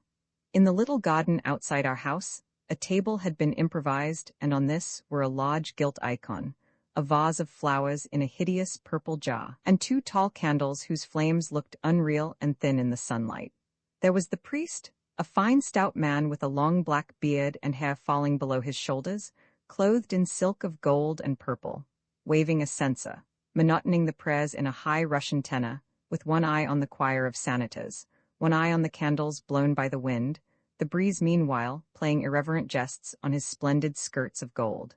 Then there was the congregation in three groups. The first group, 2 generals, 2 colonels, 4 or 5 other officers, the sisters, Sister K, bowing and crossing herself incessantly, Anna Petrovna with her attention obviously on the dinner cooking behind a tree in the garden, Marie Ivanovna looking lovely and happy and good, ourselves, Molozov official, Semyonov sarcastic, Nikitin in a dream, Andrei Vasilievich busy with his smart uniform, Trenchard, forgotten his sword, his blue handkerchief protruding from his pocket, absorbed by the ceremony, myself thinking of Trenchard, Goga, and the rest. The second group, the singing senators, some 10 of them, stout and healthy, singing as Russians do with complete self-forgetfulness and a rapturous happiness in front of them, a funny little man with spectacles and a sharp-pointed beard, once a schoolmaster, now a senator, conducting their music with a long bony finger, all of them chanting the responses with perfect precision and harmony. Third group, the other senators, the strangest collection of faces, wild, savage, and Eastern. Tatars, Lithuanians, Mongolian, mild and northern, cold and western, merry and human from Little Russia, gigantic and fierce from the Caucasus, small and frozen from Archangel, 1 or 2 civilized and superior, and uninteresting from Petrograd and Moscow. Over the wall, a long row of interested Galician peasants and soldiers passing in carts or on horseback. Seeing the icon, the priest, the blowing candles, hearing the singing, they would take off their hats, cross themselves. For a moment their eyes would go dreamy, mild, forgetful, then on their hats would go again. Back they would turn their horses, cursing them up the hill, chaffing the Galician women, down deep in the everyday life again. The service ended. The priest turns to us, the gold cross is raised, we advance one by one. The generals, the colonels, the lieutenants, the sisters, Semyonov, Nikitin, Goga, then the choir, then the senators, even to hunchbacked Alesha, who is always given the dirtiest work to do and is only half a human being. One by one we kiss the cross, the candles are blown out, the icon folded up and put away in a cardboard box. We are introduced to the generals, there is general conversation, and the stars and the moon come out, blown straight up, it seems, out of the bosom of the nesta. It was a very happy and innocent evening. For extracting the utmost happiness possible out of the simplest materials, the Russians have surely no rivals. How our generals and our colonels enjoyed that evening. A wonderful dinner was cooked between 2 stones in the garden, little pig, young chickens, borscht, that most luxurious of soups and ices, yes, and ices. Then there were speeches, many, many glasses of tea, strawberry and cherry jam, biscuits and cigarettes. We were all very, very happy. It was arranged on the morning after the feast that I should go again to the cholera village with Marie Ivanovna and Semyonov. Under a morning of a blazing, relentless heat, bars of light ruling the sky, we started, the 3 of us, at about 10 o'clock, in the little low dogcart, followed by the kitchen and the boiler. Marie Ivanovna sat next to Semyonov, I facing them. Semyonov was happier than I had ever seen him before. Happiness was not a quality with which I would ever have charged him. He had seemed to despise it as something too simple and sentimental for any but sentimental fools. But now this morning, I had noticed something of the same thing in him the evening before. He was quite simply happy, looking younger by many years, the ironical curve of his lip gone, his eyes smiling, his attitude to the world gentle and almost benevolent. Of course she, Marie Ivanovna, had wrought this change in him. There was no doubt this morning that she loved him. She had in her face and bearing all the pride and also all the humility that a love, won, secured, insured, brings with it. She did not look at him often nor take his hand. She spoke to me during the drive and only once and again smiled up at him, but her soul, shining through the thin covering of her body, laughed to me, crying, I am happy because I have my desire. Of yesterday I remember nothing, of tomorrow I can know nothing, but today is mine. He was very quiet. When he looked at her, his eyes took complete possession of her. I did not that morning count it all to either of them, but I too felt a kind of pride as though I were sharing in some triumphal procession. She chatted on, and then at last was silent. I remember that the great heat of the morning wrought in us all a kind of lethargy. We were lazily confident that day that nothing evil could overtake us. We idly watched the sky, the river, the approaching forest, with a luxurious reliance on the power of man, and I caught much of my assurance from Semyonov himself. He did really seem to me, that morning, a tremendous figure, as he sat there, so still, so triumphant. He had never before, perhaps, been quite certain of Marie Ivanovna, had been alarmed at her independence, or at his own passionate love for her. But this morning he knew, she loved him. She was his, no one could take her from him. She was the woman he wanted as he had never wanted a woman before, and she was his, she was his. I do not remember our entering the forest. I know that first you climb a rough, rather narrow road up from the river, that the trees close about you very gradually, that there is a little church with a green turret and a fine view of the Nesta, and that there a broad solemn avenue of silver birch leads you forward, gently and without any sinister omens. Then again the forest clears and there are fields of corn, and, built amongst the thin scattering of trees, the village of N. It was here, on passing the first houses of the village, that I felt the heat to be almost unbearable. It seemed strange to me, I remember, that they, whoever they were, having so many trees here, a forest that stretched many miles behind them, should have chosen to pitch their village upon the only exposed and torrid bit of ground that they could find. Behind us was the forest, in front of us also the forest, but here, how the sun blazed down on the roofs and little blown patches of garden, how it glared in through the broken windows, and penetrated into the darkest corners of the desolate rooms. Poor N. In the second month of the war, it had been shelled and many of the houses destroyed. The buildings that remained seemed to have given up the struggle and abandoned themselves to inevitable degradation. Moreover, down the principal street, at every other door, there hung the sinister black flag, a piece of dirty black cloth fastened to a stick, and upon the filthy wall was scrawled in Russian cholera. Dead, indeed, under the appalling heat of the morning, the whole place lay. No one was to be seen until we neared the ruins of what had once been a little town hall or meeting place. A procession turned the corner, a procession of a peasant with a tall lighted candle, another peasant with a tattered banner, a priest in soiled silk, a coffin of white wood on a haycart, and 5 white-faced and apathetic women. A doleful singing came from the miserable party. They did not look at us as we passed. A rumble of cannon, once and again, sounded like the lazy snore of some sleeping beast. Near the town hall, we found a company of fantastic creatures awaiting us. They were pressed together in a dense crowd as though they were afraid of someone attacking them. There were many old men, like the clowns in Shakespeare, dirty beyond belief in tattered garments, wide-brimmed hats, broad skirts and baggy trousers, old men with long tangled hair, bare bony breasts and slobbering chins. Many of the women seemed strong and young. Their faces were on the whole cheerful. A brazen indifference to anything and everything was their attitude. There were many children. 2 gendarmes guarded them with rough, friendly discipline. I thought that I had seen nothing more terrible at the war than the eager, pitiful docility with which they moved to and fro in obedience to the gendarmes' orders. A dreadful, broken, creeping submission. But it was their fantasy, their colored, incredible unreality that overwhelmed me.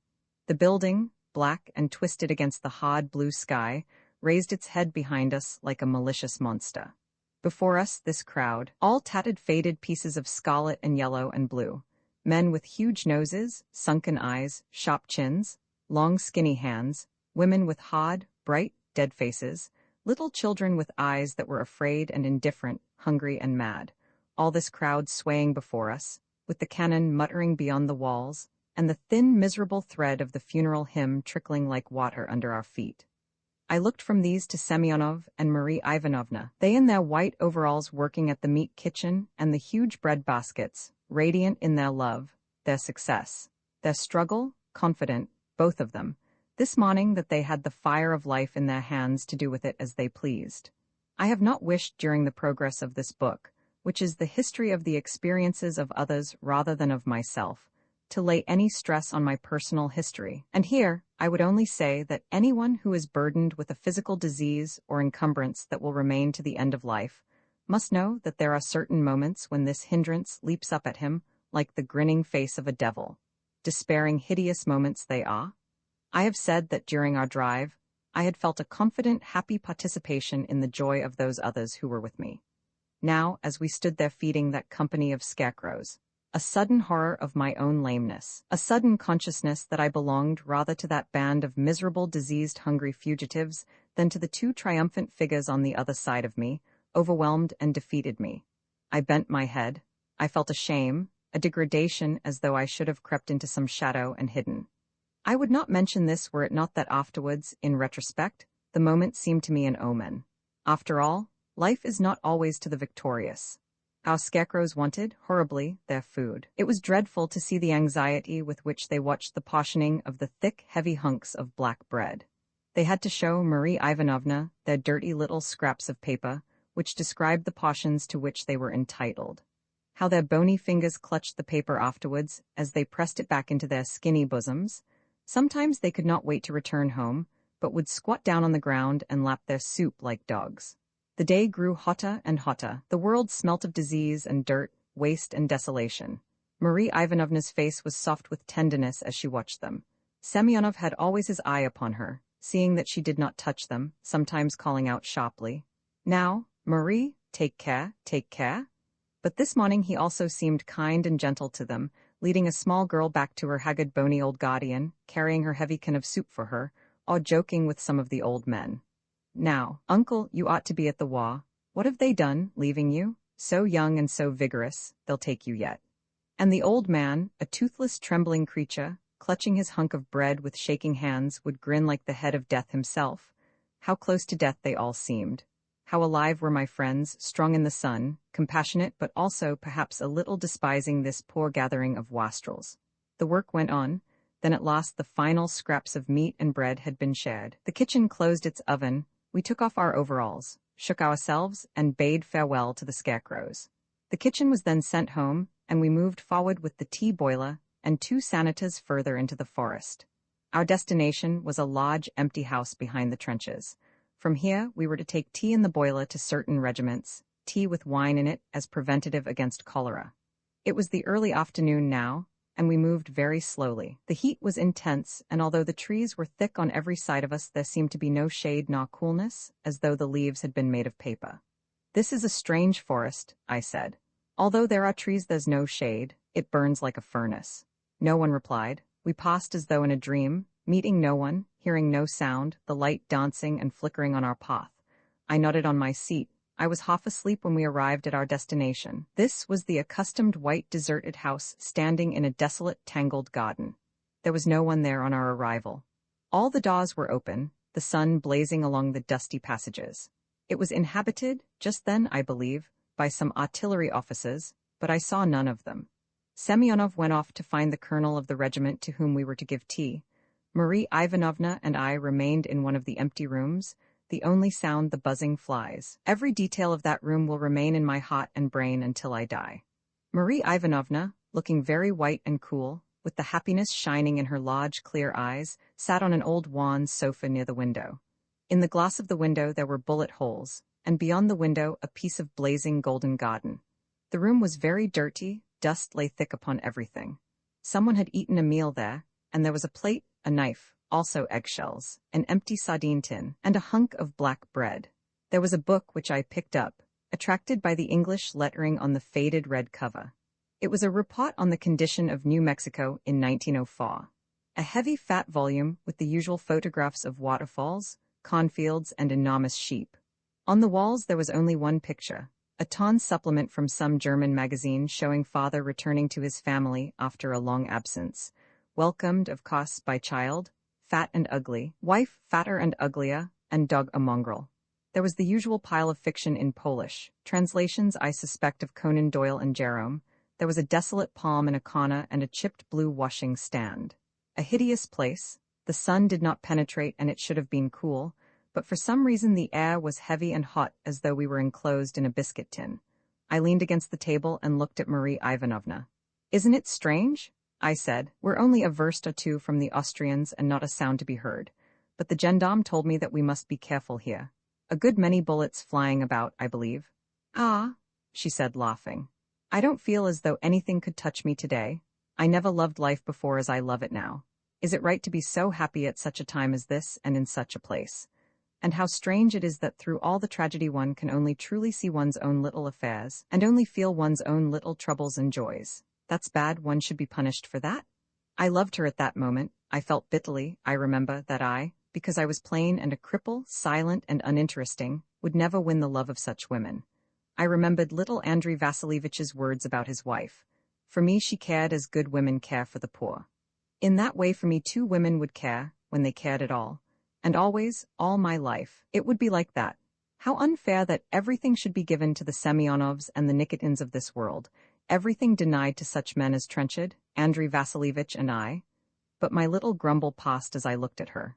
How honest and straight and true with her impulses, her enthusiasms, her rebellions and ignorances she was. Yes, I loved her and had always loved her. That was why I had cared for Trenchard, why now I was attracted by Semyonov, because, shadow of a man as I was, not man enough to be jealous, I could see with her eyes, stand beside her and share her emotion. But God, how that day I despised myself. You're tired, she said, looking at me. Is your leg hurting you? Not much, I answered. Sit down here beside me. She made way for me on the sofa. Ivan Andreyevich, you will always be my friend. Always, I answered. I believe you will. I'm a little afraid of you, but I think that I would rather have you as a friend than anyone, except John. How fortunate I am. 2 Englishmen for my friends. You do not change as our Russians do. You will be angry with me when you think that I am wrong, but then I can believe you. I know that you will tell me the truth. Perhaps, I said slowly, Alexei Petrovitch will not wish that I should be your friend. Alexei, she said, laughing. Oh, thank you very much. I shall choose my own friends. That will always be my affair. I had an uneasy suspicion that perhaps she knew as little about Semyonov as she had once known about Trenchard. It might be that all her life she might never learn wisdom. I do not know that I wished her to learn it. No, she continued. But you forgive me now? Forgive me for all my mistakes, for thinking that I loved John when I did not and treating him so badly. Ah, but how unhappy I was. I wished to be honorable and honest. I wished it passionately, and I seemed only to make mistakes. And then because I was ashamed of myself, I was angry with everyone. At least it seemed that it was with everyone, but it was really with myself. I did you injustice, I said, and I did Alexei Petrovitch an injustice also. I know now that he truly and deeply loves you. I believe that you will be very happy. Yes, it is better, much better, than that you should have married Trenchard. Her face flushed with happiness, that strange flush of color behind her pale cheeks, coming and going with the beats of her heart. She continued happily, confidently. When I was growing up, I was always restless. My mother allowed me to do as I pleased, and I had no one in authority over me. I was restless because I knew nothing and no one could tell me anything that seemed to me true. I would have, like other girls, sudden enthusiasms for someone who seemed strong and wonderful, and then they were never wonderful, only like everyone else. I would be angry, impatient, miserable. Russian girls begin life so early. After a time, Mother began to treat me as though I was grown up. We went to Petrograd, and I thought about clothes and theaters, but I never forgot. I always waited for the man or the work or the friend that was to make life real. Then suddenly the war came and I thought that I had found what I wanted. But there too there were disappointments. John was not John, the war was not the war, and it's only today now that I feel as though I were all right inside. I've been so stupid, I've made so many mistakes.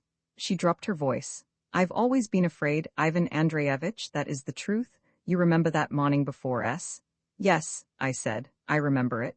Well, it has been often like that. I've been afraid of myself and of something else, of dying. I found that I didn't want to die, that the thought of death was too horrible to me. That day of the retreat, how afraid I was. John could not protect me, no one could, and I was ashamed of myself, how ashamed, how miserable.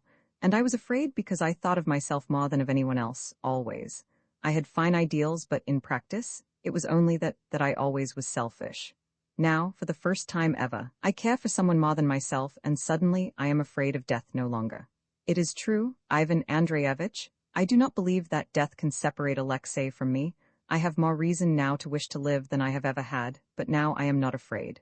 Wherever I am, Alexei will come. Wherever he is, I will go. She broke off, then laughed.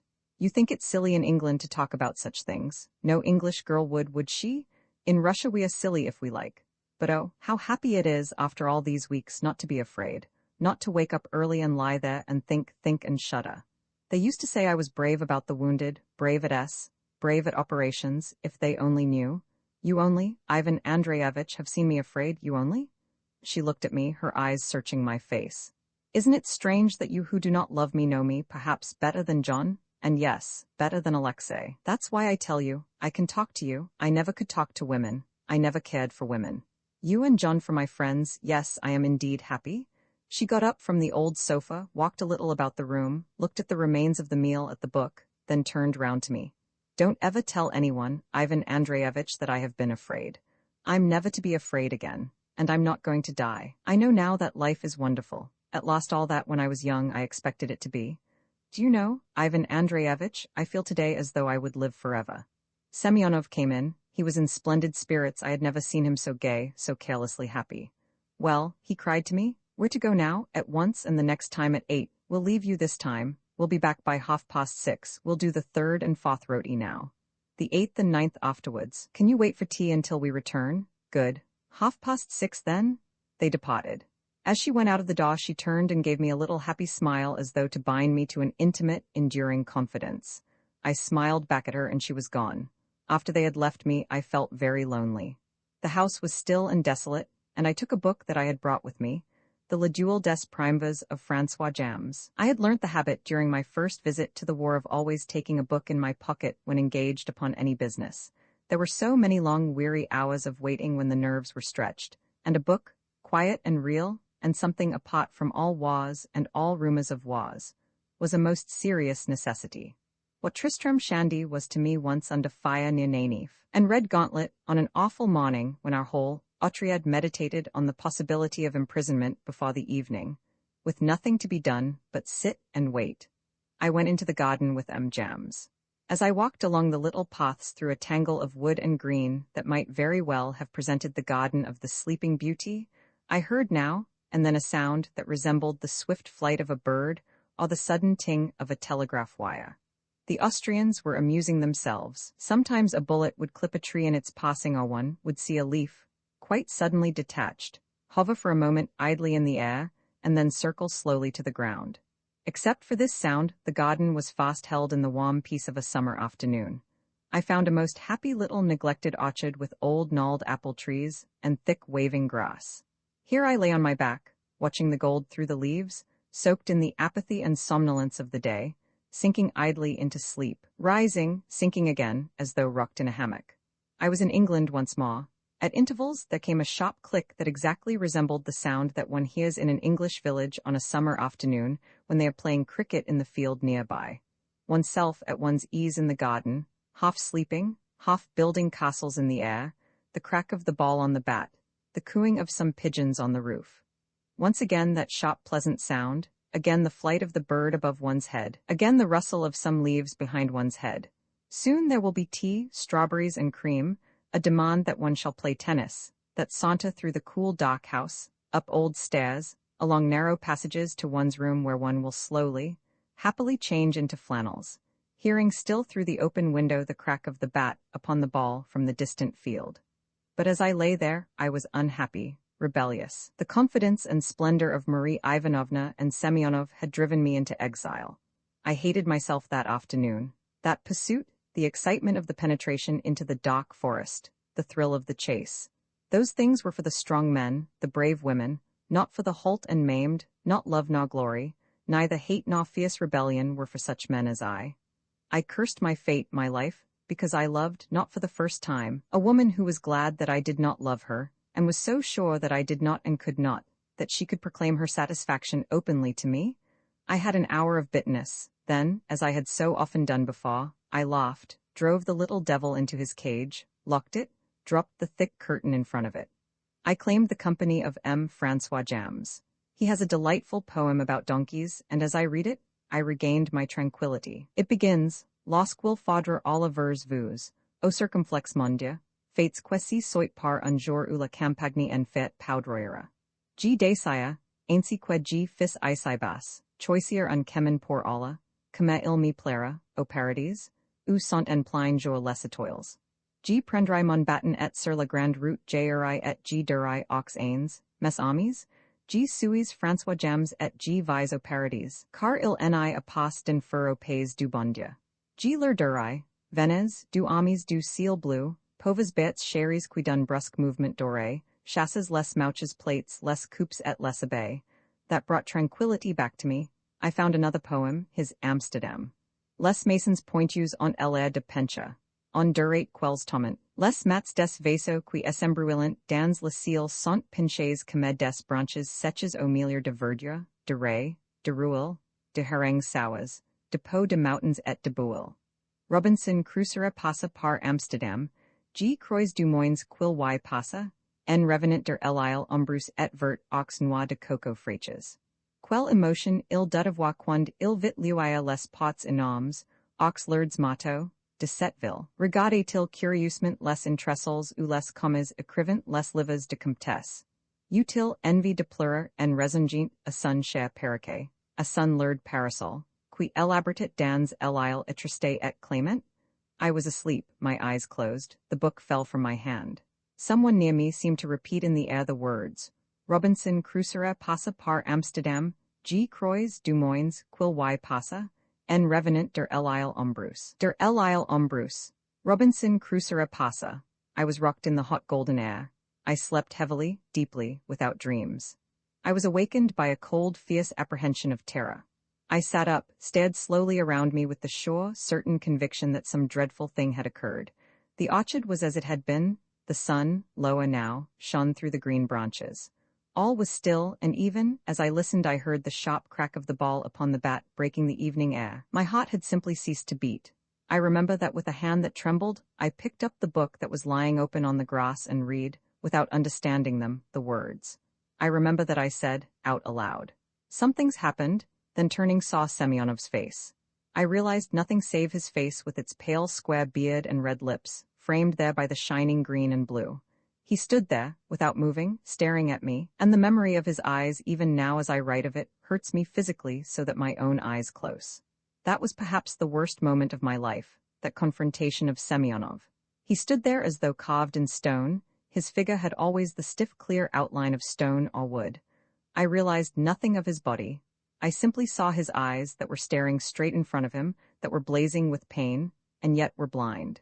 He looked past me and, if one had not seen the live agony of his eyes, one would have thought that he was absorbed in watching something that was so distant that he must concentrate all his attention upon it. I got upon my feet, and as my eyes met his I knew, without any question at all, that Marie Ivanovna was dead. When I had risen, we stood for a moment facing one another, then without a word he turned towards the house. I followed him, leaving my book upon the grass, he walking slowly in front of me with his usual assured step, except that once he walked into a bush that was to his right. He afterwards came away from it, as a man walking in his sleep might do, without lowering his eyes to look at it. We entered by a side door. I myself had no thoughts at all at this time. I felt only the cold, heavy oppression at my heart, and I had, I remember, no curiosity as to what had occurred. We passed through passages that were strangely dark, in a silence that was weighted and mysterious. We entered the room where we had been earlier in the afternoon. It seemed now to be full of people. I saw now quite clearly, although just before the whole world had seemed to be dark. I saw our two soldiers standing back by the door. A doctor, whose face I did not know, a very corpulent man, was on his knees on the floor. Some sanitors were in a group by the window. In the middle of the room lay Marie Ivanovna on a stretcher. Even as I entered, the stout doctor rose, shaking his head. I had only that one glimpse of her face on my entry, because, at the shake of the doctor's head, a senator stepped forward and covered her with a cloth. But I shall see her face as it was until I die. Her eyes were closed, she seemed very peaceful. But I cannot write of it, even now. My business here is simply with facts, and I must be forgiven if now I am brief in my account. The room was just as it had been earlier in the afternoon. I saw the sardine tin, the dirty plate that had a little cloud of flies upon it. The room seemed under the evening sun full of gold dust. I crossed over to our soldiers and asked them how it had been. One of them told me that they had gone with the boiler to the trenches. Everything had been very quiet. They had taken their stand behind a small ruined house. Semyonov had just returned from telling the officers of the rota that the tea was ready when, quite suddenly, the Austrians had begun to fire. Bullets had passed thickly overhead. Marie Ivanovna had seemed quite fearless, and laughing, had stepped, for a moment, from behind the shelter to see whether the soldiers were coming for their tea. She was struck instantly. She gave a sharp little cry and fell. They rushed to her side, but death had been instantaneous. She had been struck in the heart. There was nothing to be done. The soldiers seemed to feel it very deeply, and one of them, a little round fellow with a merry face whom I knew well, turned away from me and began to cry, with his hand to his eyes. Semyonov was standing in the room with exactly that same dead, burning expression in his eyes. His mouth was set severely, his legs apart, his hands at his sides. "A terrible misfortune?" I heard the stout doctor say. Semyonov looked at him gravely. "Thank you very much for your kindness," he said courteously. Then, by a common instinct, without any spoken word between us, we all went from the room, leaving Semyonov alone there. I remember very little of our return to Maturvo. We borrowed a cot upon which we laid the body. I sat in the trap with Semyonov. I was, I remember, afraid lest he should suddenly go off his head.